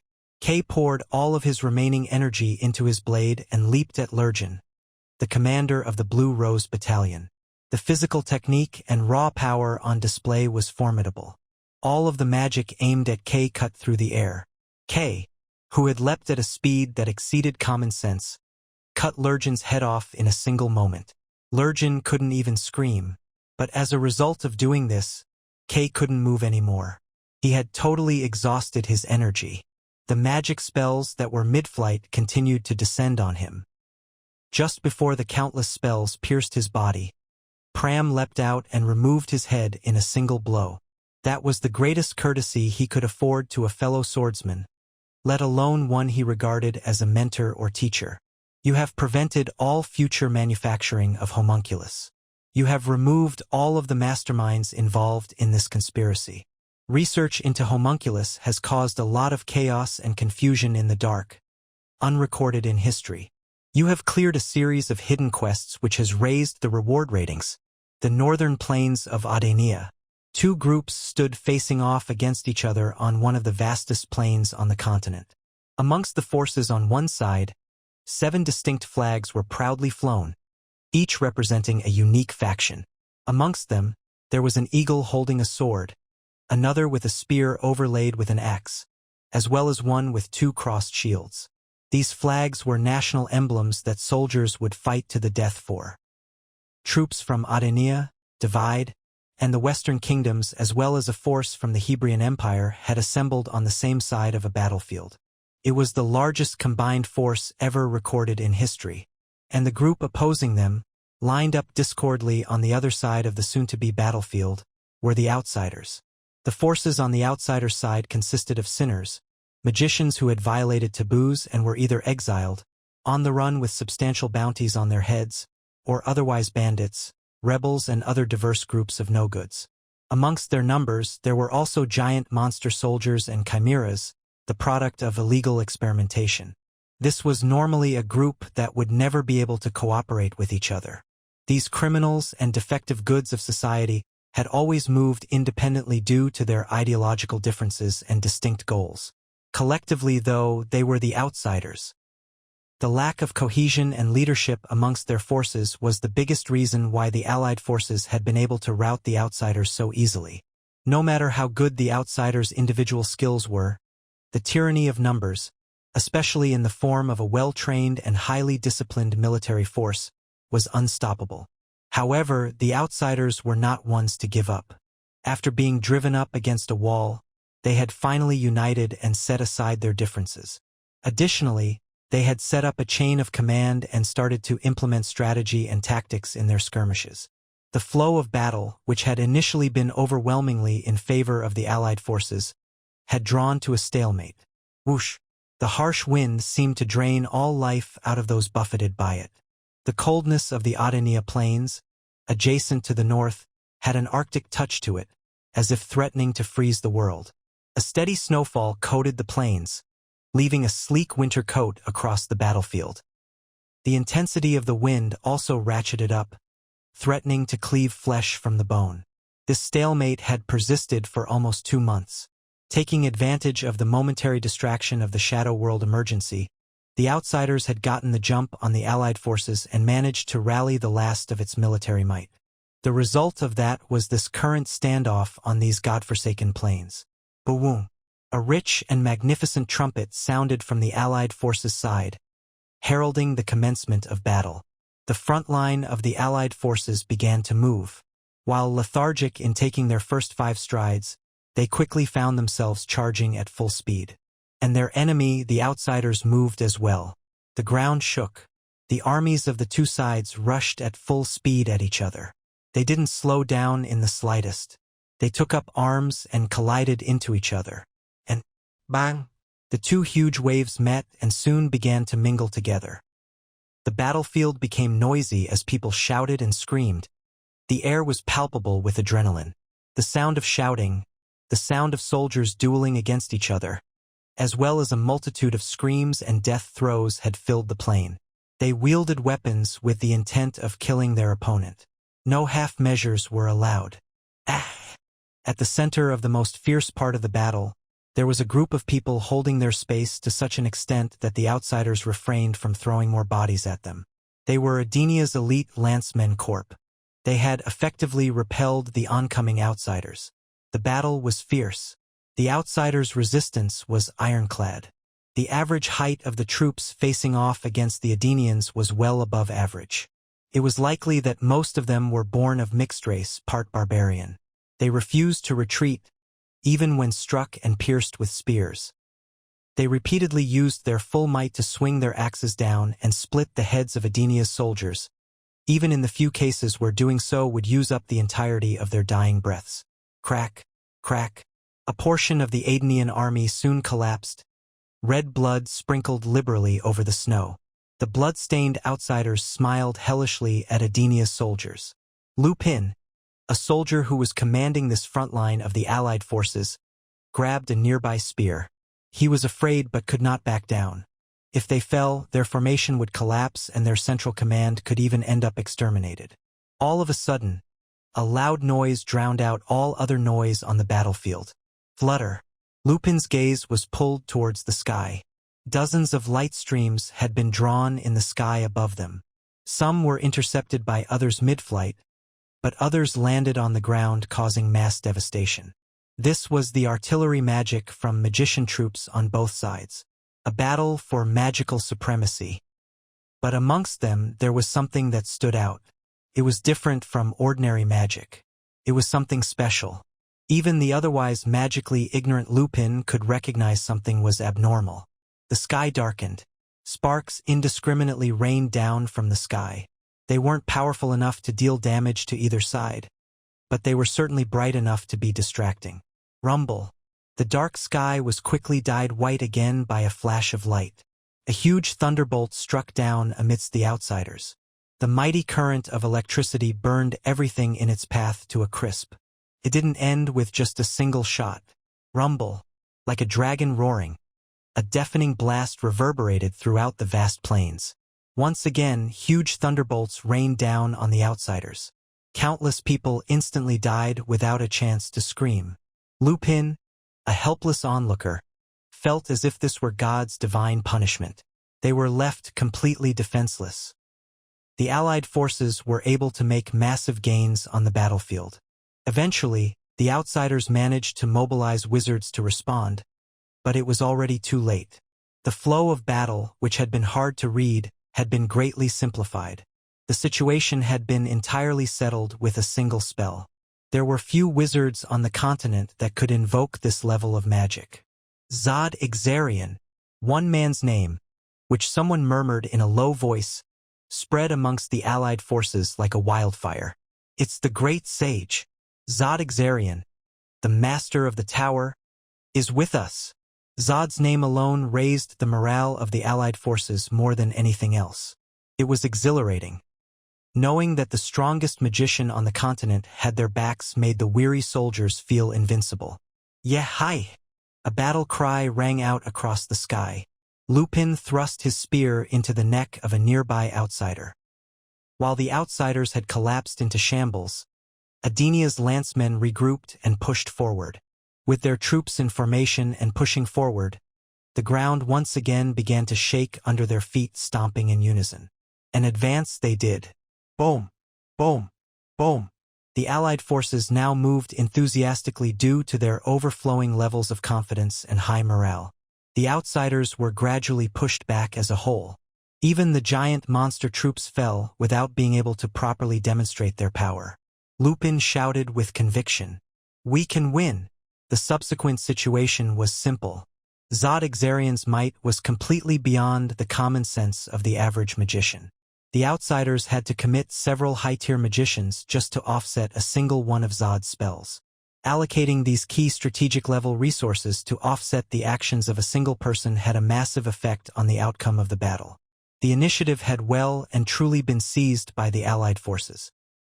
The outsiders, realizing this, turned tail and fled. The Allied forces raised their flags. This was the signal to give chase.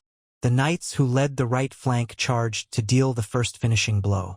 The Adenian army, which Lupin belonged to, also advanced rapidly to pursue the fleeing enemy and deal a decisive blow. It was an all-out war that mobilized the full might of both sides with no holds barred. The outsiders, who had gathered all their strength here, had no chance of later making a comeback if they were defeated in this battle. This would be the tomb of the outsiders. It would bring an end to the long war. Boom! A sudden explosion occurred amongst the formation of the Allied forces. The instincts of the battle-hardened veterans, currently charging, flared up in warning. This was different from any old magical artillery. What was it? Before that question could be pondered further, a second explosion followed. As panic set in, the sound of the explosions ripped through the battlefield. The situation had once again been reversed. Their formation started to collapse. The Allied forces were unable to respond in time. The knights leading the charge attempted to form a defensive formation, but when the unidentified object approached, they were instantly shredded and consequently wiped out. What?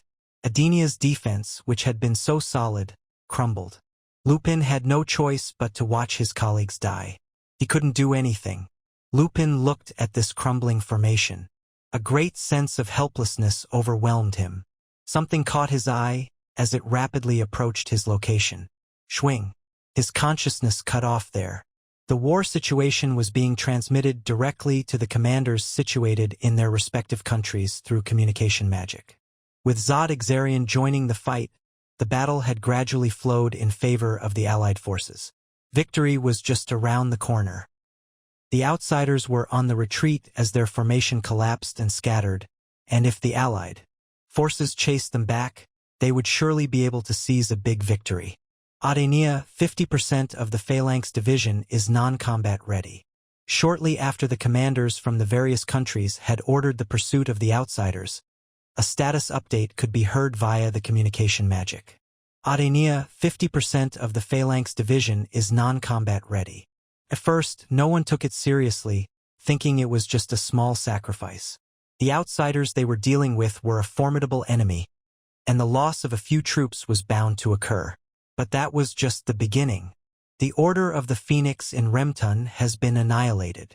The 3rd Army commander is dead. Divide Infantry Division 41 is dead. The right flank has collapsed and suffered irrecoverable damage. It was a flurry of reports detailing their losses. So many reports poured in at once that the communication system was overloaded and paralyzed for a moment as the messages were being processed. Some kind of unknown object had appeared and was massacring the soldiers and formations of the Allied forces. Zod clicked his tongue in displeasure.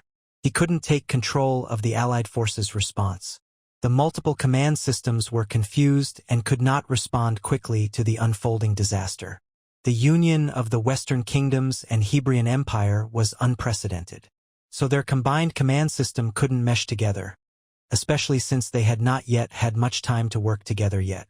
Moreover, it was a long time ago that even the Western kingdoms themselves had joined forces to create a combined military presence. So far, the war had been favorable. Thus, the importance of a unified chain of command had been undervalued. However, such a fragile chain of command collapsed when faced with an incomprehensible variable. Everybody calm down. A solemn voice took control of the situation. Zod knew the voice. He was the chief of the Royal Knights Division of the Audenia Kingdom. He had a vast amount of experience and was so competent that he once served as commander-in-chief of the Avalon Army, the most elite unit in the Western Kingdom Union. Our first priority now is to prevent further damage to the soldiers. All forces are to stop pursuing the outsiders. This was a much better situation now. Zod, who believed he could handle such a situation, decided to take matters into his own hands. This speed, it's very likely that it's a chimera with an ability that lowers its weight and heightens its reflexes. But it also had a ridiculous amount of firepower to be considered some simple chimera. Zod felt it must be a secret weapon of the outsiders. Zod received a message via communication magic. The unidentified object has suddenly left the battlefield at a rapid speed. It was a mere instant, but it had changed its trajectory and was moving lightning quick towards Zod. Bang! A river of blood trailed behind it as it collided violently with everything in its path. The soldiers near Zod were all swept away. He managed to withstand the shock due to the defensive magic he managed to deploy in the nick of time. A considerable amount of mana had been consumed, indicating just how absurdly strong the attack was. The snow that had piled up on the ground was flung far and wide. In its place, there was a girl flying through the snowstorm. She had white hair, like snow, as well as disturbingly gruesome silver eyes. Like two portals leading into an abyss, there appeared to be nothing behind such dead fish-like eyes. She slowly lifted herself up and stared at Zod. "You're not human." It had the appearance of a human being, but he couldn't feel any trace of humanity in it. Zod knew this instinctively. He knew it was an indisputable fact that it had been the cause of the massacre of countless soldiers so far. As it continued to stare at Zod, it radiated an almost transcendent presence. A massive power has been detected at Lagrium Meadow. A battle between the Allied forces and outsiders took place at the Lagrium Plains, in the northern kingdom of Aldina. Although small encounters were frequent there, a massive battle on this kind of scale had never occurred before. However, as the Shadow Worlds appeared simultaneously across different countries, the outsiders seized this opportunity to start their own invasion. They aimed for the exact moment when the Avalon Army, which was responsible for a large portion of the central troops, left the front lines to respond to the Shadow World incursion. Thus, the Allied forces had to fight against the outsiders with a core part of their military strength absent. The devastation that occurred wasn't limited to the significant casualties on both sides. From this battle, the Lagrium Plains had been so severely destroyed that the land almost needed to be remapped. Is this the outsiders' secret weapon? On the 24th, there had been a massive battle between the Allied forces and outsiders. At the beginning of the battle, the Allied forces had gained the upper hand. The situation was likely to be a landslide victory, but no one could have predicted the swift change in the tide of battle with the arrival of just one person. This person demonstrated an invincible power and destroyed the Allied forces' knight units easily. Thankfully, Zod Exarian was part of the Allied army and managed to stop the battle before every single knight was slain. Being one of the best wizards on the continent, Zod was something of an international treasure. That's why, when he disappeared after the battle, the Alliance kept an iron grip on all information concerning him, and handled the situation with the utmost secrecy. In the northern subcontinent where the Aldina Kingdom was located, snow was all but uncommon. In the bleak terrain, snow melted within moments of falling to the ground and dissolved into gray mud, coloring the whole continent in sadness. Apopes University Hospital in the north of Aldina. Zod Exarian sat on a hospital bed looking thoroughly exhausted. Physically, he didn't look to be severely injured. Mentally, however, he was locked in a devastating battlefield. His eyes were locked on the chessboard in front of him, his face scrunched in vexation. His eyes canvassed the board, acknowledging all the pieces and their potential moves. His face finally relaxed when he got to the White Knight. He lifted his left hand in response to make his move. Tak. Truly, it's a homunculus. If what you said is true, that a homunculus controls the principle of causality, then that would explain it all. The shadow world I just returned from occurred 100 years ago. Not much of the history, at least as we know it, matched with what we saw in there. Who knows what's happened since? Desir Arman moved his bishop and defended against Zod's meticulous attacks in an almost casual manner. Yeah, certainly there are some differences. This mana, for one. It had power equivalent to the sixth circle. Tak. As they took turns, they discussed the situation they had found themselves in while not neglecting to progress their game of chess. The front line should remain as is to maintain our standoff. With the homunculus's influence, the damage that our forces received puts us in an untenable situation, though the outsiders have no remaining strength. Taking out the homunculus will allow us to finally finish them off. Zod had a one-on-one battle with the homunculus at Lagrium Plain, and was severely injured as a result. In fact, his injuries were so severe that he couldn't even move his body. The homunculus got bruised up brutally, too. Zod succeeded in fending off the homunculus, a being that could easily manipulate casualty and managed to barely drive it off. As a result, the outsiders quickly retreated with the homunculus in tow, and the allied forces had to back off as well. It was a temporary lull in their battle, while both sides licked their wounds like beaten puppies. And as you said, the Prophet is still alive and actively fighting as an outsider. The Prophet, the one who had destroyed numerous kingdoms by deceiving countless people. He was definitely a threatening figure, looming in the shadows. Desir discovered him as a key player in the shadow world they had just cleared, located in the Magic Kingdom under the alias of Kuma Marelson, 130 years ago. He was also a central figure in the shadow world based on the Artemi Kingdom, 500 years ago. The Prophet possessed countless artifacts, and Desir believed that he was extending his longevity through the use of one of those artifacts. The stamina of the outsiders is way higher than I expected. Desir felt that the utility of the artifacts had been limited to making the outsiders unite, since there had not been any significant outsider activity in his previous life.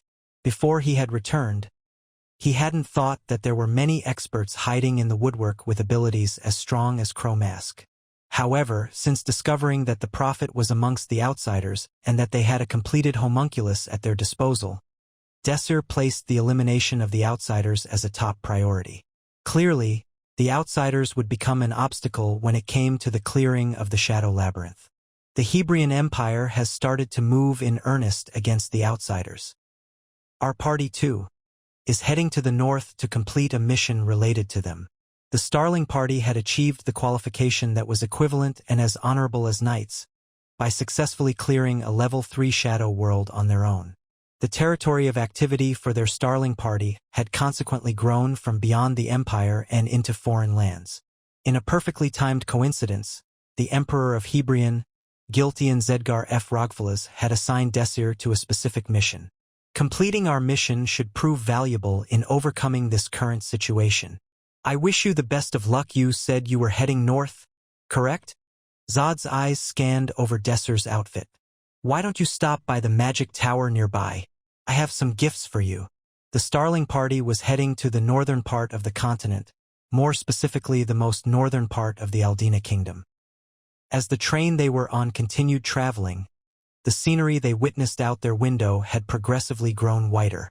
Desir rested his head on his hand and watched the landscape blissfully as he lost himself in his thoughts. After clearing that shadow world, Desir originally intended on continuing the training regime of his party members. However, things didn't proceed as planned. The principal of Hebrion Academy, Justin, decided to close the school due to the extended skirmishes and all-out battle between the Allied forces and the outsiders.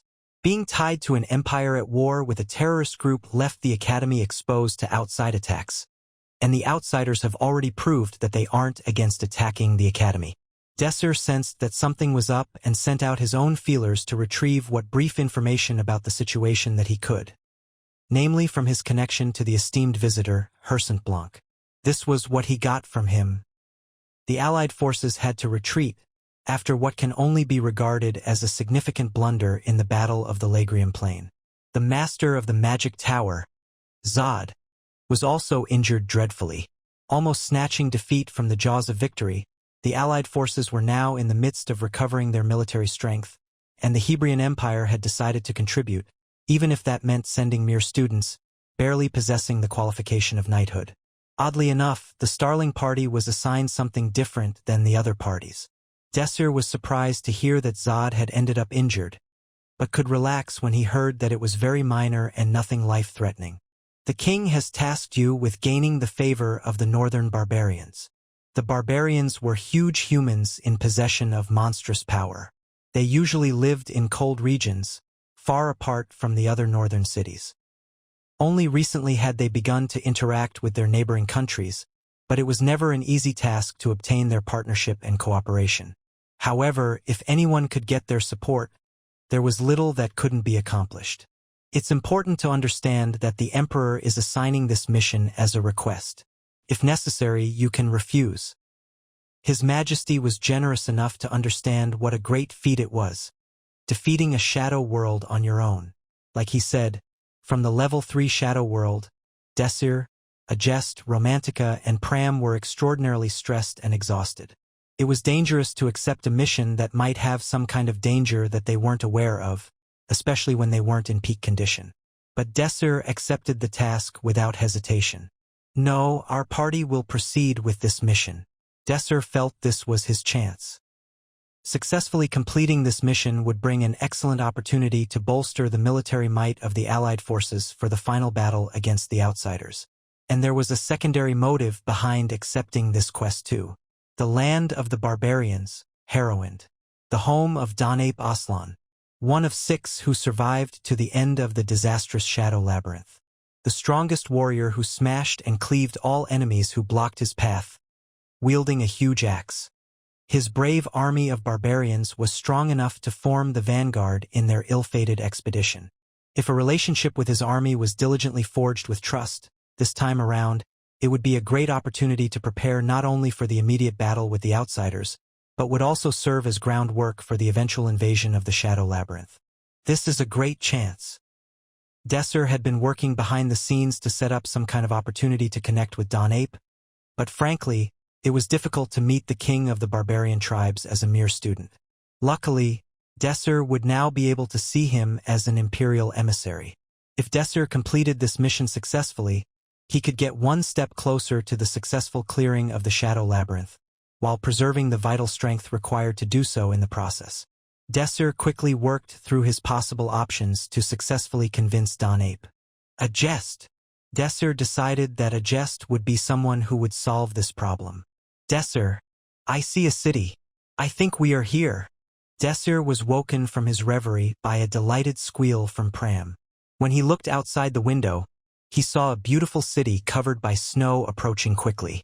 The Starling party finally arrived in the city. The tall walls surrounding the castle, and the obligatory moat that a castle needed to even be considered such, were laced with snow. These rugged and functional defensive structures were evidence to the city's history of countless battles against the barbarians. The designers of this city had to consider the practicality of design and the inevitability of having to fight from this city. The party had decided to stay here, a city famous for its beautiful scenery. After a light dinner at the inn, Desir briefly explained the mission. The barbarians live on empty Calcaris, which you can see out the window from here. Desir pointed to the range of mountains. This snowy mountain is incredibly harsh to visitors and foreigners, and is big enough that it can even be compared to other countries in terms of sheer size. Approaching it from the Lagrium Plain would be far easier, if only it weren't a battlefield right now. There were well-trodden paths along the mountainside, terminating in the Lagrium Plain. However, it was a large battlefield right now, making it quite impossible to take any of those paths. Therefore, the party had to take a long detour. It was the second best option that came to Desir's mind. The route was fast, but unfortunately never safe to use. Empty Calcaris was always engulfed in blizzard-like conditions near the summit, and the terrain was very steep. In order to maintain public safety, travelers were barred entry. It was an informal restriction, though. Most people had no desire to get any closer to the mountain due to the unpredictable nature of its weather, and those that did were told they were crazy. Desir was short on time. He knew that it would likely be dangerous, but he had to rush. People are prohibited from entering this mountain for a reason. This mountain is full of unknown danger. We need to be careful when climbing it. Desir tried to share as much he could about the mountain and finished this conversation with a warning. At the plateau in the blue sky, the seemingly never-ending blizzard finally stopped on the second day of their journey. Mt. Calcaris stood tall and proud, heavily dusted in snow. Its magnificence was overwhelmingly beautiful and majestic, for tracks of footprints could be made out, stretching a considerable distance along the snowy surface. "Werewolf in front of us," Desir informed his party as he looked far ahead of them. Just as he had said, there was a pack of half-human wolves slowly making their way to them. The Starling party armed and readied themselves for battle against these monsters. Before anyone else was ready, a jest launched a spell at the group of wolves. Ice Blast. Spheres of ice froze most of the wolves approaching the party. A jest walked up to the frozen wolves and sliced them apart with her sword. None of the monsters could offer any resistance when their bodies were frozen stiff. Splash. The blood of werewolves dyed the snow a slick crimson red. The battle had pretty much been finished in one blow. As the party let their guard down to continue traveling, Pram suddenly shouted, "A jest!" A large werewolf, probably one of the biggest in their pack, leaped out from the rear of the pack and lunged at a jest's exposed back. It all happened in an instant. A jest attempted to defend herself, but it didn't seem like she would make it in time. At that moment, a shadow launched through the air, leaving a wave of snow in its wake along with a resounding aftershock when it impacted the werewolf's head. Pakhang. The werewolf fell onto the ground with a portion of its head left concave. The silver marble that had caused all of this damage quickly returned back to its owner. This marble spun around Desir, occasionally surging outward and piercing the bodies of any werewolves that neared Desir. With the presumed pack leader laying dead on the ground, it was easy to knock the rest of the group down. The silver marble gracefully landed on Desir's hand when the battle had finally concluded. "I knew that marble was a great artifact," Romantica spoke in a casual tone as she was walking over towards Desir. "Well, you deserve it. You worked so hard for it." Desir looked at the artifact that was gently resting on his hand. The soft light was radiating through complicated patterns and symbols that had been printed onto its surface. This was the artifact that Desir earned from clearing the Level 3 Shadow World. Runal, an A-class artifact that was made out of the strongest metal, blank. It was able to sense any danger to its owner and freely move around on its own accord. It was a terrific shield and also a powerful weapon at the same time. It attacked any hazard based on the owner's recognition as well as on command from the owner. Runal was the perfect defensive artifact for magicians that fought from medium and long range, yet might still fight themselves in close combat with enemies. It was the perfect artifact for both Romantica and Desir. However, since Romantica could cast some spells without an incantation, everyone agreed that the artifact should go to Desir. "There are so many of them," a jest noted. Romantica nodded in agreement. "Yeah, well, this is an untouched wilderness. Nobody comes here, so there's no one to keep the population in check." The harshness of the mountain environment was well known. The party expected this journey to be tough, but actually, it was beyond what they had imagined. Because there were no hikers, there was no path. They had to explore and find their own path. They were surrounded by monsters at all times, and even frequently had to battle them. This constant state of alertness really drained their stamina. On top of that, the harsh blizzard sapped them right down to their souls. Their energy level had hit rock bottom. If they didn't have Zod's gift, they would not have survived until now. Before embarking on their journey north, Zod gifted Desir and his party members a clothesline. The new third-generation clothesline, hot off the press. Although it had not been enhanced much in terms of power, a few functions had been added, including a thermal heating function. The party didn't have to prepare anything special due to this ability alone. They couldn't imagine climbing the mountain without this version of the clothesline.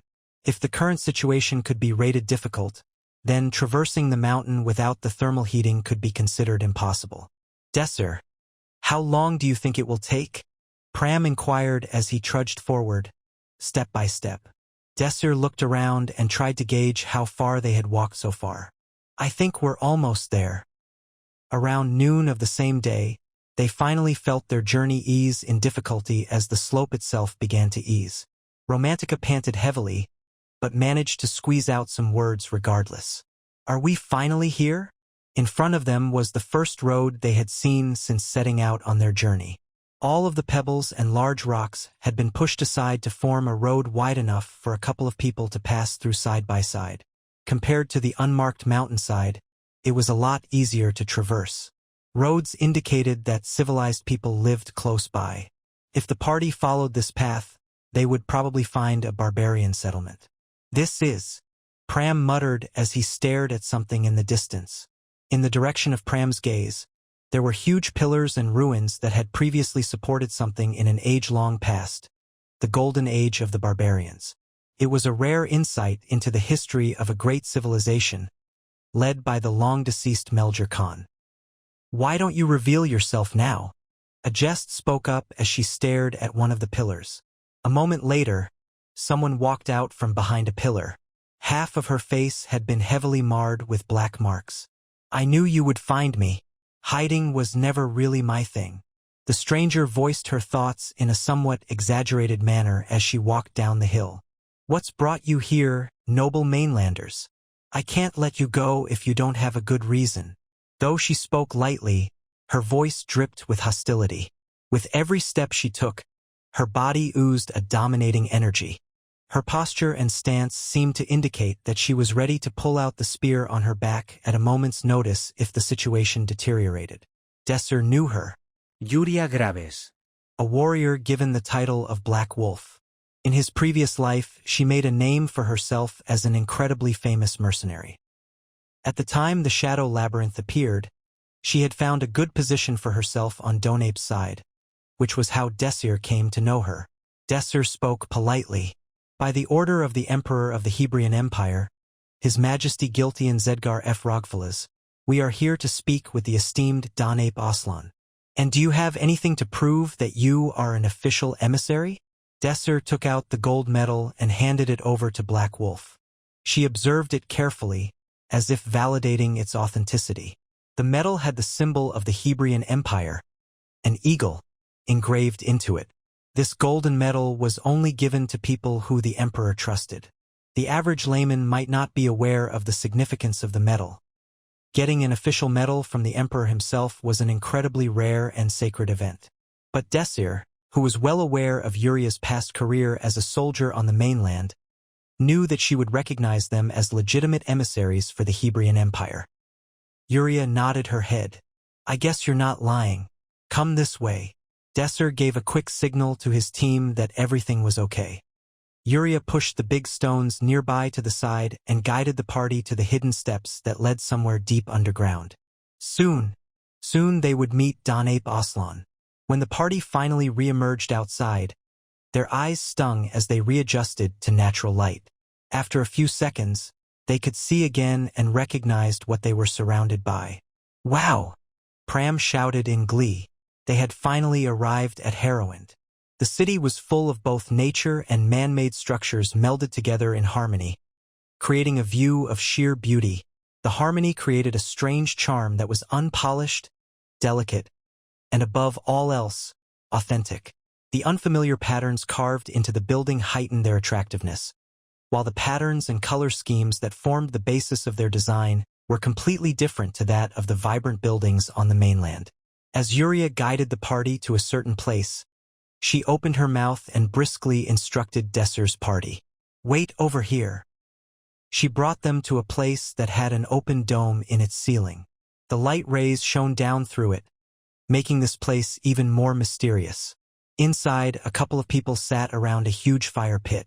Every one of them had great physiques, and all of them seemed exceptionally strong. Amongst them, there was a throne made out of stones. Yuria knelt in front of this throne and showed her allegiance to the person on the throne. The party followed suit. "Raise your heads." Desir raised his head and faced the person speaking. Just like the others they had seen, the body of this person on the throne was as strong as solid rock and his lips were tightly closed, making him look even firmer. He was wearing a golden earring, adorned with ruby. There was only one person who could wear this kind of accessory in the barbarian tribes. The red ruby represented the ruler of the north. "People from an empire. What made you come here to see me?"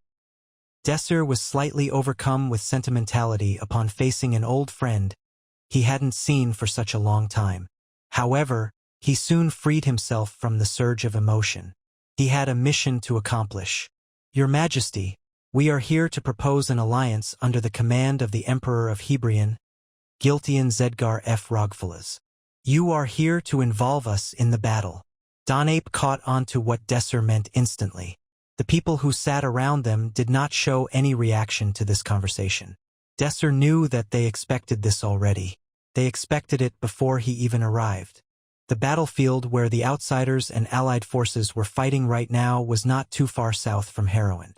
It was impossible for them to be unaware of this. If the person had already figured out your real face, you had no need to conceal it any longer. "You are right, Your Majesty. The Emperor is hoping that you can support us in this battle. We also know what the mainland is dealing with right now. If the outsiders win this war, of course, the continent will fall in chaos. Yes, and the outsiders will do anything to achieve their goals. If we can't block them this time, they will surely come after you too." Desir was right. The outsiders would serve as an apocalypse to the barbarians and all other life on the continent. Donape also knew this, and it was a good enough reason to support the allied forces. "I agree with you. We should get involved and fight against them." Tak. Tak. The flames in the fire pit surged and strengthened. "But I will not accept this request. This was a story that didn't exist in this world. But the story still survived in a certain someone's memory. It was 10 years after the Shadow Labyrinth had appeared. Our people were bound by the oaths our forefathers made and could not leave that land.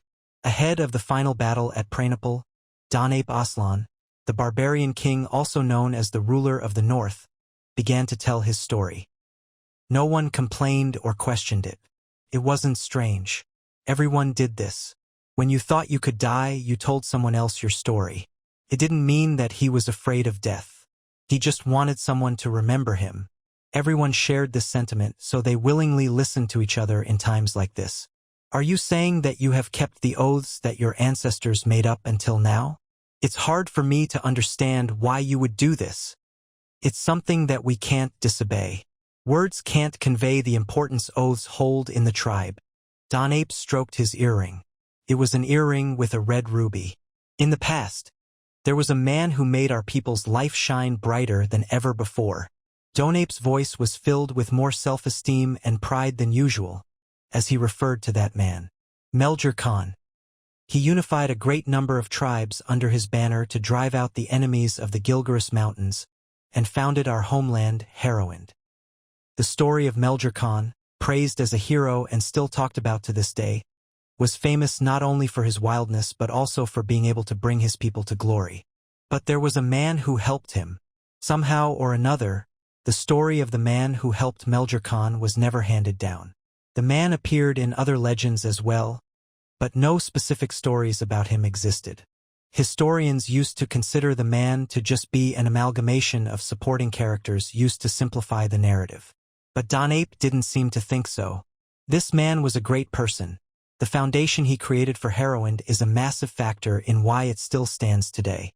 In return, he asked Melger Khan for a favor. From this point on, this story was only passed down to and retold by barbarians.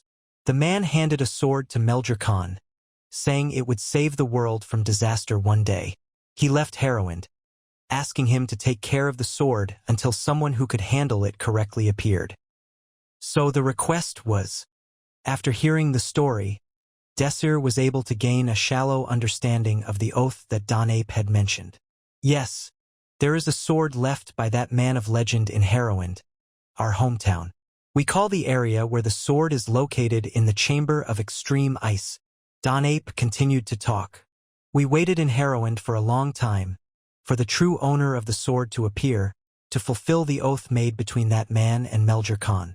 Of course, we also tried to wield that sword ourselves, but in the end, no one ever managed to pull it out. Well, there must be some kind of requirement, right? Is there a powerful spell placed on it? Or is it guarded by an outstanding guardian? If there was just a guardian, the sword would have been pulled long ago. The Chamber of Extreme Ice emanates a tremendous chill and does not allow anyone to even approach it casually.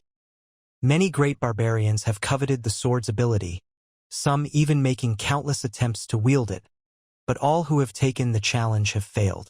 The barbarian recounted the story of a man who had entrusted the sword to Melger Khan, and the tribe that lived their lives in Hebrion to keep the oath. However, they had no choice but to abandon their oath in the face of a disaster that threatened the entire human race. The Shadow Labyrinth had appeared. Now that I think about it, I might have to find them myself. I shouldn't just wait for the owner of the sword to appear. Donape's gaze, sighing at the end of the story, focused on a particular place.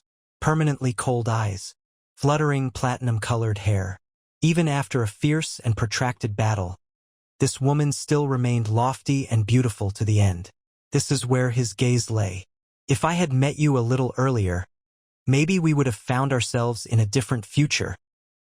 Agest, Romantica, and Pram, who were sure that the barbarians would accept the alliance based on the flow of the conversation, were left obviously embarrassed. But Desir, who knew Donape would give such an answer, seemed calm in comparison. We can't leave here for any reason.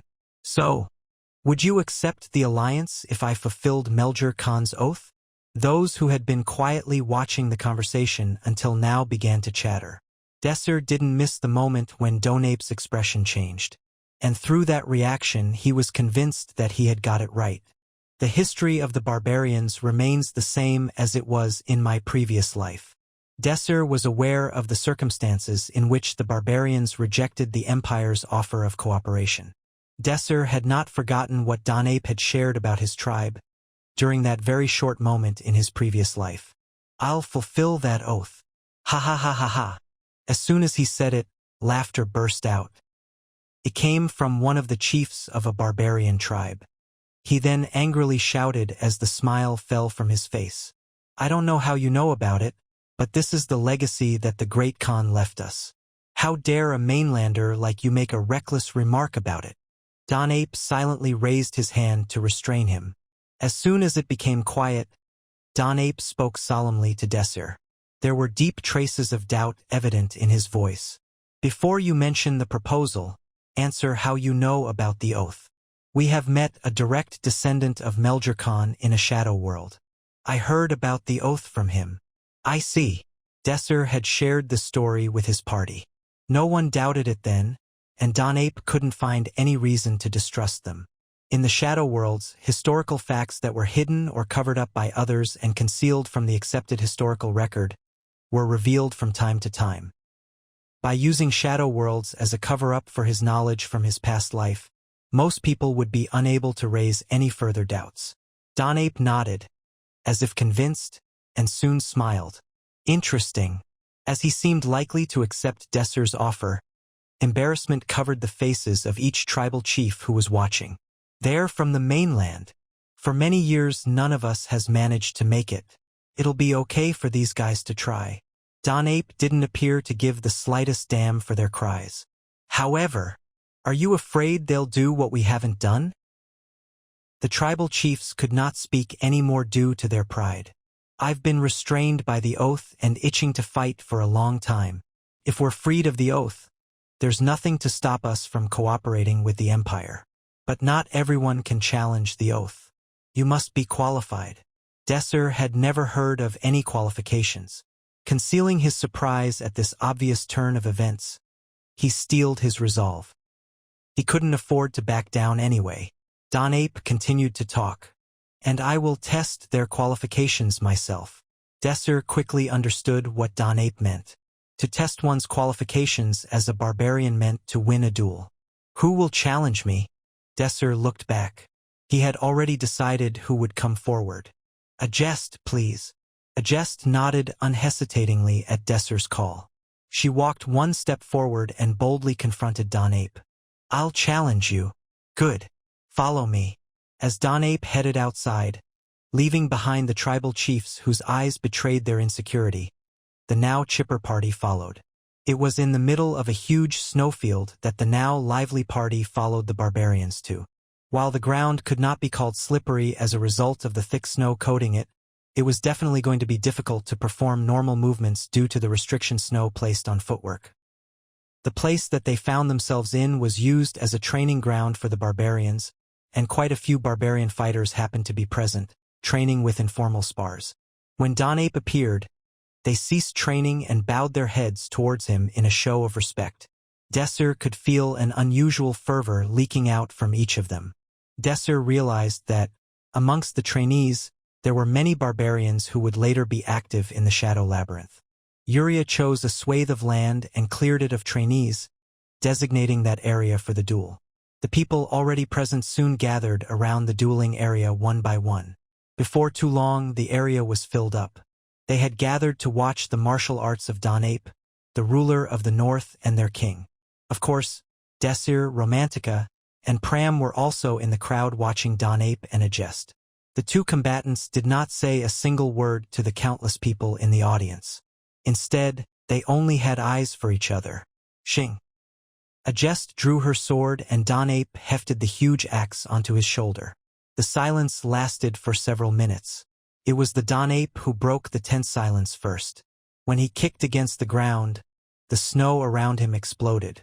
In a mere moment, Donape, who had narrowed the distance with the Agest, swung his axe horizontally. Agest read the trajectory and turned to the side to dodge the attack. The axe seemed to tear through the air in a show of unrestrained violence. Seeing it wouldn't connect, Donape rotated his body in an agile fashion that completely betrayed the expectation one would have of a giant physique like his. A giant fist flew right at Agest's face. She raised her sword reflexively. Kagong. In the midst of a single exchange of attack and defense, a flood of thoughts passed through Agest's head.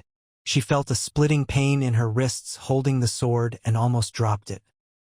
Donape, on the other hand, seemed to be okay after the collision of sword and fist, and swung his giant axe at Agest again. After defending against the ensuing attack, Agest took advantage of the force of it and bounced back to increase the distance between her and Donape. Agest quickly judged that she couldn't face Donape head-on. Against the king-class Donape, the knight-class Agest didn't have a chance of winning. Ice Orb. Agest unleashed a flurry of ice bolts towards Donape. As soon as she attacked, Agest also invoked defensive magic in preparation for Donape's axe. Sigh of Kizzard, making up for insufficient swordsmanship with magic. Agest's method of fighting with magic assisting her swordsmanship increases her fighting power by several magnitudes. By dealing damage with magic, she could avoid colliding with Donape. Har! But Donape wouldn't let Agest maintain her distance. He doggedly chased her down and readied his axe for another swing.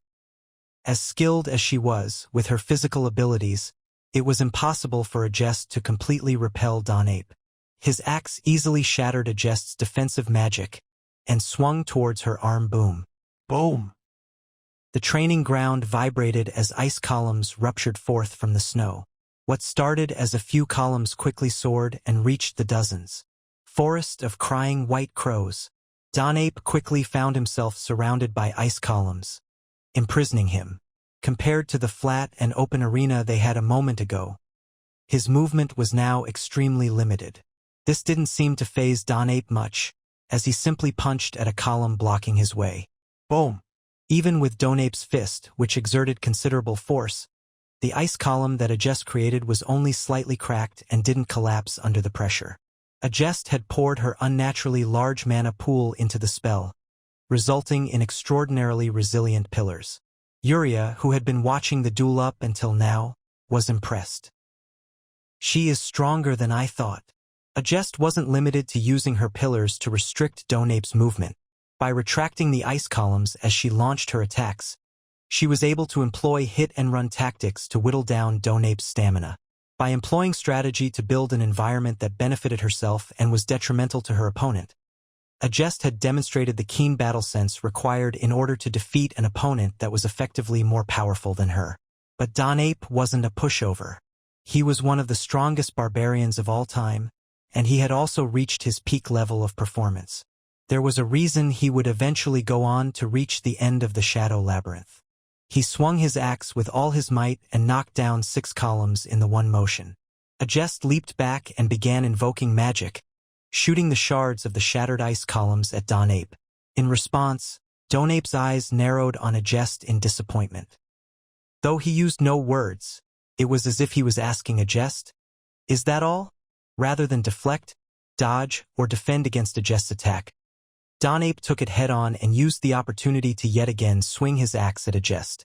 Judging that impact would be unavoidable, Agest swung her sword in front of her in a last-ditch effort to deflect the attack. Kang!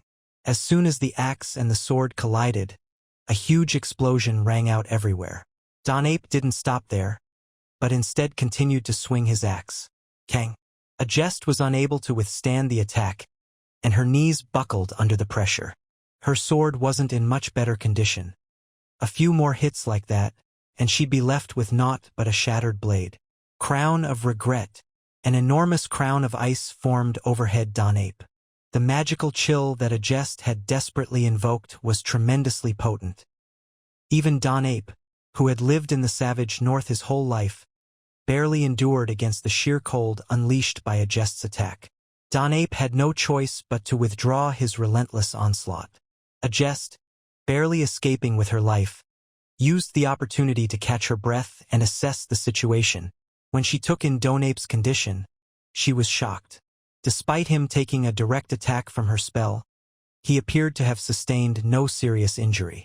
An overwhelming difference in power and ability. Most people would give up and fall to helplessness. It was only rational to give up in the face of such an overwhelming gap in strength. But Agest's resolve never flickered. Instead, it only grew stronger. Desir trusted me to win this fight. I can't let him down. She kept her cool and maintained focus on her goal. Victory.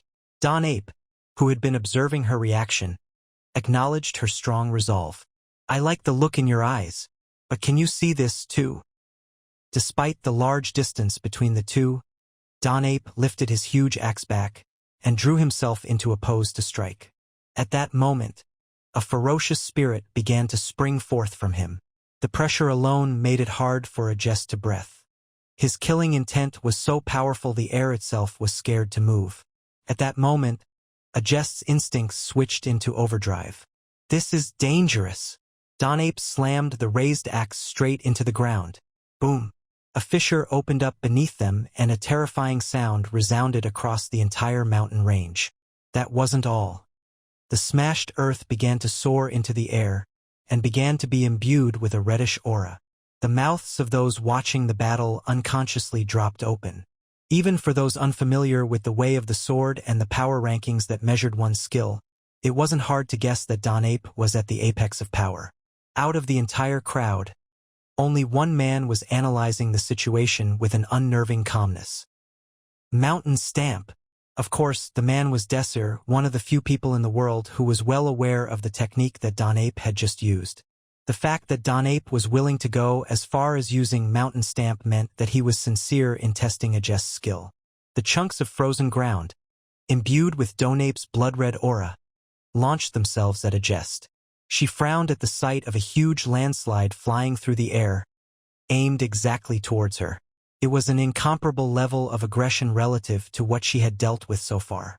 If Donape was going to hit her with all his power, she was going to respond in same. Frozen Palace. The atmosphere froze. The snow, which had been driven everywhere, began to drop, drop. Something dripped down from the ceiling and landed on Desir's shoulder.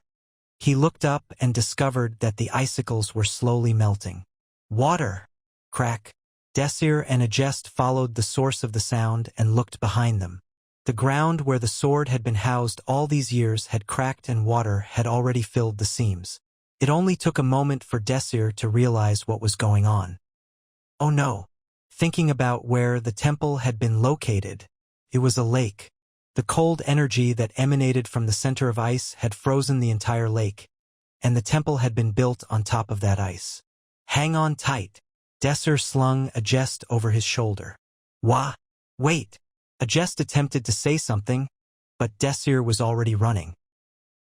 Pieces of ceiling began to fall and water began to quickly rise, but a jest wasn't nervous at all. The warmth from Desir's shoulders and back made her calm. Thank you for reading on patreon.com/maldifrogsclub. A jest and Desir managed to escape just before the temple completely collapsed. They were both soaked from head to toe and decided to head back to their room for some much-needed rest and relaxation. Desir wanted to talk to Donape right away, but he knew that it would be impossible to meet someone of his status, the King of the North, anytime he wanted. The next opportunity that Desir got to talk with Donape wasn't until 2 days after obtaining the sword. They stood in the same place they originally met him on the first day. However, the mood was subtly different from that first meeting. As long as the center of ice existed in Hebrion, the barbarians would be tied to their oath in finding an owner for it and refuse to leave this place. With such a situation, rejection to any requests for cooperation was the expected result. For that reason, the last meeting had been conducted in a lackadaisical manner. Any diplomats appealing to the barbarians for aid could be ignored, as their oath took priority. But this time, the situation was completely different. The many tribal chiefs were confused. They never expected that a party of mainlanders would be able to pull out the center of ice. Donape, who appeared to be the calmest amongst the barbarians, opened his mouth first. Did you really harness the power of the center of ice? Desir respectfully answered. We did, Your Honor. We have successfully retrieved the center of ice and would like to present it to you as proof. Desir signaled a jest and she unsheathed the center of ice, the sword that was composed completely of ice, the one and only sword in the world of its kind. Unbelievable! The barbarians believed that they were the ones chosen to fulfill Meljur's promise. They had never even entertained the thought that someone who was not a barbarian would be able to pull the sword out. The chiefs could not accept that a jest held the center of ice in her hand. It was just a few muttering under their breath in the beginning, but gradually more chiefs voiced their complaints. We cannot accept this. One of the chiefs, taking it upon themselves to represent the rest, spoke up. The center of ice represents the promise that Meljur shared with his friend. We cannot let mainlanders like you violate its sanctity. The crowd let loose a roar in agreement.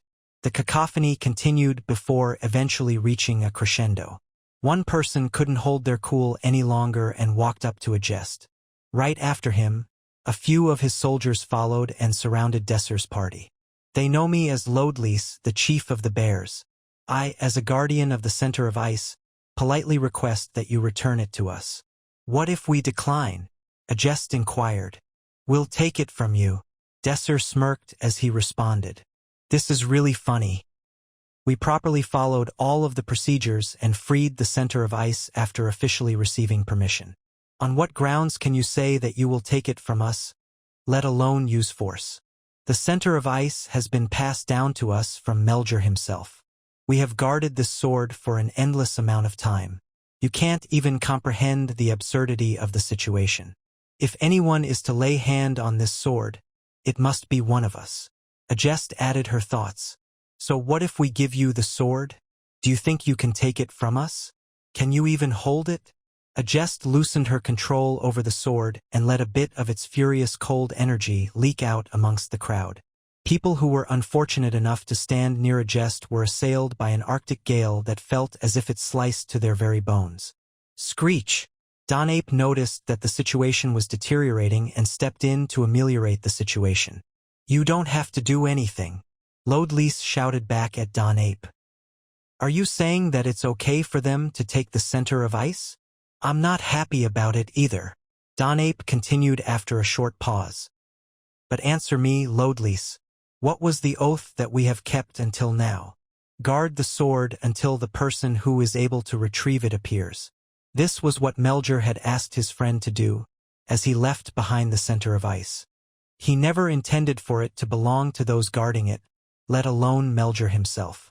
But, Lodlis understood what Donape was intimating, but it was so hard to accept the fact that he needed to give up the sword that he and his ancestors had guarded with their lives to outsiders.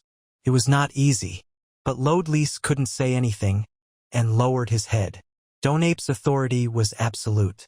Donape referred to the oath and wrapped up this matter by accepting a jest as the new owner of the sword. There was nobody left who dared to question who the rightful owner of the sword was. With the problem of ownership of the center of ice solved, Desir moved on to the next issue, the main reason for the meeting. It is great that your oath to Melger's companion has been fulfilled. I am now ready to hear your answer in regards to our joint cooperation against the outsiders. Donape stood up and looked around. My greatest warriors, we have buried our teeth and claws in the cold snow, all for the sake of keeping the oath made in times long past. Due to this oath, we have looked away from injustice. Originally, the barbarians were fair and trustworthy. They were the bravest warriors who were the first step forward to help the poor and uphold righteousness. Donape wielded his axe and swung it heavily into the ground. Our sacred mission is now accomplished. In front of us, we have a stage to prove that we are the soldiers who inherited the greatest warrior's blood. My chiefs, go and tell your soldiers that it is now the time to reveal our teeth and claws. It is now the time to punish injustice. Yah-awah! All of the barbarians brandished their weapons and shook them in the air as they shouted loudly. Most of them were active and loudmouthed. Truthfully, many of them had felt suppressed by the oath, forced to isolate themselves from the world. It wasn't easy for them to hide and live like wanted men. The people who had previously been complaining loudly were once again shouting together in unison. Donape Aslan didn't climb up the social hierarchy to reach this throne relying on just his authority and lineage. Donape understood how to rally people and get them fired up. Desir admired his longtime friend. Listen, lions of the empire.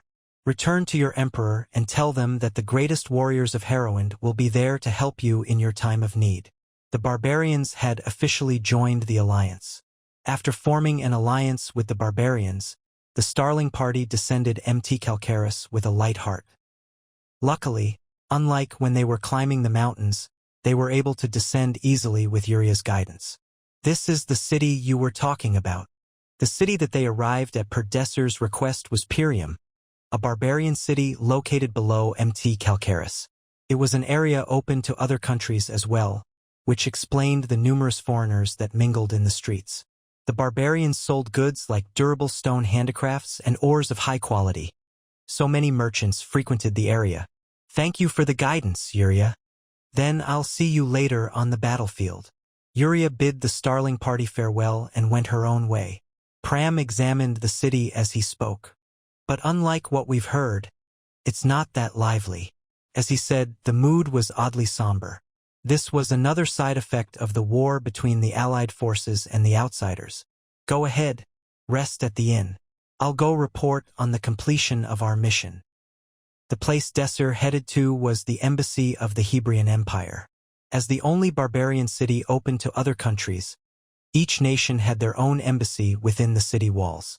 At the embassy, Desir verified his identity with his gold plaque and used the embassy's communication device to contact Hersenblanc. 7,000 barbarian soldiers that can be mobilized, and all of them are skilled enough to be knights. The news of their successful alliance with the barbarians had excited Hersenblanc greatly. That much power alone is equivalent to an entire flank of the troops provided by the Western Kingdom Union. It's beyond my expectations. How is the current situation? At Desir's question, Hersenblanc murmured to himself. I can't say it's too good. He continued speaking. After the battle between Zod Exarian and the Homunculus, now known as the Battle of Lagrium, the commanders of the Allied forces determined that the war would enter a lull. Everything seemed to point to that being the truth. That is, until the outsiders took advantage of the situation and launched an unexpected attack on the Allied forces. Normally, to launch such an attack while being so severely outnumbered would be to hand victory to your enemies. But the reason they carried out the attack was simple. The homunculus had returned to the front lines. It went exactly according to your party's observations in the shadow world. The homunculus's recovery was truly extraordinary. It should have been completely destroyed during its fight against the master of the magic tower, yet it had already made a full recovery and rejoined the front lines. Desir's face hardened. The homunculus's extraordinary regenerative power was something he was already well aware of. However, its speed was beyond his expectation. Having experienced the full brunt of its power once, the Allied forces have established a special forces unit to eliminate it, but they're already busy just trying to keep it in check. It would be hard to stand up to it unless we're as strong as Zod. The mere presence of the homunculus was enough to force opponents to change their strategy, and it alone had the power to turn the situation upside down. However, the homunculus was by no means an invincible creature. The Allied forces, composed of the strongest forces on the continent, weren't weak enough to collapse due to a single being. Confirming that the alliance between the Western Kingdom Union and Hebrion Empire was progressing rather smoothly, Desir determined that the current situation wasn't too terrible. You should hurry up and take your party and join the ranks at the Lagrium Plains as well. I understand. Beep. With that, their communications ended. Having finished his report, Desir located the inn using his communication bracelet and left the embassy. When he arrived at the inn, Pram was waiting for him outside. How was it? Seeing Desir approach, Pram ran up to him like a puppy and greeted him. Seeing Pram act cutely like always, Desir let out a smile, but it was no time to be chatting casually. Pram, could you call the others over? Sensing the concern within Desir's tone, Pram hurried to call the other party members over. Once everyone had arrived, Desir started recounting the news he had heard, that the situation wasn't very good, and that the Starling party would have to join the war effort. When he finished talking, the air felt heavy with tension. Feeling anxious was only natural. Regardless of how many battles they had undertaken in the Shadow Worlds, the weight that the term war held was something entirely different. But no one was scared. Riled up, Romantica spoke energetically. Wars disgust me, but if my opponents are the outsiders, I'll do whatever I need to. I won't let them get away with something like that again. Desir, a jest, and Pram knew immediately what she was talking about. Last summer, the outsiders had committed an act of terrorism on a grand scale in Deltaheim, the capital of Perleca, Romantica's hometown. As a result, the city had been destroyed, and many lives had been lost. The shock she must have felt at the time would be indescribable. A jest agreed with her opinion. The outsiders' indiscriminative terrorism is unforgivable. The outsiders had also manipulated the Hebrion Academy's party competition, aiming to eliminate as many parties as possible, each filled with all of the young promising talent in the Empire. Through that incident, several students had lost their lives. They were more than likely to continue carrying out such indiscriminate acts of terrorism. Pram too had something to add. If we're able to prevent future damage by stopping them, I think that we must fight too. Everyone was in agreement. Then there was no reason to hesitate. Desir nodded. Let's end this war as soon as possible. A bathtub filled to the brim with red blood. Walls of black blood. Blood that had long since dried and lost its original color. In the room decorated with splattered red and black blood, a man sat in the corner. He had a gag in his mouth, and his limbs were tied down with ropes to prevent him from moving. His eyes were full of fear, and next to him stood a woman wearing a mask embellished with feathers and jewels. The mask covered more than half of her face, yet her beauty still spilled out. Unlike the man who was frozen in terror, she was far too calm. Despite being in a room that would scare anyone, she looked comfortable, as if she were at home. Feather Mask smiled lightly as she approached the man. Her smiling lips overflowed with sensuality. How long will you hold out? Splatter.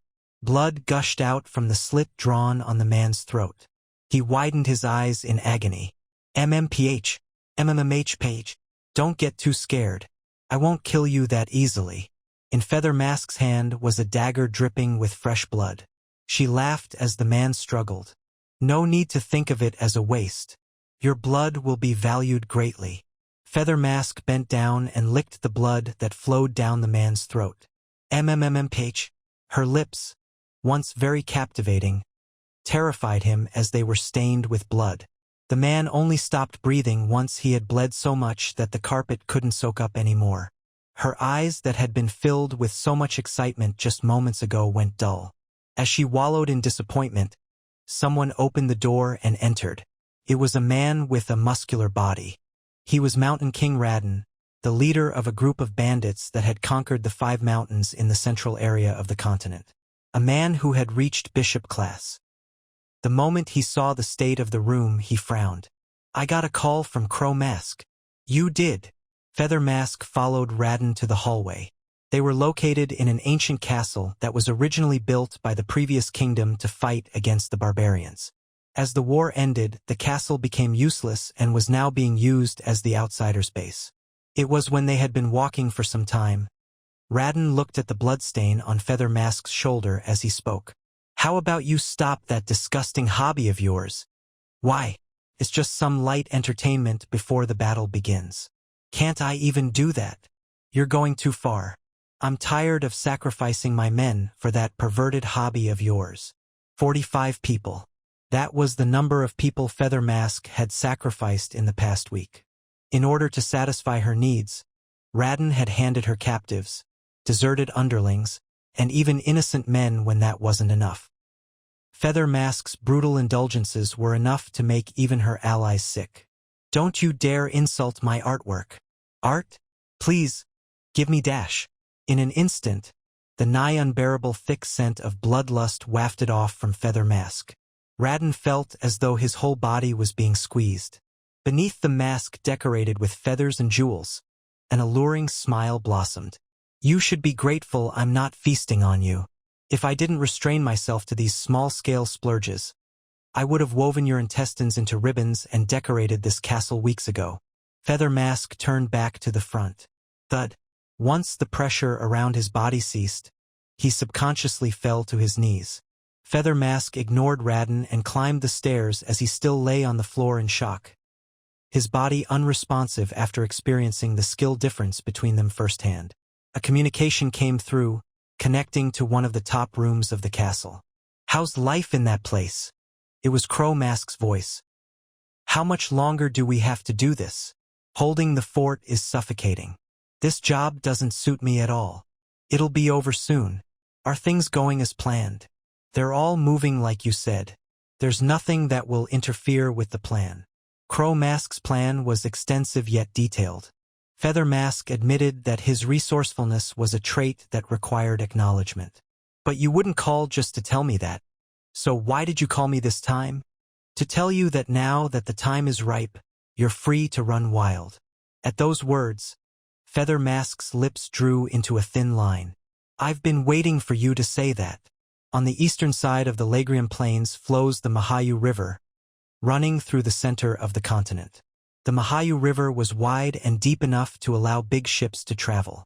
The Hebrion Empire's military forces were stationed near the border of the Iolita Kingdom, overlooking the mouth of the Mahayu River.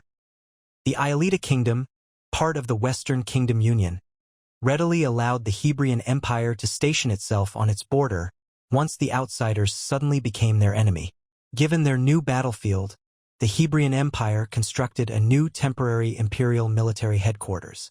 There, Desir was face-to-face with a monocle-wearing, middle-aged commander. Lieutenant Payan, he was the squadron leader that commanded the imperial military. Payan had a rather slim figure that made him look weak, but Desir remembered that unlike his physical features would lead you to believe, he was quite a competent man.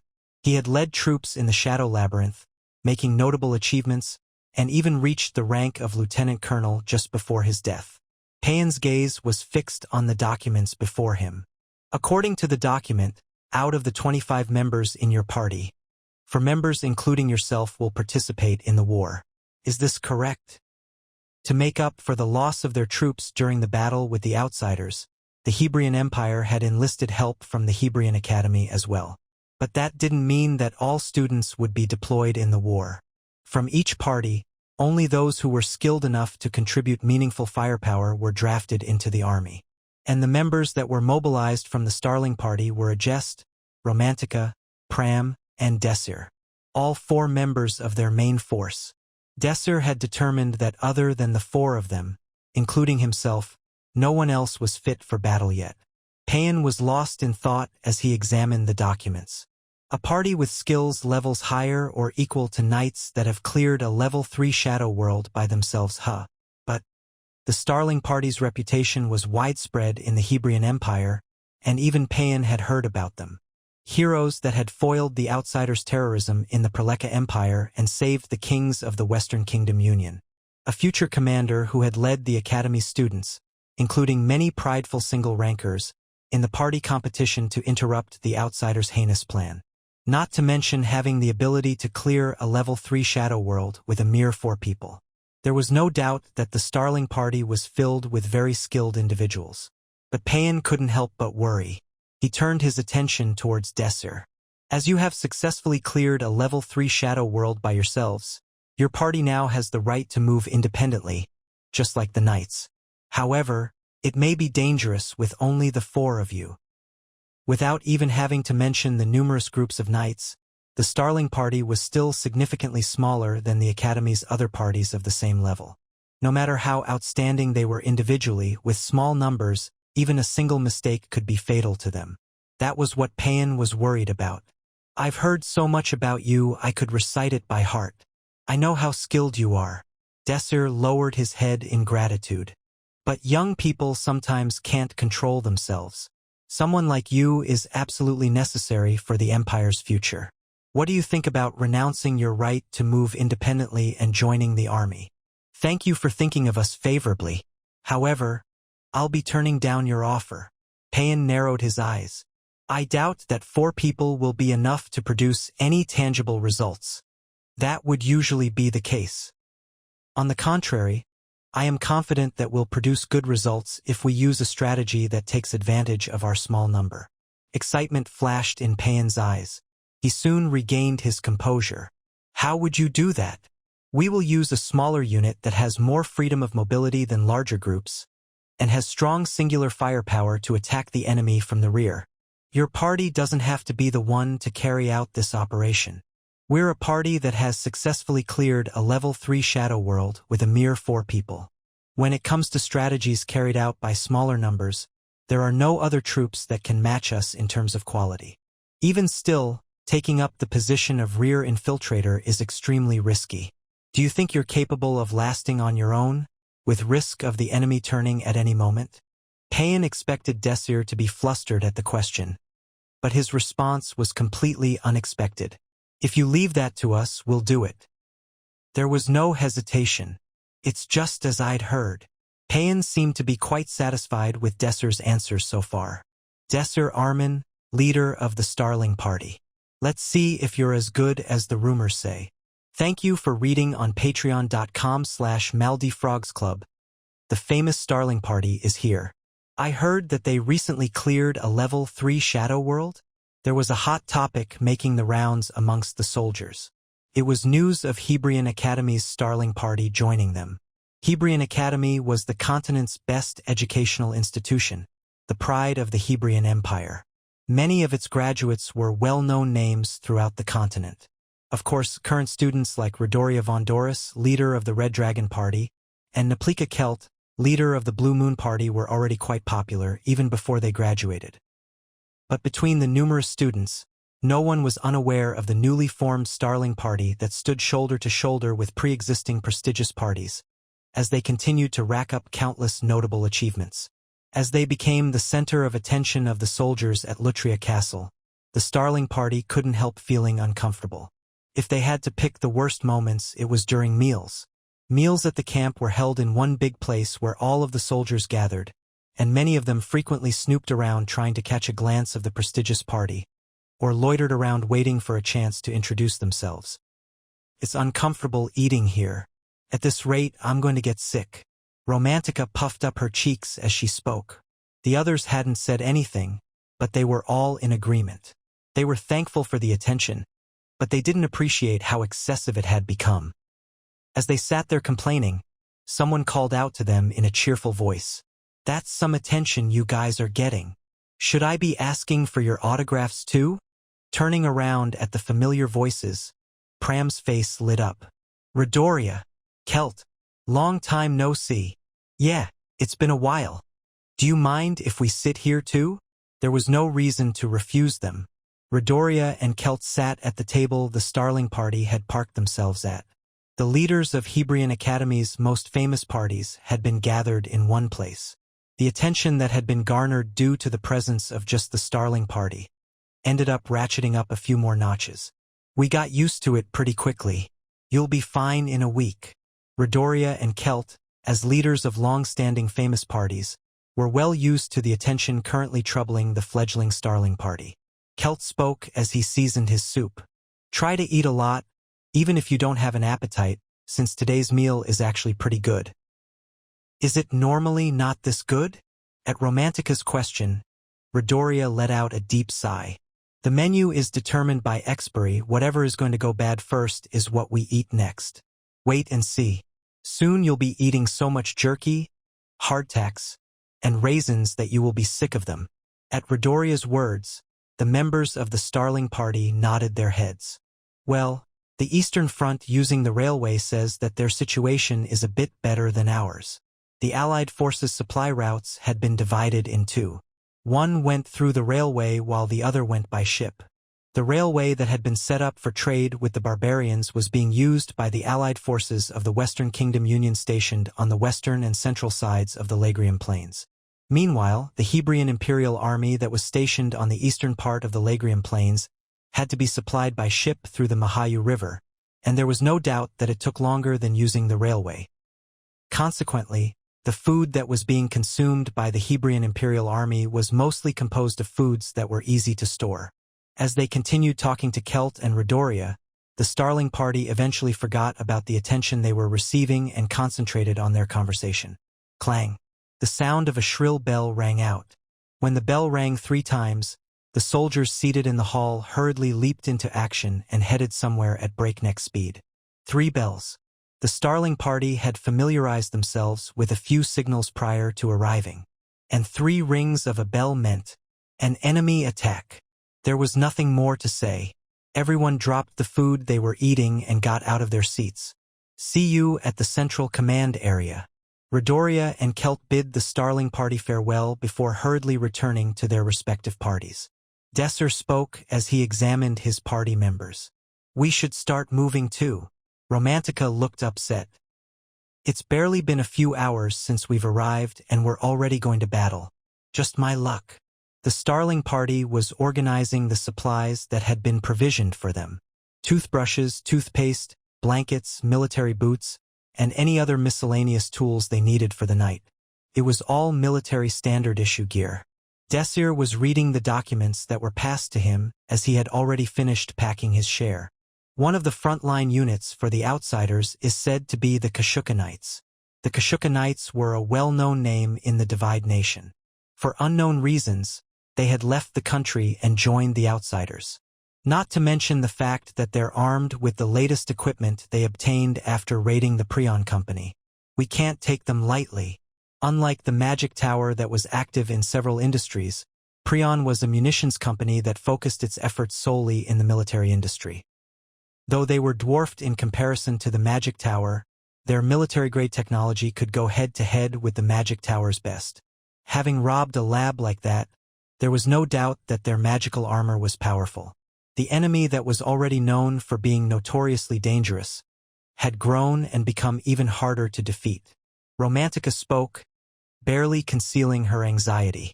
Wasn't it a mistake to have the Imperial Army withdraw from the Eastern Front to reinforce the eastern flank? Agest responded. They wouldn't have had a choice if they wanted to deal with the homunculus. Confirming the outsiders' attacks were concentrated on the eastern front of Lagrian Plains, the Imperial Army hurried to assemble its forces.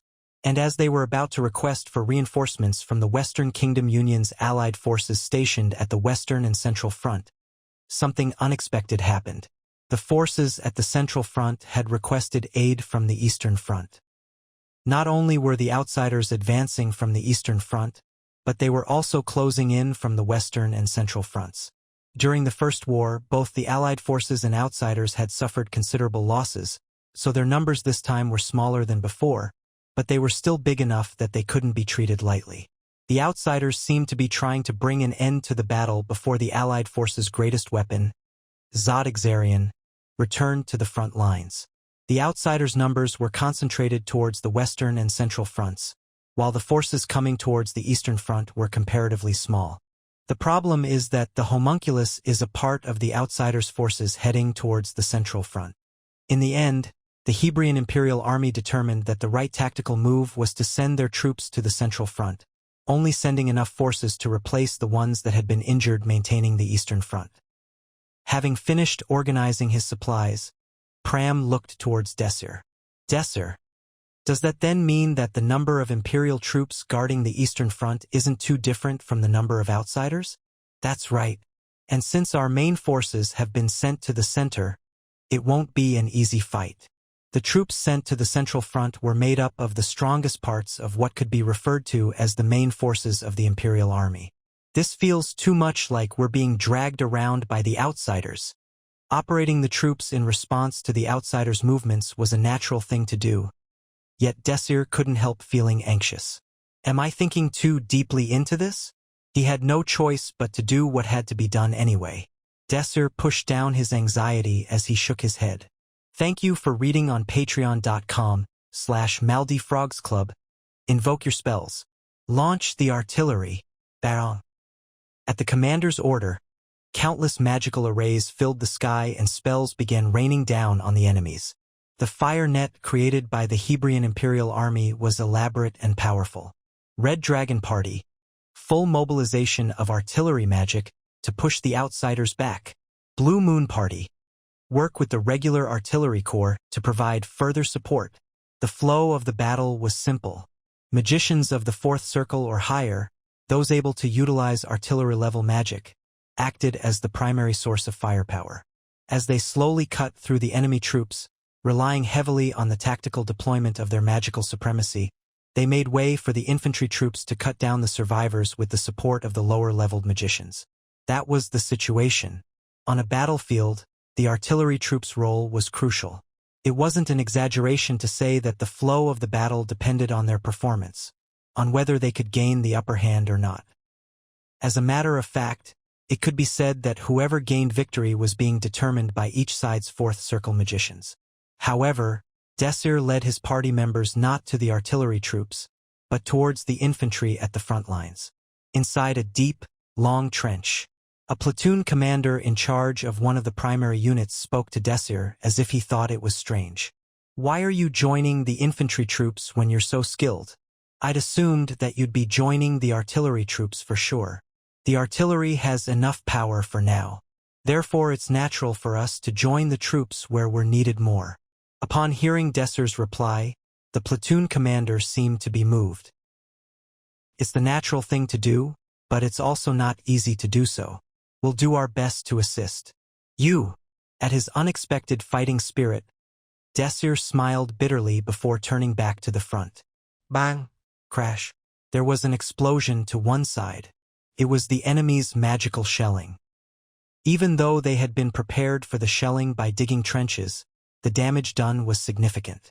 A large-scale battle broke out as the artillery troops from either side acknowledged each other. The Starling Party began to initiate their counterattack. Romantica's magic, which had reached a considerable level of strength for a third circle magician, along with Ajest's fourth circle magic, did not fall behind the artillery troops. Whisper of Winter. The magic invoked by Ajest fell right into the middle of a group of outsiders. It exploded and produced a haze of smoke. That smoke then seemed to crystallize, freezing numerous soldiers. Heavenly Spear. The outsiders who had been locating the Allied forces by tracing the trajectory of their shelling magic were thrown into chaos.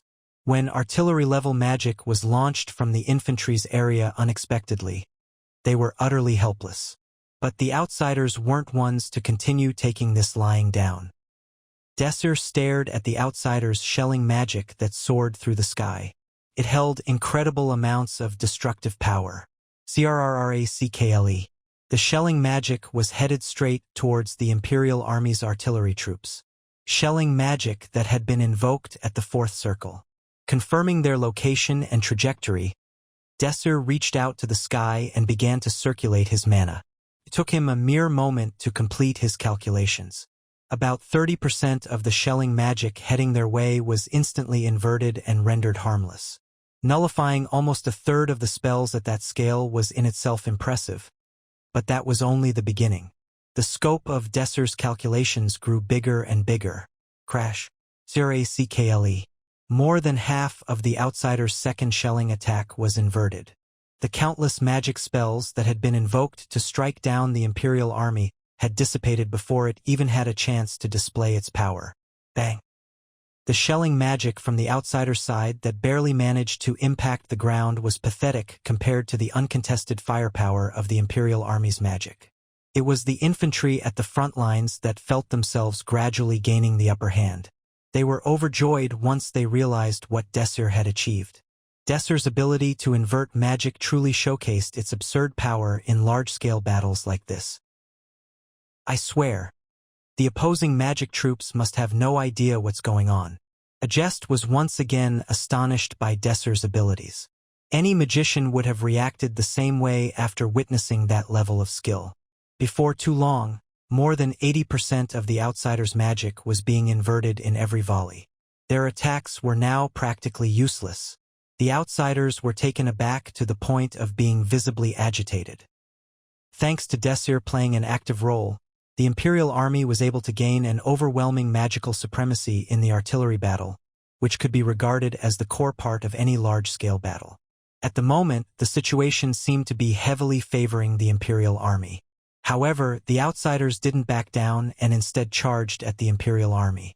Now that the Imperial army's artillery troops had taken control of the battlefield, the outsiders had their hand forced. The only thing that awaited them if they retreated was death. The outsiders' frontline soldiers were reinforced by their second and third circle magicians, and they charged with their infantry unit leading the way. Are they planning on turning this into a brawl? Desir immediately figured out the enemy commander's plans. If the infantry units got mixed together in an all-out brawl, it would become hard to fully utilize the Imperial army's artillery troops. In other words, it was a strategy to reduce the impact of their inferior artillery power. Charge! To return fire, the Imperial army also ordered a charge. The two sides collided. Screaming and the sounds of weapons clashing against each other spread and covered the battlefield. They're all over there. Attack over there first.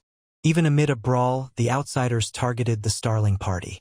Since they were the only ones amongst the infantry using magic, it was natural that their location would be easily discovered. Hraf! Pram stood at the front and protected the party members. He cleanly cut down any enemies that came towards the trenches.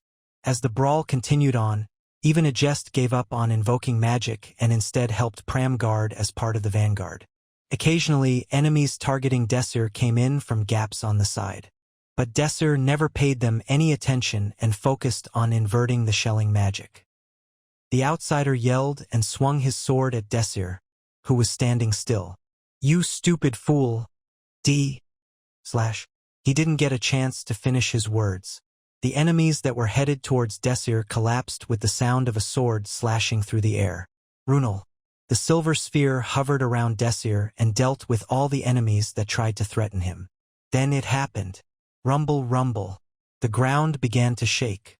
Desir turned towards the direction of the sound. A large number of cavalry troops came into sight. Not only were the people heavily armed with magic armor, but so were the horses they were riding. Fire lance. They used the magic embedded in their weapons as they charged. Erf! Hraf! The Kashuka Knights. The sight of them charging while armed with the newest equipment from the Prion Company made them look less like a cavalry unit and more like an armored train. The Imperial Army's infantry was trampled and their formation began to collapse in short order. Rumble, rumble. The ground shook with the sound of the horses' hooves. The Kashuka Knights turned around after sweeping through the Imperial Army's entire infantry. Ag! Help me! Any Imperial Army soldiers in their way would be swept to the side under the might of their charge. This was the tactic that they had employed to great effect. Stop them. Enter the tortoise formation to stop the cavalry. Following the commander's orders, the Imperial army moved in unison. A moment later, their shields and spears came together to form a solid wall around them. But such a formation was useless when their opponents were heavily armed with magic weapons. Their formation would have been effective against regular cavalry, but this was anything but that. Aya! They forcefully broke through once again. In the face of such a reckless charge, the Imperial army broke down. The Imperial army's spears couldn't pierce through the enemy's armor, and the shields they wielded be. Their shield wall crumbled easily, and many soldiers were trampled by the enemy horses' hooves. The Kashyyyk knights soon broke through the center and began heading towards the artillery. At this rate, the artillery troops were going to be left exposed and defenseless against the enemy's attacks. As a result of their efforts to sustain shelling magic on the outsiders, they were starting to run low on mana. They didn't have enough energy to deal with the cavalry's approach. Despite being plunged into crisis, Desir didn't panic and slowly examined the enemy. His two eyes were looking for the Kashyyyk knights' planned route. For cavalries that can't make sharp turns, they're dead the moment their planned movement is discovered. Having finished organizing his thoughts, Desir gave Romantica an order. Romantica, aim for the 1/3 from the front. The enemy that Desir was pointing at was armed with particularly good weapons in comparison to the rest of the cavalry. Romantica, too, had noticed the superiority of his gear through the difference in the flow of mana and soon went into sniping mode. And the moment the target entered her line of sight, bang! The bullet pierced straight through the head of the Kashyyyk knight's leader, and he tumbled off his horse like a rag doll. Using a weapon called a rifle to concentrate a significant amount of her power into a single bullet, Romantica's shot far surpassed her mana's limit in terms of strength. Don't stop! Continue carrying out the leader's orders. The Kashyyyk knights turned a blind eye to their leader's death and continued charging. Desir's orders continued. Adjust, freeze the enemy's movements. As soon as he finished talking, Adjust's calculations appeared in the form of a multitude of magical arrays in front of herself. Forest of crying white crows, fourth circle ice magic.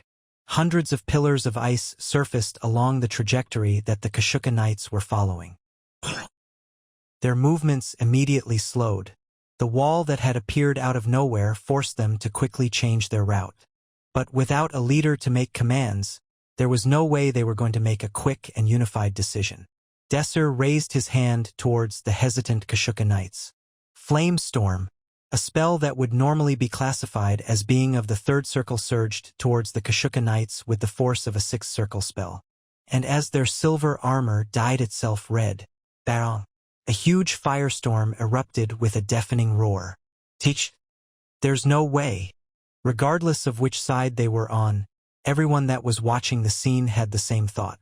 There was no one that could survive in such flames that still continued to burn fiercely. The Kashyyyk knights that had been at the center of the explosion, as well as assisting enemy troops surrounding them, were wiped out completely. We weren't told about any of this. How could a magician of this level be mixed in amongst the infantry? Having witnessed overwhelming magical power, the outsiders fell into a panic. The Imperial army didn't miss the opportunity. Hrag! A multitude of battle cries sounded. The momentary upper hand that the outsiders had claimed swiftly returned to the Imperial army. I think we've done enough. It was like Pram said. The Starling Party had neutralized the enemy's attacks and completely annihilated their main troops. They had created the current situation. The outsiders resisted desperately. The situation had already turned against them, yet they remained persistent. Desir spoke to the party members as he gasped for air. Like Pram said, we've done enough, so let's leave the rest to the infantry. At his orders, Romantica questioned him. We're not seeing it through to the end? This is enough for now. This won't be the last battle anyway. A magician's management of their mana was more important than a knight maintaining their fitness. A magician out of mana was no different than an ordinary person with no training. But that wasn't the only reason why Desir ordered a retreat. Something isn't right. Despite his overwhelming victory, he didn't look very happy. Going to the rear where the command center was located, the Starling party was able to join up with Redoria and Kelt, who had been active within the artillery troops.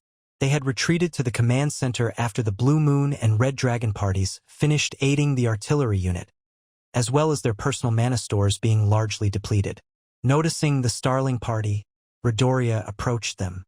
"You guys are doing great. Thanks to you, the artillery battle was really easy. There's a tent at the back, so you should rest up a bit." A jest, Romantica, and Pram hurried to the tent that Redoria was pointing at. But Desir was different. With a stiff expression, he continued examining the battlefield. When Desir didn't immediately join his party members to rest, Redoria spoke to him. "What's wrong, Desir? Things seem to be going easier than I expected it to. Since our main forces were sent to the central front to provide support, I'd expected the situation to be difficult." Redoria spoke as if she didn't understand. "Well, that's obviously because you guys have done so well." "No, that's not what I mean." The questions Desir had weren't about the current situation. They were more about the fundamental situation itself. The outsiders, created by groups of criminals all over the continent, currently possessed enough power to be called the strongest on a battlefield. It was enough to go head-to-head with the forces provided by the Western Kingdom Union. And the current force of the Imperial Army that was mobilized for this war was only a fifth of the Allied forces' power. Sensing the tense atmosphere flowing between Redoria and Desir, Kelt approached them. "It's strange. Even though the troops that were sent to the Western and Central fronts were considerably large, when thinking about how powerful a force they have, the number of troops they sent here is far too little." Kelt seemed to have realized that something was off as well. "That's certainly the case. Is it because they don't want to take the risk? If they go all out and lose, then that's it for them." At Redoria's guess, Desir shook his head. The troops they'd mobilized this time were far too big for them to have been preparing for next time. If the outsiders lost this battle, they did have the homunculus as a wild card, but it would be near impossible for them to overturn the situation. The outsiders aren't in a position to save their power. He could only assume that they had something else they were aiming for. What could their goal be? Desir quickly reached a conclusion. The supply routes. What? If the homunculus at the Central Front was to tie down the Allied forces' main forces, and the supply routes in the Western and Eastern fronts were their main goals, Redoria and Kelt turned pale. The Allied forces that were composed of the continent's greatest nations were truly enormous. If the supply routes were seized by the enemy, it would become impossible to maintain all those troops. They would lose without even getting a chance to fight the enemy properly. Redoria spoke urgently to Desir. "We'd better send a scouting party. I'll tell the command immediately. We have no time for that." "Romantica." Surprised by Desir's call, Romantica jumped out. "What's going on?" "Romantica, I need you to invoke detection magic around the port's supply route." Flustered, Redoria spoke. "Desir, even if it's Romantica, using detection magic at such a distance. We've always practiced within that range, so it's okay." Romantica cut off Radiora's words and began invoking detection magic. The wind blew around her, and soon it concentrated onto one point and stretched out. As the wind searched every nook and cranny of the battlefield, Romantica's eyebrows flinched. "This is?" Desir hurriedly asked. "Are you getting a response?" Around 2,000 armored people are heading towards the supply route. At Romantica's response, the expressions of Hebrion Academy's party leaders hardened. Kelt murmured. This entire assault was a ruse. The once heated atmosphere turned cold in an instant. It became readily apparent that the outsiders were targeting the supply routes. In response, Desir hurriedly informed a nearby officer about the current situation and declared that he would be stepping forward to defend the supply routes. However, the response he got was tepid. "I can't move that many troops just by listening to you. For now, I'll report it to the superiors." Maintaining the front lines would become impossible if they lost control of the supply routes. There was no way someone who'd been promoted to officer wouldn't know that. However, any and all problems that arise from a personal judgment to move the troops would become his responsibility. He just wants to avoid responsibility and follow the system. Desir relayed the same information to the other officers, but the responses he got were all the same. Deciding that he couldn't delay this any longer, Desir spoke to Redoria and Kelt. I think that at least we, as people that have the right to act independently, should start moving first. Redoria and Kelt expressed their agreement as they nodded. They had been thinking the same thing as Desir, so they quickly began gathering their party members. In no time, the number of people they gathered neared 100. Looking at their skills individually, the quality of their troops was rather high, but they could hardly be called a large group. With these few people, dealing with the 2,000 people heading towards the supply routes was an impossible task. Just then, someone approached them. "Are you Desir Arman?" "Yes, that's right. I am Lieutenant Colonel Yuda of the Imperial Army. Our infantry battalion will join you in supporting the supply routes." Hebrion Academy's party members let out a sigh of relief. The infantry battalion had around 400 troops. Even when combined with the Hebrion Academy's party members, their entire force would only consist of 500 people, but it was still a much better situation than before. "Colonel Ranfell thinks quite highly of you." Colonel Ranfell was the regiment commander that led the 1st Infantry Regiment stationed on the Eastern Front. He had heard about Desir's achievements on the front lines, leading him to entrust his troops to him. So they do have a commander with good judgment. They didn't have a second to waste. They immediately made their way towards the supply routes. It was about 20 minutes later, as they were making their move. Bang! Bang! As they got closer and closer to the harbor, the sounds of explosions got louder and louder. Black, ashy smoke was billowing up. The magician in charge of surveillance informed everyone. "Large amounts of mana are being unleashed at our destination." Hearing that, everybody looked towards the harbor that was slowly coming into sight. And once they saw the outsiders surrounding the harbor, they were lost for words. The equipment the outsiders occupying the supply routes were equipped with was identical to what the Kashukanites were armed with at the front lines. But the weapons weren't the only problem. That flag, isn't that Radon, the king of mountains? The rumors that the Lion's main magic corps and the Gondel Institute's expelled magicians joined the outsiders, were they true? Among the members of the outsiders' forces busy attacking the supply routes, were groups so infamous that it would be surprising if there was anyone that didn't know their name. It wasn't a surprise that the Imperial Army was struggling, since the group was made up of talented individuals that could even compare to the Allied forces' strongest troops. It was amazing that they had even managed to hold out this long without knowing if they had reinforcements. Each of the factions within the outsiders proudly held up their own flags. Looking at the outsiders shouting in glee as they rampaged, they looked more like they were competing against each other, more than as if they were fighting with their lives. Desir's gaze landed on the outsiders' magician troops that were busy firing at the city's walls from the hill facing the main gate of the harbor city. "The first target we need to take care of is the Lion's main magic corps." The Lion's main magic corps includes 3 Fifth Circle magicians. They were a notable group even within the outsiders. A Fifth Circle magician was a fearsome being, on the level of being a strategic-level weapon in their own right. For the Lion's Mane to have 3 of them, it went without saying that they were extremely dangerous. "Kill them. Burn them all. I'll create gusts of wind with magic, so invoke some flame magic." With the magic of the 3 Fifth Circle magicians, the Empire was accumulating more and more fatal damage. Desir spoke to Lieutenant Colonel Yuda. "I think we should put off joining the garrison for now and deal with their artillery troops first." "Agreed. I'll instruct the troops to do so." After witnessing the force of Fifth Circle magic firsthand, Yuda had no choice but to agree with Desir. "When I give the signal, I'll start attacking the troops stationed on that hill immediately. I'll be invoking shelling magic." Other parties that had realized Desir's command abilities during the party competition also followed Desir's orders. "Right now, while they still haven't noticed us, is our golden opportunity."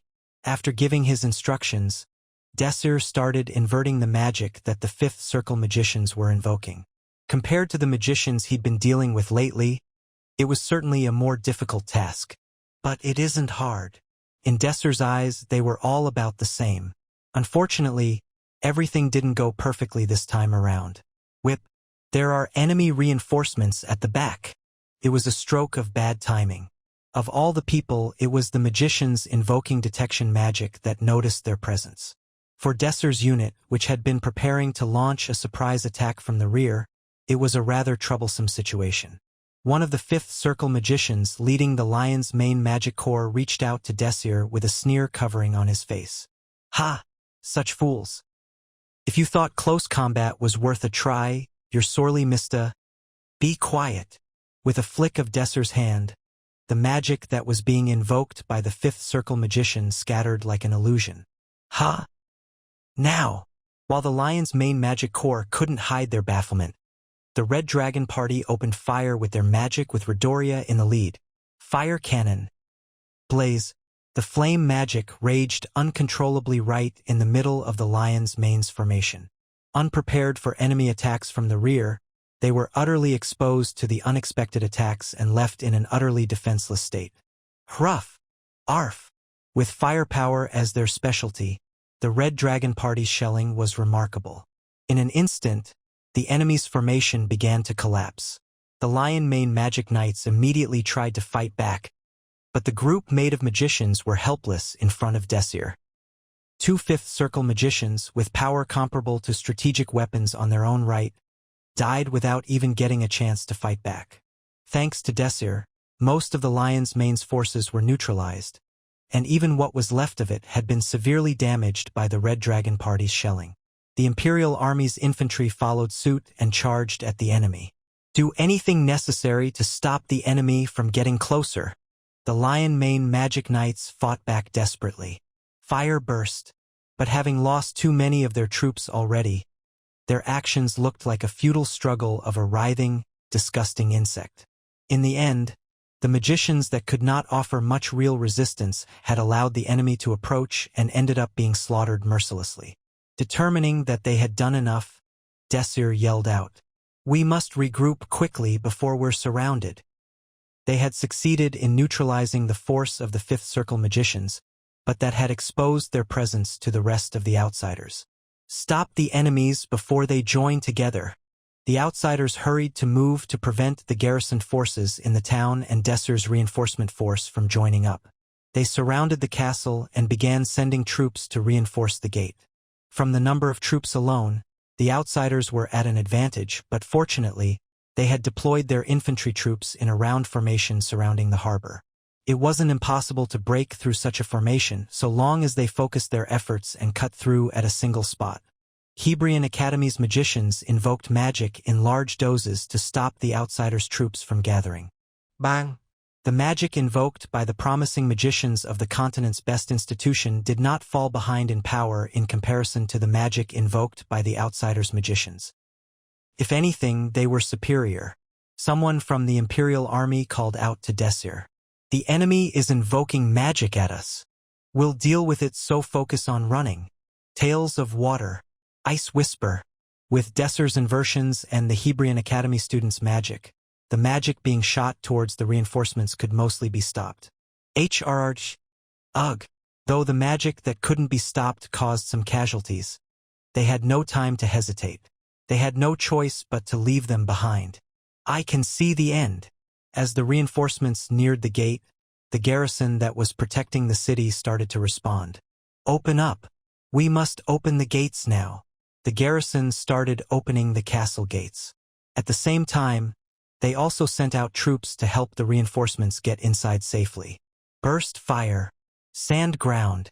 Thanks to the garrison's support, the reinforcements began to enter the castle smoothly. Hurry! Desir remained outside the castle until the end and did his best to invert the outsiders' magic that was being blasted at them. It was right then. Desir suddenly sensed tremendous bloodthirst. At the same moment, Runel, which had been concealed within his sleeve, popped out. Clang! The hatchet heading straight for Desir's head collided with Runel, causing a shrill cry to reverberate throughout the battlefield. The hatchet was extremely small, but it seemed to be carrying a powerful aura. The fact that Runel, an A-class artifact, was shaking violently was proof of its power. Desir looked towards the direction the hatchet came from. There stood a man who seemed rather disappointed. The power of his aura told him that the man was at least skilled enough to be in the bishop class. A bishop class that was nearing the king class at that. Someone as skilled as whoever threw the hatchet wasn't that common on the continent. Desir could easily deduce the man's identity. So he's probably Radin, the king of mountains. Lined up behind him were others that showed the same amount of vigor. They were the true main troops of this raid. Desir felt his gut tighten.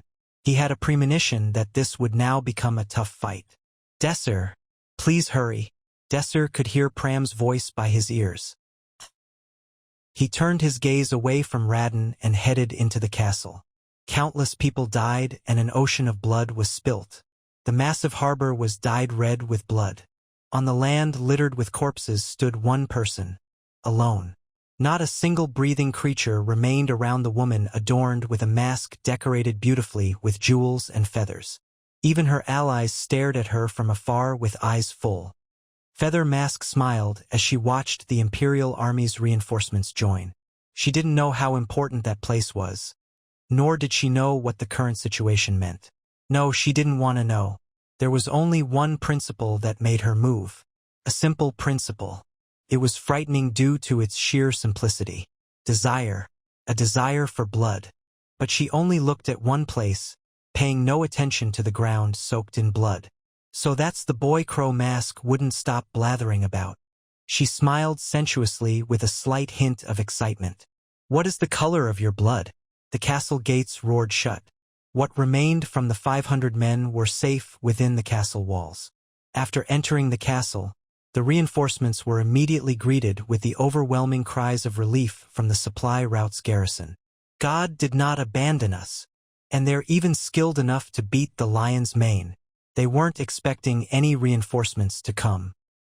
The outsiders had employed a tactic where the minority used the majority as the bait. The supply route garrison had all but given up. Once they realized what the outsiders had done, they knew the supply route was as good as lost. High command wouldn't realize and their lives would be forfeit. But when reinforcements had arrived miraculously, the soldiers who were drowning in their hopeless situation felt an overwhelming surge of relief. But as soon their bodies began to grow slack from the tension of the situation fading, an angry roar resounded throughout the castle's halls. Everyone, take your position and hold down the fort. There is still an enemy in front of our eyes. The man who let out the angry roar was an old man with a long white beard. Desir felt extremely large amount of powerful flow of mana circulate within the old man. He was a competent fifth circle magician. After the garrison's commander gave the order, he approached Colonel Yuta and saluted him. Thanks to you, we're saved. I am Commander Jirian, and I'm leading the unit here. Like all the other soldiers, Commander Jirian was extremely exhausted, but a resolute smile spread across his face. I'm Colonel Yuta. If we hold out a little longer, the main force will soon arrive as well. That's a relief. Jirian's sigh of relief was cut short, however, when a spell was launched at the castle and immediately demolished a few of the surrounding buildings. There was no time to have a leisurely conversation. Our unit will be under your command, and we will follow your orders. Jaren reported to Colonel Yuta in detail and, after being briefed, Colonel Yuta gave the combined force their new orders and positions. The Imperial Army moved like a perfect machine. Of course, the students of the Hebrion Empire weren't just resting. They offered their assistance wherever it was needed, since they were volunteers within the Imperial Army as well.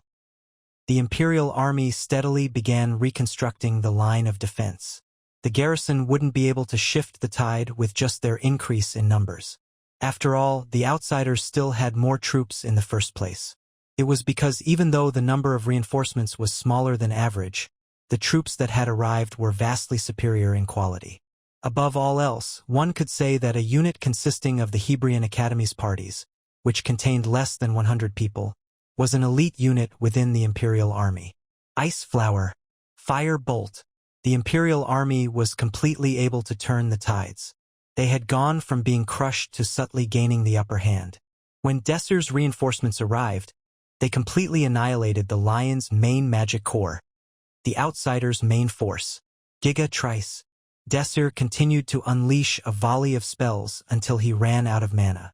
He would then pull back, recuperate, and rejoin the defense. With his assistance, the outsiders were completely blocked from assaulting the ramparts. The Imperial army slowly moved into a higher gear, and the outsiders, who were attacking without hesitation, began to drop in numbers even faster. However, Desir judged that they should not lower their guard just yet. There are still too many of them to get comfortable. The troops we're fighting with now have just come from the front line and are exhausted. It won't be long until we're forced to slow down our assault. Right now, the Imperial army was high in spirit as a result of their reinforcements joining them, but war was not a beast fickle enough to be won by spirit alone. If the outsiders regrouped and decided to turn the siege into a battle of attrition, the situation would quickly become grim. Desir, who was gauging the battlefield in front of him, suddenly realized one thing. Radin, the king of mountains. He was not seen anywhere. Desir frowned in concern when the greatest military asset the outsiders currently had leading their siege was nowhere to be found. Where did he go? Radin was one of the most dangerous pieces on Desir's mental battlefield. If he couldn't be monitored, the situation could become dire at a moment's notice. Unfortunately, it was at that moment a messenger rushed to kneel in front of Hebrion, nearly stumbling, and gave his report while still gasping for breath. "Commander, I believe the rampart at the harbor will soon be lost. Report. What is the situation? I'm unsure what the reason is, but the soldiers who were responsible for guarding the ramparts have devolved into an internal conflict. The outsiders assaulting have taken advantage of the situation, and there's no one stopping them from climbing the ramparts." Colonel Yuta's face turned deadly pale. "Did you just say we're losing the harbor? To an internal conflict?" Internal conflict. At a time when they were locked in a critical fight against the outsiders, the men stationed there had chosen to pick fights with each other. Colonel Yuta could not believe this was happening. "It's imperative we find out what's going on down there immediately. If it's true that there's a conflict, suppressing that takes the utmost priority." He was evidently flustered at the absurdity of the situation, but he organized the unit and took action with the calm composure you could expect from a veteran. Desir spoke to Colonel Yuta. "I'm worried about what's going on down there. My party and I will head towards the harbor as well." After Colonel Yuta thought for a brief moment, he nodded soon after. "Understood. Then, I'll leave you in charge." The Starling party went towards the harbor with approximately 70 soldiers that had been quickly organized by Yuta. They were able to acutely feel the horrors of the war as they were heading towards the city center. At the city, which probably used to be a place full of vitality, only darkness was present. "We need to end the war without a moment's delay." It was not long before the Starling party reached the inner part of the city and were able to witness the internal conflict that the soldier was talking about. Before them were two large groups of soldiers, wearing the same armor, fighting with each other in the center of the city. What the hell?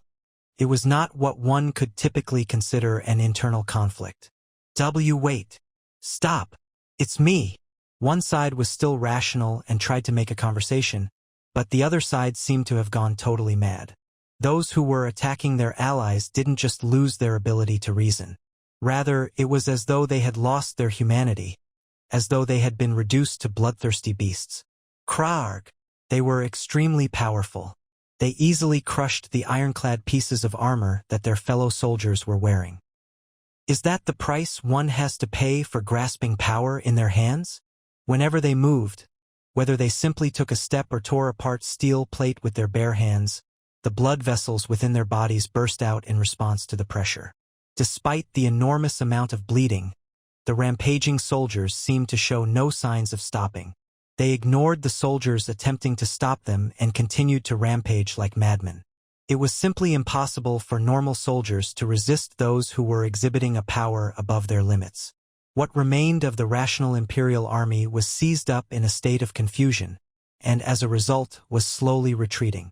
But there was another problem. A soldier, who had rolled his ankle while retreating, fell down and began crying out while desperately dragging himself across the ground, trying desperately to get away from the approaching monstrosities. "Help me. However, it was impossible for his cry to be heard by those who had lost their faculties of reason. A mad soldier gnawed on his ally without any hesitation. Ah! The soldier, who was being gnawed at, struggled for a while as he cried out for help. Moments later, he stopped moving just like a marionette who suddenly had its strings cut. Then the starling party witnessed a horrifying sight. Korg! The face of the gnawed soldier started to become a bloodshot face. Then, instead of shouting for help, he let out a horrible shriek. When he stood up on both of his feet, he was in a mad state just like the one who had gnawed on him. It was infectious. This unidentifiable condition was contagious and was spreading throughout the impromptu battlefield. Romantica, bewildered, murmured to herself, "Is this magic as well?" Never had she seen a spell able to exert such a powerful influencing effect. Not even Desir had ever encountered this kind of magic.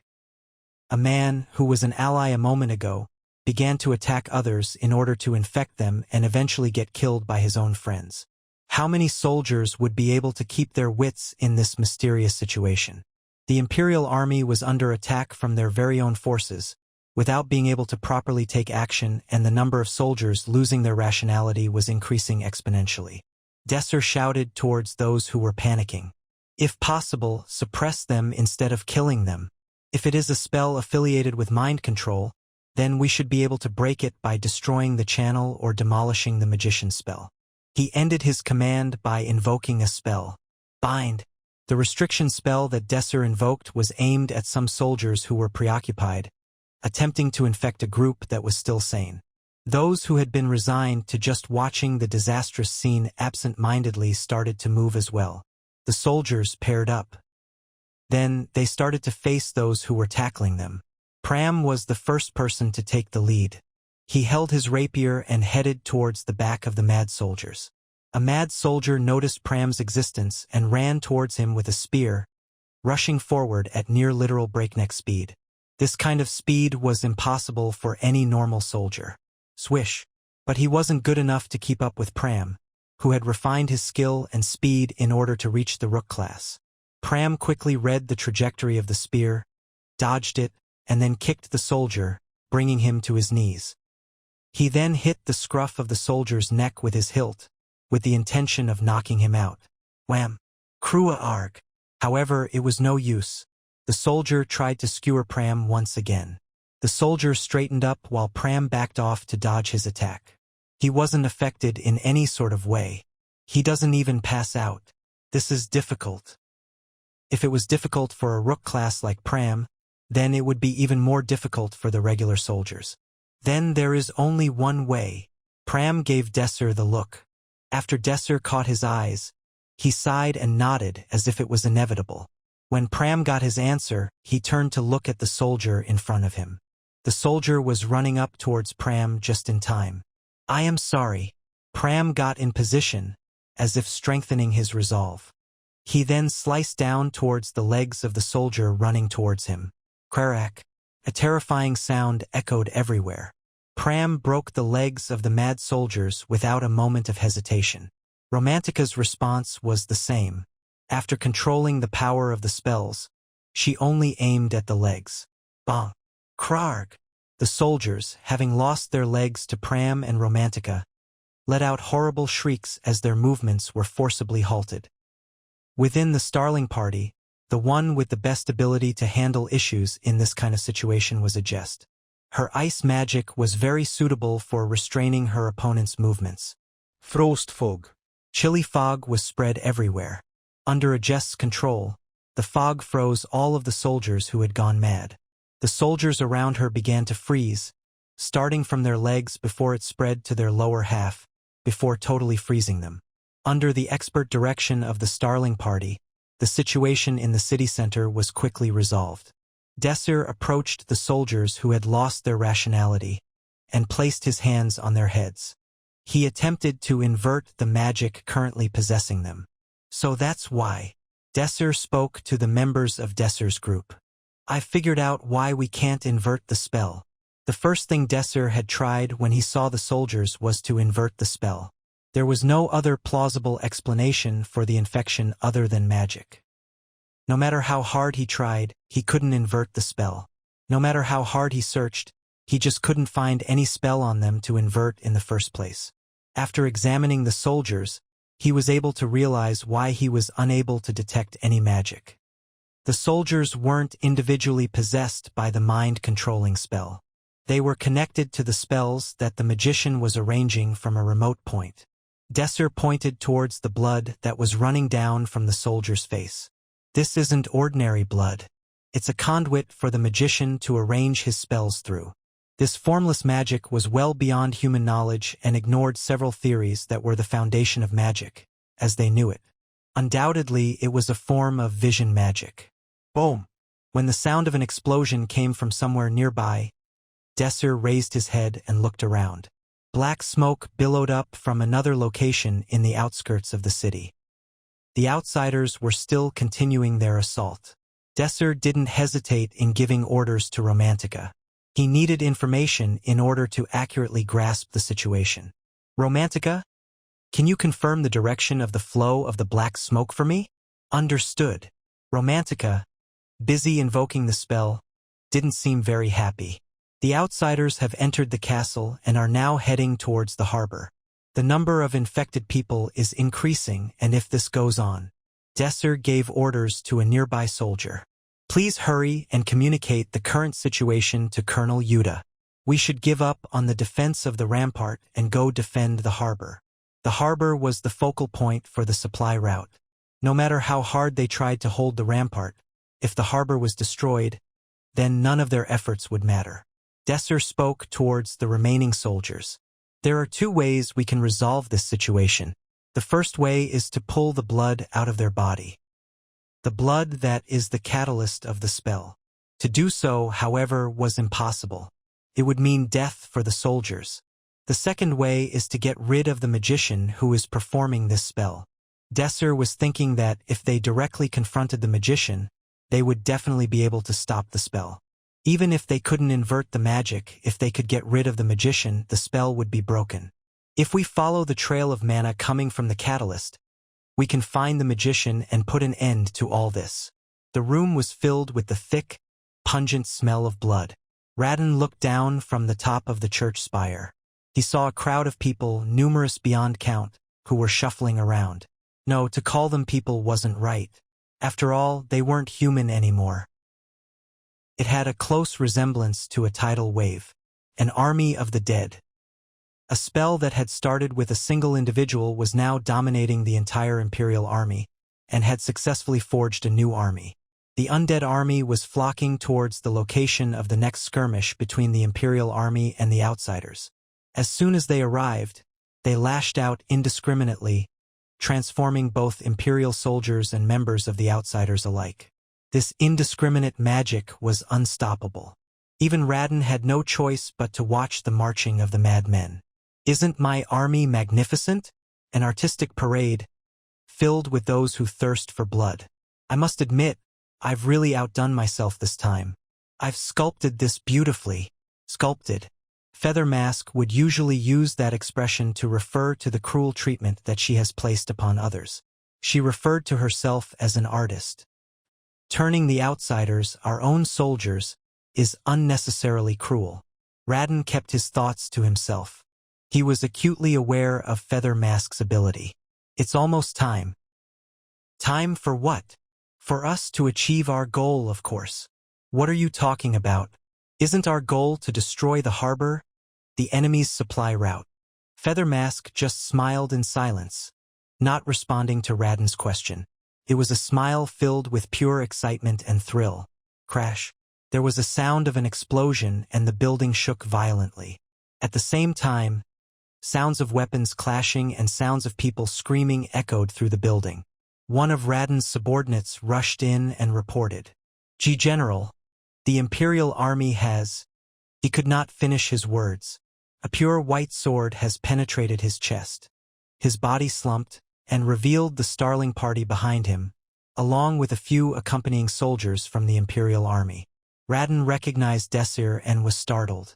That man! He remembered Desir because even though he didn't use all his strength to strike him, Desir was able to easily block his hatchet, which he had infused with his aura. I knew you would be able to reach here. Feather Mask greeted them while clapping. Even though Desir expected the magician to be aware of their arrival, since he had been following her flow of mana, he was suspicious of how they were greeting them in such a relaxed state. Were you waiting for us? That's correct. Desir Arman. I wanted to get the chance to meet you. Desir didn't think it was strange that the outsiders would know his name after the incident at Preleka. I'm flattered. Radin's subordinates started to surround the Starling party. Desir smirked as he looked around him, taking note of the number and power level of the soldiers surrounding them. There were approximately 30 of them. Feather Mask spoke Desir. All right, I would like to reward you since you managed to come here. Is there anything you want? How about a kiss? That's nice. But I was thinking maybe you could stop the spells that are wreaking havoc outside. That may be a little difficult. It was a very tough spell to arrange, after all. Besides, I couldn't cancel it, even if I wanted to. If you don't want the kiss, let's see. What choice do we have here? After thinking for a while, she clapped. That's right. You should probably see the face of the artist that will be sculpting you, right? She took off her mask. Behind the mask was a captivatingly beautiful woman. Her eyes and hair were redder than blood. Her lips were occupied by a smile which seemed like it could bewitch men. She lifted her dress slightly to curtsy at Desir. Nice to meet you. I am Drakul Labut Elkira. I'm the only surviving blood magician in this world, and an artist beyond anything you've. There was an intense, pungent smell of blood. At the same time, a red ghastly energy started to swirl around Drakul's body. She was almost certainly invoking a spell. There was a faint sound of wailing mad men outside the window. An explosively dangerous situation had developed. Bang! A single gunshot signaled a declaration of war. A wind spell came out of nowhere and completely blew up the rooftop. Before the Starling party charged in, Romantica had positioned herself in a neighboring building. A sudden attack from an unexpected direction hit harder than imagined. One of Radin's soldiers was killed in a blink of an eye. Everyone attack. Worf! The Imperial army charged towards Radin's bandits, disconcerted from the sudden loss of their comrade. The initiative had been seized by Romantica's quick thinking, and even quicker bullet. Leading the Imperial army's charge was none other than Pram. Cook! One of the bandits who was blocking his advance had a long red mark carved into his chest. He wasn't able to dodge. Before too long, a few soldiers had fallen and the bandits continued to accrue damage. Radin wasn't going to let his men fall needlessly, and joined the battle. He drew a hatchet and imbued it with his aura. How dare you? Your opponent is me. A jest blocked Radin, preventing him from joining the battle. Frozen Palace. Dozens of ice spells were shot out from the gigantic palace. Radin wasn't able to break through the walls of ice easily. With the number of spells flying towards him, he couldn't join the main force of the battle, and was forced to focus on a jest first. He stole an opportunity to assess the situation outside. Croden, northeast, the two-story building. You handle the sniper. He was able to identify the location of the sniper in an instant through the trajectory of the spells. Understood. Communication within a well-trained team could be extremely fast. 3 subordinates started to head out in order to deal with the sniper.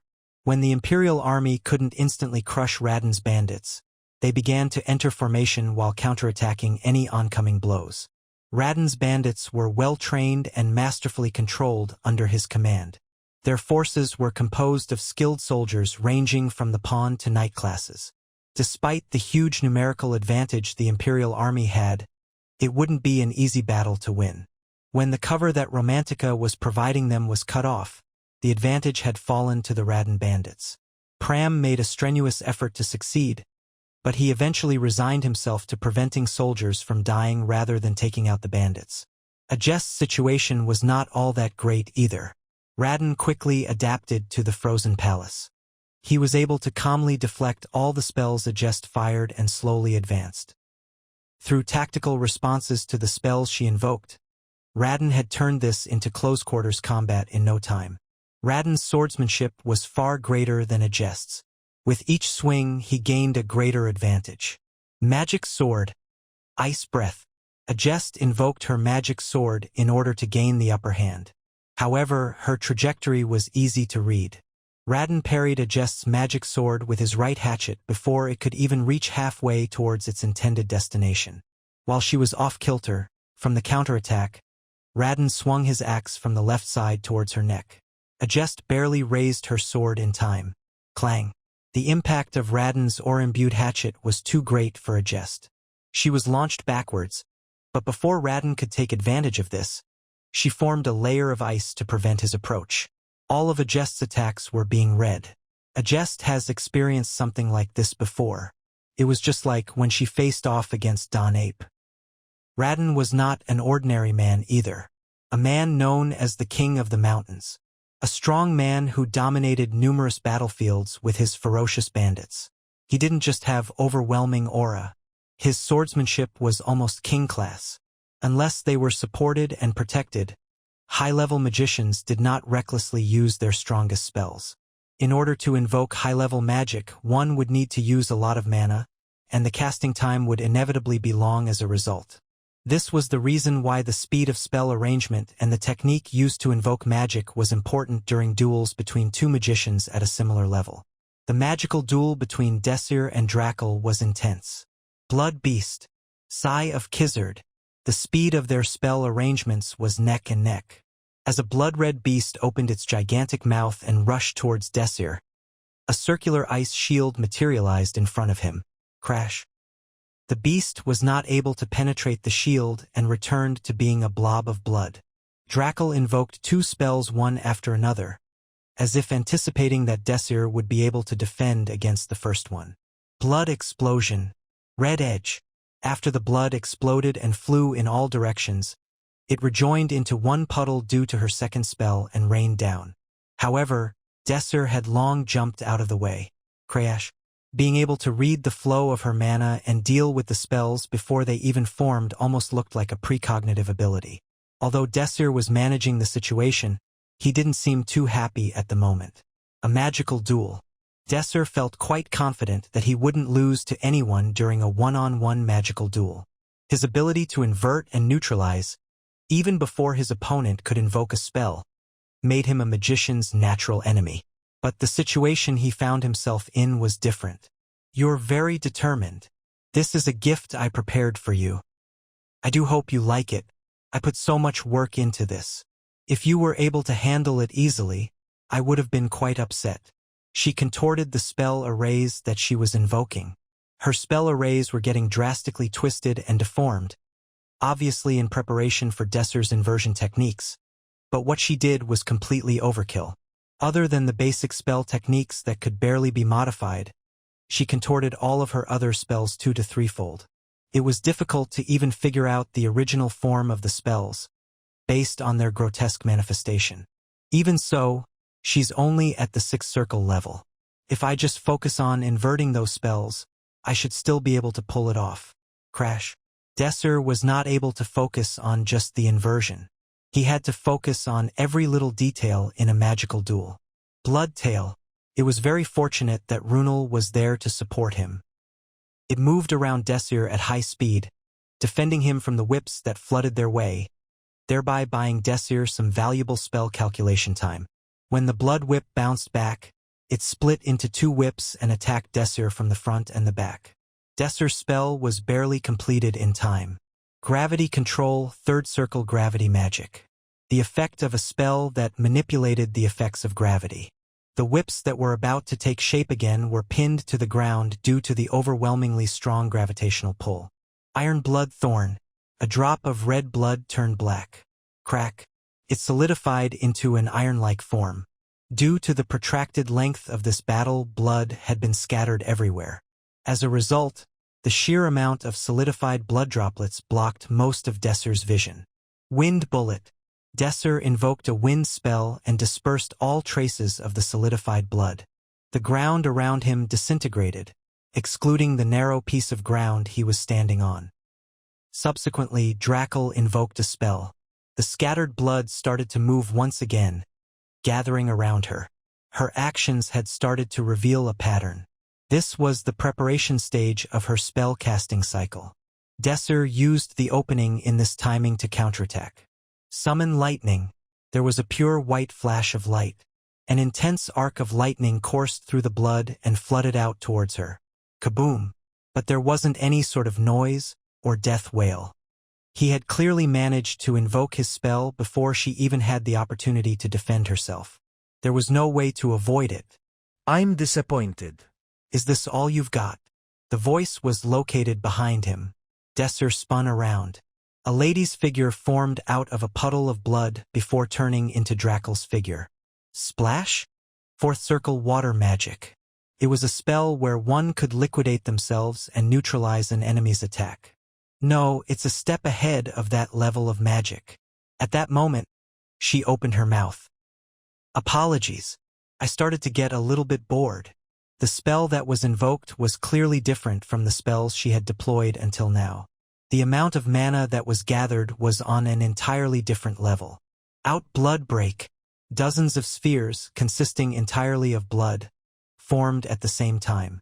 Desir's eyes narrowed. Seeing this, Drakel laughed cheerfully. You were mistaken about something. You secretly judged that I wouldn't be able to arrange high-level spells. Am I correct? And so you thought that you would stand a chance by using low-level spells to figure out how to invert my own step by step, right? She unhesitatingly declared something based entirely on her own conjecture. Without any hard proof, she still seemed confident in her theory on what Desir's goal in the duel was. The modern spell system, used by practically every mage, worked off of an algebraic, deterministic system. The stronger the spell was, the more mana would be consumed. The limitation of that system led Desir to believe that Drakel wouldn't be able to arrange higher-level spells. A large amount of her mana was being siphoned off to power the Madmen spell that she currently had deployed, the spell serving as the sole cause of the apocalypse outside. It was clear that an enormous amount of her mana had been exhausted.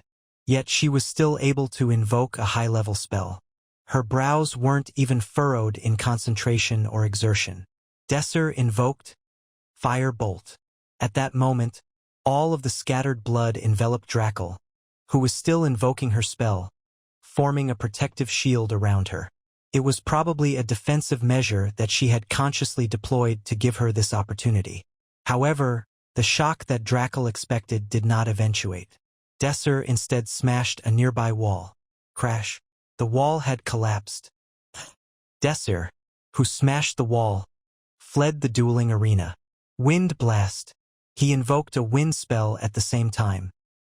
Desir threw himself towards a building on the opposite side. Drakel was only startled for a moment, before smiling. Desir was running away, and she loved a good hunt. There's no point in escaping. She targeted the area outside the window. This is the strongest blood magic spell, renowned for its incredible range and scope of effect. The spell was complete. Suddenly, the surrounding area was smeared in a shade of red. It was an immense explosion of blood. In every battlefield, it was inevitable for there to be blood everywhere. This kind of spell should have blown Desir to bits. Firestorm. However, Desir was also making his own preparations. It was a spell with the power of a typical six-circle spell. A spell that relied on the use of his new magical system, as well as the draconic language. An intense firestorm clashed with her spell. The windows of the surrounding buildings were blown out from the ensuing shockwave. After invoking such a strong spell, she smiled with amusement. Ah, so you did have a secret move. Yes, that's more like it. Desir couldn't hear any of her words. His head was too preoccupied with assessing his situation. What principle is behind this? How in the hell is she able to use high-level spells so easily? The march of the madmen continued below. Even if she was a seven-circle magician, there was no way she would be able to control humans with this kind of scope and invoke six-circle spells at the same time. Finding out the answer would be the key to this battle. The reason why she could invoke spells to her heart's content. The first step would be to analyze this. She spoke towards Desir, who was still busy pondering. Sorry, Desir.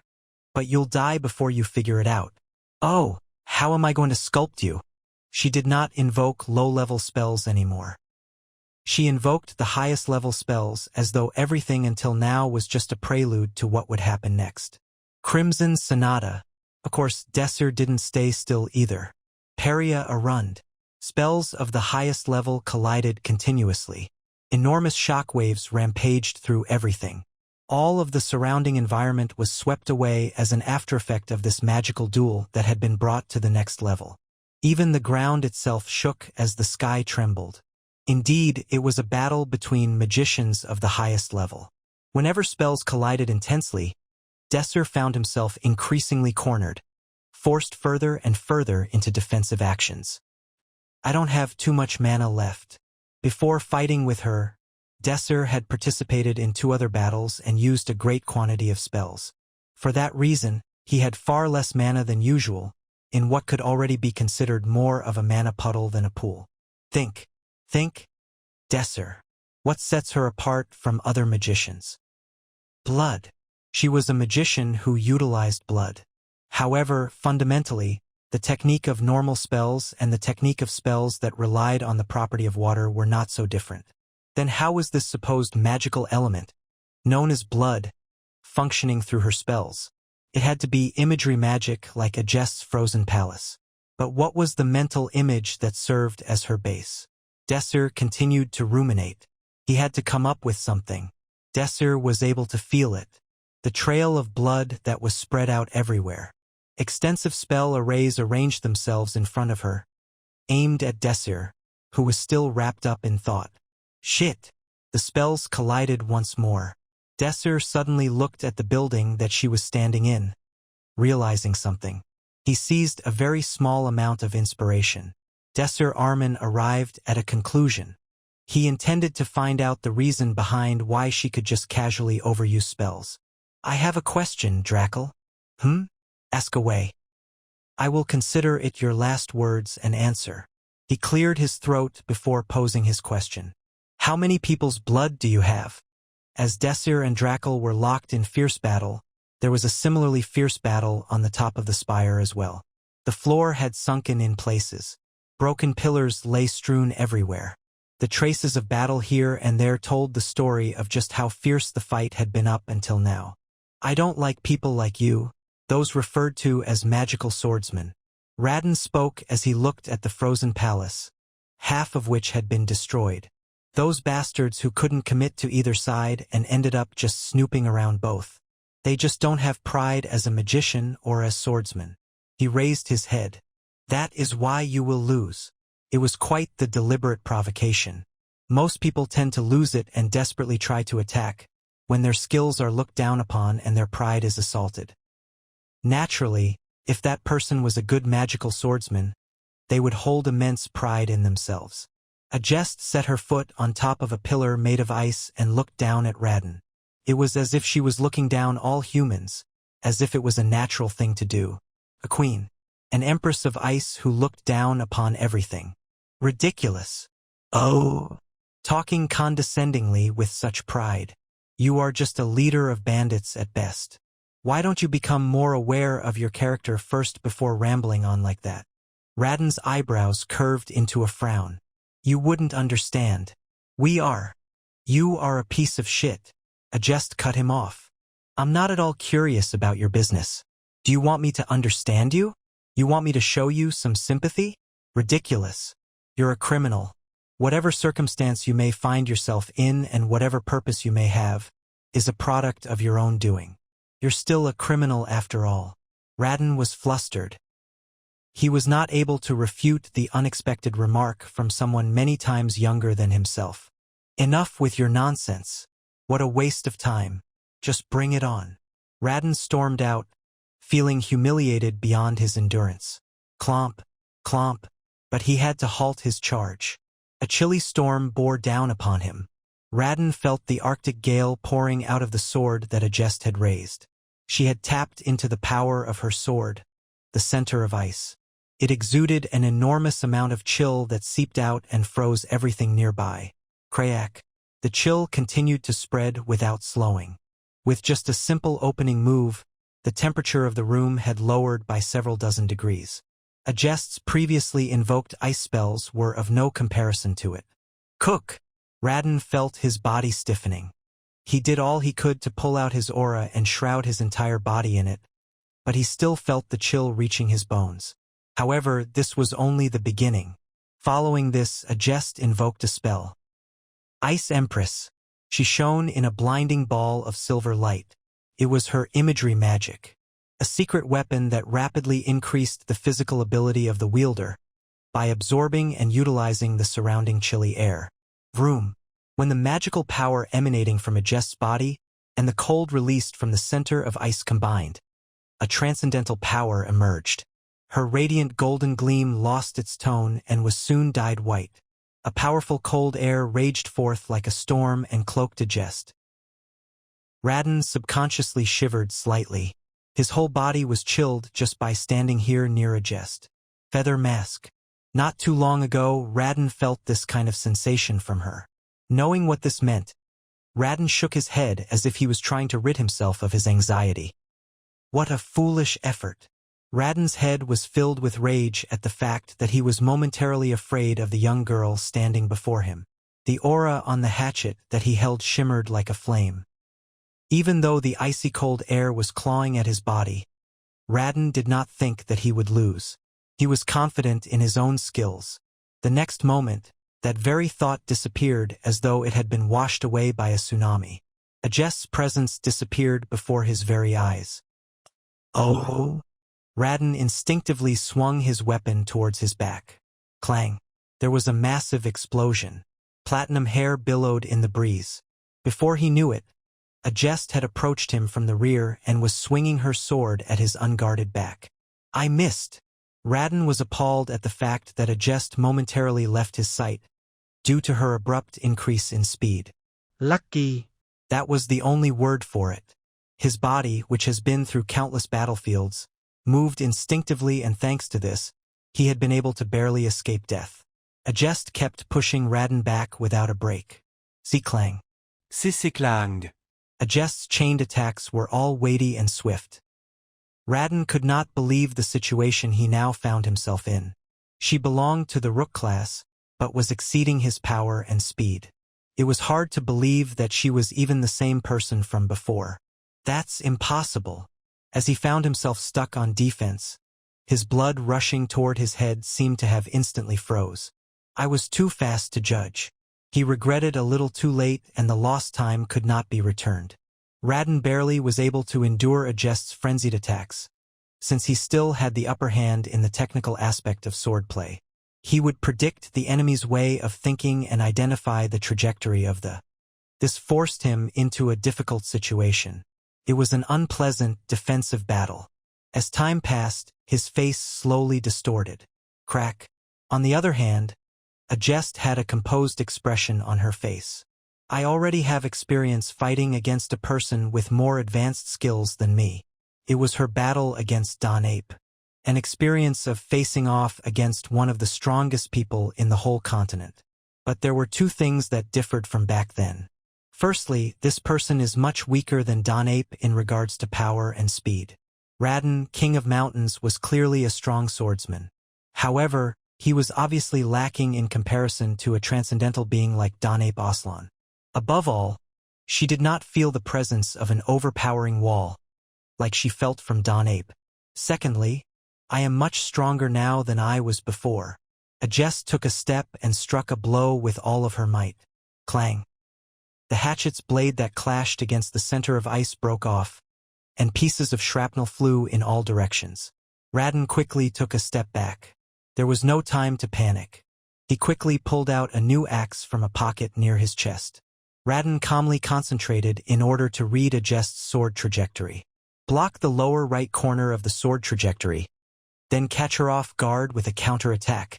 Clang. However, things didn't work out as Radin expected. Adjest moved slightly faster than him. It wasn't that he wasn't able to read the trajectory. Kiwook. His body had slowed down for some reason. Just by sharing an exchange of blows with Adjest, and from standing near her, damage was slowly accumulating. Radin's aura was continuously being consumed, and the unrelenting chill burrowed deeply into his bones. His body was not moving like he wanted. His body started to become unresponsive to his thoughts.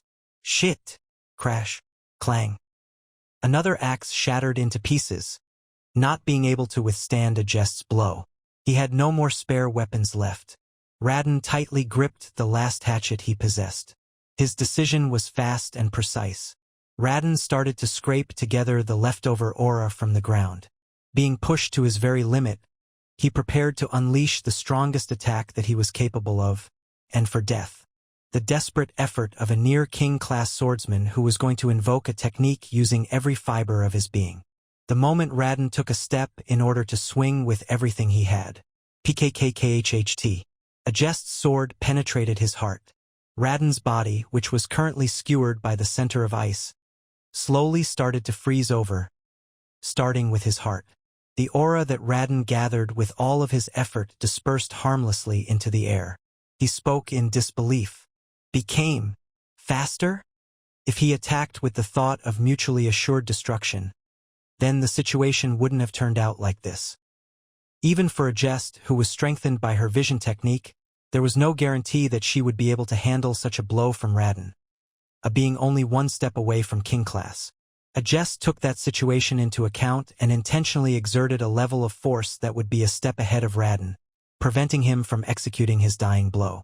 In the end, by consuming his power little by little, it was not difficult for her to employ her best effort to handle Radin's power, which had already been weakened. Damn! He seemed to have realized that fact from a jest's impassive face. You won. His body froze totally into a statue-like form. Crash. When a jest pulled out the sword from his body, he broke apart like a glass and pieces scattered across the floor. Ah! After seeing the scattered pieces, a jest let out a sigh. She then cancelled the spell that she was invoking and reasserted control over the power within the center of ice. As a jest's hair returned to its former golden appearance, the surrounding temperature returned to normal. Even though she just ended a battle, she took stock of her exhausted mana and examined the remaining duration of her imagery magic. The battles that continued around them seemed to be ending as well. Bong. At that moment, there was a sound of explosion not too far from them. A jest turned around to look towards the location where the explosion was heard from. Desir. Now, there was only the battle between Desir and Drakel left. TUDDDD. The shockwaves radiating out ceased and the ground soon stopped shaking. The after effect of Desir and Drakel's arranged spells demolished the surrounding area and replaced it with a dense cloud of dust. From all the debris in the air, the two struggled to locate each other, and the battle fell into a momentary lull. The moment the dust settled down, Desir was found standing on top of a large mound of rubble from a collapsed building. His body was scarred here and there by the shrapnel.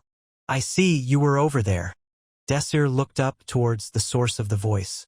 Drakel was seated with her legs crossed, looking down upon him from the rooftop of a building that looked about ready to crumble. It was the only building in the surrounding area that still looked vaguely like a building should. It's a good thing that we evacuated all the citizens. Desir looked around.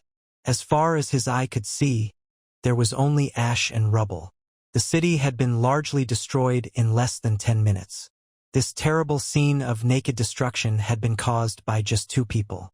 Quarg! A faint, horrible shriek was heard from afar. The march of the madmen continued despite the explosions caused by the two. This amalgamated army, consisting of soldiers from both the Imperial Army and the outsiders, continued to grow in size. Despite the intense destruction, the army of madmen continued to grow. Both Desir and Drakel had fought while deliberately avoiding damaging the growing mob, though both of them with a different reason. Drakel wanted the madmen to destroy the harbor. This goal would be fulfilled as long as she maintained the spell, and was not forced to retreat. The defense of the harbor was the most important objective for the Imperial Army. Having one of their two supply routes destroyed would be a devastating blow. In order to defend the harbor, they had to block the madmen, but Desir did not do so. They can return to normal if I break the spell. Desir bore in mind that there remained a possibility that they could be returned to normal. The Imperial Army's fate was resting on Desir's ability to defeat Drackle and stop the madmen peacefully before they could destroy the harbor. Though the reasons differed, their purposes were the same, and so they both avoided harming the madmen, gradually moving the battlefield further away. Eventually, they reached an area where they could no longer affect the madmen. Drackle stepped forward and criticized Desir's aspiration. "You still haven't given up hope, have you? Even in this desperate situation? You never know." Desir's voice was icy. He was like this whenever he was facing those whom he judged as evil. "Her mana is not infinite." Desir judged that the secret of Drackle's endless amount of mana was the accumulation of blood.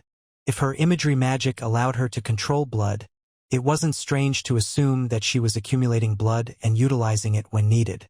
However, this did not mean she had an absolute or infinite amount of mana. "Ah, right. I have an idea. Why don't you try using your most powerful spell? The spell which defeated Daednut in one blow. Maybe you could overcome this situation with that." Drackle spoke with a twinkle in her eyes. "Of course, that's only if you have the time to cast a spell." Blood started to gather in front of Drackle. Blood Asteru. The gathered blood circled around, and tens of thousands of blood circles were created. Those circles then spread out in all directions. This enormous power had formed so rapidly. A spell, reaching the fifth circle, had an overwhelming might that threatened to sweep away everything. Desir invoked a spell without delay in order to respond to it.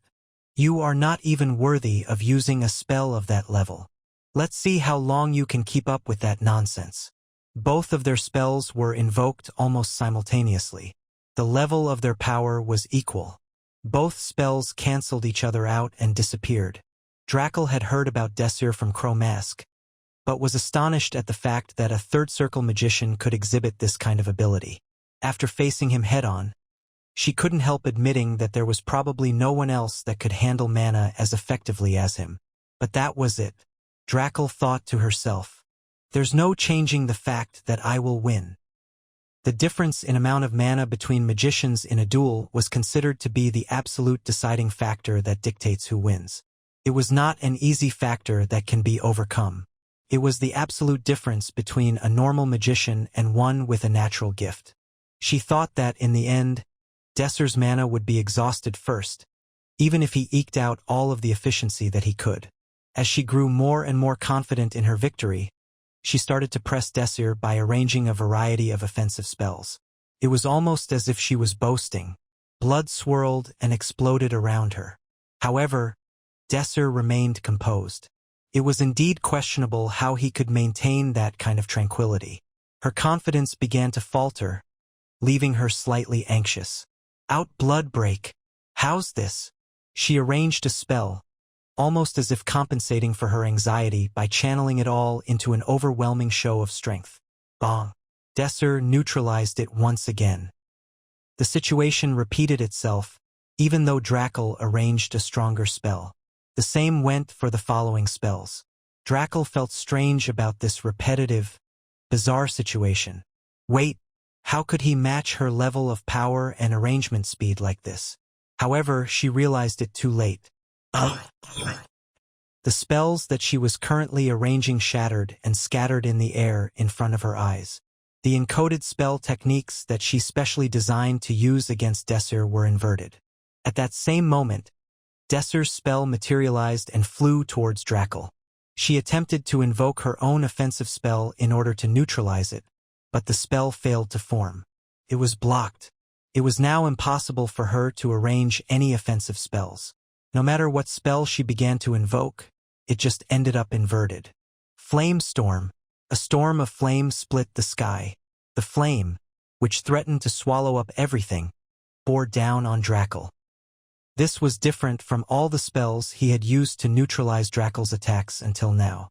It was a spell at the maximum power that Desir was capable of.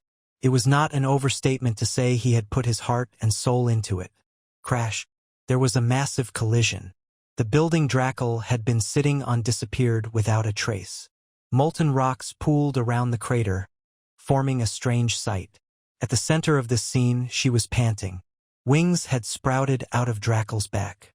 It was a defense spell that she barely managed to invoke before taking on the attack. However, she was not able to totally block Desir's attack with just that defensive spell. Her wings, made from blood, were left tattered and half destroyed. Cough, cough. Drakel threw up blood intensely with an extremely distorted face. It seemed like she was suffering from severe internal injuries. Though it wasn't clear what kind of internal damage she had sustained, she was also terribly burned along her arms and legs due to the sweeping flame. Her aloof beauty had been replaced by a sight and smell reminiscent of burnt toast. How long did you think you would be able to rely on those types of spell techniques? Drakel's encoded spell techniques were worthless in comparison to Draconic language or the Tesseract style of forming spells, like Crow Mask's artifact. It was not a difficult task for Desir to invert them. After the battle started, Desir succeeded in inverting one or two, but he chose not to reveal that. He waited and waited for Drakel to reveal all of her offensive spells, meanwhile biding his time and managing to fend off her attacks. He waited until he was confident that he could invert all of her spells.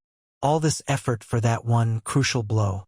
Drakel, being overly confident, revealed her hand without any care, all due to her pride in her blood magic. Her belief that Desir would be unable to invert any of her spells.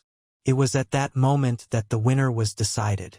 You neglected the basics of a magical duel. Drakel had been oblivious to the basics of basics. That one should not indulge in pride and reveal everything from the outset. She was no longer smiling. She seemed to be in a state of shock. Her singed lips were trembling. Drakel cradled her right arm, which now looked hideous due to the burn, and glared at Desir in silence. Vroom. Blood began moving again. I'll give up on the thought of sculpting him. She felt her blood igniting. She was filled with an impulse to rip apart the man in front of her and kill him right away. I'm going to kill you right now. Her attitude completely changed. A ghastly, red aura started emanating from Drakel's entire body. But Desir still had a composed attitude in this situation. It seemed like he didn't feel anything. All of the blood in the surrounding area started to gather around her. However, she fell into a momentary state of confusion not too long after. There's not much blood left, is there? Drakel's imagery magic, based on the concept of blood, was worthy of being referred to as the strongest of all magic on any typical battlefield, where blood would usually flood the ground. If two soldiers clash against each other, one of them is bound to bleed, and that would become Drakel's source of power. However, Desir did not think that this power was invincible. Tactics were definitely required in order to beat it. Thankfully, thinking was an area Desir excelled in. The place they had found themselves in was remote from the ferocious battlefield. In this place, where the landscape was untouched by battle other than their own, the strongest blood magic had become a paper tiger. Drakel felt miserable and sore from all of the burns covering her body. She now understood the reason why her defensive spell hadn't been completely effective. There was a lack of blood in this area. She felt a strong desire to rip apart and kill Desir, but all she could do right now was arrange suboptimal defensive spells. Calm down. Quarg. A faint, eerie shriek was heard far away. The outsider's objective was to destroy the harbor, the supply route of the Allied forces. Drakel no longer had any means to continue her offensive against Desir, nor the means to beat him outright. Though it was an unfortunate situation, it wasn't a big loss.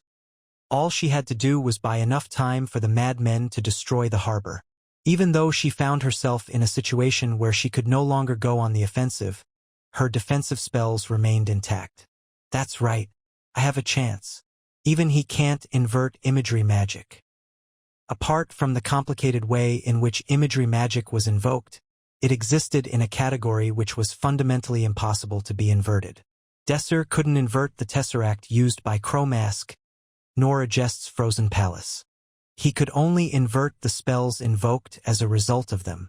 It was no longer possible to pull in the blood from the surrounding area and use it, but because Drakel had the upper hand in terms of raw amount of mana, she judged that she still had more than enough at her disposal to stall for long enough. Blood desire. Thousands of hands, made out of blood, stretched out of Dracul's back. It was a spell without any blind spot, able to defend against all incoming attacks. Desir watched her invoke her defensive spell before speaking. If you're thinking of buying time, you better give up now. Even for someone of your caliber, it would be impossible to face all of us alone. Bong. Just as he finished speaking, a wind bullet flew in from somewhere towards Dracul's head. The defensive spell that she invoked was a powerful spell belonging to a high-rank circle. It had no blind spots at all. The hands made out of blood contorted unnaturally to block the bullet. But that wasn't the end of things. Crack. A lady fluttered her lightly sparkling, platinum blonde hair as she flitted towards Dracul. With every step she took, ice pillars shot up from the ground. Soon enough, their placement took the form of a palace. Frozen palace. At that moment, hundreds of ice spells were simultaneously invoked and hurtled towards Dracul. The spells incessantly continued to pressure her, limiting both her options and her movement. And amongst them, there was a streak of light that rushed straight towards Dracul, who was preoccupied arranging further defensive spells to block the endless barrage. A rapier filled with aura pierced towards her.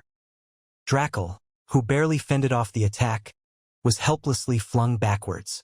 Desir, Romantica, Agest, and Pram. All of the members of the Starling Party were now present. What this meant was clear. It meant either Radin and his soldiers had been totally annihilated or captured. The continuous flow of attacks from the Starling Party were perfectly coordinated and powerful.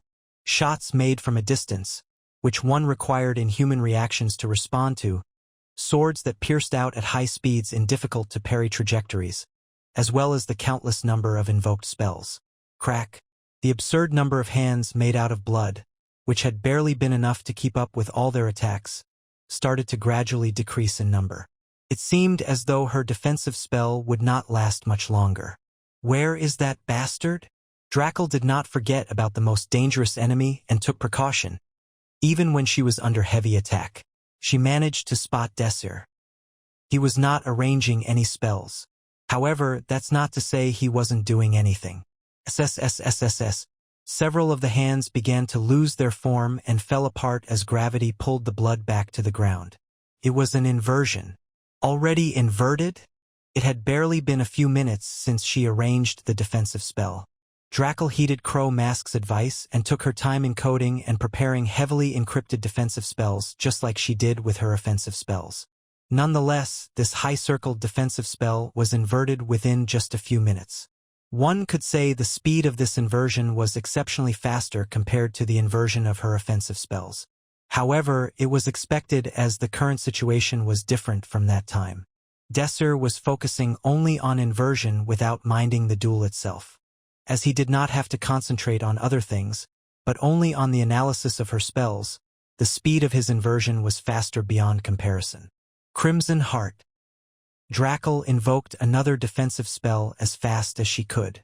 However, she soon realized her fate. The outcome had already been decided. It was a checkmate. Clang. When her second and third defensive spells were inverted, Dracul realized the inevitable conclusion. At this rate, I'll die. She no longer felt uncontrollably angry. Instead, she started to feel a strong sensation of fear. It was an emotion she had never felt in her entire life. Cook. Dracul had no remaining defensive spells at her disposal. She now had to escape somehow. Bloody rain. The sky reddened and bloody rain started to pour down. After a while, there were puddles of blood everywhere. Dracul's body melted into blood. This was the high sea. If she consumed all of her remaining mana, then it wasn't impossible for her to transfer to the old castle she had been staying at. However, this spell had a major drawback. Dracul was well aware of it. She had previously used this spell in front of his eyes near the start of the duel, just to boast about him being unable to harm her. Well, I can't help it. She was aware of the possibility that this spell would be inverted, but still pushed ahead with the arrangement of the spell. She no longer had any other options. Bloody stream. And after invoking her spell, nothing happened. Her body, which was about to transfer to another blood puddle, materialized again. Pghh. Drackle felt a sharp pain in her chest. Her body started to break down. She pressed on the wounded area as if she was trying to stop the blood pouring out of her chest. However, it was not enough to stop it from gushing out. Plop. The blood flowing out of Drackle formed a puddle and her body collapsed into it. I want to live. She moved her lips slightly a few times. Then the light faded from her eyes. A jest, who had decided to check Drackle's pulse, announced her death. It was the obvious conclusion, even if no one had checked her pulse. There were no longer any horrible shrieks from the mad men who had been driven insane by Drackle's imagery magic. Desir looked at Drackle in silence. The influence of the outsiders will greatly decline since they were defeated in this battle. The outsiders gathered a significant number of their elite forces in order to destroy the supply route. The Knights of Kashka, Lion's Mane, and Radin's bandits. Above all, she was here, Drackle Labut El-Kira.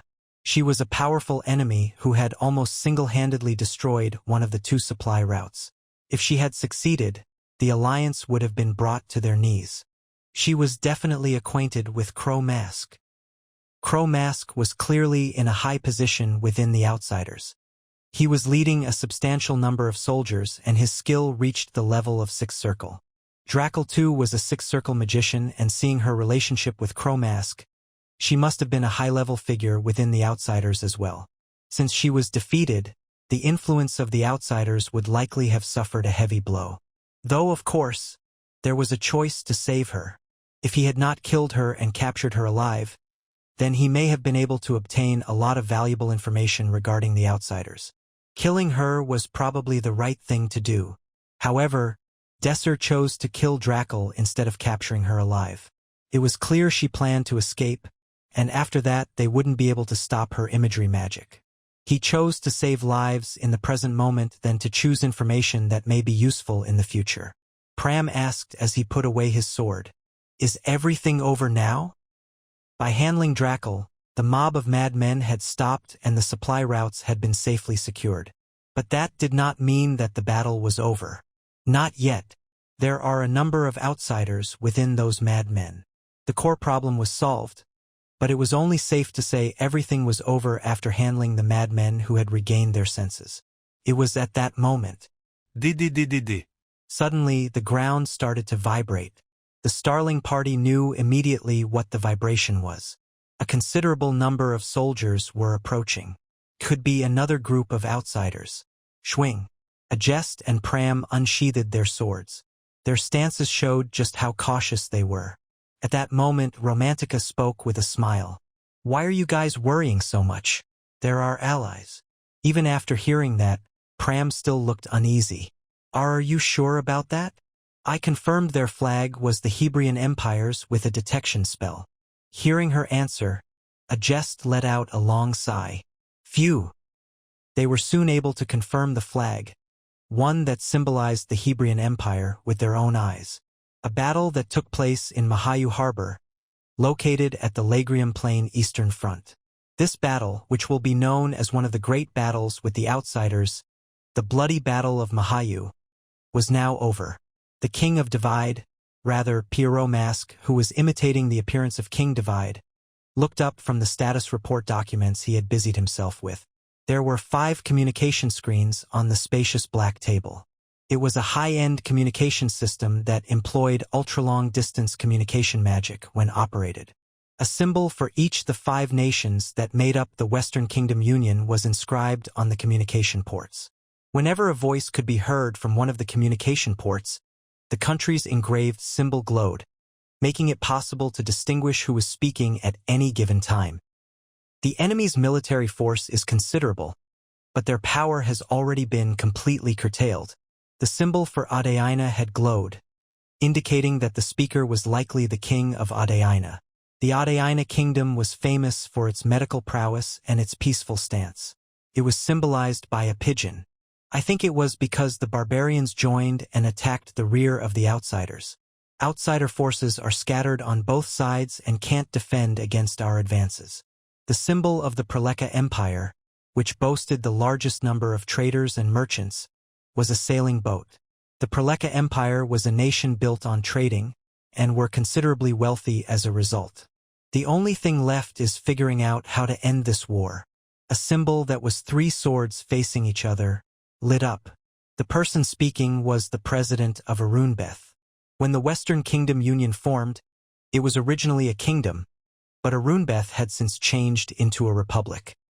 As the only republic within the Western Kingdom Union, they took great pride in their regime. Our payback for their act of wanton terrorism a year ago is finally complete. The symbol of Lempton, the nation possessing the second most powerful military force after the Divide Kingdom, was the scale. Lempton valued balance and had always been on the side of the weak, acting as a coordinator and peacekeeper for the entire continent. It was a long and difficult affair. Pierrot Masque brought the conversation to a conclusion.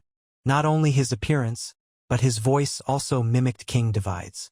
The symbol of the Divide Kingdom was a dragon, a great mythical being. The citizens of this nation expressed great pride in it. It's all thanks to our overwhelming victory at the Mahayu Harbor. The atmosphere in this meeting was remarkably different in comparison to the usual great councils. There were many other groups beyond just the Western Kingdom Union that participated. Naturally, with so many powers in attendance, there was pressure to broaden the agenda of the meeting and discuss other issues. However, this meeting had been set up with one purpose in mind: military. The only topics approved for discussion were those that directly dealt with battles against the outsiders and military operations. Yes, our victory there dramatically affected the war. No one disagreed with the fact that the battle at the Mahayu Harbor became a watershed moment in the war against the outsiders.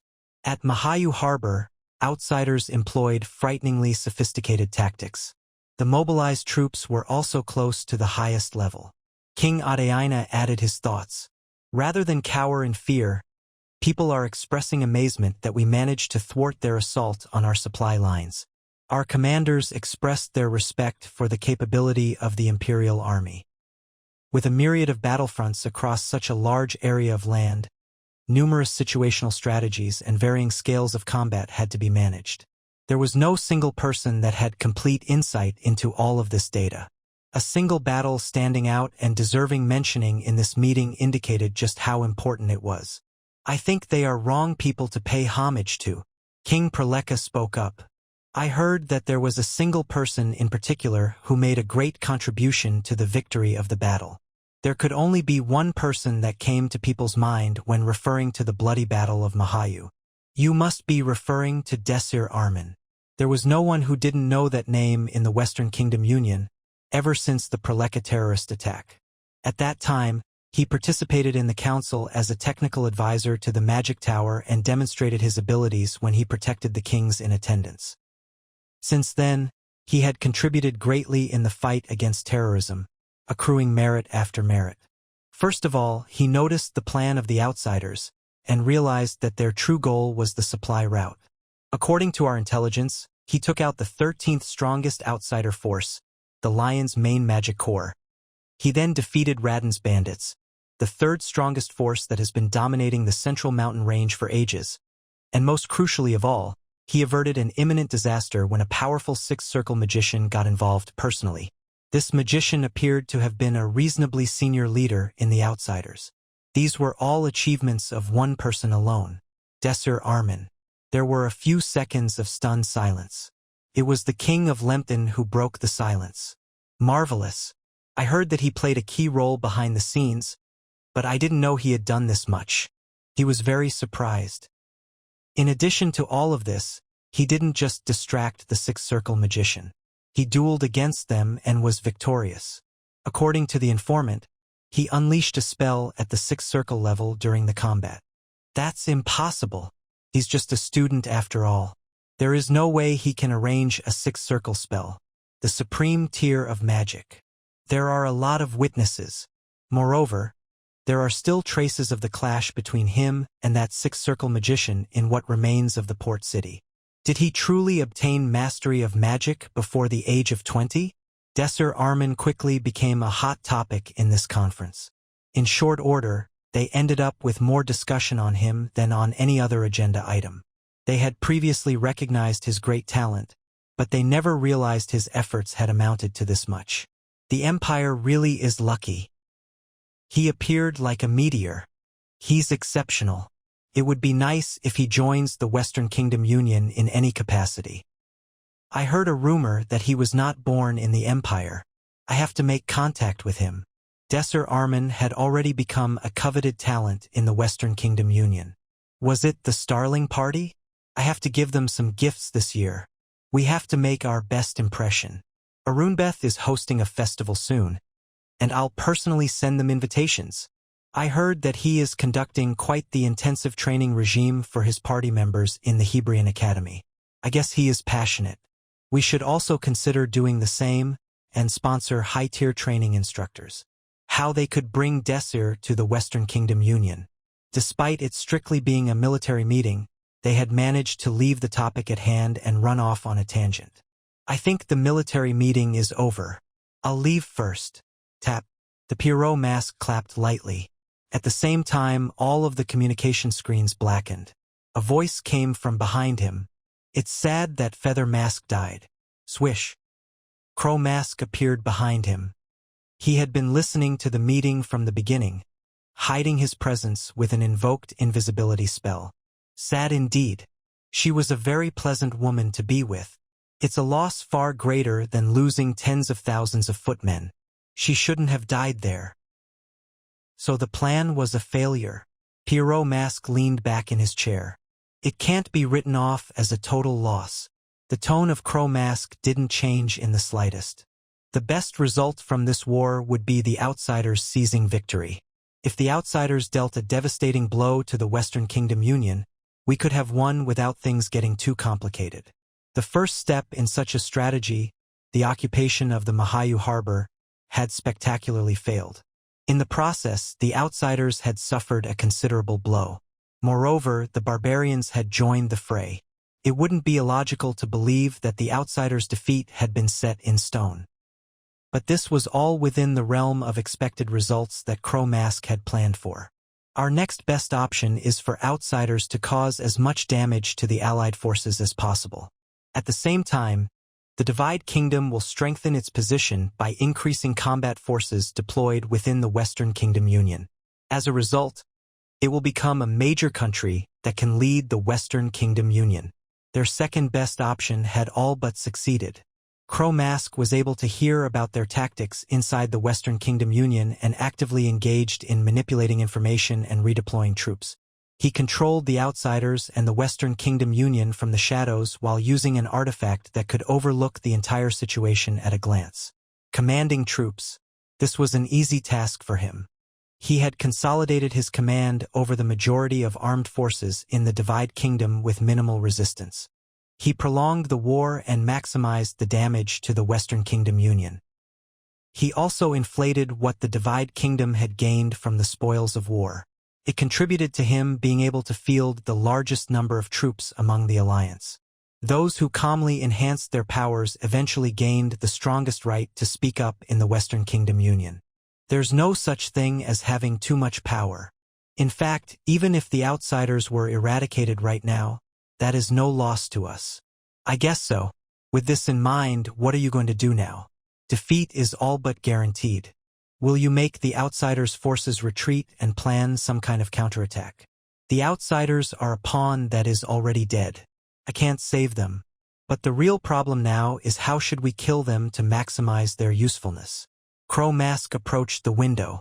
A hot summer breeze drifted into the room. The strong sunlight poured in as he pulled the curtain aside. The priority of risks has changed. Desir Arman is now the biggest obstacle to our plan. They still had some left. You're going to use the homunculus, a biological weapon that ignored the effects of causality. A mighty power equivalent to that of a seventh circle spell. The key is how to capitalize on this situation. Defeat is certain for the outsiders, but somehow we must earn the most profit possible from this. I like that way of thinking. Pierrot Mask smirked. So what's the plan? Mobilization of all of the remaining outsiders' troops and a homunculus. Kill Desir Arman without fail, at all costs. A medal? In response to Desir's question, Colonel Yuta smiled.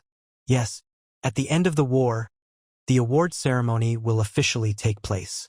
Yuta was an excellent commander who had succeeded in several difficult operations, and was strongly admired by the soldiers who served under him. There were powerful influences following him within the Imperial Army, so it could be said that, within the Imperial Army, he was an actual power in his own right. He was also the only commander who had assisted Desir by sending troops in response to his request. It was approved unanimously by the commanders from all of the forces on this continent. It's the first time I have seen these people, who usually just quarrel with each other, being on the same page. I've spent 40 years of my life in the military, and this was a first for me. Yuta approached Desir.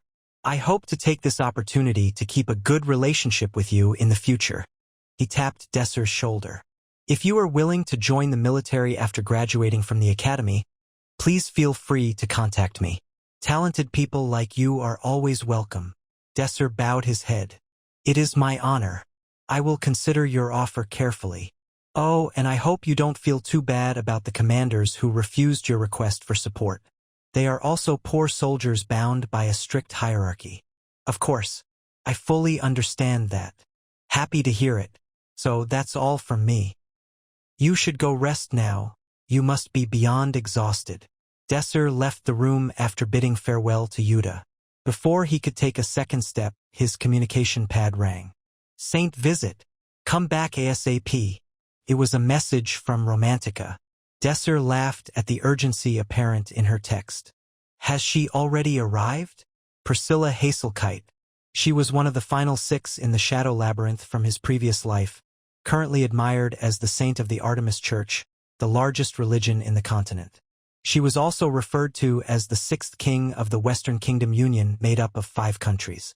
She was a dignified person, beyond the reach of almost everyone, no matter how many contributions they made. However, Desir and her had been in a good relationship ever since the incident in Deltaheim last summer. Well, I think I've now got in contact with almost all of my colleagues that survived up to that last level in the Shadow Labyrinth. Agest Kingscrown, Zod Ixarian, Priscilla Hazelkite, Donape Aslan, Raffaello Sher Iger, and Desir Arman.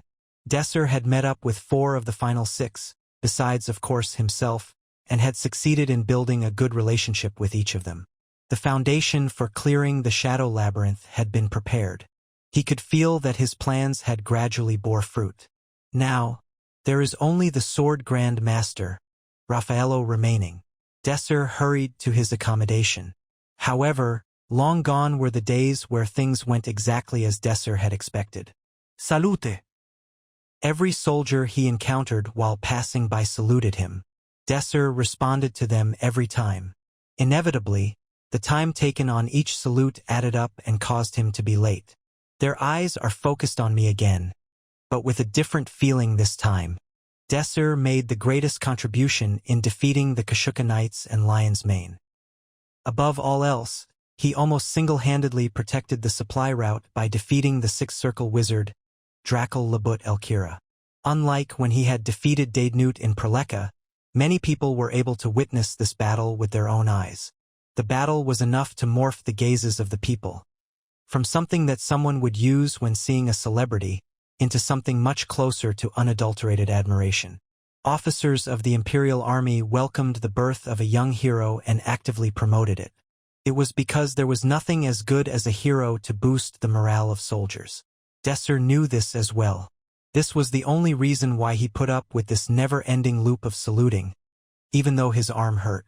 He thought it was worth pushing through the pain. If such hospitality continued, it might not be so bad joining the army after all. There was now not much time left before the Shadow Labyrinth arrived.